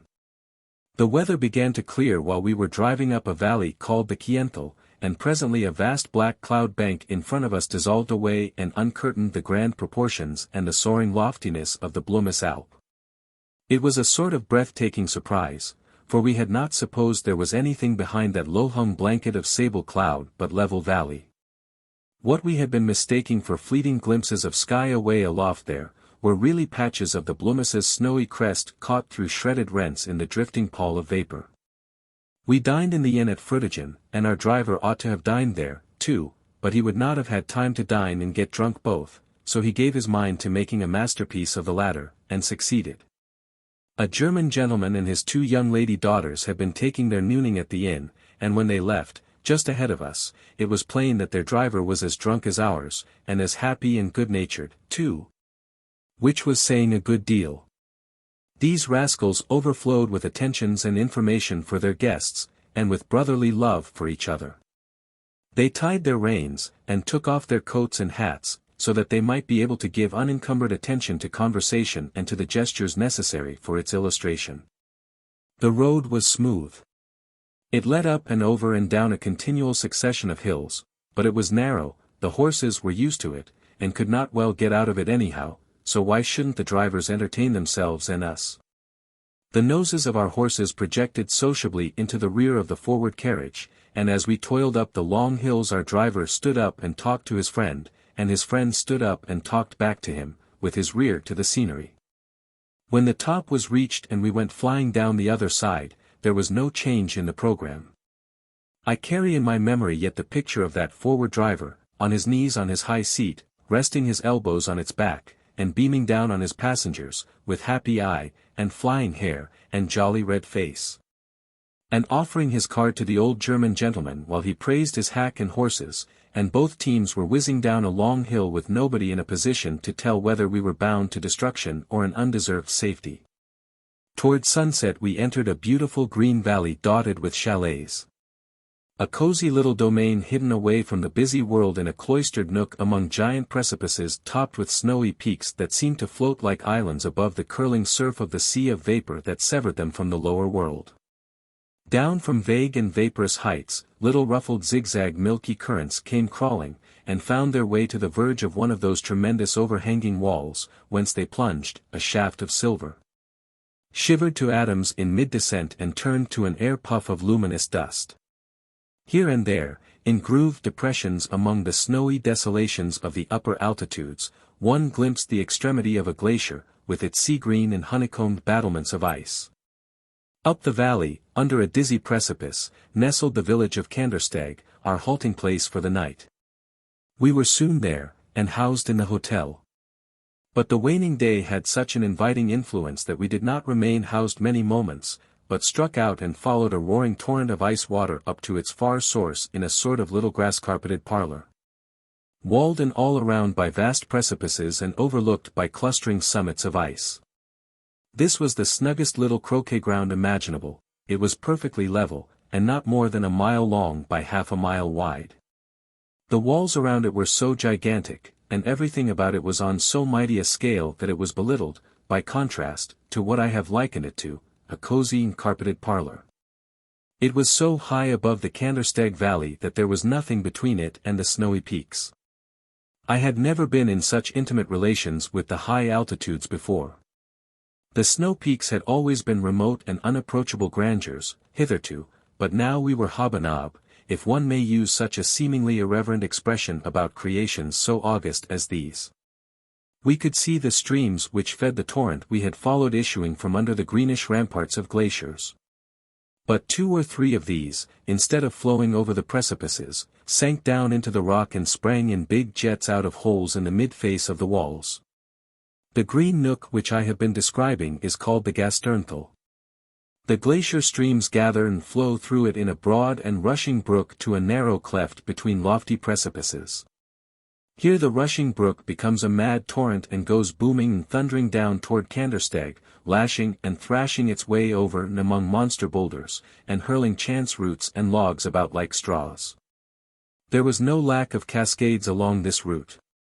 The path by the side of the torrent was so narrow that one had to look sharp, when he heard a cowbell, and hunt for a place that was wide enough to accommodate a cow and a Christian side by side. And such places were not always to be had at an instant's notice.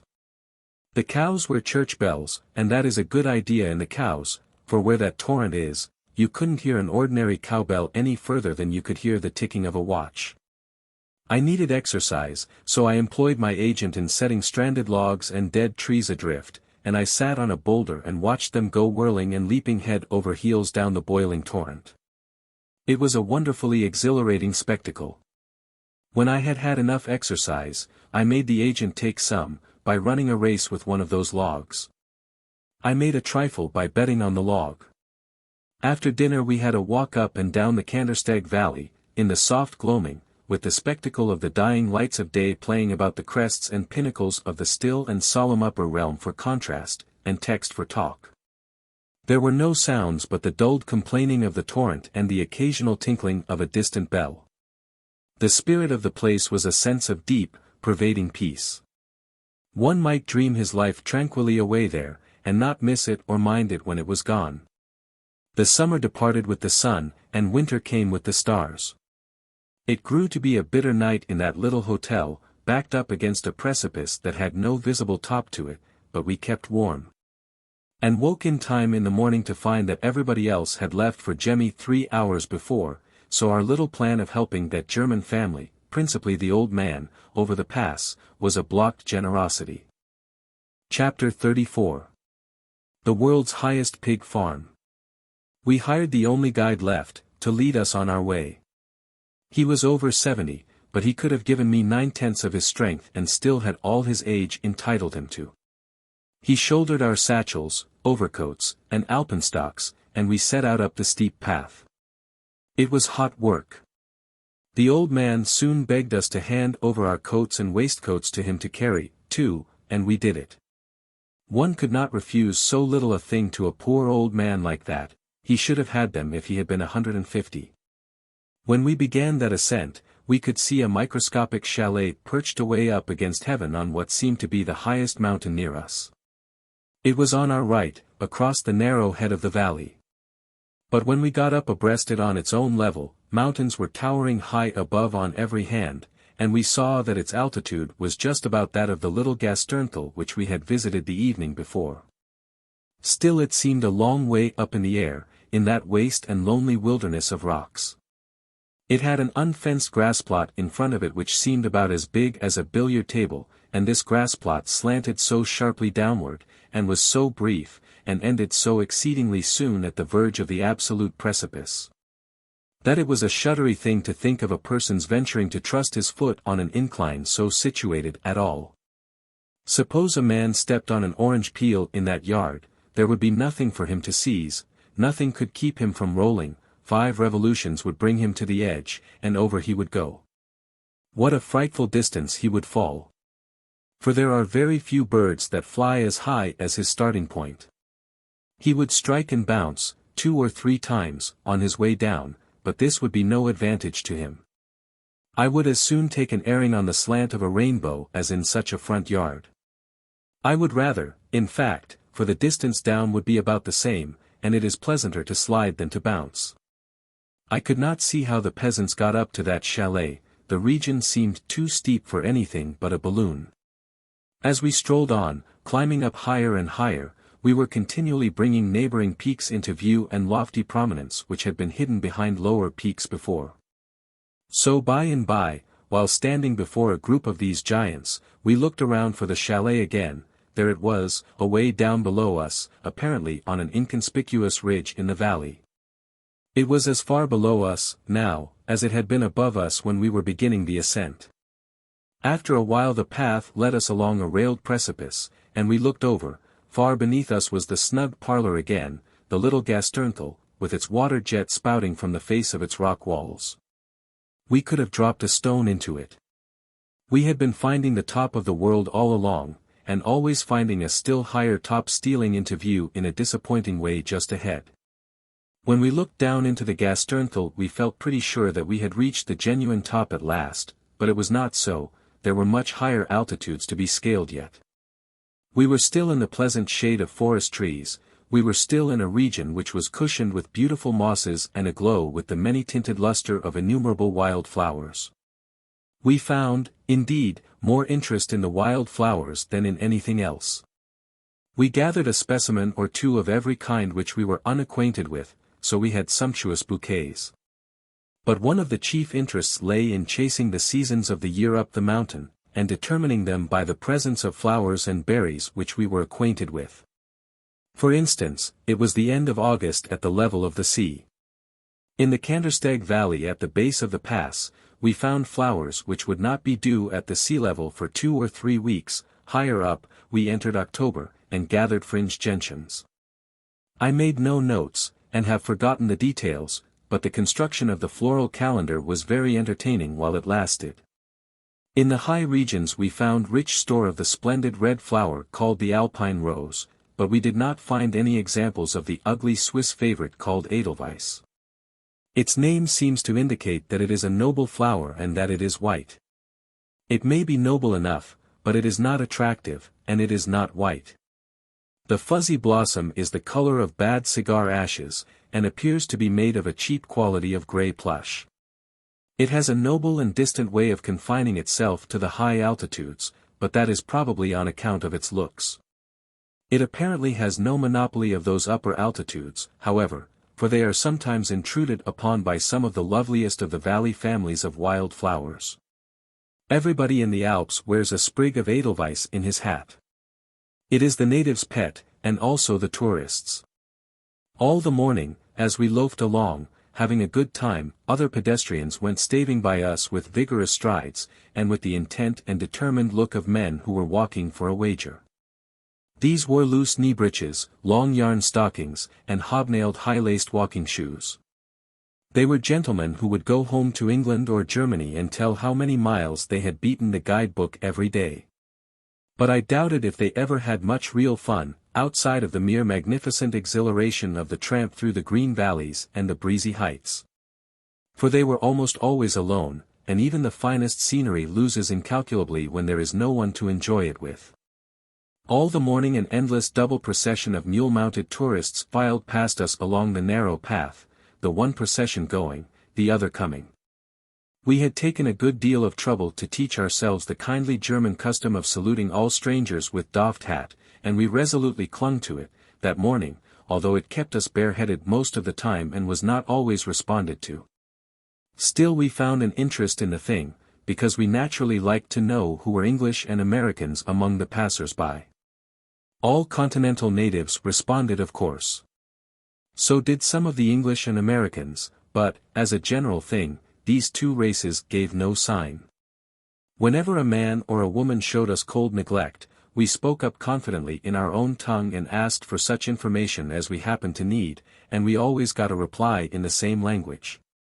The English and American folk are not less kindly than other races, they are only more reserved, and that comes of habit and education. In one dreary, rocky waste, away above the line of vegetation, we met a procession of 25 mounted young men, all from America. We got answering bows enough from these, of course, for they were of an age to learn to do in Rome as Rome does, without much effort. At one extremity of this patch of desolation, overhung by bare and forbidding crags which husband drifts of everlasting snow in their shaded cavities, was a small stretch of thin and discouraged grass. And a man and a family of pigs were actually living here in some shanties. Consequently this place could be really reckoned as property, it had a money value, and was doubtless taxed. I think it must have marked the limit of real estate in this world. It would be hard to set a money value upon any piece of earth that lies between that spot and the empty realm of space. That man may claim the distinction of owning the end of the world, for if there is any definite end to the world he has certainly found it. From here forward we moved through a storm-swept and smileless desolation. All about us rose gigantic masses, crags, and ramparts of bare and dreary rock, with not a vestige or semblance of plant or tree or flower anywhere, or glimpse of any creature that had life. The frost and the tempests of unnumbered ages had battered and hacked at these cliffs, with a deathless energy, destroying them piecemeal. So all the region about their bases was a tumbled chaos of great fragments which had been split off and hurled to the ground. Soiled and aged banks of snow lay close about our path. The ghastly desolation of the place was as tremendously complete as if Dore had furnished the working plans for it. But every now and then, through the stern gateways around us we caught a view of some neighboring majestic dome, sheathed with glittering ice, and displaying its white purity at an elevation compared to which ours was grovelling and plebeian. And this spectacle always chained one's interest and admiration at once, and made him forget there was anything ugly in the world. I have just said that there was nothing but death and desolation in these hideous places, but I forgot. In the most forlorn and arid and dismal one of all, where the racked and splintered debris was thickest, where the ancient patches of snow lay against the very path. Where the winds blew bitterest and the general aspect was mournfulest and dreariest, and furthest from any suggestion of cheer or hope, I found a solitary wee forget-me-not flourishing away, not a droop about it anywhere, but holding its bright blue star up with the prettiest and gallantiest air in the world, the only happy spirit, the only smiling thing, in all that grisly desert. She seemed to say, "Cheer up, as long as we are here, let us make the best of it." I judged she had earned a right to a more hospitable place. So I plucked her up and sent her to America to a friend who would respect her for the fight she had made, all by her small self, to make a whole vast despondent alpine desolation stop breaking its heart over the unalterable, and hold up its head and look at the bright side of things for once. We stopped for a nooning at a strongly built little inn called the Schwerenbach. It sits in a lonely spot among the peaks, where it is swept by the trailing fringes of the cloud rack, and is rained on, and snowed on, and pelted and persecuted by the storms, nearly every day of its life. It was the only habitation in the whole Gemmi Pass. Close at hand, now, was a chance for a blood-curdling alpine adventure. Close at hand was the snowy mass of the great Altels cooling its topknot in the sky and daring us to an ascent. I was fired with the idea, and immediately made up my mind to procure the necessary guides, ropes, etc., and undertake it. I instructed Harris to go to the landlord of the inn and set him about our preparations. Meantime, I went diligently to work to read up and find out what this much-talked-of mountain climbing was like, and how one should go about it, for in these matters I was ignorant. I opened Mr. Hinchlif's Summer Months among the Alps, published 1857, and selected his account of his ascent of Monte Rosa. It began. It is very difficult to free the mind from excitement on the evening before a grand expedition. I saw that I was too calm, so I walked the room a while and worked myself into a high excitement. But the book's next remark, that the adventurer must get up at 2 in the morning, came as near as anything to flatting it all out again. However, I reinforced it, and read on, about how Mr. Hinchliffe dressed by candlelight and was soon down among the guides, who were bustling about in the passage, packing provisions, and making every preparation for the start.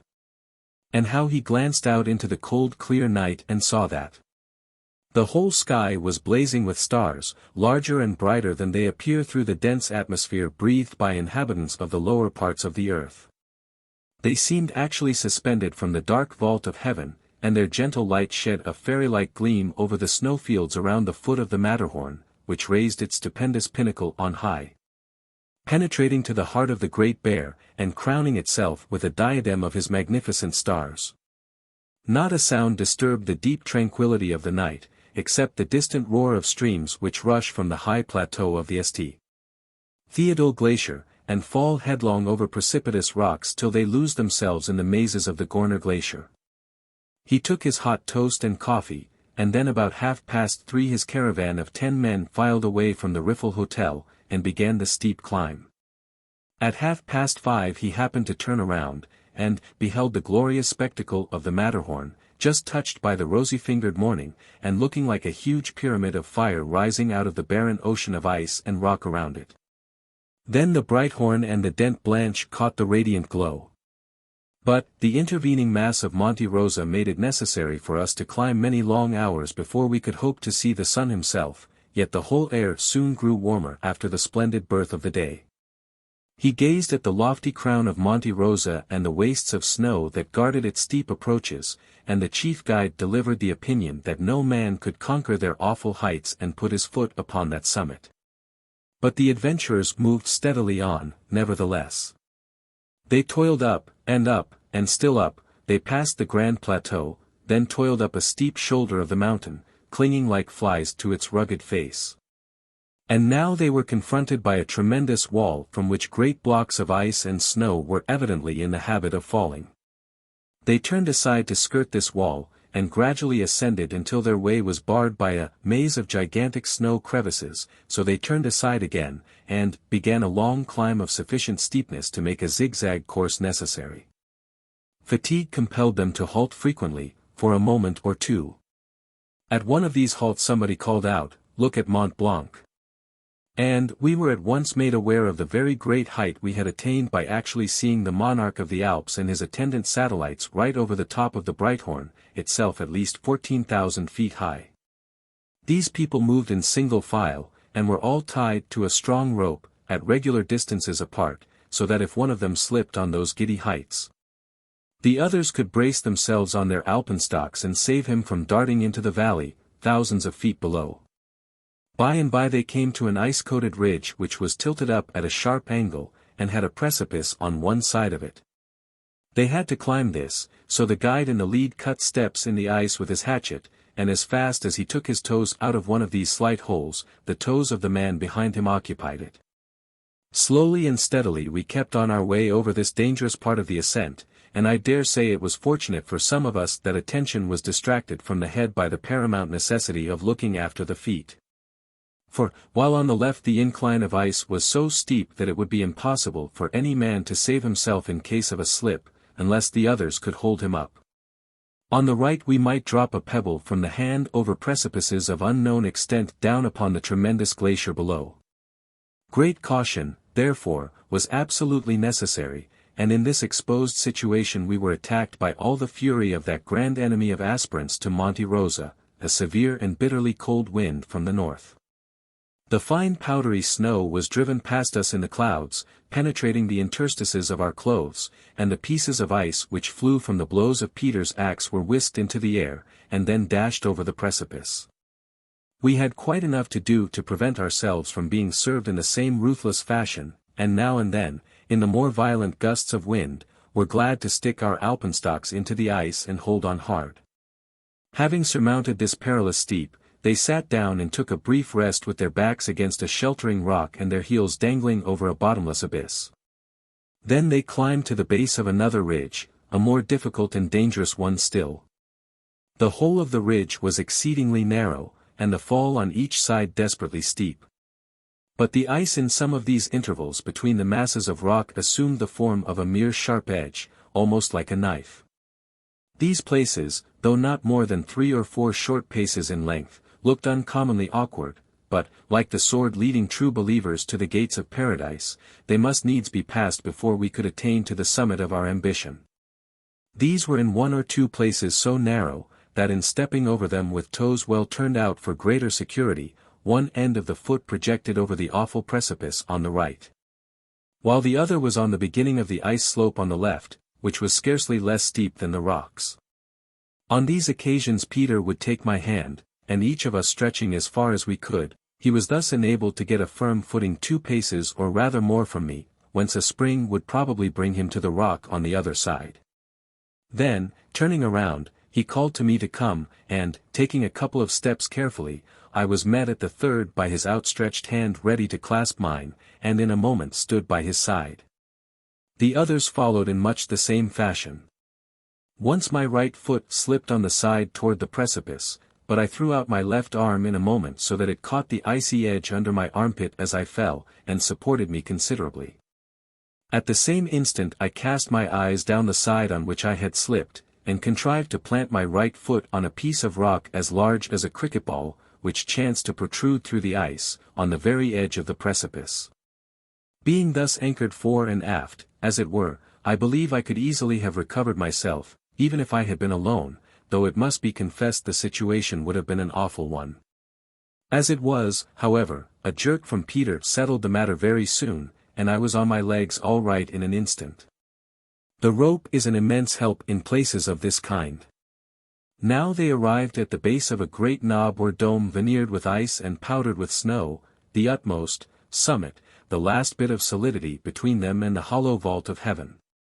They set to work with their hatchets, and were soon creeping, insect-like, up its surface, with their heels projecting over the thinnest kind of nothingness. Thickened up a little with a few wandering shreds and films of cloud moving in a lazy procession far below. Presently, one man's toe-hold broke and he fell. There he dangled in mid-air at the end of the rope, like a spider, till his friends above hauled him into place again. A little bit later, the party stood upon the wee pedestal of the very summit, in a driving wind, and looked out upon the vast green expanses of Italy and a shoreless ocean of billowy Alps. When I had read thus far, Harris broke into the room in a noble excitement and said the ropes and the guides were secured, and asked if I was ready. I said I believed I wouldn't ascend the Altels this time. I said Alp-climbing was a different thing from what I had supposed it was, and so I judged we had better study its points a little more before we went definitely into it. But I told him to retain the guides and order them to follow us to Zermatt, because I meant to use them there. I said I could feel the spirit of adventure beginning to stir in me, and was sure that the fell fascination of Alp-climbing would soon be upon me. I said he could make up his mind to it that we would do a deed before we were a week older which would make the hair of the timid curl with fright. This made Harris happy, and filled him with ambitious anticipations. He went at once to tell the guides to follow us to Zermatt and bring all their paraphernalia with them. Chapter 35. Swindling the Coroner. A great and priceless thing is a new interest. How it takes possession of a man. How it clings to him, how it rides him. I strode onward from the Schwerenbach hostelry a changed man, a reorganized personality. I walked into a new world, I saw with new eyes. I had been looking aloft at the giant show peaks only as things to be worshipped for their grandeur and magnitude, and their unspeakable grace of form. I looked up at them now, as also things to be conquered and climbed. My sense of their grandeur and their noble beauty was neither lost nor impaired. I had gained a new interest in the mountains without losing the old ones. I followed the steep lines up, inch by inch, with my eye, and noted the possibility or impossibility of following them with my feet. When I saw a shining helmet of ice projecting above the clouds, I tried to imagine I saw files of black specks toiling up it roped together with a gossamer thread. We skirted the lonely little lake called the Daubensee, and presently passed close by a glacier on the right, a thing like a great river frozen solid in its flow and broken square off like a wall at its mouth. I had never been so near a glacier before. Here we came upon a new board shanty, and found some men engaged in building a stone house, so the Schwerenbach was soon to have a rival. We bought a bottle or so of beer here. At any rate they called it beer, but I knew by the price that it was dissolved jewelry, and I perceived by the taste that dissolved jewelry is not good stuff to drink. We were surrounded by a hideous desolation. We stepped forward to a sort of jumping-off place, and were confronted by a startling contrast. We seemed to look down into fairyland. 2,000 or 3,000 feet below us was a bright green level, with a pretty town in its midst, and a silvery stream winding among the meadows. The charming spot was walled in on all sides by gigantic precipices clothed with pines. And over the pines, out of the softened distances, rose the snowy domes and peaks of the Monte Rosa region. How exquisitely green and beautiful that little valley down there was.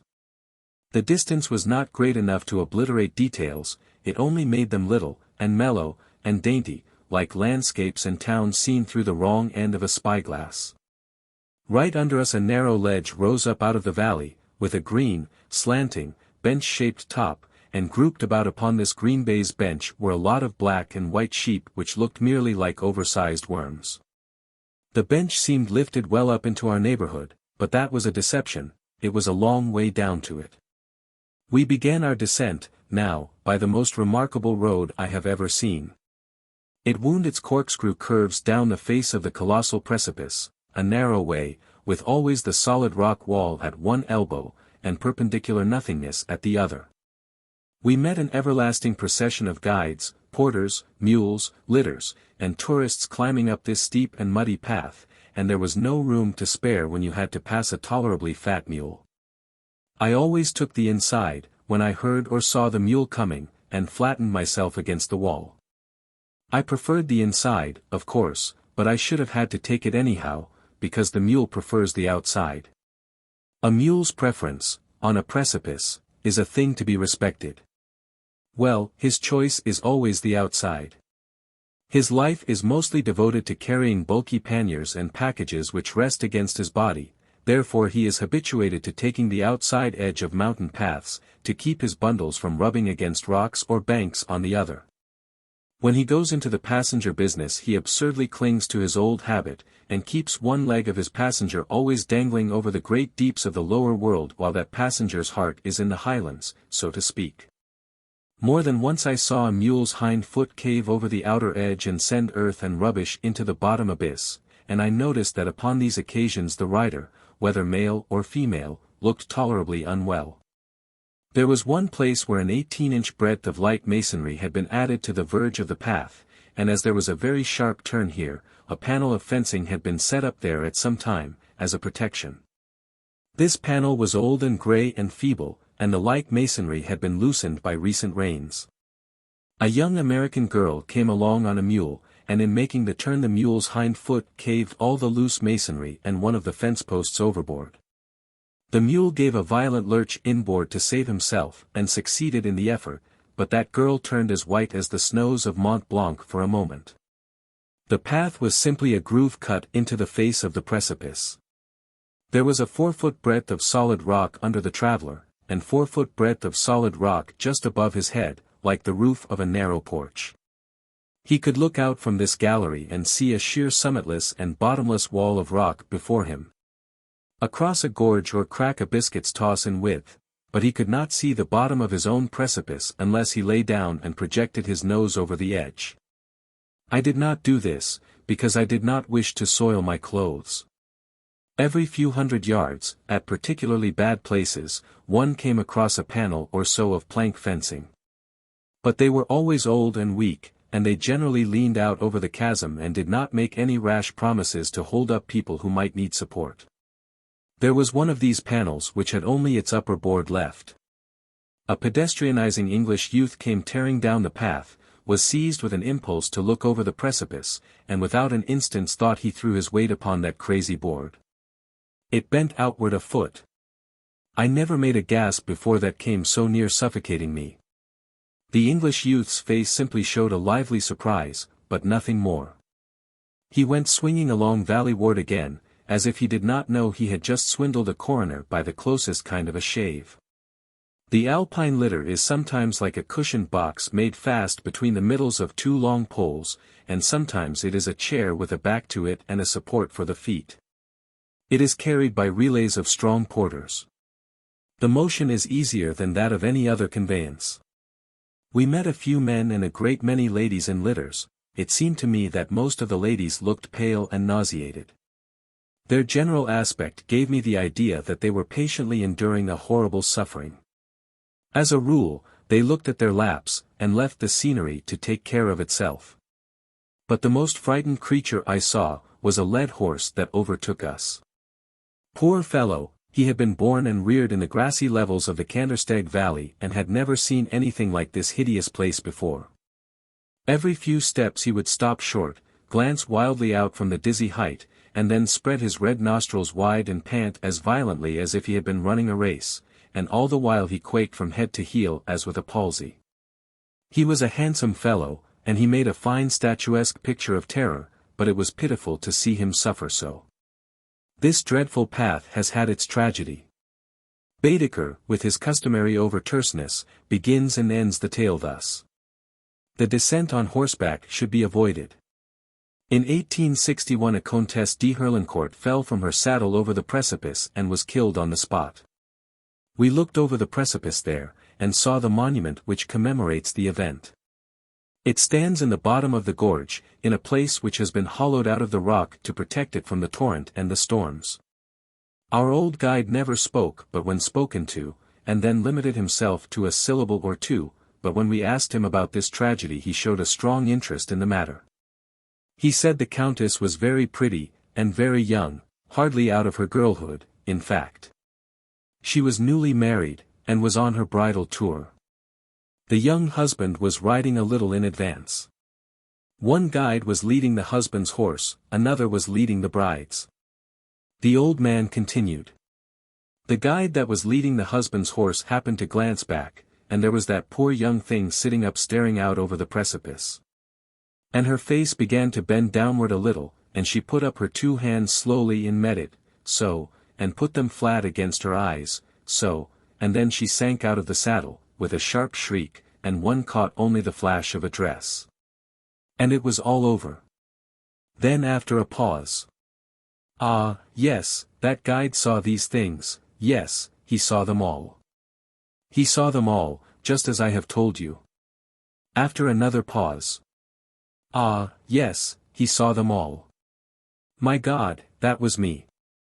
I was that guide. This had been the one event of the old man's life, so one may be sure he had forgotten no detail connected with it. We listened to all he had to say about what was done and what happened and what was said after the sorrowful occurrence, and a painful story it was. When we had wound down toward the valley until we were about on the last spiral of the corkscrew, Harris's hat blew over the last remaining bit of precipice, a small cliff 100 or 150 feet high, and sailed down toward a steep slant composed of rough chips and fragments which the weather had flaked away from the precipices. We went leisurely down there, expecting to find it without any trouble, but we had made a mistake, as to that. We hunted during a couple of hours, not because the old straw hat was valuable, but out of curiosity to find out how such a thing could manage to conceal itself in open ground where there was nothing left for it to hide behind. When one is reading in bed, and lays his paper knife down, he cannot find it again if it is smaller than a saber. That hat was as stubborn as any paper knife could have been, and we finally had to give it up. But we found a fragment that had once belonged to an opera glass, and by digging around and turning over the rocks we gradually collected all the lenses and the cylinders and the various odds and ends that go to making up a complete opera glass. We afterward had the thing reconstructed, and the owner can have his adventurous lost property by submitting proofs and paying costs of rehabilitation.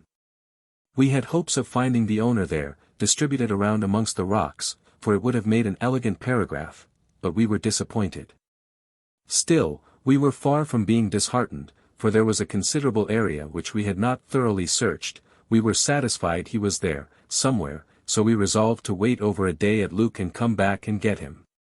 Then we sat down to polish off the perspiration and arrange about what we would do with him when we got him. Harris was for contributing him to the British Museum, but I was for mailing him to his widow.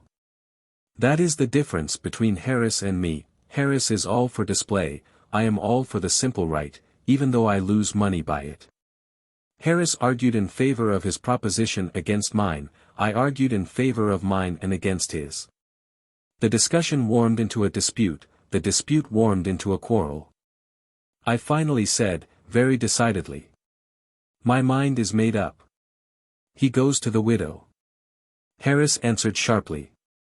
And my mind is made up. He goes to the museum. I said, calmly. The museum may whistle when it gets him. Harris retorted. The widow may save herself the trouble of whistling, for I will see that she never gets him. After some angry bandying of epithets, I said. It seems to me that you are taking on a good many airs about these remains. I don't quite see what you've got to say about them. I've got all to say about them. They'd never have been thought of if I hadn't found their opera glass. The corpse belongs to me, and I'll do as I please with him. I was leader of the expedition, and all discoveries achieved by it naturally belonged to me. I was entitled to these remains, and could have enforced my right, but rather than have bad blood about the matter, I said we would toss up for them.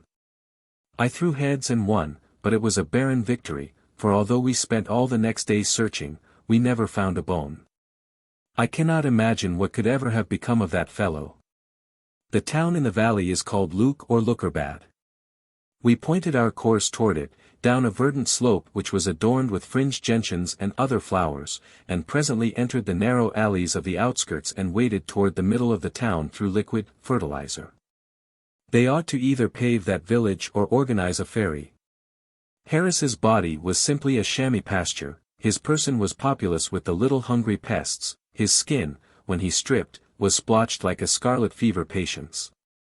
So, when we were about to enter one of the Luckerbad inns, and he noticed its sign, Chamois Hotel, he refused to stop there. He said the chamois was plentiful enough, without hunting up hotels where they made a specialty of it. I was indifferent, for the chamois is a creature that will neither bite me nor abide with me, but to calm Harris, we went to the Hotel d'Alpes. At the table d'hôte, we had this, for an incident. A very grave man, in fact his gravity amounted to solemnity, and almost to austerity, sat opposite us and he was tight, but doing his best to appear sober. He took up a corked bottle of wine, tilted it over his glass a while, then set it out of the way, with a contented look, and went on with his dinner. Presently he put his glass to his mouth, and of course found it empty. He looked puzzled, and glanced furtively and suspiciously out of the corner of his eye at a benignant and unconscious old lady who sat at his right. Shook his head, as much as to say, no, she couldn't have done it. He tilted the corked bottle over his glass again, meantime searching around with his watery eye to see if anybody was watching him. He ate a few mouthfuls, raised his glass to his lips, and of course it was still empty. He bent an injured and accusing side glance upon that unconscious old lady, which was a study to see. She went on eating and gave no sign. He took up his glass and his bottle, with a wise private nod of his head, and set them gravely on the left-hand side of his plate, poured himself another imaginary drink, went to work with his knife and fork once more, presently lifted his glass with good confidence, and found it empty, as usual. This was almost a petrifying surprise. He straightened himself up in his chair and deliberately and sorrowfully inspected the busy old ladies at his elbows, first one and then the other. At last he softly pushed his plate away, set his glass directly in front of him, held on to it with his left hand, and proceeded to pour with his right. This time he observed that nothing came. He turned the bottle clear upside down. Still nothing issued from it. A plaintive look came into his face, and he said, as if to himself, "I see. They've got it all." Then he set the bottle down, resignedly, and took the rest of his dinner dry. It was at that table d'hôte, too, that I had under inspection the largest lady I have ever seen in private life. She was over 7 feet high, and magnificently proportioned. What had first called my attention to her, was my stepping on an outlying flange of her foot, and hearing, from up toward the ceiling, a deep, "Pardon, M'sieu, but you encroach." That was when we were coming through the hall, and the place was dim, and I could see her only vaguely. The thing which called my attention to her the second time was, that at a table beyond ours were 2 very pretty girls, and this great lady came in and sat down between them and me and blotted out my view. She had a handsome face, and she was very finely formed, perfectly formed, I should say. But she made everybody around her look trivial and commonplace. Ladies near her looked like children, and the men about her looked mean. They looked like failures, and they looked as if they felt so, too. She sat with her back to us. I never saw such a back in my life. I would have so liked to see the moon rise over it. The whole congregation waited, under one pretext or another, till she finished her dinner and went out. They wanted to see her at full altitude, and they found it worth tarrying for.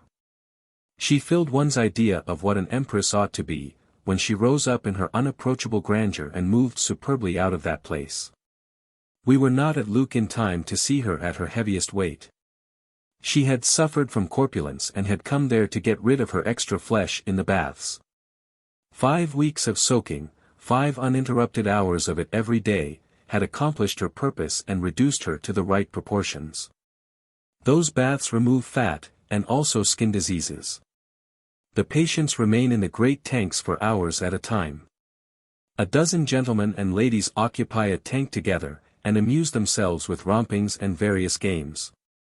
They have floating desks and tables, and they read or lunch or play chess in water that is breast deep. The tourist can step in and view this novel spectacle if he chooses. There's a poor box, and he will have to contribute. There are several of these big bathing houses, and you can always tell when you are near one of them by the romping noises and shouts of laughter that proceed from it. The water is running water, and changes all the time, else a patient with a ringworm might take the bath with only a partial success, since, while he was ridding himself of the ringworm, he might catch the itch. The next morning we wandered back up the green valley, leisurely, with the curving walls of those bare and stupendous precipices rising into the clouds before us. I had never seen a clean, bare precipice stretching up 5,000 feet above me before, and I never shall expect to see another one. They exist, perhaps, but not in places where one can easily get close to them. This pile of stone is peculiar. From its base to the soaring tops of its mighty towers, all its lines and all its details vaguely suggest human architecture. There are rudimentary bow windows, cornices, chimneys, demarcations of stories, etc. One could sit and stare up there and study the features and exquisite graces of this grand structure, bit by bit, and day after day, and never weary his interest. The termination, toward the town, observed in profile, is the perfection of shape. It comes down out of the clouds in a succession of rounded, colossal, terrace-like projections, a stairway for the gods. At its head spring several lofty storm-scarred towers, one after another, with faint films of vapor curling always about them like spectral banners. If there were a king whose realms included the whole world, here would be the place meet and proper for such a monarch. He would only need to hollow it out and put in the electric light. He could give audience to a nation at a time under its roof. Our search for those remains having failed, we inspected with a glass the dim and distant track of an old-time avalanche that once swept down from some pine-grown summits behind the town and swept away the houses and buried the people. Then we struck down the road that leads toward the Rhone, to see the famous ladders. These perilous things are built against the perpendicular face of a cliff 200 or 300 feet high. The peasants, of both sexes, were climbing up and down them, with heavy loads on their backs. I ordered Harris to make the ascent, so I could put the thrill and horror of it in my book, and he accomplished the feat successfully, through a sub-agent, for 3 francs, which I paid. It makes me shudder yet when I think of what I felt when I was clinging there between heaven and earth in the person of that proxy. At times the world swam around me, and I could hardly keep from letting go, so dizzying was the appalling danger. Many a person would have given up and descended, but I stuck to my task, and would not yield until I had accomplished it. I felt a just pride in my exploit, but I would not have repeated it for the wealth of the world. I shall break my neck yet with some such foolhardy performance, for warnings never seem to have any lasting effect on me. When the people of the hotel found that I had been climbing those crazy ladders, it made me an object of considerable attention. Next morning, early, we drove to the Rhone Valley and took the train for Visp. There we shouldered our knapsacks and things, and set out on foot, in a tremendous rain, up the winding gorge, toward Zermatt. Hour after hour we slopped along, by the roaring torrent, and under noble lesser Alps which were clothed in rich velvety green all the way up and had little atomy Swiss homes perched upon grassy benches along their mist-dimmed heights. The rain continued to pour and the torrent to boom, and we continued to enjoy both. At the one spot where this torrent tossed its white mane highest, and thundered loudest, and lashed the big boulders fiercest, the canton had done itself the honor to build the flimsiest wooden bridge that exists in the world. While we were walking over it, along with a party of horsemen, I noticed that even the larger raindrops made it shake. I called Harris's attention to it, and he noticed it, too. It seemed to me that if I owned an elephant that was a keepsake, and I thought a good deal of him, I would think twice before I would ride him over that bridge. We climbed up to the village of Asti. Nicholas, about 4:30 in the afternoon, waded ankle-deep through the fertilizer juice, and stopped at a new and nice hotel close by the little church. We stripped and went to bed, and sent our clothes down to be baked. And the horde of soaked tourists did the same. That chaos of clothing got mixed in the kitchen, and there were consequences. I did not get back the same drawers I sent down. When our things came up at 6:15, I got a pair on a new plan. They were merely a pair of white ruffle-cuffed absurdities, hitched together at the top with a narrow band, and they did not come quite down to my knees. They were pretty enough, but they made me feel like two people, and disconnected at that. The man must have been an idiot that got himself up like that, to rough it in the Swiss mountains. The shirt they brought me was shorter than the drawers, and hadn't any sleeves to it, at least it hadn't anything more than what Mr. Darwin would call rudimentary sleeves. These had edging around them, but the bosom was ridiculously plain. The knit silk undershirt they brought me was on a new plan, and was really a sensible thing. It opened behind, and had pockets in it to put your shoulder blades in, but they did not seem to fit mine, and so I found it a sort of uncomfortable garment. They gave my bobtail coat to somebody else, and sent me an ulster suitable for a giraffe. I had to tie my collar on, because there was no button behind on that foolish little shirt which I described a while ago. When I was dressed for dinner at 6:30, I was too loose in some places and too tight in others, and altogether I felt slovenly and ill-conditioned. However, the people at the table d'hôte were no better off than I was. They had everybody's clothes but their own on. A long stranger recognized his ulster as soon as he saw the tail of it following me in, but nobody claimed my shirt or my drawers, though I described them as well as I was able. I gave them to the chambermaid that night when I went to bed, and she probably found the owner, for my own things were on a chair outside my door in the morning. There was a lovable English clergyman who did not get to the table d'hôte at all. His breeches had turned up missing, and without any equivalent. He said he was not more particular than other people, but he had noticed that a clergyman at dinner without any breeches was almost sure to excite remark. Chapter 36. The Fiendish Fun of Alp-Climbing. We did not oversleep at St. Nicholas. The church bell began to ring at 4:30 in the morning, and from the length of time it continued to ring I judged that it takes the Swiss sinner a good while to get the invitation through his head.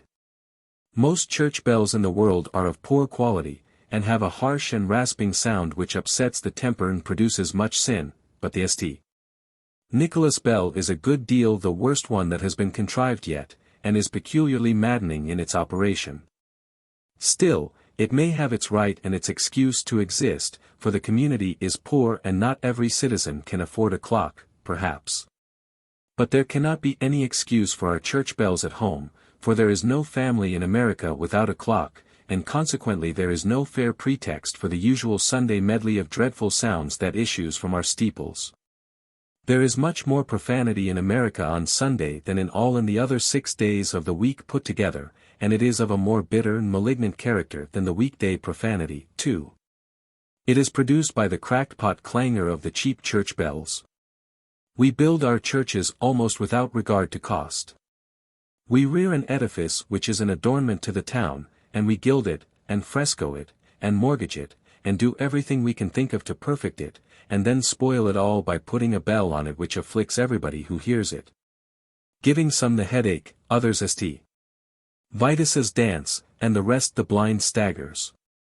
An American village at 10 o'clock on a summer Sunday is the quietest and peacefulest and holiest thing in nature, but it is a pretty different thing half an hour later. Mr. Poe's poem of the bells stands incomplete to this day. But it is well enough that it is so. For the public reciter or reader, who goes around trying to imitate the sounds of the various sorts of bells with his voice would find himself up a stump when he got to the church bell, as Joseph Addison would say. The church is always trying to get other people to reform. It might not be a bad idea to reform itself a little, by way of example. It is still clinging to one or two things which were useful once, but which are not useful now, neither are they ornamental. One is the bell ringing to remind a clock-cake town that it is church time, and another is the reading from the pulpit of a tedious list of notices, which everybody who is interested has already read in the newspaper. The clergyman even reads the hymn through, a relic of an ancient time when hymn books are scarce and costly, but everybody has a hymn book, now, and so the public reading is no longer necessary. It is not merely unnecessary, it is generally painful. For the average clergyman could not fire into his congregation with a shotgun and hit a worse reader than himself, unless the weapon scattered shamefully. I am not meaning to be flippant and irreverent, I am only meaning to be truthful. The average clergyman, in all countries and of all denominations, is a very bad reader. One would think he would at least learn how to read the Lord's Prayer, by and by, but it is not so. He races through it as if he thought the quicker he got it in, the sooner it would be answered. A person who does not appreciate the exceeding value of pauses, and does not know how to measure their duration judiciously, cannot render the grand simplicity and dignity of a composition like that effectively. We took a tolerably early breakfast and tramped off toward Zermatt through the reeking lanes of the village, glad to get away from that bell.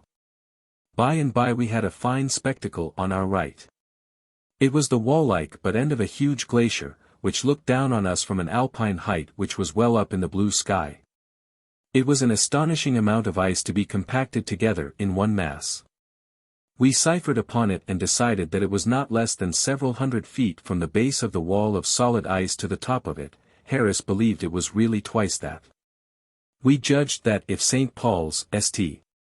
Peter's, the Great Pyramid, the Strasbourg Cathedral and the Capitol in Washington were clustered against that wall, a man sitting on its upper edge could not hang his hat on the top of any one of them without reaching down 300 or 400 feet, a thing which, of course, no man could do. To me, that mighty glacier was very beautiful. I did not imagine that anybody could find fault with it, but I was mistaken. Harris had been snarling for several days. He was a rabid Protestant, and he was always saying, "In the Protestant cantons you never see such poverty and dirt and squalor as you do in this Catholic one, you never see the lanes and alleys flowing with foulness. You never see such wretched little sties of houses, you never see an inverted tin turnip on top of a church for a dome, and as for a church bell, why, you never hear a church bell at all." All this morning he had been finding fault, straight along. First it was with the mud. He said, "It ain't muddy in a Protestant canton when it rains." Then it was with the dogs, they don't have those lop-eared dogs in a Protestant canton.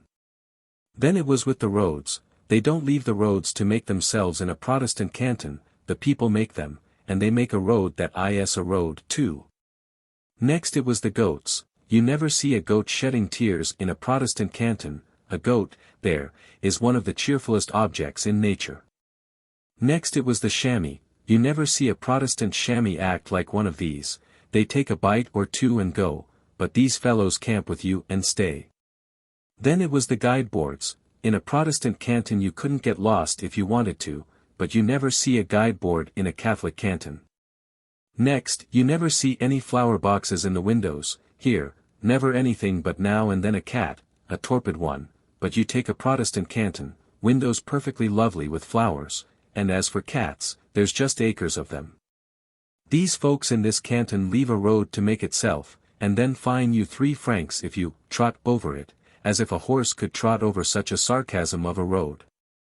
Next about the goiter, they talk about goiter.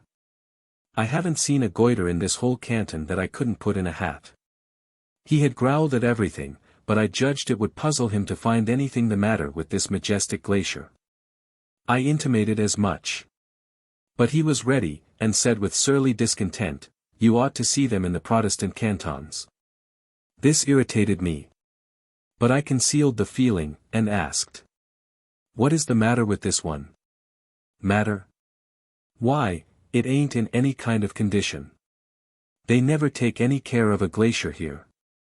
The moraine has been spilling gravel around it, and got it all dirty. Why, man, they can't help that. You're right. That is, they won't. They could if they wanted to.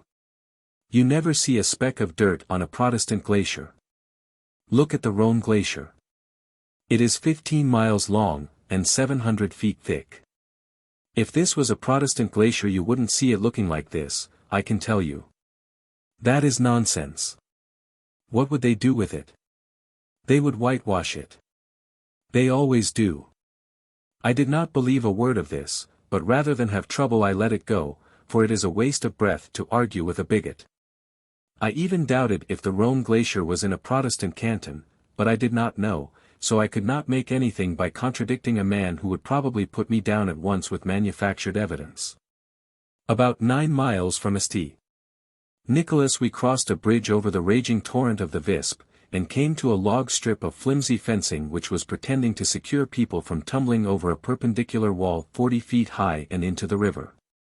3 children were approaching, one of them, a little girl, about 8 years old, was running, when pretty close to us she stumbled and fell, and her feet shot under the rail of the fence and for a moment projected over the stream. It gave us a sharp shock, for we thought she was gone, sure, for the ground slanted steeply, and to save herself seemed a sheer impossibility, but she managed to scramble up, and ran by us laughing. We went forward and examined the place and saw the long tracks which her feet had made in the dirt when they darted over the verge. If she had finished her trip she would have struck some big rocks in the edge of the water, and then the torrent would have snatched her downstream among the half-covered boulders and she would have been pounded to pulp in 2 minutes. We had come exceedingly near witnessing her death. And now Harris's contrary nature and inborn selfishness were strikingly manifested. He has no spirit of self-denial. He began straight off, and continued for an hour, to express his gratitude that the child was not destroyed. I never saw such a man. That was the kind of person he was, just so he was gratified, he never cared anything about anybody else. I had noticed that trait in him, over and over again. Often, of course, it was mere heedlessness, mere want of reflection. Doubtless this may have been the case in most instances, but it was not the less hard to bar on that account, and after all, its bottom, its groundwork, was selfishness. There is no avoiding that conclusion. In the instance under consideration, I did think the indecency of running on in that way might occur to him. But no, the child was saved and he was glad, that was sufficient. He cared not a straw for my feelings, or my loss of such a literary plum, snatched from my very mouth at the instant it was ready to drop into it. His selfishness was sufficient to place his own gratification in being spared suffering clear before all concern for me, his friend. Apparently. He did not once reflect upon the valuable details which would have fallen like a windfall to me, fishing the child out, witnessing the surprise of the family and the stir the thing would have made among the peasants, then a Swiss funeral, then the roadside monument. To be paid for by us and have our names mentioned in it. And we should have gone into Baedeker and been immortal. I was silent. I was too much hurt to complain. If he could act so, and be so heedless and so frivolous at such a time, and actually seem to glory in it, after all I had done for him, I would have cut my hand off before I would let him see that I was wounded. We were approaching Zermatt. Consequently, we were approaching the renowned Matterhorn. A month before, this mountain had been only a name to us, but latterly we had been moving through a steadily thickening double row of pictures of it, done in oil, water, chromo, wood, steel, copper, crayon, and photography. And so it had at length become a shape to us, and a very distinct, decided, and familiar one, too. We were expecting to recognize that mountain whenever or wherever we should run across it. We were not deceived. The monarch was far away when we first saw him, but there was no such thing as mistaking him. He has the rare peculiarity of standing by himself, he is peculiarly steep, too, and is also most oddly shaped. He towers into the sky like a colossal wedge, with the upper third of its blade bent a little to the left. The broad base of this monster wedge is planted upon a grand glacier-paved alpine platform whose elevation is 10,000 feet above sea level. As the wedge itself is some 5,000 feet high, it follows that its apex is about 15,000 feet above sea level. So the whole bulk of this stately piece of rock, this sky-cleaving monolith, is above the line of eternal snow. Yet while all its giant neighbors have the look of being built of solid snow, from their waists up, the Matterhorn stands black and naked and forbidding, the year round, or merely powdered or streaked with white in places. For its sides are so steep that the snow cannot stay there. Its strange form, its august isolation, and its majestic unkinship with its own kind, make it, so to speak, the Napoleon of the mountain world. Grand, gloomy, and peculiar, is a phrase which fits it as aptly as it fitted the great captain. Think of a monument a mile high, standing on a pedestal 2 miles high. This is what the Matterhorn is, a monument. Its office, henceforth, for all time, will be to keep watch and ward over the secret resting place of the young Lord Douglas, who, in 1865, was precipitated from the summit over a precipice 4,000 feet high, and never seen again. No man ever had such a monument as this before. The most imposing of the world's other monuments are but atoms compared to it, and they will perish, and their places will pass from memory, but this will remain. The accident which cost Lord Douglas his life, see chapter 12, also cost the lives of 3 other men. These 3 fell 4/5 of a mile, and their bodies were afterward found, lying side by side, upon a glacier, whence they were borne to Zermatt and buried in the churchyard. The remains of Lord Douglas have never been found. The secret of his sepulture, like that of Moses, must remain a mystery always. A walk from St. Nicholas to Zermatt is a wonderful experience. Nature is built on a stupendous plan in that region. One marches continually between walls that are piled into the skies, with their upper heights broken into a confusion of sublime shapes that gleam white and cold against the background of blue. And here and there one sees a big glacier displaying its grandeurs on the top of a precipice, or a graceful cascade leaping and flashing down the green declivities. There is nothing tame, or cheap, or trivial, it is all magnificent. That short valley is a picture gallery of a notable kind, for it contains no mediocrities. From end to end the Creator has hung it with his masterpieces. We made Zermatt at 3 in the afternoon, 9 hours out from St. Nicholas. Distance, by guidebook, 12 miles, by pedometer 72. We were in the heart and home of the mountain climbers, now, as all visible things testified. The snow peaks did not hold themselves aloof, in aristocratic reserve. They nestled close around, in a friendly, sociable way. Guides, with the ropes and axes and other implements of their fearful calling slung about their persons, roost in a long line upon a stone wall in front of the hotel, and waited for customers. Sunburnt climbers, in mountaineering costume, and followed by their guides and porters, arrived from time to time, from breakneck expeditions among the peaks and glaciers of the high Alps. Male and female tourists, on mules, filed by, in a continuous procession, hotelward bound from wild adventures which would grow in grandeur every time they were described at the English or American fireside, and at last outgrow the possible itself. We were not dreaming. This was not a make-believe home of the Alp climber, created by our heated imaginations, no, for here was Mr. Girdlestone himself, the famous Englishman who hunts his way to the most formidable alpine summits without a guide. I was not equal to imagining a Girdlestone, it was all I could do to even realize him, while looking straight at him at short range. I would rather face whole Hyde Parks of artillery than the ghastly forms of death which he has faced among the peaks and precipices of the mountains. There is probably no pleasure equal to the pleasure of climbing a dangerous Alp. But it is a pleasure which is confined strictly to people who can find pleasure in it. I have not jumped to this conclusion, I have traveled to it per gravel train, so to speak. I have thought the thing all out, and am quite sure I am right. A born climber's appetite for climbing is hard to satisfy. When it comes upon him he is like a starving man with a feast before him. He may have other business on hand, but it must wait. Mr. Girdlestone had had his usual summer holiday in the Alps, and had spent it in his usual way, hunting for unique chances to break his neck. His vacation was over, and his luggage packed for England, but all of a sudden a hunger had come upon him to climb the tremendous Weisshorn once more, for he had heard of a new and utterly impossible route up it. His baggage was unpacked at once, and now he and a friend, laden with knapsacks, ice axes, coils of rope, and canteens of milk, were just setting out. They would spend the night high up among the snows, somewhere, and get up at 2 in the morning and finish the enterprise. I had a strong desire to go with them, but forced it down, a feat which Mr. Girdlestone, with all his fortitude, could not do. Even ladies catch the climbing mania, and are unable to throw it off. A famous climber, of that sex, had attempted the Weisshorn a few days before our arrival. And she and her guides had lost their way in a snowstorm high up among the peaks and glaciers and been forced to wander around a good while before they could find a way down.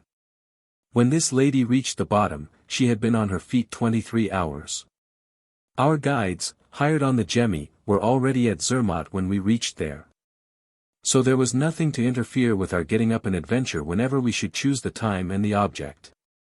I resolved to devote my first evening in Zermatt to studying up the subject of alpine climbing, by way of preparation. I read several books, and here are some of the things I found out. One's shoes must be strong and heavy, and have pointed hobnails in them. The alpenstock must be of the best wood, for if it should break, loss of life might be the result. One should carry an axe, to cut steps in the ice with, on the great heights. There must be a ladder, for there are steep bits of rock which can be surmounted with this instrument, or this utensil, but could not be surmounted without it. Such an obstruction has compelled the tourist to waste hours hunting another route, when a ladder would have saved him all trouble. One must have from 150 to 500 feet of strong rope, to be used in lowering the party down steep declivities which are too steep and smooth to be traversed in any other way. One must have a steel hook, on another rope, a very useful thing. For when one is ascending and comes to a low bluff which is yet too high for the ladder, he swings this rope aloft like a lasso, the hook catches at the top of the bluff, and then the tourist climbs the rope.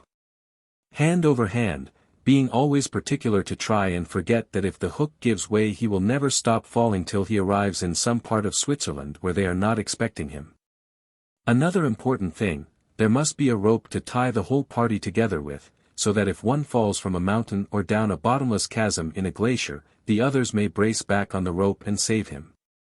One must have a silk veil, to protect his face from snow, sleet, hail and gale, and colored goggles to protect his eyes from that dangerous enemy, snow blindness. Finally, there must be some porters, to carry provisions, wine and scientific instruments, and also blanket bags for the party to sleep in. I closed my readings with a fearful adventure which Mr. Whymper once had on the Matterhorn when he was prowling around alone, 5,000 feet above the town of Braille. He was edging his way gingerly around the corner of a precipice where the upper edge of a sharp declivity of ice-glazed snow joined it. This declivity swept down a couple of 100 feet, into a gully which curved around and ended at a precipice 800 feet high, overlooking a glacier. His foot slipped, and he fell. He says, "My knapsack brought my head down first, and I pitched into some rocks about a dozen feet below.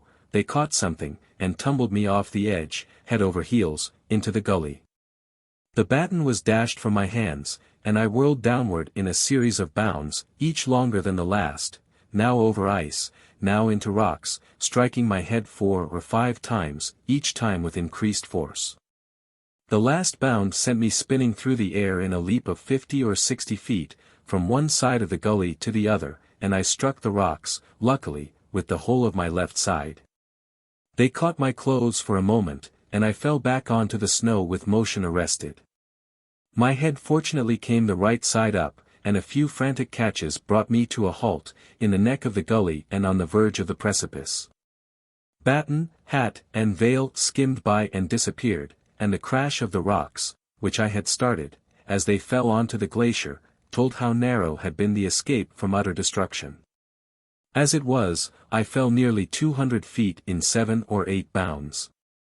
10 feet more would have taken me in one gigantic leap of 800 feet on to the glacier below. The situation was sufficiently serious. The rocks could not be let go for a moment, and the blood was spurting out of more than 20 cuts. The most serious ones were in the head, and I vainly tried to close them with one hand, while holding on with the other. It was useless. The blood gushed out in blinding jets at each pulsation. At last, in a moment of inspiration, I kicked out a big lump of snow and struck it as plaster on my head. The idea was a happy one, and the flow of blood diminished. Then, scrambling up, I got, not a moment too soon, to a place of safety, and fainted away. The sun was setting when consciousness returned, and it was pitch dark before the great staircase was descended. But by a combination of luck and care, the whole 4,700 feet of descent to Braille was accomplished without a slip, or once missing the way. His wounds kept him abed some days. Then he got up and climbed that mountain again. That is the way with a true Alp climber, the more fun he has, the more he wants. Chapter 37. Our imposing column starts upward.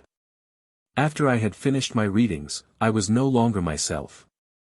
I was tranced, uplifted, intoxicated, by the almost incredible perils and adventures I had been following my authors through, and the triumphs I had been sharing with them. I sat silent some time, then turned to Harris and said, "My mind is made up." Something in my tone struck him, and when he glanced at my eye and read what was written there, his face paled perceptibly. He hesitated a moment, then said, "Speak." I answered, with perfect calmness, "I will ascend the Riffelberg." If I had shot my poor friend he could not have fallen from his chair more suddenly. If I had been his father he could not have pleaded harder to get me to give up my purpose. But I turned a deaf ear to all he said. When he perceived at last that nothing could alter my determination, he ceased to urge, and for a while the deep silence was broken only by his sobs. I sat in marble resolution, with my eyes fixed upon vacancy, for in spirit I was already wrestling with the perils of the mountains, and my friend sat gazing at me in adoring admiration through his tears. At last he threw himself upon me in a loving embrace and exclaimed in broken tones, "Your Harris will never desert you. We will die together." I cheered the noble fellow with praises, and soon his fears were forgotten and he was eager for the adventure. He wanted to summon the guides at once and leave at 2 in the morning, as he supposed the custom was. But I explained that nobody was looking at that hour, and that the start in the dark was not usually made from the village but from the first night's resting place on the mountain side. I said we would leave the village at 3 or 4 p.m. on the morrow. Meantime he could notify the guides, and also let the public know of the attempt which we proposed to make. I went to bed, but not to sleep. No man can sleep when he is about to undertake one of these alpine exploits. I tossed feverishly all night long, and was glad enough when I heard the clock strike 11:30 and knew it was time to get up for dinner. I rose, jaded and rusty, and went to the noon meal, where I found myself the center of interest and curiosity, for the news was already abroad. It is not easy to eat calmly when you are a lion, but it is very pleasant, nevertheless. As usual, at Zermatt, when a great ascent is about to be undertaken, everybody, native and foreign, laid aside his own projects and took up a good position to observe the start. The expedition consisted of 198 persons, including the mules. Or 205, including the cows. As follows. Chiefs of service. Subordinates. Myself. 1. Veterinary surgeon. Mr. Harris. 1. Butler. 17. Guides. 12. Waiters. 4. Surgeons. 1. Footman. 1. Geologist. 1. Barber. 1. Botanist. 1. Head cook. 3. Chaplains. 9. Assistants. 2. Draftsmen. 4. Pastry cooks. 15. Barkeepers. 1. Confectionery artist. 1. Latinist. Transportation. Etc. 27. Porters. 3. Course washers and ironers. 44. Mules. 1. Fine ditto. 44. Muleteers. 7. Cows. 2. Milkers. Total, 154 men, 51 animals. Grand total, 205. Rations, etc. Apparatus. 16. Cases hams. 25. Spring mattresses. 2. Barrels flour. 2. Hair ditto. 22.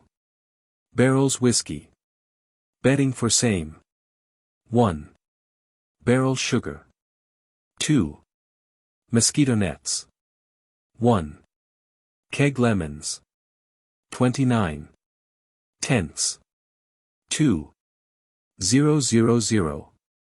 Cigars. Scientific instruments. 1. Barrel pies. 97. Ice axes. 1. Ton of pemmican. 5. Cases dynamite. 143. Pair crutches. 7. Cans nitroglycerin. 2. Barrels arnica. 22. 40-foot ladders. 1. Bale of lint. 2. Miles of rope. 27. Kegs paregoric. 154. Umbrellas. It was full 4 o'clock in the afternoon before my cavalcade was entirely ready. At that hour it began to move. In point of numbers and spectacular effect, it was the most imposing expedition that had ever marched from Zermatt. I commanded the chief guide to arrange the men and animals in single file, 12 feet apart, and lash them all together on a strong rope. He objected that the first 2 miles was a dead level, with plenty of room, and that the rope was never used except in very dangerous places. But I would not listen to that. My reading had taught me that many serious accidents had happened in the Alps simply from not having the people tied up soon enough. I was not going to add one to the list. The guide then obeyed my order. When the procession stood at ease, roped together, and ready to move, I never saw a finer sight. It was 3,122 feet long, over half a mile. Every man and me was on foot, and had on his green veil and his blue goggles, and his white rag around his hat, and his coil of rope over one shoulder and under the other, and his ice-axe in his belt, and carried his alpenstock in his left hand. His umbrella, closed, in his right, and his crutches slung at his back. The burdens of the pack mules and the horns of the cows were decked with the edelweiss and the alpine rose. I and my agent were the only persons mounted. We were in the post of danger in the extreme rear, and tied securely to 5 guides apiece. Our armor-bearers carried our ice-axes, alpenstocks, and other implements for us. We were mounted upon very small donkeys, as a measure of safety. In time of peril we could straighten our legs and stand up, and let the donkey walk from under. Still, I cannot recommend this sort of animal, at least for excursions of mere pleasure, because his ears interrupt the view. I and my agent possessed the regulation mountaineering costumes, but concluded to leave them behind. Out of respect for the great numbers of tourists of both sexes who would be assembled in front of the hotels to see us pass, and also out of respect for the many tourists whom we expected to encounter on our expedition, we decided to make the ascent in evening dress. We watered the caravan at the cold stream which rushes down a trough near the end of the village, and soon afterward left the haunts of civilization behind us. About 5:30 o'clock we arrived at a bridge which spans the Visp, and after throwing over a detachment to see if it was safe, the caravan crossed without accident. The way now led, by a gentle ascent, carpeted with fresh green grass, to the church at Winkelmatten. Without stopping to examine this edifice, I executed a flank movement to the right and crossed the bridge over the Findelenbach, after first testing its strength. Here I deployed to the right again, and presently entered an inviting stretch of meadowland which was unoccupied save by a couple of deserted huts toward the furthest extremity. These meadows offered an excellent camping place. We pitched our tents, supped, established a proper grade, recorded the events of the day, and then went to bed. We rose at 2 in the morning and dressed by candlelight. It was a dismal and chilly business. A few stars were shining, but the general heavens were overcast, and the great shaft of the Matterhorn was draped in a cable pall of clouds. The chief guide advised a delay. He said he feared it was going to rain. We waited until 9 o'clock, and then got away in tolerably clear weather. Our course led up some terrific steeps, densely wooded with larches and cedars, and traversed by paths which the rains had guttered and which were obstructed by loose stones. To add to the danger and inconvenience, we were constantly meeting returning tourists on foot and horseback, and as constantly being crowded and battered by ascending tourists who were in a hurry and wanted to get by. Our troubles thickened. About the middle of the afternoon the 17 guides called a halt and held a consultation. After consulting an hour they said their first suspicion remained intact, that is to say, they believed they were lost. I asked if they did not know it. No, they said, they couldn't absolutely know whether they were lost or not, because none of them had ever been in that part of the country before. They had a strong instinct that they were lost, but they had no proofs, except that they did not know where they were. They had met no tourists for some time, and they considered that a suspicious sign. Plainly we were in an ugly fix. The guides were naturally unwilling to go alone and seek a way out of the difficulty, so we all went together. For better security we moved slow and cautiously, for the forest was very dense.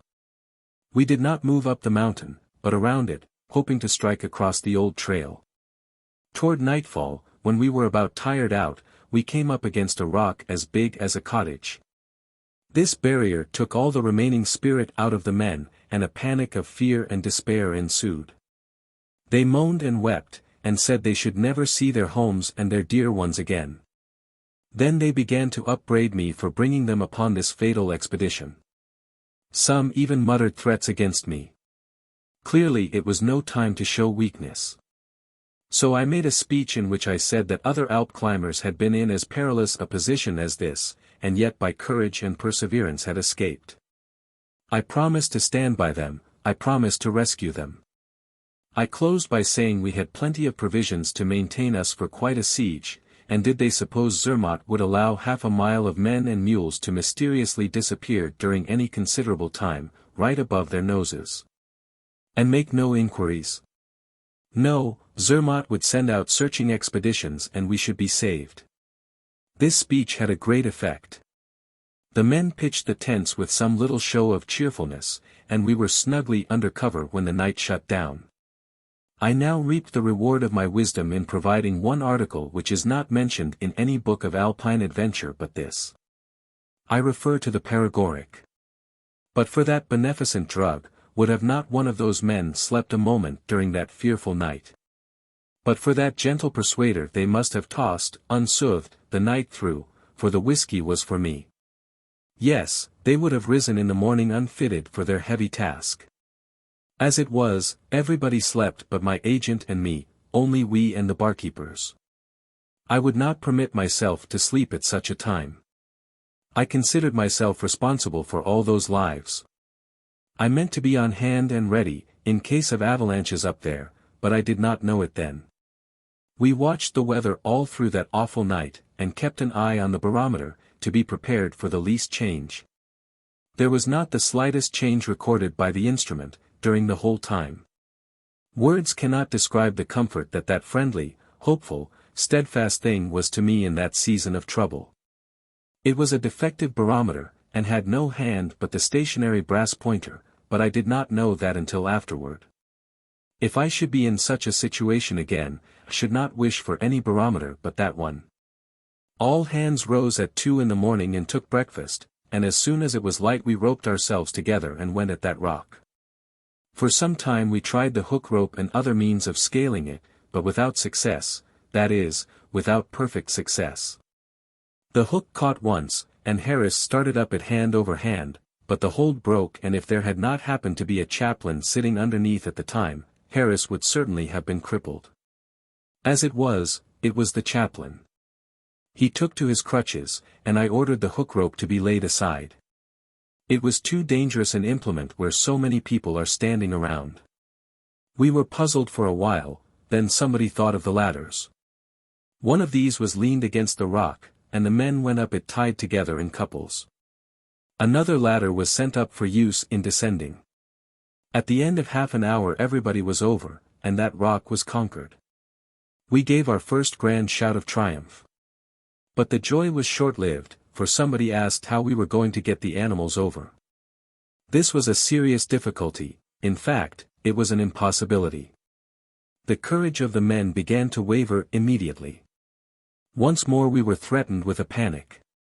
But when the danger was most imminent, we were saved in a mysterious way. A mule which had attracted attention from the beginning by its disposition to experiment, tried to eat a 5-pound can of nitroglycerin. This happened right alongside the rock. The explosion threw us all to the ground, and covered us with dirt and debris. It frightened us extremely, too, for the crash it made was deafening, and the violence of the shock made the ground tremble. However, we were grateful, for the rock was gone. Its place was occupied by a new cellar, about 30 feet across, by 15 feet deep. The explosion was heard as far as Zermatt. And an hour and a half afterward, many citizens of that town were knocked down and quite seriously injured by descending portions of mule meat, frozen solid. This shows, better than any estimate in figures, how high the experimenter went. We had nothing to do, now, but bridge the cellar and proceed on our way. With a cheer the men went at their work. I attended to the engineering, myself. I appointed a strong detail to cut down trees with ice axes and trim them for piers to support the bridge. This was a slow business, for ice axes are not good to cut wood with. I caused my piers to be firmly set up in ranks in the cellar, and upon them I laid 6 of my 40-foot ladders, side by side, and laid 6 more on top of them. Upon this bridge I caused a bed of boughs to be spread, and on top of the boughs a bed of earth 6 inches deep. I stretched ropes upon either side to serve as railings, and then my bridge was complete. A train of elephants could have crossed it in safety and comfort. By nightfall the caravan was on the other side and the ladders were taken up. Next morning we went on in good spirits for a while, though our way was slow and difficult, by reason of the steep and rocky nature of the ground and the thickness of the forest. But at last a dull despondency crept into the men's faces, and it was apparent that not only they, but even the guides, were now convinced that we were lost.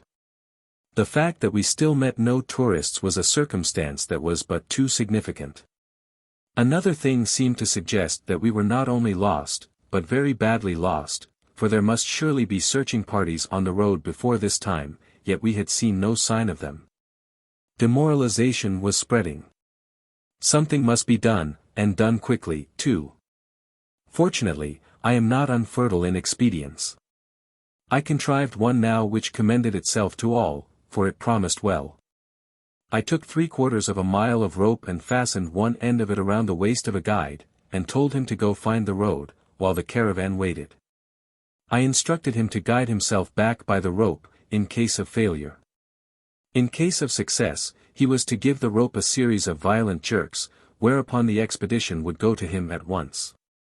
He departed, and in 2 minutes had disappeared among the trees. I paid out the rope myself, while everybody watched the crawling thing with eager eyes. The rope crept away quite slowly, at times, at other times with some briskness. Twice or thrice we seemed to get the signal, and a shout was just ready to break from the men's lips when they perceived it was a false alarm. But at last, when over half a mile of rope had slid den away, it stopped gliding and stood absolutely still, 1 minute, 2 minutes, 3, while we held our breath and watched. Was the guide resting? Was he scanning the country from some high point? Was he inquiring of a chance mountaineer? Stop, had he fainted from excess of fatigue and anxiety? This thought gave us a shock. I was in the very first act of detailing an expedition to succor him, when the cord was assailed with a series of such frantic jerks that I could hardly keep hold of it. The huzzah that went up, then, was good to hear. Saved! Saved! Was the word that rang out, all down the long rank of the caravan. We rose up and started at once. We found the route to be good enough for a while, but it began to grow difficult, by and by, and this feature steadily increased. When we judged we had gone half a mile, we momently expected to see the guide, but no, he was not visible anywhere, neither was he waiting, for the rope was still moving, consequently he was doing the same.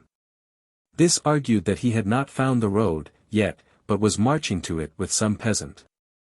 There was nothing for us to do but plod along, and this we did. At the end of 3 hours we were still plodding. This was not only mysterious, but exasperating. And very fatiguing, too, for we had tried hard, along at first, to catch up with the guide, but had only fagged ourselves, in vain. For although he was traveling slowly he was yet able to go faster than the hampered caravan over such ground. At 3 in the afternoon we were nearly dead with exhaustion, and still the rope was slowly gliding out. The murmurs against the guide had been growing steadily, and at last they were become loud and savage. A mutiny ensued. The men refused to proceed. They declared that we had been traveling over and over the same ground all day, in a kind of circle. They demanded that our end of the rope be made fast to a tree, so as to halt the guide until we could overtake him and kill him. This was not an unreasonable requirement, so I gave the order. As soon as the rope was tied, the expedition moved forward with that alacrity which the thirst for vengeance usually inspires. But after a tiresome march of almost half a mile, we came to a hill covered thick with a crumbly rubbish of stones, and so steep that no man of us all was now in a condition to climb it. Every attempt failed, and ended in crippling somebody. Within 20 minutes I had 5 men on crutches. Whenever a climber tried to assist himself by the rope, it yielded and let him tumble backward. The frequency of this result suggested an idea to me. I ordered the caravan to bout face and form in marching order. I then made the tow rope fast to the rear mule, and gave the command. Mark time, by the right flank, forward, march. The procession began to move, to the impressive strains of a battle chant, and I said to myself, now, if the rope don't break I judge this will fetch that guide into the camp. I watched the rope gliding down the hill, and presently when I was all fixed for triumph I was confronted by a bitter disappointment. There was no guide tied to the rope, it was only a very indignant old black ram. The fury of the baffled expedition exceeded all bounds. They even wanted to wreak their unreasoning vengeance on this innocent dumb brute. But I stood between them and their prey, menaced by a bristling wall of ice axes and alpenstocks, and proclaimed that there was but one road to this murder, and it was directly over my corpse. Even as I spoke I saw that my doom was sealed, except a miracle supervened to divert these madmen from their fell purpose. I see the sickening wall of weapons now, I see that advancing host as I saw it then, I see the hate in those cruel eyes. I remember how I drooped my head upon my breast, I feel again the sudden earthquake shock in my rear, administered by the very ram I was sacrificing myself to save. I hear once more the typhoon of laughter that burst from the assaulting column as I clove it from van to rear like a sepoy shot from a Rodman gun. I was saved. Yes, I was saved, and by the merciful instinct of ingratitude which nature had planted in the breast of that treacherous beast. The grace which eloquence had failed to work in those men's hearts, had been wrought by a laugh. The ram was set free and my life was spared. We lived to find out that that guide had deserted us as soon as he had placed a half-mile between himself and us. To avert suspicion, he had judged it best that the line should continue to move. So he caught that ram, and at the time that he was sitting on it making the rope fast to it, we were imagining that he was lying in a swoon, overcome by fatigue and distress. When he allowed the ram to get up it fell to plunging around, trying to rid itself of the rope, and this was the signal which we had risen up with glad shouts to obey. We had followed this ram round and round in a circle all day, a thing which was proven by the discovery that we had watered the expedition 7 times at one and same spring in 7 hours. As expert a woodman as I am, I had somehow failed to notice this until my attention was called to it by a hog. This hog was always wallowing there, and as he was the only hog we saw, his frequent repetition, together with his unvarying similarity to himself, finally caused me to reflect that he must be the same hog. And this led me to the deduction that this must be the same spring, also, which indeed it was. I made a note of this curious thing, as showing in a striking manner the relative difference between glacial action and the action of the hog. It is now a well-established fact that glaciers move. I consider that my observations go to show, with equal conclusiveness, that a hog in a spring does not move. I shall be glad to receive the opinions of other observers upon this point. To return, for an explanatory moment, to that guide, and then I shall be done with him. After leaving the ram tied to the rope, he had wandered at large a while, and then happened to run across a cow. Judging that a cow would naturally know more than a guide, he took her by the tail, and the result justified his judgment. She nibbled her leisurely way downhill till it was near milking time, then she struck for home and towed him into Zermatt. Chapter 38. I conquer the Gorner Grat. We went into camp on that wild spot to which that ram had brought us. The men were greatly fatigued. Their conviction that we were lost was forgotten in the cheer of a good supper, and before the reaction had a chance to set in, I loaded them up with paregoric and put them to bed. Next morning I was considering in my mind our desperate situation and trying to think of a remedy, when Harris came to me with a Baedeker map which showed conclusively that the mountain we were on was still in Switzerland. Yes. Every part of it was in Switzerland. So we were not lost, after all. This was an immense relief, it lifted the weight of 2 such mountains from my breast. I immediately had the news disseminated and the map was exhibited. The effect was wonderful. As soon as the men saw with their own eyes that they knew where they were, and that it was only the summit that was lost and not themselves, they cheered up instantly and said with one accord, "Let the summit take care of itself." Our distresses being at an end, I now determined to rest the men in camp and give the scientific department of the expedition a chance. First, I made a barometric observation, to get our altitude, but I could not perceive that there was any result. I knew, by my scientific reading, that either thermometers or barometers ought to be boiled, to make them accurate. I did not know which it was, so I boiled them both. There was still no result. So I examined these instruments and discovered that they possessed radical blemishes. The barometer had no hand but the brass pointer and the ball of the thermometer was stuffed with tin foil. I might have boiled those things to rags, and never found out anything. I hunted up another barometer, it was new and perfect. I boiled it half an hour in a pot of bean soup which the cooks were making. The result was unexpected, the instrument was not affecting at all, but there was such a strong barometer taste to the soup that the head cook, who was a most conscientious person, changed its name in the bill of fare. The dish was so greatly liked by all, that I ordered the cook to have barometer soup every day. It was believed that the barometer might eventually be injured, but I did not care for that. I had demonstrated to my satisfaction that it could not tell how high a mountain was, therefore I had no real use for it. Changes in the weather I could take care of without it. I did not wish to know when the weather was going to be good, what I wanted to know was when it was going to be bad, and this I could find out from Harris's corns. Harris had had his corns tested and regulated at the government observatory in Heidelberg, and one could depend upon them with confidence. So I transferred the new barometer to the cooking department, to be used for the official mess. It was found that even a pretty fair article of soup could be made from the defective barometer, so I allowed that one to be transferred to the subordinate mess. I next boiled the thermometer, and got a most excellent result.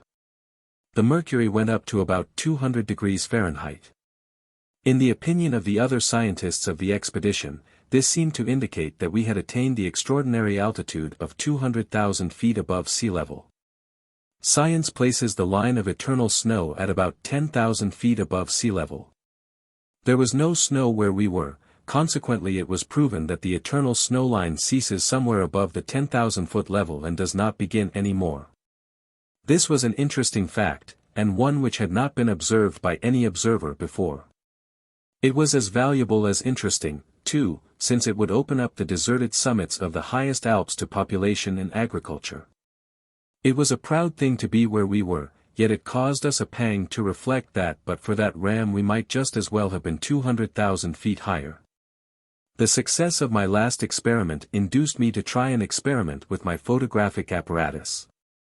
I got it out, and boiled one of my cameras, but the thing was a failure.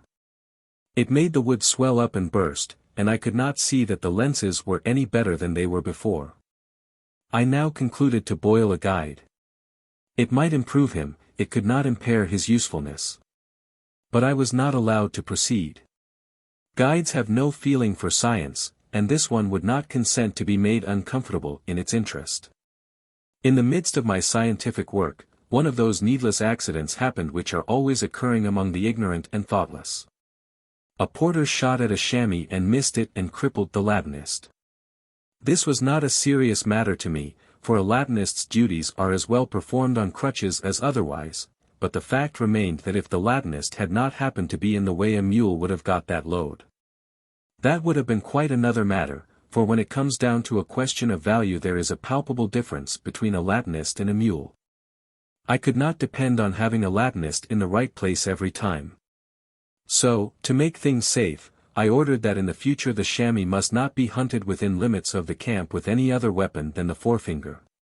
My nerves had hardly grown quiet after this affair when they got another shake-up, one which utterly unmanned me for a moment. A rumor swept suddenly through the camp that one of the barkeepers had fallen over a precipice. However, it turned out that it was only a chaplain. I had laid in an extra force of chaplains, purposely to be prepared for emergencies like this, but by some unaccountable oversight had come away rather short-handed in the matter of barkeepers. On the following morning we moved on, well refreshed and in good spirits. I remember this day with peculiar pleasure, because it saw our road restored to us. Yes, we found our road again, and in quite an extraordinary way. We had plodded along some 2 hours and a half, when we came up against a solid mass of rock about 20 feet high. I did not need to be instructed by a mule this time. I was already beginning to know more than any mule in the expedition. I at once put in a blast of dynamite, and lifted that rock out of the way. But to my surprise and mortification, I found that there had been a chalet on top of it. I picked up such members of the family as fell in my vicinity, and subordinates of my corps collected the rest. None of these poor people were injured, happily, but they were much annoyed.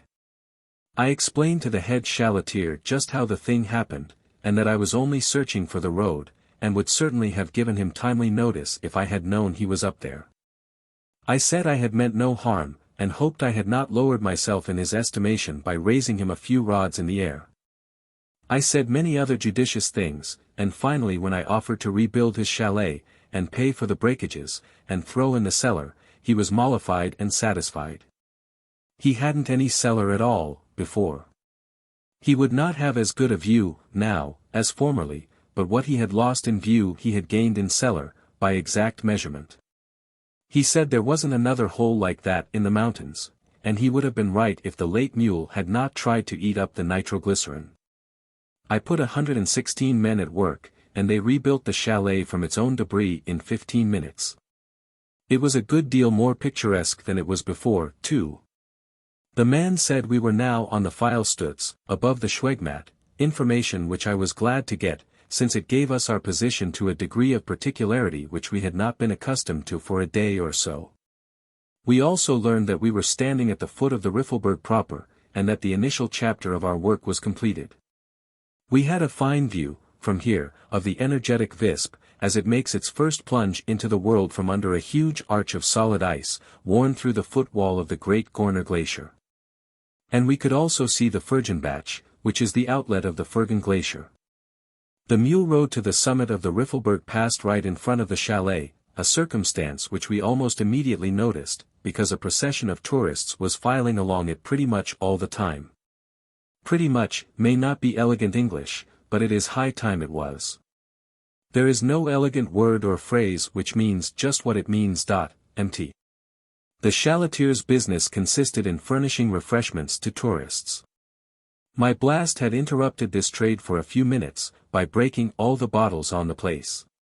But I gave the man a lot of whiskey to sell for Alpine champagne, and a lot of vinegar which would answer for Rhine wine, consequently trade was soon as brisk as ever.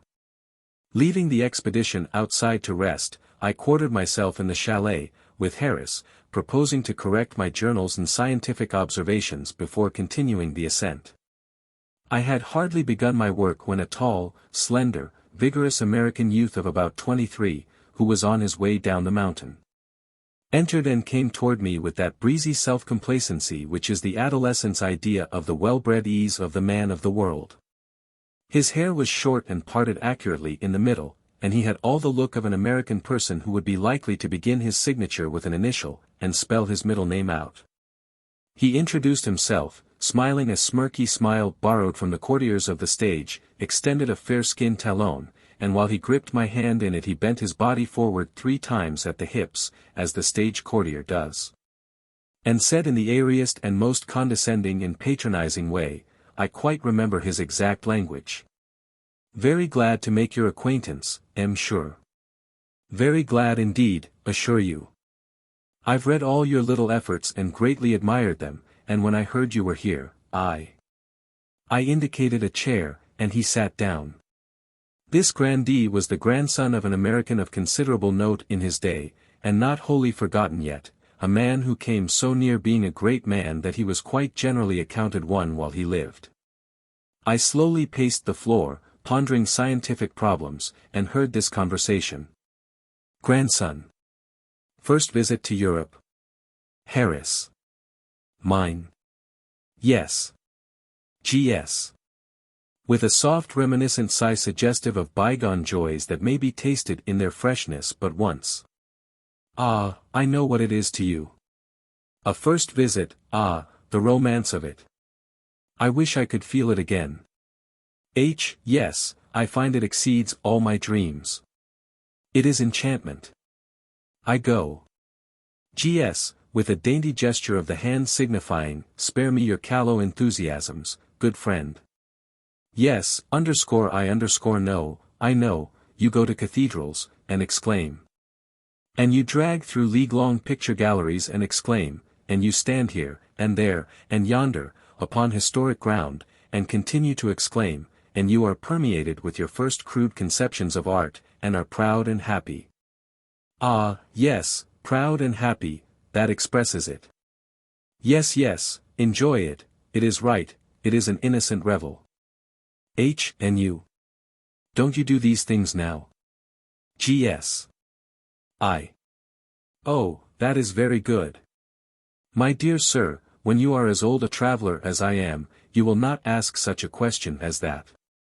I visit the regulation gallery, moon around the regulation cathedral, do the worn round of the regulation sites, yet, excuse me. H. Well, what do you do, then? Gs. Do. I flit, and flit, for I am ever on the wing, but I avoid the herd. Today I am in Paris, tomorrow in Berlin, anon in Rome. But you would look for me in vain in the galleries of the Louvre or the common resorts of the gazers in those other capitals. If you would find me, you must look in the unvisited nooks and corners where others never think of going. One day you will find me making myself at home in some obscure peasant's cabin, another day you will find me in some forgotten castle worshipping some little gem or art which the careless eye has overlooked and which the unexperienced would despise. Again you will find me as guest in the inner sanctuaries of palaces while the herd is content to get a hurried glimpse of the unused chambers by feeing a servant. H. You are a guest in such places. Gs. And a welcoming one. H. It is surprising. How does it come? Gs. My grandfather's name is a passport to all the courts in Europe. I have only to utter that name and every door is open to me. I flit from court to court at my own free will and pleasure, and am always welcome. I am as much at home in the palaces of Europe as you are among your relatives. I know every titled person in Europe, I think. I have my pockets full of invitations all the time. I am under promise to go to Italy, where I am to be the guest of a succession of the noblest houses in the land. In Berlin my life is a continued round of gaiety in the imperial palace. It is the same, wherever I go. H. It must be very pleasant. But it must make Boston seem a little slow when you are at home. Gs. Yes, of course it does. But I don't go home much. There's no life there, little to feed a man's higher nature. Boston's very narrow, you know. She doesn't know it, and you couldn't convince her of it, so I say nothing when I'm there, where's the use? Yes, Boston is very narrow, but she has such a good opinion of herself that she can't see it. A man who has traveled as much as I have, and seen as much of the world, sees it plain enough, but he can't cure it, you know, so the best is to leave it and seek a sphere which is more in harmony with his tastes and culture. I run across there, once a year, perhaps, when I have nothing important on hand, but I'm very soon back again. I spend my time in Europe. H. I see. You map out your plans and... Gs. No, excuse me. I don't map out any plans. I simply follow the inclination of the day. I am limited by no ties, no requirements, I am not bound in any way. I am too old a traveler to hamper myself with deliberate purposes. I am simply a traveler, an inveterate traveler, a man of the world, in a word, I can call myself by no other name. I do not say, I am going here, or I am going there, I say nothing at all, I only act. For instance, next week you may find me the guest of a grandee of Spain, or you may find me off for Venice, or flitting toward Dresden. I shall probably go to Egypt presently. Friends will say to friends, he is at the Nile cataracts, and at that very moment they will be surprised to learn that I'm away off yonder in India somewhere. I am a constant surprise to people. They are always saying, yes, he was in Jerusalem when we heard of him last, but goodness knows where he is now. Presently the grandson rose to leave, discovered he had an appointment with some emperor, perhaps. He did his graces over again, gripped me with one talon, at arm's length, pressed his hat against his stomach with the other, bent his body in the middle 3 times, murmuring.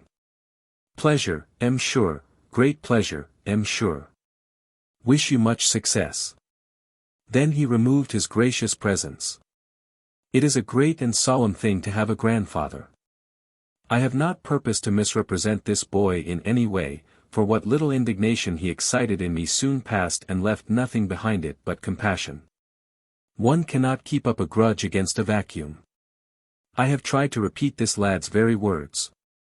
If I have failed anywhere, I have at least not failed to reproduce the marrow and meaning of what he said. He and the innocent chatterbox whom I met on the Swiss lake are the most unique and interesting specimens of young America I came across during my foreign tramping. I have made honest portraits of them, not caricatures. The grandson of 23 referred to himself 5 or 6 times as an old traveler, and as many as 3 times, with a serene complacency which was maddening, as a man of the world. There was something very delicious about his leaving Boston to her narrowness, unreproved and uninstructed. I formed the caravan in marching order, presently, and after riding down the line to see that it was properly roped together, gave the command to proceed. In a little while the road carried us to open, grassy land. We were above the troublesome forest, now, and had an uninterrupted view, straight before us, of our summit, the summit of the Riffelberg. We followed the mule road, a zigzag course, now to the right, now to the left, but always up, and always crowded and incommoded by going and coming files of reckless tourists who were never, in a single instance, tied together. I was obliged to exert the utmost care and caution, for in many places the road was not 2 yards wide, and often the lower side of it sloped away in slanting precipices 8 and even 9 feet deep. I had to encourage the men constantly, to keep them from giving way to their unmanly fears. We might have made the summit before night, but for a delay caused by the loss of an umbrella. I was allowing the umbrella to remain lost, but the men murmured, and with reason, for in this exposed region we stood in peculiar need of protection against avalanches. So I went into camp and detached a strong party to go after the missing article. The difficulties of the next morning were severe, but our courage was high, for our goal was near. At noon we conquered the last impediment, we stood at last upon the summit, and without the loss of a single man except the mule that ate the glycerin. Our great achievement was achieved, the possibility of the impossible was demonstrated, and Harris and I walked proudly into the great dining room of the Riffelberg Hotel and stood our alpenstocks up in the corner. Yes, I had made the grand ascent. But it was a mistake to do it in evening dress. The plug hats were battered, the swallowtails were fluttering rags, mud added no grace, the general effect was unpleasant and even disreputable. There were about 75 tourists at the hotel, mainly ladies and little children, and they gave us an admiring welcome which paid us for all our privations and sufferings. The ascent had been made, and the names and dates now stand recorded on a stone monument there to prove it to all future tourists. I boiled a thermometer and took an altitude, with a most curious result. The summit was not as high as the point on the mountainside where I had taken the first altitude. Suspecting that I had made an important discovery, I prepared to verify it. There happened to be a still higher summit, called the Gorner Grat, above the hotel, and notwithstanding the fact that it overlooks a glacier from a dizzy height, and that the ascent is difficult and dangerous, I resolved to venture up there and boil a thermometer. So I sent a strong party, with some borrowed hose, in charge of 2 chiefs of service, to dig a stairway in the soil all the way up, and this I ascended, roped to the guides. This breezy height was the summit proper, so I accomplished even more than I had originally purposed to do. This foolhardy exploit is recorded on another stone monument. I boiled my thermometer, and sure enough, this spot, which purported to be 2,000 feet higher than the locality of the hotel, turned out to be 9,000 feet lower. Thus the fact was clearly demonstrated that, above a certain point, the higher a point seems to be, the lower it actually is. Our ascent itself was a great achievement, but this contribution to science was an inconceivably greater matter. Cavillers object that water boils at a lower and lower temperature the higher and higher you go, and hence the apparent anomaly. I answer that I do not base my theory upon what the boiling water does, but upon what a boiled thermometer says. You can't go behind the thermometer. I had a magnificent view of Monte Rosa, and apparently all the rest of the alpine world, from that high place. All the circling horizon was piled high with a mighty tumult of snowy crests. One might have imagined he saw before him the tented camps of a beleaguering host of Brobdingnagians. Note. I had the very unusual luck to catch one little momentary glimpse of the Matterhorn wholly unencumbered by clouds. I leveled my photographic apparatus at it without the loss of an instant, and should have got an elegant picture if my donkey had not interfered. It was my purpose to draw this photograph all by myself for my book, but was obliged to put the mountain part of it into the hands of the professional artist because I found I could not do landscape well. But lonely, conspicuous, and superb, rose that wonderful upright wedge, the Matterhorn. Its precipitous sides were powdered over with snow, and the upper half hidden in thick clouds which now and then dissolved to cobweb films and gave brief glimpses of the imposing tower as through a veil. A little later the Matterhorn took to himself the semblance of a volcano. He was stripped naked to his apex. Around this circled vast wreaths of white cloud which strung slowly out and streamed away slantwise toward the sun, a 20-mile stretch of rolling and tumbling vapor. And looking just as if it were pouring out of a crater. Later again, one of the mountain's sides was clean and clear. And another side densely clothed from base to summit in thick smoke-like cloud which feathered off and flew around the shaft's sharp edge like the smoke around the corners of a burning building. The Matterhorn is always experimenting, and always gets up fine effects, too. In the sunset, when all the lower world is palled in gloom, it points toward heaven out of the pervading blackness like a finger of fire. In the sunrise, well, they say it is very fine in the sunrise. Authorities agree that there is no such tremendous layout of snowy alpine magnitude, grandeur, and sublimity to be seen from any other accessible point as the tourist may see from the summit of the Riffelberg. Therefore, let the tourist rope himself up and go there, for I have shown that with nerve, caution, and judgment, the thing can be done. I wish to add one remark, here, in parentheses, so to speak, suggested by the word snowy, which I have just used. We have all seen hills and mountains and levels with snow on them, and so we think we know all the aspects and effects produced by snow. But indeed we do not until we have seen the Alps. Possibly mass and distance add something, at any rate, something is added. Among other noticeable things, there is a dazzling, intense whiteness about the distant alpine snow, when the sun is on it, which one recognizes as peculiar, and not familiar to the eye. The snow which one is accustomed to has a tint to it. Painters usually give it a bluish cast, but there is no perceptible tint to the distant alpine snow when it is trying to look its whitest. As to the unimaginable splendor of it when the sun is blazing down on it, well, it simply is unimaginable. Chapter 39. We travel by glacier. A guidebook is a queer thing. The reader has just seen what a man who undertakes the great ascent from Zermatt to the Riffelberg Hotel must experience. Yet Baedeker makes these strange statements concerning this matter. 1. Distance, 3 hours. 2. The road cannot be mistaken. 3. Guide unnecessary. 4. Distance from Riffelberg Hotel to the Gorner Grat, 1 hour and a half. 5. Ascent simple and easy. Guide unnecessary. 6. Elevation of Zermatt above sea level, 5,315 feet. 7. Elevation of Riffelberg Hotel above sea level, 8,429 feet. 8. Elevation of the Gorner Grat above sea level, 10,289 feet. I have pretty effectually throttled these errors by sending him the following demonstrated facts. 1. Distance from Zermatt to Riffelberg Hotel, 7 days. 2. The road can be mistaken.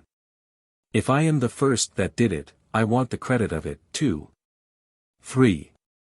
Guides are necessary, for none but a native can read those fingerboards. 4. The estimate of the elevation of the several localities above sea level is pretty correct, for Baedeker. He only misses it about 180 or 90,000 feet. I found my arnica invaluable. My men were suffering excruciatingly, from the friction of sitting down so much. During 2 or 3 days, not one of them was able to do more than lie down or walk about, yet so effective was the arnica, that on the 4th all were able to sit up. I consider that, more than to anything else, I owe the success of our great undertaking to arnica and paregoric. My men are being restored to health and strength. My main perplexity, now, was how to get them down the mountain again.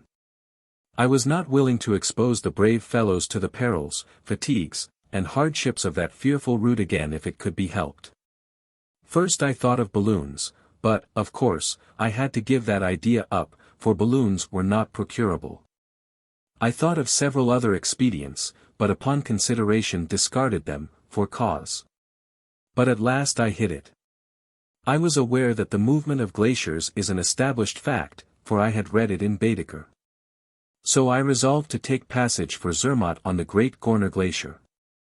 Very good.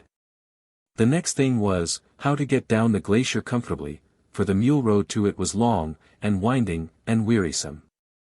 I set my mind at work, and soon thought out a plan. One looked straight down upon the vast frozen river called the Gorner Glacier, from the Gorner Grat, a sheer precipice 1,200 feet high. We had 154 umbrellas, and what is an umbrella but a parachute? I mentioned this noble idea to Harris, with enthusiasm, and was about to order the expedition to form on the Gorner Grat, with their umbrellas, and prepare for flight by platoons, each platoon in command of a guide. When Harris stopped me and urged me not to be too hasty. He asked me if this method of descending the Alps had ever been tried before. I said no, I had not heard of an instance. Then, in his opinion, it was a matter of considerable gravity. In his opinion it would not be well to send the whole command over the cliff at once, a better way would be to send down a single individual, first, and see how he fared. I saw the wisdom in this idea instantly. I said as much, and thanked my agent cordially, and told him to take his umbrella and try the thing right away, and wave his hat when he got down, if he struck in a soft place, and then I would ship the rest right along. Harris was greatly touched with this mark of confidence, and said so, in a voice that had a perceptible tremble in it, but at the same time he said he did not feel himself worthy of so conspicuous a favor.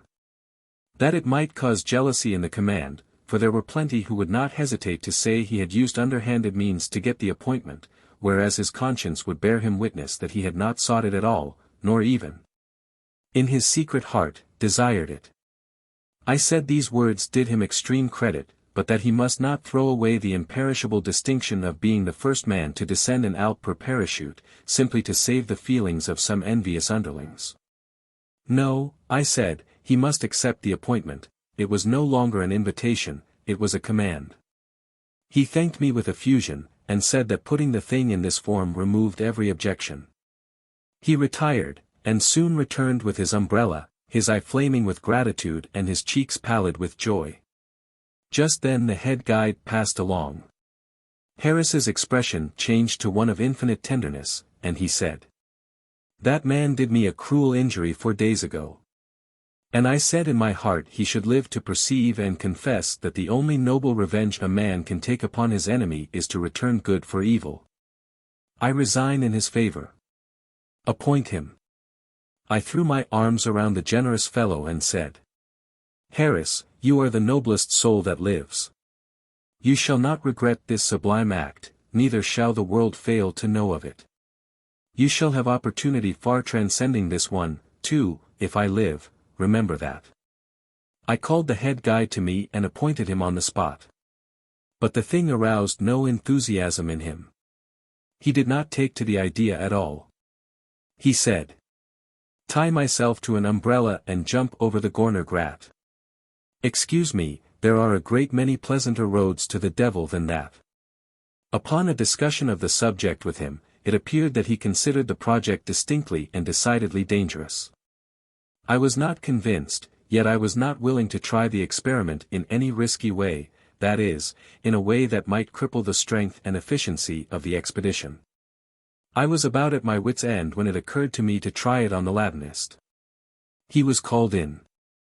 But he declined, on the plea of inexperience, diffidence in public, lack of curiosity, and I didn't know what all. Another man declined on account of a cold in the head, thought he ought to avoid exposure. Another could not jump well, never could jump well, did not believe he could jump so far without long and patient practice. Another was afraid it was going to rain, and his umbrella had a hole in it. Everybody had an excuse. The result was what the reader has by this time guessed: the most magnificent idea that was ever conceived had to be abandoned, from sheer lack of a person with enterprise enough to carry it out. Yes, I actually had to give that thing up, while doubtless I should live to see somebody use it and take all the credit from me. Well, I had to go overland, there was no other way. I marched the expedition down the steep and tedious mule path and took up as good a position as I could upon the middle of the glacier, because Baedeker said the middle part travels the fastest. As a measure of economy, however, I put some of the heavier baggage on the shoreward parts, to go as slow freight. I waited and waited, but the glacier did not move. Night was coming on, the darkness began to gather, still we did not budge. It occurred to me then, that there might be a timetable in Baedeker, it would be well to find out the hours of starting. I called for the book, it could not be found. Bradshaw would certainly contain a timetable, but no Bradshaw could be found. Very well, I must make the best of the situation. So I pitched the tents, picketed the animals, milked the cows, had supper, pergericked the men, established the watch, and went to bed, with orders to call me as soon as we came in sight of Zermatt. I awoke about 10:30 next morning, and looked around. We hadn't budged a peg. At first I could not understand it, then it occurred to me that the old thing must be aground. So I cut down some trees and rigged a spar on the starboard and another on the port side, and fooled away upward of 3 hours trying to spar her off. But it was no use. She was half a mile wide and 15 or 20 miles long, and there was no telling just whereabouts she was aground. The men began to show uneasiness, too, and presently they came flying to me with ashy faces, saying she had sprung a leak. Nothing but my cool behavior at this critical time saved us from another panic. I ordered them to show me the place. They led me to a spot where a huge boulder lay in a deep pool of clear and brilliant water. It did look like a pretty bad leak, but I kept that to myself. I made a pump and set the men to work to pump out the glacier. We made a success of it. I perceived, then, that it was not a leak at all. This boulder had descended from a precipice and stopped on the ice in the middle of the glacier, and the sun had warmed it up every day, and consequently it had melted its way deeper and deeper into the ice, until at last it reposed, as we had found it, in a deep pool of the clearest and coldest water. Presently Baedeker was found again, and I hunted eagerly for the timetable. There was none. The book simply said the glacier was moving all the time. This was satisfactory, so I shut up the book and chose a good position to view the scenery as we passed along. I stood there some time enjoying the trip, but at last it occurred to me that we did not seem to be gaining any on the scenery. I said to myself, this confounded old thing's aground again, sure, and opened Baedeker to see if I could run across any remedy for these annoying interruptions. I soon found a sentence which threw a dazzling light upon the matter. It said, the Gorner Glacier travels at an average rate of a little less than an inch a day. I have seldom felt so outraged. I have seldom had my confidence so wantonly betrayed. I made a small calculation, 1 inch a day, say 30 feet a year. Estimated distance to Zermatt, 3 1/18 miles. Time required to go by glacier, a little over 500 years. I said to myself, I can walk it quicker, and before I will patronize such a fraud as this, I will do it. When I revealed to Harris the fact that the passenger part of this glacier, the central part, the lightning express part, so to speak, was not due in Zermatt till the summer of 2378, and that the baggage, coming along the slow edge, would not arrive until some generations later, he burst out with, "That is European management, all over. An inch a day, think of that. 500 years to go a trifle over 3 miles. But I am not a bit surprised. It's a Catholic glacier.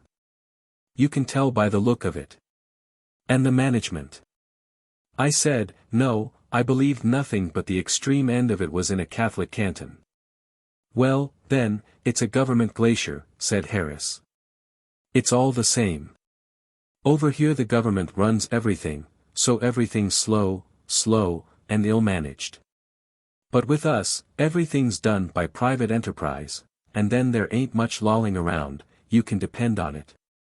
I wish Tom Scott could get his hands on this torpid old slab once, you'd see it take a different gait from this. I said I was sure he would increase the speed, if there was trade enough to justify it. He'd make trade, said Harris. That's the difference between governments and individuals.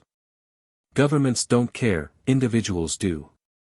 Tom Scott would take all the trade, in 2 years Gorner stock would go to 200, and inside of 2 more you would see all the other glaciers under the hammer for taxes.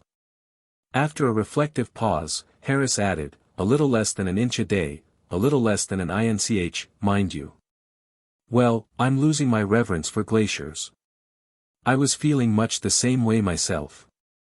I have traveled by canal boat, ox wagon, raft, and by the Ephesus and Smyrna railway, but when it comes down to good solid honest slow motion, I bet my money on the glacier. As a means of passenger transportation, I consider the glacier a failure. But as a vehicle of slow freight, I think she fills the bill. In the matter of putting the fine shades on that line of business, I judge she could teach the Germans something. I ordered the men to break camp and prepare for the land journey to Zermatt.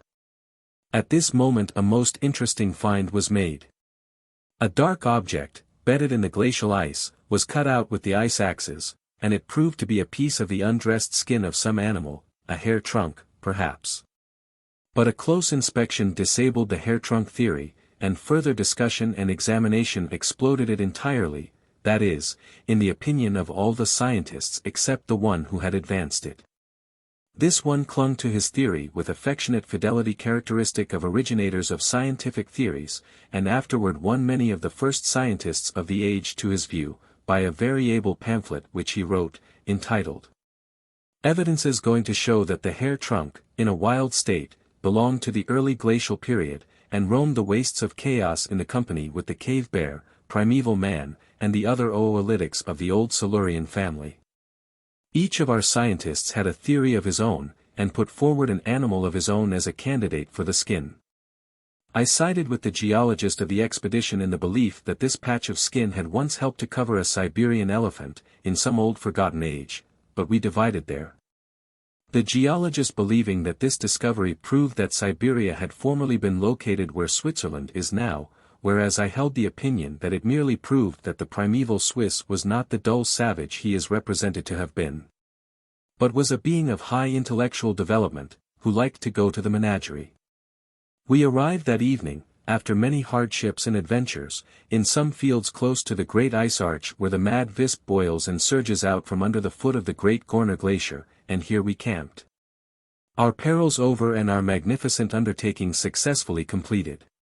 We marched into Zermatt the next day, and were received with the most lavish honors and applause.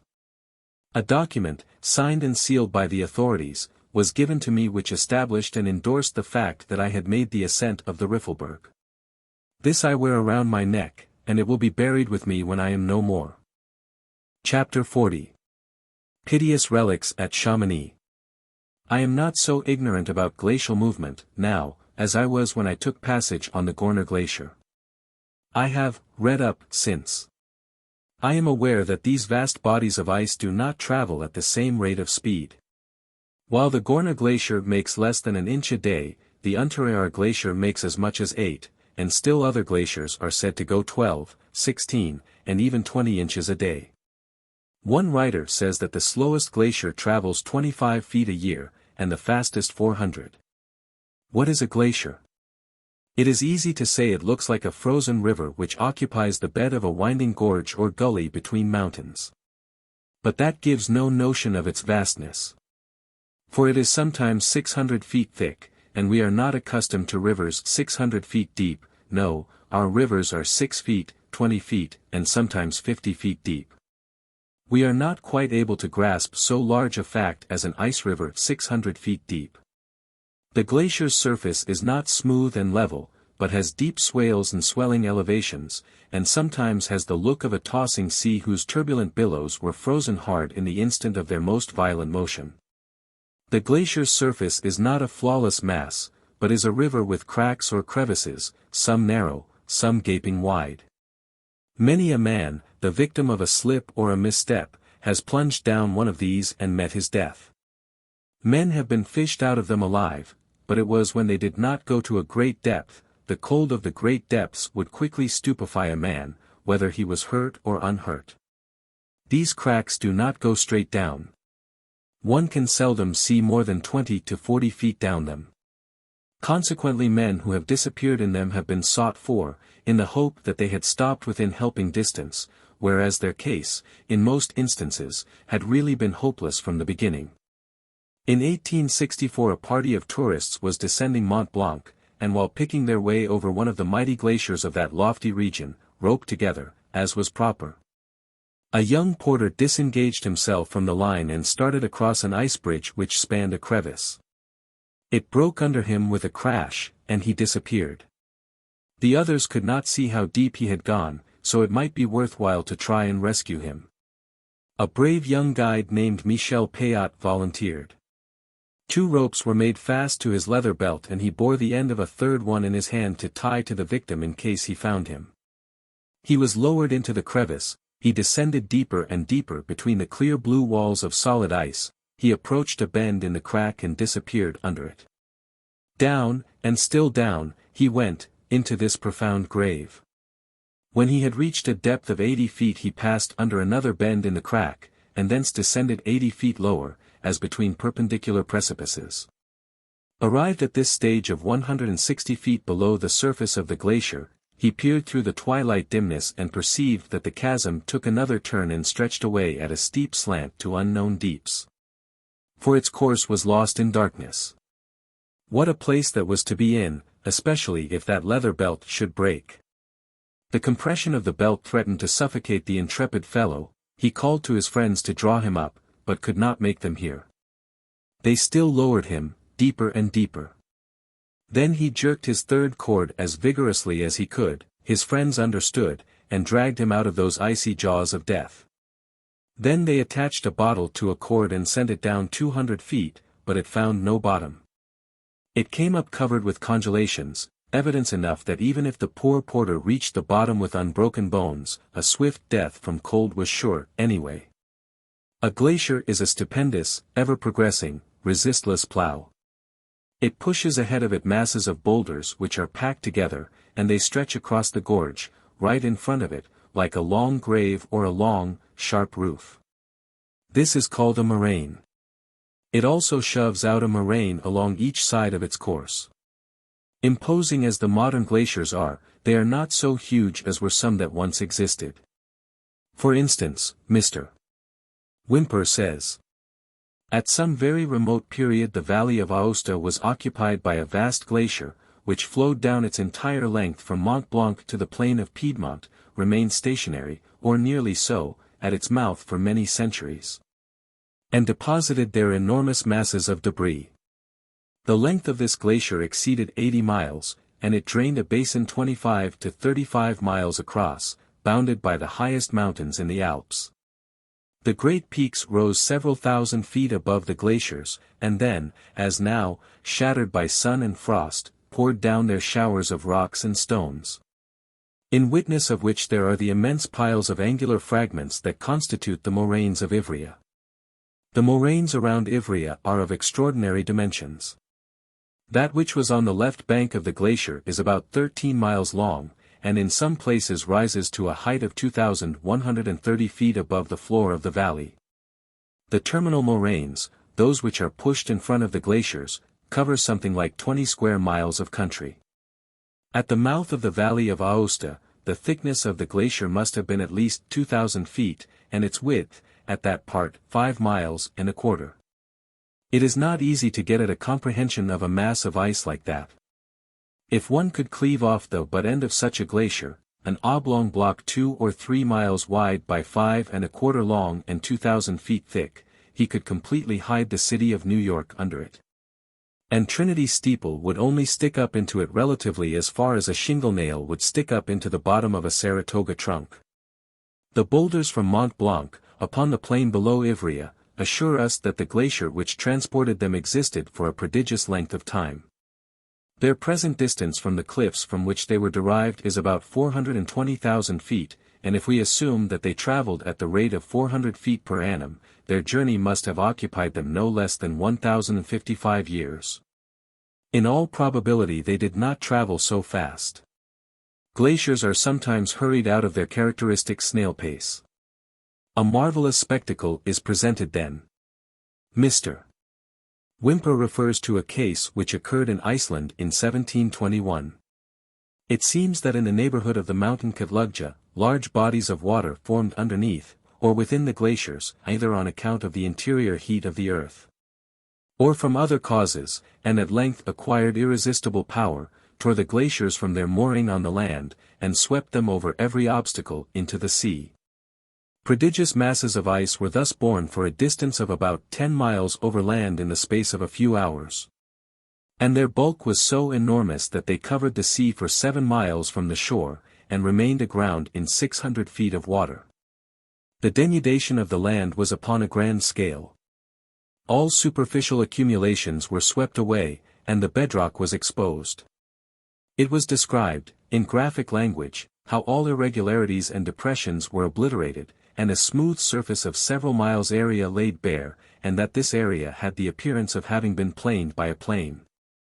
The account translated from the Icelandic says that the mountain-like ruins of this majestic glacier so covered the sea that as far as the eye could reach no open water was discoverable, even from the highest peaks. A monster wall or barrier of ice was built across a considerable stretch of land, too, by this strange eruption. One can form some idea of the altitude of this barrier of ice when it is mentioned that from Hofdebrecka farm, which lies high up on a field, one could not see Jorlifshafti opposite, which is a fell 640 feet in height. But in order to do so had to clamber up a mountain slope east of Hofdebrecka 1,200 feet high. These things will help the reader to understand why it is that a man who keeps company with glaciers comes to feel tolerably insignificant by and by. The Alps and the glaciers together are able to take every bit of conceit out of a man and reduce his self-importance to zero if he will only remain within the influence of their sublime presence long enough to give it a fair and reasonable chance to do its work. The Alpine glaciers move, that is granted, now, by everybody. But there was a time when people scoffed at the idea. They said you might as well expect leagues of solid rock to crawl along the ground as expect leagues of ice to do it. But proof after proof was furnished, and finally the world had to believe. The wise men not only said the glacier moved, but they timed its movement. They ciphered out a glacier's gait, and then said confidently that it would travel just so far in so many years. There is record of a striking and curious example of the accuracy which may be attained in these reckonings. In 1820 the ascent of Mont-Blanc was attempted by a Russian and 2 Englishmen, with 7 guides. They had reached a prodigious altitude, and were approaching the summit, when an avalanche swept several of the party down a sharp slope of 200 feet and hurled 5 of them, all guides, into one of the crevices of a glacier.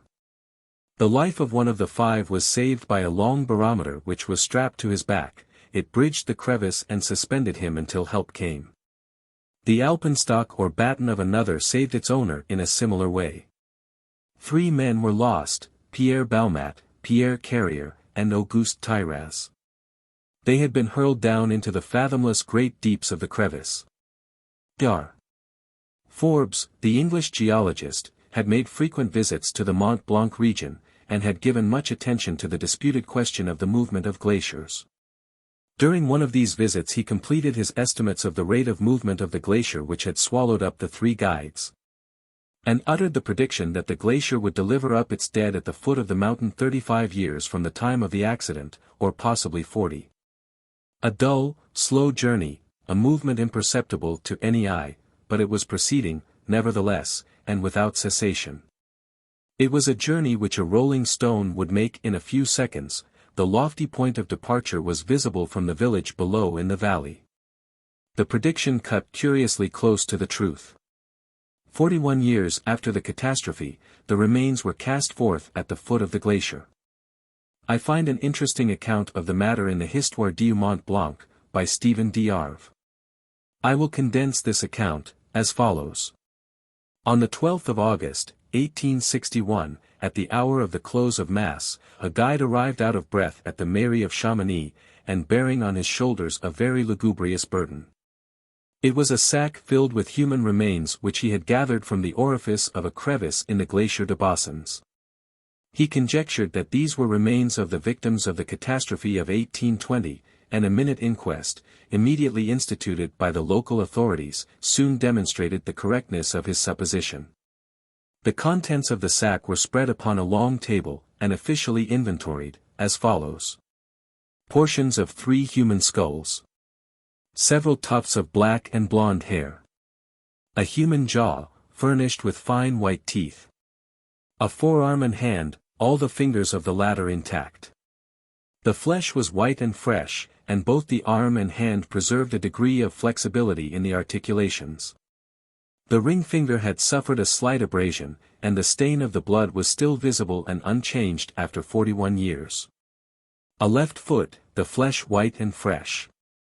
Along with these fragments were portions of waistcoats, hats, hobnailed shoes, and other clothing, a wing of a pigeon, with black feathers, a fragment of an alpenstock, a tin lantern.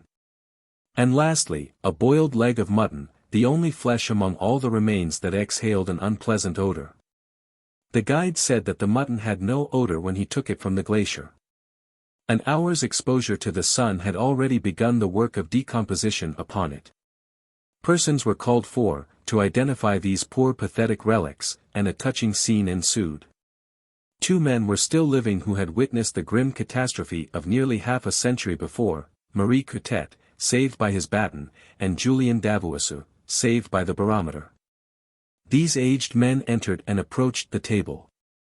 Davuesseau, more than 80 years old, contemplated the mournful remains mutely and with a vacant eye, for his intelligence and his memory were torpid with age. But Coutette's faculties were still perfect at 72, and he exhibited strong emotion. He said. Pierre Baumat was fair, he wore a straw hat. This bit of skull, with the tuft of blonde hair, was his, this is his hat. Pierre Carrier was very dark, this skull was his, and this felt hat. This is Baumat's hand, I remember it so well. And the old man bent down and kissed it reverently, then closed his fingers upon it in an affectionate grasp, crying out. I could never have dared to believe that before quitting this world it would be granted me to press once more the hand of one of those brave comrades, the hand of my good friend Baumat. There is something weirdly pathetic about the picture of that white-haired veteran greeting with his loving handshake this friend who had been dead 40 years. When these hands had met last, they were alike in the softness and freshness of youth. Now, one was brown and wrinkled and horny with age, while the other was still as young and fair and blemishless as if those 40 years had come and gone in a single moment, leaving no mark of their passage. Time had gone on, in the one case. It had stood still in the other. A man who has not seen a friend for a generation, keeps him in mind always as he saw him last, and is somehow surprised, and is also shocked, to see the aging change the years have wrought when he sees him again. Marie Coutette's experience, in finding his friend's hand unaltered from the image of it which he had carried in his memory for 40 years, is an experience which stands alone in the history of man, perhaps. Couttet identified other relics. This hat belonged to Auguste Thierry. He carried the cage of pigeons which we proposed to set free upon the summit. Here is the wing of one of those pigeons. And here is the fragment of my broken baton. It was by grace of that baton that my life was saved. Who could have told me that I should one day have the satisfaction to look again upon this bit of wood that supported me above the grave that swallowed up my unfortunate companions? No portions of the body of Thierry, other than a piece of the skull, had been found. A diligent search was made, but without result. However, another search was instituted a year later, and this had better success. Many fragments of clothing which had belonged to the lost guides were discovered, also, part of a lantern, and a green veil with bloodstains on it. But the interesting feature was this. One of the searchers came suddenly upon a sleeved arm projecting from a crevice in the ice wall, with the hand outstretched as if offering greeting. The nails of this white hand were still rosy, and the pose of the extended fingers seemed to express an eloquent welcome to the long-lost light of day. The hand and arm were alone, there was no trunk. After being removed from the ice the flesh tints quickly faded out and the rosy nails took on the alabaster hue of death. This was the third right hand found, therefore, all three of the lost men were accounted for, beyond cavil or question. Dar. Hamel was the Russian gentleman of the party which made the ascent at the time of the famous disaster. He left Chamonix as soon as he conveniently could after the descent. And as he had shown a chilly indifference about the calamity, and offered neither sympathy nor assistance to the widows and orphans, he carried with him the cordial execrations of the whole community. 4 months before the first remains were found, a Chamonix guide named Baumat, a relative of one of the lost men, was in London, and one day encountered a hale old gentleman in the British Museum, who said, "I overheard your name. Are you from Chamonix, Monsieur Baumat?" "Yes, sir." "Haven't they found the bodies of my 3 guides, yet?" "I am Dr. Hamel." "Alas, no, monsieur." "Well, you'll find them, sooner or later." "Yes, it is the opinion of Dr. Forbes and Mr. Tyndall, that the glacier will sooner or later restore to us the remains of the unfortunate victims. Without a doubt, without a doubt. And it will be a great thing for Chamonix, in the matter of attracting tourists.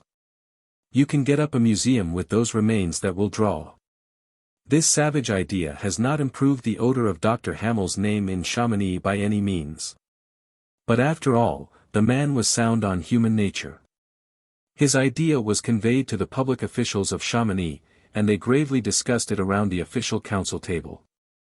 They were only prevented from carrying it into execution by the determined opposition of the friends and descendants of the lost guides, who insisted on giving the remains Christian burial, and succeeded in their purpose. A close watch had to be kept upon all the poor remnants and fragments, to prevent embezzlement. A few accessory odds and ends were sold. Rags and scraps of the coarse clothing were parted with at the rate equal to about $20 a yard. A piece of a lantern and 1 or 2 other trifles brought nearly their weight in gold, and an Englishman offered £1 for a single breeches button. Chapter 41. The fearful disaster of 1865. One of the most memorable of all the Alpine catastrophes was that of July, 1865, on the Matterhorn, already slightly referred to, a few pages back. The details of it are scarcely known in America. To the vast majority of readers they are not known at all. Mr. Whymper's account is the only authentic one. I will import the chief portion of it into this book, partly because of its intrinsic interest, and partly because it gives such a vivid idea of what the perilous pastime of Alp climbing is. This was Mr. Whymper's 9th attempt during a series of years, to vanquish that steep and stubborn pillar or rock. It succeeded, the other 8 were failures. No man had ever accomplished the ascent before, though the attempts had been numerous. Mr. Whymper's narrative. We started from Zermatt on the 13th of July, at 5:30, on a brilliant and perfectly cloudless morning. We were 8 in number, Kras, guide, old Peter Taugwalder, guide, and his 2 sons, Lord F. Douglas, Mr. Haddo, Reverend Mr. Hudson, and I. To ensure steady motion, 1 tourist and 1 native walked together. The youngest Taugwalder fell to my share. The wine bags also fell to my lot to carry, and throughout the day, after each drink, I replenished them secretly with water, so that at the next halt they were found fuller than before. This was considered a good omen, and little short of miraculous.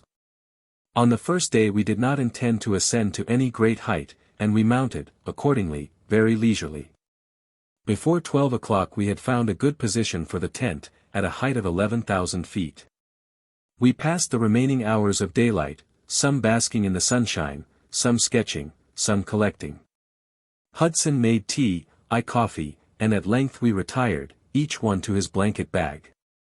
We assembled together before dawn on the 14th and started directly it was light enough to move. One of the young Taugwalders returned to Zermatt.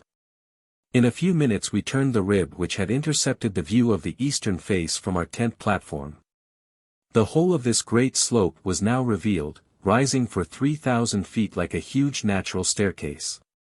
Some parts were more, and others were less easy, but we were not once brought to a halt by any serious impediment, for when an obstruction was met in front it could always be turned to the right or to the left. For the greater part of the way there was no occasion, indeed, for the rope, and sometimes Hudson led, sometimes myself. At 6:20 we had attained a height of 12,800 feet, and halted for half an hour. We then continued the ascent without a break until 9:55, when we stopped for 50 minutes, at a height of 14,000 feet. We had now arrived at the foot of that part which, seen from the Riffelberg, seems perpendicular or overhanging. We could no longer continue on the eastern side. For a little distance we ascended by snow upon the Arte, that is, the ridge, then turned over to the right, or northern side. The work became difficult and required caution. In some places there was little to hold. The general slope of the mountain was less than 40 degrees, and snow had accumulated in, and had filled up, the interstices of the rock face, leaving only occasional fragments projecting here and there. These were at times covered with a thin film of ice. It was a place which any fair mountaineer might pass in safety. We bore away nearly horizontally for about 400 feet, then ascended directly toward the summit for about 60 feet, then doubled back to the ridge which descends toward Zermatt. A long stride round a rather awkward corner brought us to snow once more. That last doubt vanished. The Matterhorn was ours. Nothing but 200 feet of easy snow remained to be surmounted. The higher we rose, the more intense became the excitement. The slope eased off, at length we could be detached, and Kras and I, dashed away, ran a neck-and-neck race, which ended in a dead heat. At 1:40 p.m. the world was at our feet, and the Matterhorn was conquered. The others arrived. Kras now took the tent pole, and planted it in the highest snow. Yes, we said, there is the flag staff, but where is the flag? Here it is, he answered, pulling off his blouse and fixing it to the stick. It made a poor flag, and there was no wind to float it out, yet it was seen all around. They saw it at Zermatt, at the Riffel, in the Val Tournanche. We remained on the summit for 1 hour. One crowded hour of glorious life. It passed away too quickly, and we began to prepare for the descent. Hudson and I consulted as to the best and safest arrangement of the party. We agreed that it was best for Kras to go first, and Haddo second. Hudson, who was almost equal to a guide in sureness of foot, wished to be third. Lord Douglas was placed next, and old Peter, the strongest of the remainder, after him. I suggested to Hudson that we should attach a rope to the rocks on our arrival at the difficult bit, and hold it as we descended, as an additional protection. He approved the idea, but it was not definitely decided that it should be done. The party was being arranged in the above order while I was sketching the summit, and they had finished, and were waiting for me to be tied in line, when someone remembered that our names had not been left in a bottle. They requested me to write them down, and moved off while it was being done. A few minutes afterward I tied myself to young Peter, ran down after the others, and caught them just as they were commencing the descent of the difficult part. Great care was being taken. Only one man was moving at a time, when he was firmly planted the next advanced, and so on. They had not, however, attached the additional rope to rocks, and nothing was said about it. The suggestion was not made for my own sake, and I am not sure that it ever occurred to me again. For some little distance we too followed the others, detached from them, and should have continued so had not Lord Douglas asked me, about 3 p.m. to tie on to old Peter, as he feared, he said, that Taugwalder would not be able to hold his ground if a slip occurred. A few minutes later, a sharp-eyed lad ran into the Monte Rosa Hotel, at Zermatt, saying that he had seen an avalanche fall from the summit of the Matterhorn onto the Matterhorn glacier. The boy was reproved for telling idle stories. He was right, nevertheless, and this was what he saw. Michel Kras had laid aside his axe, and in order to give Mr. Haddo greater security, was absolutely taking hold of his legs, and putting his feet, one by one, into their proper positions. As far as I know, no one was actually descending. I cannot speak with certainty, because the two leading men were partially hidden from my sight by an intervening mass of rock, but it is my belief, from the movements of their shoulders, that Kras, having done as I said, was in the act of turning round to go down a step or two himself. At this moment Mr. Haddo slipped, fell against him, and knocked him over. I heard one startled exclamation from Kras, then saw him and Mr. Haddo flying downward. In another moment Hudson was dragged from his steps, and Lord Douglas immediately after him. All this was the work of a moment. Immediately we heard Kras' exclamation, "Old Peter," and I planted ourselves as firmly as the rocks would permit. The rope was taut between us, and the jerk came on us both as on one man. We held, but the rope broke midway between Taugwalder and Lord Francis Douglas. For a few seconds we saw our unfortunate companions sliding downward on their backs, and spreading out their hands, endeavoring to save themselves. They passed from our sight uninjured, disappeared one by one, and fell from the precipice to precipice onto the Matterhorn glacier below, a distance of nearly 4,000 feet in height. From the moment the rope broke it was impossible to help them. So perished our comrades. For more than 2 hours afterward I thought almost every moment that the next would be my last. For the Taugwalders, utterly unnerved, were not only incapable of giving assistance, but were in such a state that a slip might have been expected from them at any moment. After a time we were able to do that which should have been done at first, and fixed rope to firm rocks, in addition to being tied together. These ropes were cut from time to time, and were left behind. Even with their assurance the men were afraid to proceed, and several times old Peter turned, with ashy face and faltering limbs, and said, with terrible emphasis, "I cannot." About 6 p.m. we arrived at the snow upon the ridge descending toward Zermatt, and all peril was over. We frequently looked, but in vain, for traces of our unfortunate companions. We bent over the ridge and cried to them, but no sound returned. Convinced at last that they were neither within sight nor hearing, we ceased from our useless efforts, and, too cast down for speech, silently gathered up our things, and the little effects of those who were lost, and then completed the descent. Such is Mr. Whymper's graphic and thrilling narrative. Zermatt gossip darkly hints that the elder Taugwalder cut the rope, when the accident occurred, in order to preserve himself from being dragged into the abyss. But Mr. Whymper says that the ends of the rope showed no evidence of cutting, but only of breaking. He adds that if Taugwalder had had the disposition to cut the rope, he would not have had time to do it, the accident was so sudden and unexpected. Lord Douglas' body has never been found. It probably lodged upon some inaccessible shelf in the face of the mighty precipice. Lord Douglas was a youth of 19. The 3 other victims fell nearly 4,000 feet, and their bodies lay together upon the glacier when found by Mr. Whymper and the other searchers the next morning. Their graves are beside the little church in Zermatt. Chapter 42. Chillon has a nice, roomy dungeon.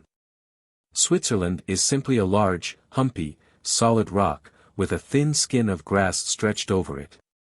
Consequently, they do not dig graves, they blast them out with powder and fuse. They cannot afford to have large graveyards, the grass skin is too circumscribed and too valuable. It is all required for the support of the living. The graveyard in Zermatt occupies only about 1/8 of an acre. The graves are sunk in the living rock and are very permanent, but occupation of them is only temporary. The occupant can only stay till his grave is needed by a later subject, he is removed, then, for they do not bury one body on top of another. As I understand it, a family owns a grave, just as it owns a house. A man dies and leaves his house to his son, and at the same time, this dead father succeeds to his own father's grave. He moves out of the house and into the grave, and his predecessor moves out of the grave and into the cellar of the chapel. I saw a black box lying in the churchyard, with skull and crossbones painted on it, and was told that this was used in transferring remains to the cellar. In that cellar the bones and skulls of several hundred of former citizens were compactly corded up. They made a pile 18 feet long, 7 feet high, and 8 feet wide. I was told that in some of the receptacles of this kind in the Swiss villages, the skulls were all marked, and if a man wished to find the skulls of his ancestors for several generations back, he could do it by these marks. Preserved in the family records. An English gentleman who had lived some years in this region, said it was the cradle of compulsory education. But he said that the English idea that compulsory education would reduce bastardy and intemperance was an error, it has not that effect. He said there was more seduction in the Protestant than in the Catholic cantons, because the confessional protected the girls. I wonder why it doesn't protect married women in France and Spain. This gentleman said that among the poorer peasants in the Valais, it was common for the brothers in a family to cast lots to determine which of them should have the coveted privilege of marrying. And his brethren, doomed bachelors, heroically banded themselves together to help support the new family. We left Zermatt in a wagon, and in a rainstorm, too, for St. Nicholas about 10 o'clock one morning. Again we passed between those grass-clad prodigious cliffs, specked with wee dwellings peeping over at us from velvety green walls 10 and 1,200 feet high. It did not seem possible that the imaginary chamois even could climb those precipices. Lovers on opposite cliffs probably kiss through a spyglass, and correspond with a rifle. In Switzerland the farmer's plough is a wide shovel, which scrapes up and turns over the thin earthy skin of his native rock, and there the man of the plough is a hero. Now here, by our St. Nicholas road, was a grave, and it had a tragic story. A ploughman was skinning his farm one morning, not the steepest part of it, but still a steep part, that is, he was not skinning the front of his farm, but the roof of it. Near the eaves, when he absent-mindedly let go of the plough handles to moisten his hands, in the usual way. He lost his balance and fell out of his farm backward, poor fellow, he never touched anything till he struck bottom, 1,500 feet below. This was on a Sunday. Mt. We throw a halo of heroism around the life of the soldier and the sailor, because of the deadly dangers they are facing all the time. But we are not used to looking upon farming as a heroic occupation.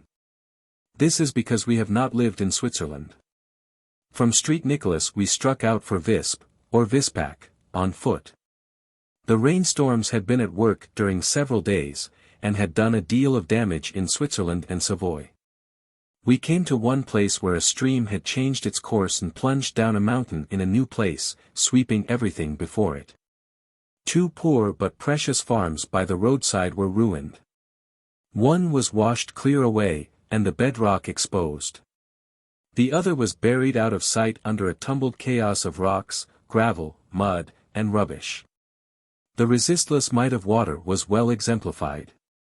Some saplings which had stood in the way were bent to the ground, stripped clean of their bark, and buried under rocky debris. The road had been swept away, too. In another place, where the road was high up on the mountain's face, and its outside edge protected by flimsy masonry, we frequently came across spots where this masonry had carved off and left dangerous gaps for mules to get over. And with still more frequency we found the masonry slightly crumbled, and marked by mule hoofs, thus showing that there had been danger of an accident to somebody. When at last we came to a badly ruptured bit of masonry, with hoof prints evidencing a desperate struggle to regain the lost foothold, I looked quite hopefully over the dizzy precipice. But there was nobody down there. They take exceedingly good care of their rivers in Switzerland and other portions of Europe. They wall up both banks with slanting solid stone masonry, so that from end to end of these rivers the banks look like the wharves at St. Louis and other towns on the Mississippi River. It was during this walk from St. Nicholas, in the shadow of the majestic Alps, that we came across some little children amusing themselves in what seemed, at first, a most odd and original way, but it wasn't, it was in simply a natural and characteristic way. They were roped together with a string, they had mimic alpenstocks and ice axes, and were climbing a meek and lowly manure pile with a most blood-curdling amount of care and caution. The guide at the head of the line cut imaginary steps, in a laborious and painstaking way, and not a monkey budged till the step above was vacated. If we had waited we should have witnessed an imaginary accident, no doubt. And we should have heard the intrepid band hurrah when they made the summit and looked around upon the magnificent view, and seen them throw themselves down in exhausted attitudes for a rest in that commanding situation. In Nevada I used to see the children play at silver mining. Of course, the great thing was an accident in a mine, and there were two star parts. That of the man who fell down the mimic shaft, and that of the daring hero who was lowered into the depths to bring him up. I knew one small chap who always insisted on playing both of these parts, and he carried his point. He would tumble into the shaft and die, and then come to the surface and go back after his own remains. It is the smartest boy that gets the hero part everywhere. He is head guide in Switzerland, head miner in Nevada, head bullfighter in Spain, etc., but I knew a preacher's son, 7 years old, who once selected a part for himself compared to which those just mentioned are tame and unimpressive. Jimmy's father stopped him from driving imaginary horse cars one Sunday, stopped him from playing captain of an imaginary steamboat next Sunday, stopped him from leading an imaginary army to battle the following Sunday, and so on. Finally the little fellow said, "I've tried everything, and they won't any of them do. What can I play?" "I hardly know, Jimmy, but you must play only things that are suitable to the Sabbath day." Next Sunday the preacher stepped softly to a backroom door to see if the children were rightly employed. He peeped in. A chair occupied the middle of the room, and on the back of it hung Jimmy's cap. One of his little sisters took the cap down, nibbled at it, then passed it to another small sister and said, "Eat of this fruit, for it is good." The Reverend took in the situation. Alas, they were playing the expulsion from Eden. Yet he found one little crumb of comfort. He said to himself, "For once Jimmy has yielded the chief role, I have been wronging him, I did not believe there was so much modesty in him, I should have expected him to be either Adam or Eve." This crumb of comfort lasted but a very little while. He glanced around and discovered Jimmy standing in an imposing attitude in a corner, with a dark and deadly frown on his face. What that meant was very plain, he was impersonating the deity. Think of the guileless sublimity of that idea. We reached Visbach at 8 p.m., only about 7 hours out from St. Nicholas. So we must have made fully a mile and a half an hour, and it was all downhill, too, and very muddy at that. We stayed all night at the Hotel de Soleil. I remember it because the landlady, the portier, the waitress, and the chambermaid were not separate persons, but were all contained in one neat and chipper suit of spotless muslin, and she was the prettiest young creature I saw in all that region. She was the landlord's daughter. And I remember that the only native match to her I saw in all Europe was the young daughter of the landlord of a village inn in the Black Forest. Why don't more people in Europe marry and keep hotel? Next morning we left with a family of English friends and went by train to Brevet, and thence by boat across the lake to Ouchy, Lausanne.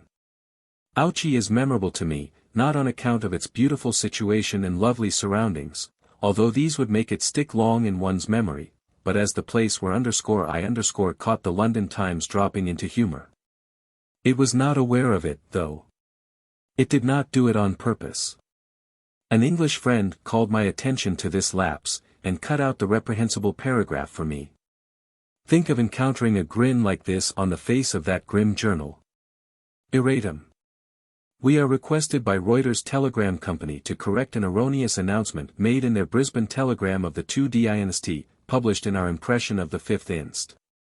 Stating that Lady Kennedy had given birth to twins, the eldest being a son. The company explained that the message they received contained the words, Governor of Queensland, twins' first son. Being, however, subsequently informed that Sir Arthur Kennedy was unmarried and that there must be some mistake, a telegraphic repetition was at once demanded. It has been received today, 11th inst. And shows that the words really telegraphed by Reuters' agent were, Governor Queensland turns first sod, alluding to the Maryborough-Gympie Railway in course of construction. The words in italics were mutilated by the telegraph in transmission from Australia, and reaching the company in the form mentioned above gave rise to the mistake. I had always had a deep and reverent compassion for the sufferings of the prisoner of Chillon, whose story Byron had told in such moving verse. So I took the steamer and made pilgrimage to the dungeons of the castle of Chillon, to see the place where poor Bonnivard endured his dreary captivity 300 years ago.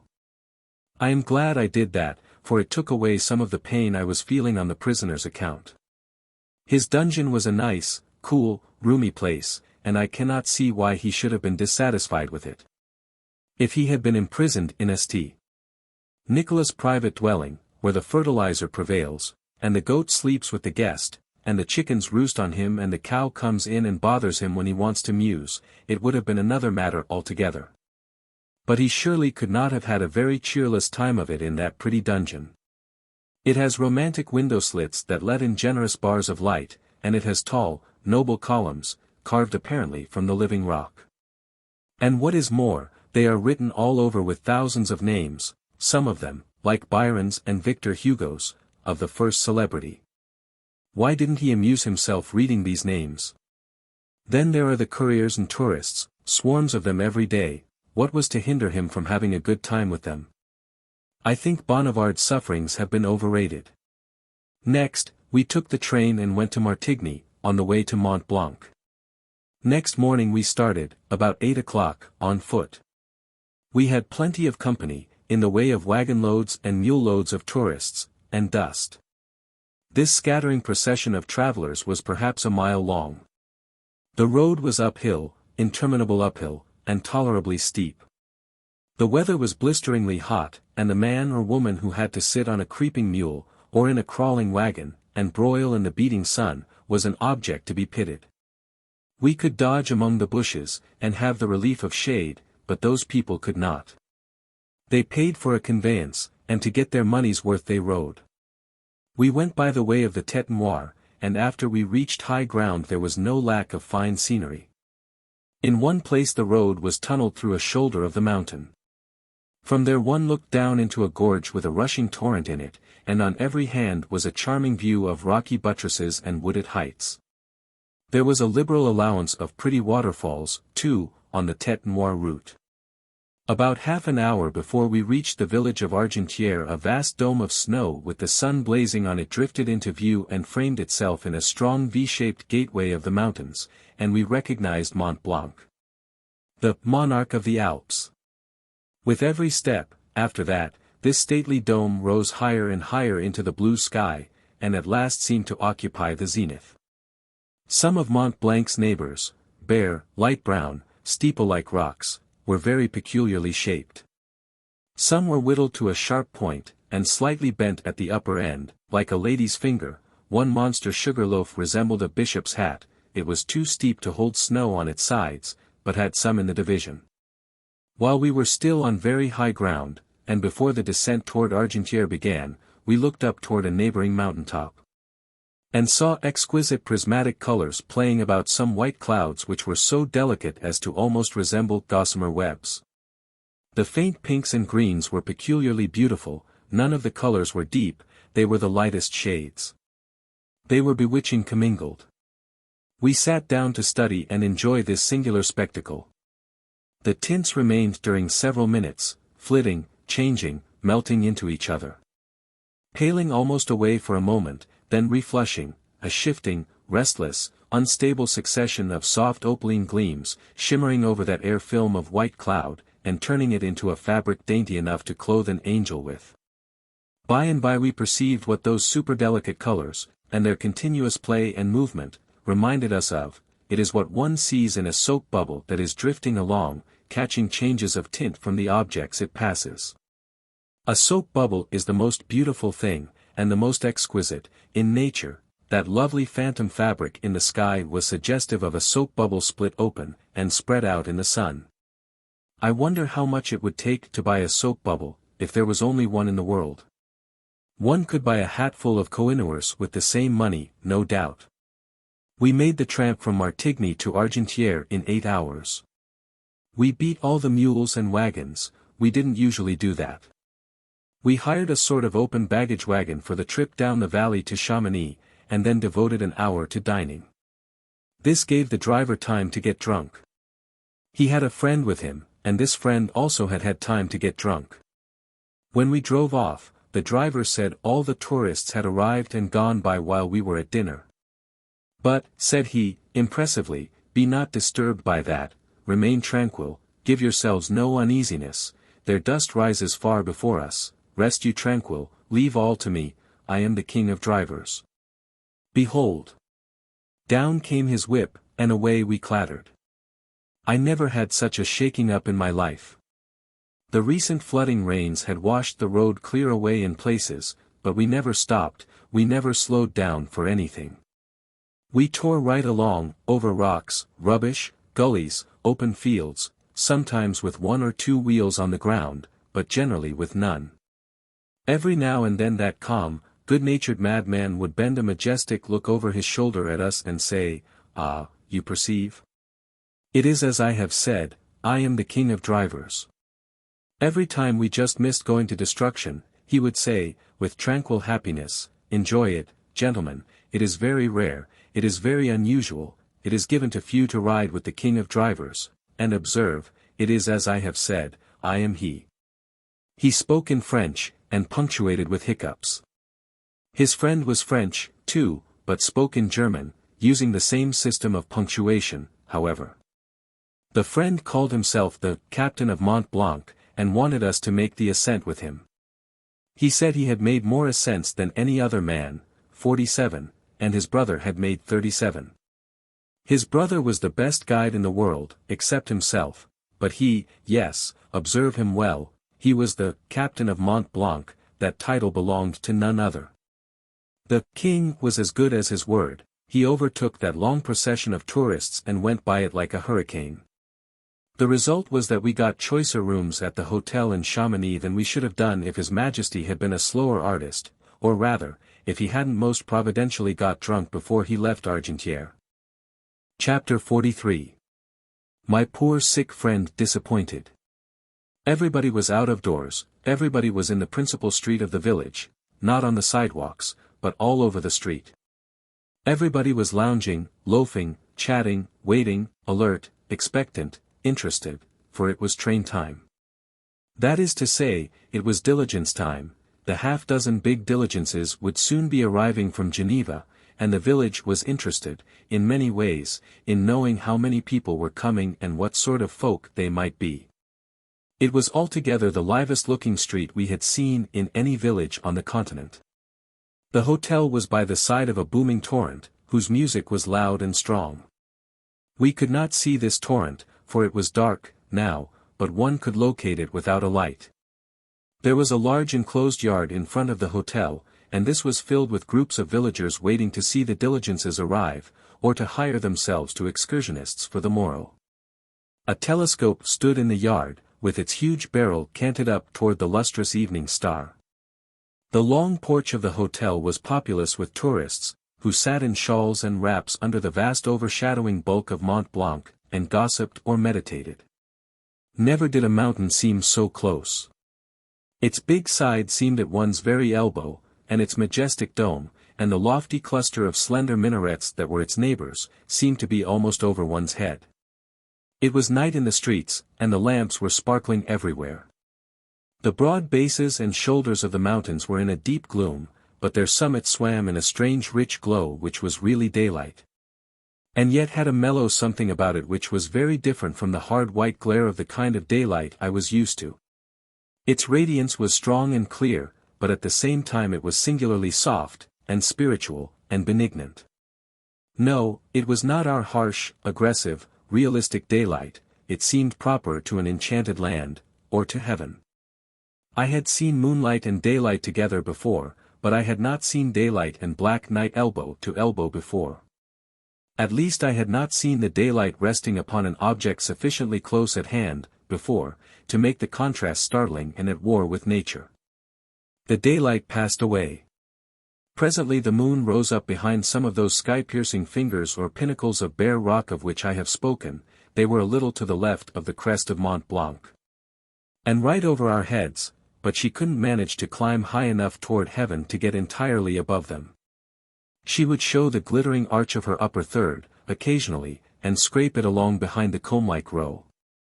Sometimes a pinnacle stood straight up, like a statuette of ebony, against that glittering white shield, then seemed to glide out of it by its own volition and power, and become a dim spectre.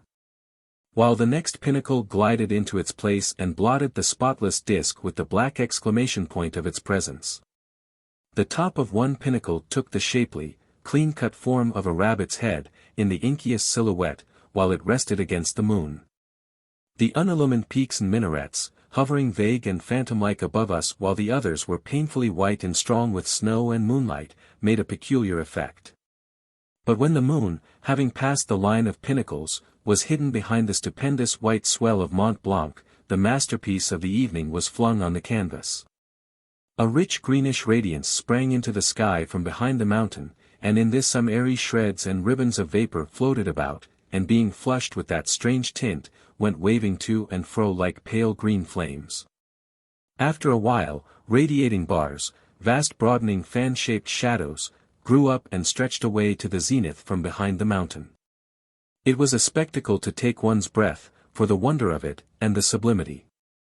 Indeed, those mighty bars of alternate light and shadow streaming up from behind that dark and prodigious form and occupying the half of the dull and opaque heavens, was the most imposing and impressive marvel I had ever looked upon. There is no simile for it, for nothing is like it. If a child had asked me what it was, I should have said, "Humble yourself, in this presence, it is the glory flowing from the hidden head of the Creator." One falls shorter of the truth than that, sometimes, in trying to explain mysteries to the little people. I could have found out the cause of this awe-compelling miracle by inquiring, for it is not infrequent at Mont-Blanc, but I did not wish to know. We have not the reverent feeling for the rainbow that a savage has, because we know how it is made. We have lost as much as we gained by prying into the matter. We took a walk down street, a block or two, and a place where 4 streets met and the principal shops were clustered, found the groups of men in the roadway thicker than ever, for this was the exchange of Chamonix. These men were in the costumes of guides and porters, and were there to be hired. The office of that great personage, the guide-in-chief of the Chamonix Guild of Guides, was nearby. This guild is a close corporation, and is governed by strict laws. There are many excursion routes, some dangerous and some not, some that can be made safely without a guide, and some that cannot. The Bureau determines these things. Where it decides that a guide is necessary, you are forbidden to go without one. Neither are you allowed to be a victim of extortion, the law states what you are to pay. The guides serve in rotation. You cannot select the man who is to take your life into his hands, you must take the worst in the lot, if it is his turn. A guide's fee ranges all the way up from $50, for some trifling excursion of a few rods, to $20, according to the distance traversed and the nature of the ground. A guide's fee for taking a person to the summit of Mont Blanc and back, is $20, and he earns it.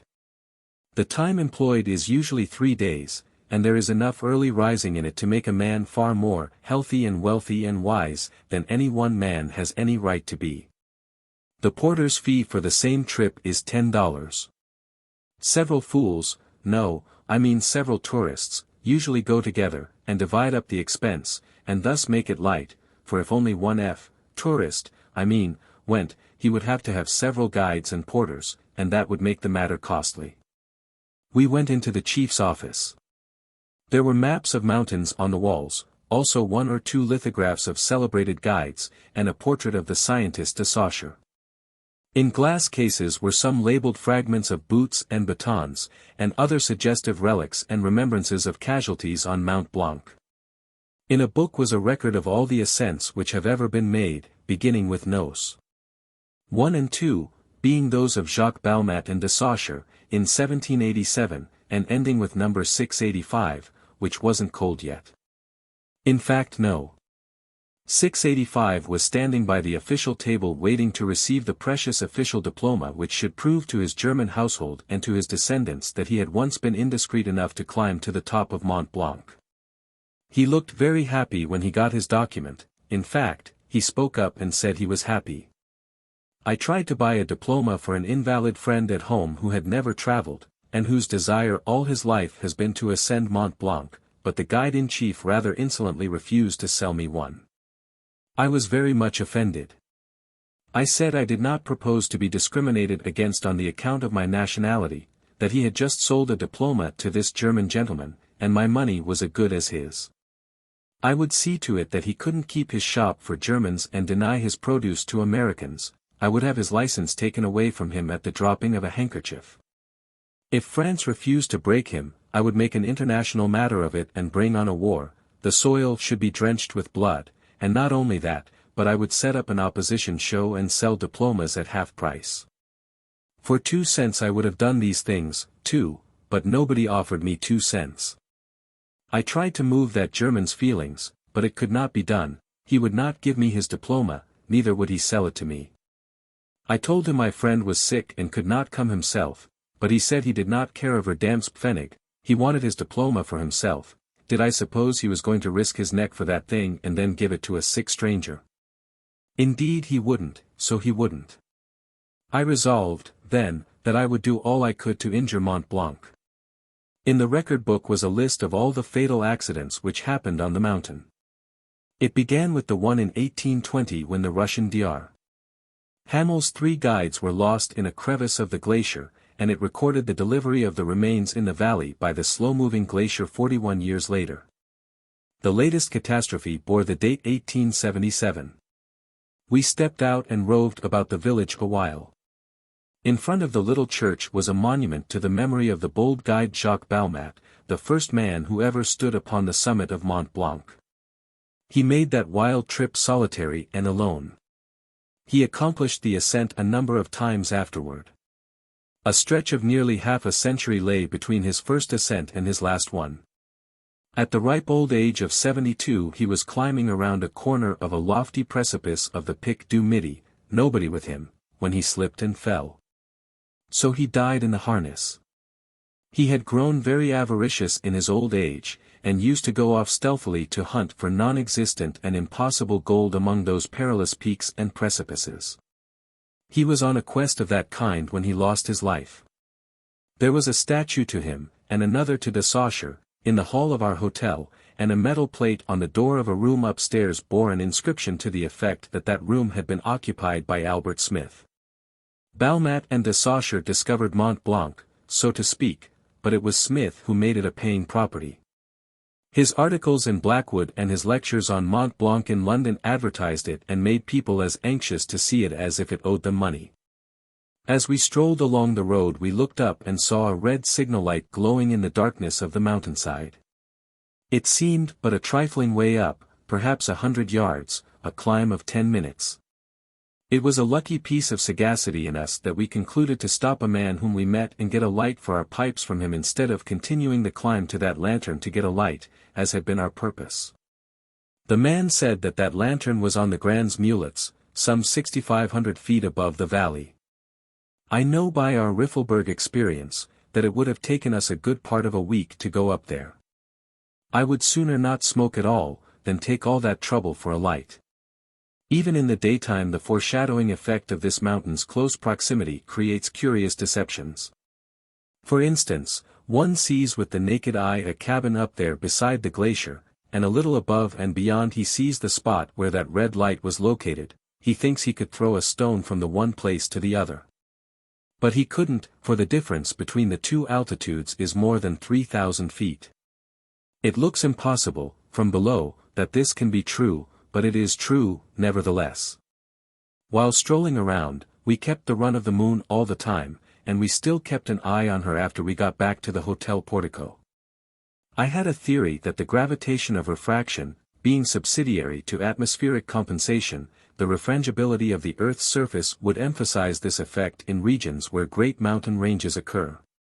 And possibly so even-handed impact the odic and idyllic forces together, the one upon the other, as to prevent the moon from rising higher than 12,200 feet above sea level.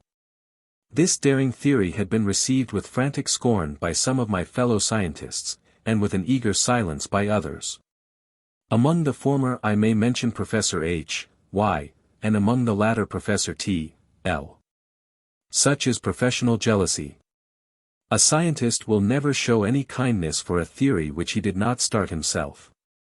There is no feeling of brotherhood among these people. Indeed, They always resent it when I call them brother. To show how far their ungenerosity can carry them, I will state that I offered to let Professor H.Y. publish my great theory as his own discovery. I even begged him to do it. I even proposed to print it myself as his theory. Instead of thanking me, he said that if I tried to fasten that theory on him he would sue me for slander. I was going to offer it to Mr. Darwin, whom I understood to be a man without prejudices, but it occurred to me that perhaps he would not be interested in it since it did not concern heraldry.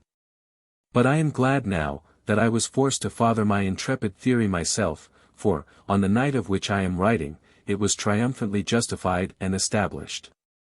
Mont-Blanc is nearly 16,000 feet high. He hid the moon utterly. Near him is a peak which is 12,216 feet high. The moon slid along behind the pinnacles, and when she approached that one I watched her with intense interest, for my reputation as a scientist must stand or fall by its decision. I cannot describe the emotions which surged like tidal waves through my breast when I saw the moon glide behind that lofty needle and pass it by without exposing more than 2 feet 4 inches of her upper rim above it. I was secure, then. I knew she could rise no higher, and I was right. She sailed behind all the peaks and never succeeded in hoisting her disk above a single one of them. While the moon was behind one of those sharp fingers, its shadow was flung athwart the vacant heavens, a long, slanting, clean-cut, dark ray, with a streaming and energetic suggestion of force about it. Such as the ascending jet of water from a powerful fire engine affords. It was curious to see a good strong shadow of an earthly object cast upon so intangible a field as the atmosphere. We went to bed, at last, and went quickly to sleep, but I woke up, after about 3 hours, with throbbing temples, and a head which was physically sore, outside and in. I was dazed, dreamy, wretched, seedy, unrefreshed. I recognized the occasion of all this. It was that torrent. In the mountain villages of Switzerland, and along the roads, one has always the roar of the torrent in his ears. He imagines it is music, and he thinks poetic things about it. He lies in his comfortable bed and is lulled to sleep by it. But by and by he begins to notice that his head is very sore. He cannot account for it. In solitudes where the profoundest silence reigns, he notices a sullen, distant, continuous roar in his ears, which is like what he would experience if he had seashells pressed against them. He cannot account for it. He is drowsy and absent-minded. There is no tenacity to his mind. He cannot keep hold of a thought and follow it out. If he sits down to write, his vocabulary is empty, no suitable words will come, he forgets what he started to do, and remains there, pen in hand, head tilted up, eyes closed, listening painfully to the muffled roar of a distant train in his ears. In his soundest sleep the strain continues, he goes on listening, always listening intently, anxiously, and wakes at last, harassed, irritable, unrefreshed. He cannot manage to account for these things. Day after day he feels as if he had spent his nights in a sleeping car. It actually takes him weeks to find out that it is those persecuting torrents that have been making all the mischief. It is time for him to get out of Switzerland, then, for as soon as he has discovered the cause, the misery is magnified several-fold. The roar of the torrent is maddening, then, for his imagination is assisting. The physical pain it inflicts is exquisite. When he finds he is approaching one of those streams, his dread is so lively that he is disposed to fly the track and avoid the implacable foe. 8 or 9 months after the distress of the torrents had departed from me, the roar and thunder of the streets of Paris brought it all back again. I moved to the 6th story of the hotel to hunt for peace. About midnight the noises dulled away, and I was sinking to sleep, when I heard a new and curious sound. I listened. Evidently some joyous lunatic was softly dancing a double shuffle in the room over my head. I had to wait for him to get through, of course.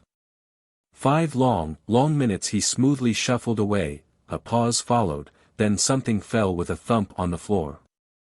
I said to myself, there, he is pulling off his boots, thank heavens he is done. Another slight pause, he went to shuffling again. I said to myself, is he trying to see what he can do with only one boot on? Presently came another pause and another thump on the floor. I said, Good, he has pulled off his other boot, now he is done. But he wasn't. The next moment he was shuffling again. I said, confound him, he is at it in his slippers. After a little came that same old pause, and right after it that thump on the floor once more. I said, hang him, he had on 2 pair of boots. For an hour that magician went on shuffling and pulling off boots till he had shed as many as 25 pair, and I was hovering on the verge of lunacy. I got my gun and stole up there. The fellow was in the midst of an acre of sprawling boots, and he had a boot in his hand, shuffling it, no, I mean polishing it. The mystery was explained. He hadn't been dancing. He was the boots of the hotel, and was attending to business. Chapter 44. I scale Mont-Blanc, by telescope. After breakfast, that next morning in Chamonix, we went out in the yard and watched the gangs of excursioning tourists arriving and departing with their mules and guides and porters. Then we took a look through the telescope at the snowy hump of Mont-Blanc. It was brilliant with sunshine, and the vast smooth bulge seemed hardly 500 yards away. With the naked eye we could dimly make out the house at the Pierre Pointu, which is located by the side of the Great Glacier, and is more than 3,000 feet above the level of the valley, but with the telescope we could see all its details. While I looked, a woman rode by the house on a mule, and I saw her with sharp distinctness. I could have described her dress. I saw her nod to the people of the house, and rein up her mule, and put her hand up to shield her eyes from the sun. I was not used to telescopes, in fact, I had never looked through a good one before. It seemed incredible to me that this woman could be so far away. I was satisfied that I could see all these details with my naked eye. But when I tried it, that mule and those vivid people had wholly vanished, and the house itself was become small and vague. I tried the telescope again, and again everything was vivid. The strong black shadows of the mule and the woman were flung against the side of the house, and I saw the mule's silhouette wave its ears. The telescopulist, or the telescopulariat, I do not know which is right, said a party were making a grand ascent, and would come in sight on the remote upper heights, presently, so we waited to observe this performance. Presently I had a superb idea. I wanted to stand with a party on the summit of Mont Blanc, merely to be able to say I had done it, and I believed the telescope could set me within 7 feet of the uppermost man. The telescoper assured me that it could. I then asked him how much I owed him for as far as I had got. He said, 1 franc. I asked him how much it would cost to make the entire ascent. 3 francs. I at once determined to make the entire ascent. But first I inquired if there was any danger. He said no, not by telescope, said he had taken a great many parties to the summit, and never lost a man. I asked what he would charge to let my agent go with me, together with such guides and porters as might be necessary. He said he would let Harris go for 2 francs. And that unless we were unusually timid, he should consider guides and porters unnecessary. It was not customary to take them, when going by telescope, for they were rather an encumbrance than a help. He said that the party now on the mountain were approaching the most difficult part, and if we hurried we should overtake them within 10 minutes, and could then join them and have the benefit of their guides and porters without their knowledge. And without expense to us. I then said we would start immediately. I believe I said it calmly, though I was conscious of a shudder and of a paling cheek, in view of the nature of the exploit I was so unreflectingly engaged in. But the old daredevil spirit was upon me, and I said that as I had committed myself I would not back down, I would ascend Mont Blanc if it cost me my life. I told the man to slant his machine in the proper direction and let us be off. Harris was afraid and did not want to go, but I heartened him up and said I would hold his hand all the way, so he gave his consent, though he trembled a little at first. I took a last pathetic look upon the pleasant summer scene about me, then boldly put my eye to the glass and prepared to mount among the grim glaciers and the everlasting snows. We took our way carefully and cautiously across the great glacier de Bossons, over yawning and terrific crevices and among imposing crags and buttresses of ice which were fringed with icicles of gigantic proportions. The desert of ice that stretched far and wide about us was wild and desolate beyond description, and the perils which beset us were so great that at times I was minded to turn back. But I pulled my pluck together and pushed on. We passed the glacier safely and began to mount the steeps beyond, with great alacrity. When we were 7 minutes out from the starting point, we reached an altitude where the scene took a new aspect.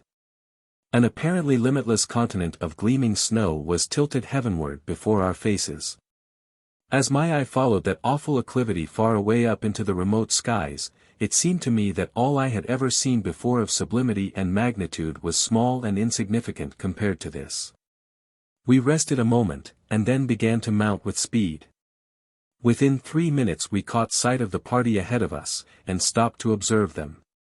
They were toiling up a long, slanting ridge of snow, 12 persons, roped together some 15 feet apart, marching in single file, and strongly marked against the clear blue sky. One was a woman. We could see them lift their feet and put them down, we saw them swing their alpenstocks forward in unison, like so many pendulums, and then bear their weight upon them. We saw the lady wave her handkerchief. They dragged themselves upward in a worn and weary way, for they had been climbing steadily from the Grand Mulets, on the Glacier de Bossons, since 3 in the morning, and it was 11, now. We saw them sink down in the snow and rest, and drink something from a bottle. After a while they moved on, and as they approached the final short dash of the homestretch we closed up on them and joined them. Presently we all stood together on the summit. What a view was spread out below! Away off under the northwestern horizon rolled the silent billows of the Farnese Oberland, their snowy crests glinting softly in the subdued lights of distance. In the north rose the giant form of the Wobblehorn, draped from peak to shoulder in sable thunderclouds. Beyond him, to the right, stretched the grand processional summits of the Cisalpine Cordillera, drowned in a sensuous haze. To the east loomed the colossal masses of the Jodelhorn, the Fuddlehorn, and the Dinnerhorn, their cloudless summits flashing white and cold in the sun. Beyond them shimmered the faint far line of the Ghauts of Jubbalpur and the Aiguilles de Alleghenies. In the south towered the smoking peak of Popocatépetl and the unapproachable altitudes of the peerless Scrabblehorn. In the west-south the stately range of the Himalayas lay dreaming in a purple gloom. And thence all around the curving horizon the eye roved over a troubled sea of sun-kissed Alps, and noted, here and there, the noble proportions and the soaring domes of the Bottlehorn, and the Saddlehorn, and the Shovelhorn, and the Powderhorn. All bathed in the glory of noon and mottled with softly gliding blots, the shadows flung from drifting clouds. Overcome by the scene, we all raised a triumphant, tremendous shout, in unison. A startled man at my elbow said, "Confound you, what do you yell like that for, right here in the street?" That brought me down to Chamonix, like a flirt. I gave that man some spiritual advice and disposed of him, and then paid the telescope man his full fee, and said that we were charmed with the trip and would remain down, and not reascend and require him to fetch us down by telescope. This pleased him very much, for of course we could have stepped back to the summit and put him to the trouble of bringing us home if we wanted to. I judged we could get diplomas, now, anyhow. So we went after them, but the chief guide put us off, with one pretext or another, during all the time we stayed in Chamonix, and we ended by never getting them at all. So much for his prejudice against people's nationality. However, we worried him enough to make him remember us and our ascent for some time. He even said, once, that he wished there was a lunatic asylum in Chamonix. This shows that he really had fears that we were going to drive him mad. It was what we intended to do, but lack of time defeated it. I cannot venture to advise the reader one way or the other, as to ascending Mont-Blanc. I say only this, if he is at all timid, the enjoyments of the trip will hardly make up for the hardships and sufferings he will have to endure. But, if he has good nerve, youth, health, and a bold, firm will, and could leave his family comfortably provided for in case the worst happened, he would find the ascent a wonderful experience, and the view from the top a vision to dream about. And tell about, and recall with exultation all the days of his life. While I do not advise such a person to attempt the ascent, I do not advise him against it. But if he elects to attempt it, let him be warily careful of two things: choose a calm, clear day, and do not pay the telescope man in advance. There are dark stories of his getting advance payers on the summit and then leaving them there to rot. A frightful tragedy was once witnessed through the Chamonix telescopes. Think of questions and answers like these, on an inquest. Coroner. You saw deceased lose his life? Witness. I did. C. Where was he, at the time? W. Close to the summit of Mont-Blanc. C. Where were you? West in the main street of Chamonix. C. What was the distance between you? W. A little over 5 miles, as the bird flies. This accident occurred in 1866, a year and a month after the disaster on the Matterhorn. 3 adventurous English gentlemen, one, of great experience in mountain climbing, made up their minds to ascend Mont Blanc without guides or porters. All endeavors to dissuade them from their project failed. Powerful telescopes are numerous in Chamonix. These huge brass tubes, mounted on their scaffoldings and pointed skyward from every choice vantage ground, have the formidable look of artillery, and give the town the general aspect of getting ready to repel a charge of angels. The reader may easily believe that the telescopes had plenty of custom on that August morning in 1866, for everybody knew of the dangerous undertaking which was on foot, and all had fears that misfortune would result.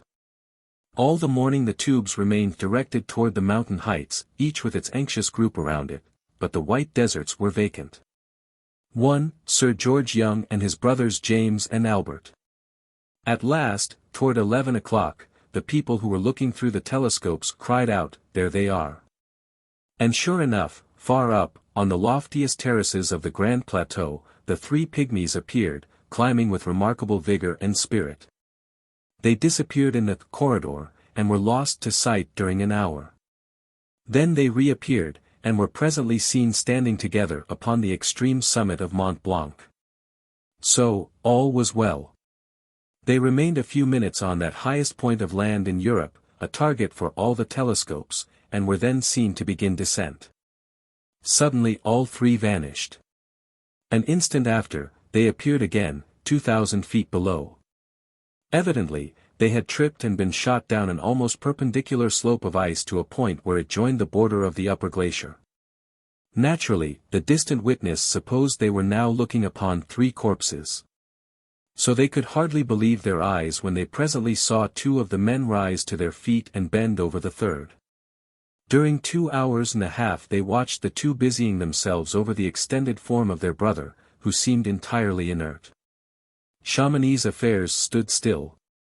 Everybody was in the street, all interest was centered upon what was going on upon that lofty and isolated stage 5 miles away. Finally the 2, one of them walking with great difficulty, were seen to begin descent, abandoning the 3rd, who was no doubt lifeless. Their movements were followed, step by step, until they reached the corridor and disappeared behind its ridge. Before they had had time to traverse the corridor and reappear, twilight was come, and the power of the telescope was at an end. The survivors had a most perilous journey before them in the gathering darkness, for they must get down to the Grands Mulets before they would find a safe stopping place, a long and tedious descent, and perilous enough even in good daylight. The oldest guides expressed the opinion that they could not succeed, that all the chances were that they would lose their lives. Yet those brave men did succeed. They reached the Grands Mulets in safety. Even the fearful shock which their nerves had sustained was not sufficient to overcome their coolness and courage. It would appear from the official account that they were threading their way down through those dangers from the closing in of twilight until 2 o'clock in the morning, or later. Because the rescuing party from Chamonix reached the Grand Mulets about 3 in the morning and moved thence toward the scene of the disaster under the leadership of Sir George Young, who had only just arrived. After having been on his feet 24 hours, in the exhausting work of mountain climbing, Sir George began the reascent at the head of the relief party of 6 guides, to recover the corpse of his brother. This was considered a new imprudence, as the number was too few for the service required. Another relief party presently arrived at the cabin on the Grands Mulets and quartered themselves there to await events. 10 hours after Sir George's departure toward the summit, this new relief were still scanning the snowy altitudes above them from their own high perch among the ice deserts 10,000 feet above the level of the sea. But the whole forenoon had passed without a glimpse of any living thing appearing up there. This was alarming. Half a dozen of their number set out, then early in the afternoon, to seek and succor Sir George and his guides. The persons remaining at the cabin saw these disappear, and then ensued another distressing wait. 4 hours passed, without tidings. Then at 5 o'clock another relief, consisting of 3 guides, set forward from the cabin. They carried food and cordials for the refreshment of their predecessors. They took lanterns with them, too. Night was coming on, and to make matters worse, a fine, cold rain had begun to fall. At the same hour that these 3 began their dangerous ascent, the official guide-in-chief of the Mont-Blanc region undertook the dangerous descent to Chamonix, all alone, to get reinforcements. However, a couple of hours later, at 7 p.m., the anxious solicitude came to an end, and happily. A bugle note was heard, and a cluster of black specks was distinguishable against the snows of the upper heights. The watchers counted these specks eagerly. 14, nobody was missing. An hour and a half later they were all safe under the roof of the cabin. They had brought the corpse with them. Sir George Young tarried there but a few minutes, and then began the long and troublesome descent from the cabin to Chamonix. He probably reached there about 2 or 3 o'clock in the morning, after having been afoot among the rocks and glaciers during 2 days and 2 nights. His endurance was equal to his daring. The cause of the unaccountable delay of Sir George and the relief parties among the heights where the disaster had happened was a thick fog, or, partly that and partly the slow and difficult work of conveying the dead body down the perilous steeps. The corpse, upon being viewed at the inquest, showed no bruises, and it was some time before the surgeons discovered that the neck was broken. One of the surviving brothers had sustained some unimportant injuries, but the other had suffered no hurt at all. How these men could fall 2,000 feet, almost perpendicularly, and live afterward, is a most strange and unaccountable thing. A great many women have made the ascent of Mont Blanc. An English girl, Miss Stratton, conceived the daring idea, 2 or 3 years ago, of attempting the ascent in the middle of winter. She tried it, and she succeeded. Moreover, she froze 2 of her fingers on the way up, she fell in love with her guide on the summit, and she married him when she got to the bottom again. There is nothing in romance, in the way of a striking situation, which can beat this love scene in mid-heaven on an isolated ice crest with the thermometer at 0 and an Arctic gale blowing. The first woman who ascended Mont Blanc was a girl aged 22, Mlle Maria Paradis, 1809. Nobody was with her but her sweetheart, and he was not a guide. The sex then took a rest for about 30 years, when Amélie d'Angeville made the ascent, 1838. In Chamonix I picked up a rude old lithograph of that day which pictured her, in the act. However, I value it less as a work of art than as a fashion plate. Miss d'Angeville put on a pair of men's pantaloons to climb it, which was wise, but she cramped their utility by adding her petticoat, which was idiotic. One of the mournfulest calamities which men's disposition to climb dangerous mountains has resulted in, happened on Mont Blanc in September 1870. M. Darve tells the story briefly in his Histoire du Mont Blanc. In the next chapter one will copy its chief features. Chapter 45. A catastrophe which cost 11 lives. On the 5th of September, 1870, a caravan of 11 persons departed from Chamonix to make the ascent of Mont Blanc. 3 of the party were tourists, Messrs. Randall and Bean, Americans, and Mr. George Corkindale, a Scotch gentleman. There were 3 guides and 5 porters. The cabin on the Grands Mulets was reached that day. The ascent was resumed early the next morning, September 6th. The day was fine and clear, and the movements of the party were observed through the telescopes of Chamonix. At 2 o'clock in the afternoon they were seen to reach the summit. A few minutes later they were seen making the first steps of the descent, then a cloud closed around them and hid them from view.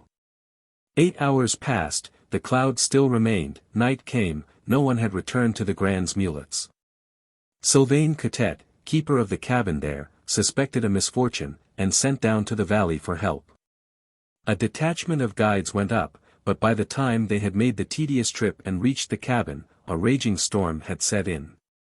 They had to wait, nothing could be attempted in such a tempest.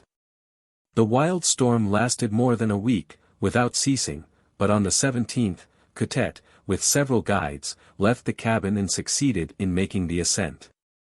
In the snowy wastes near the summit they came upon 5 bodies, lying upon their sides in a reposeful attitude which suggested that possibly they had fallen asleep there, while exhausted with fatigue and hunger and benumbed with cold. And never knew when death stole upon them.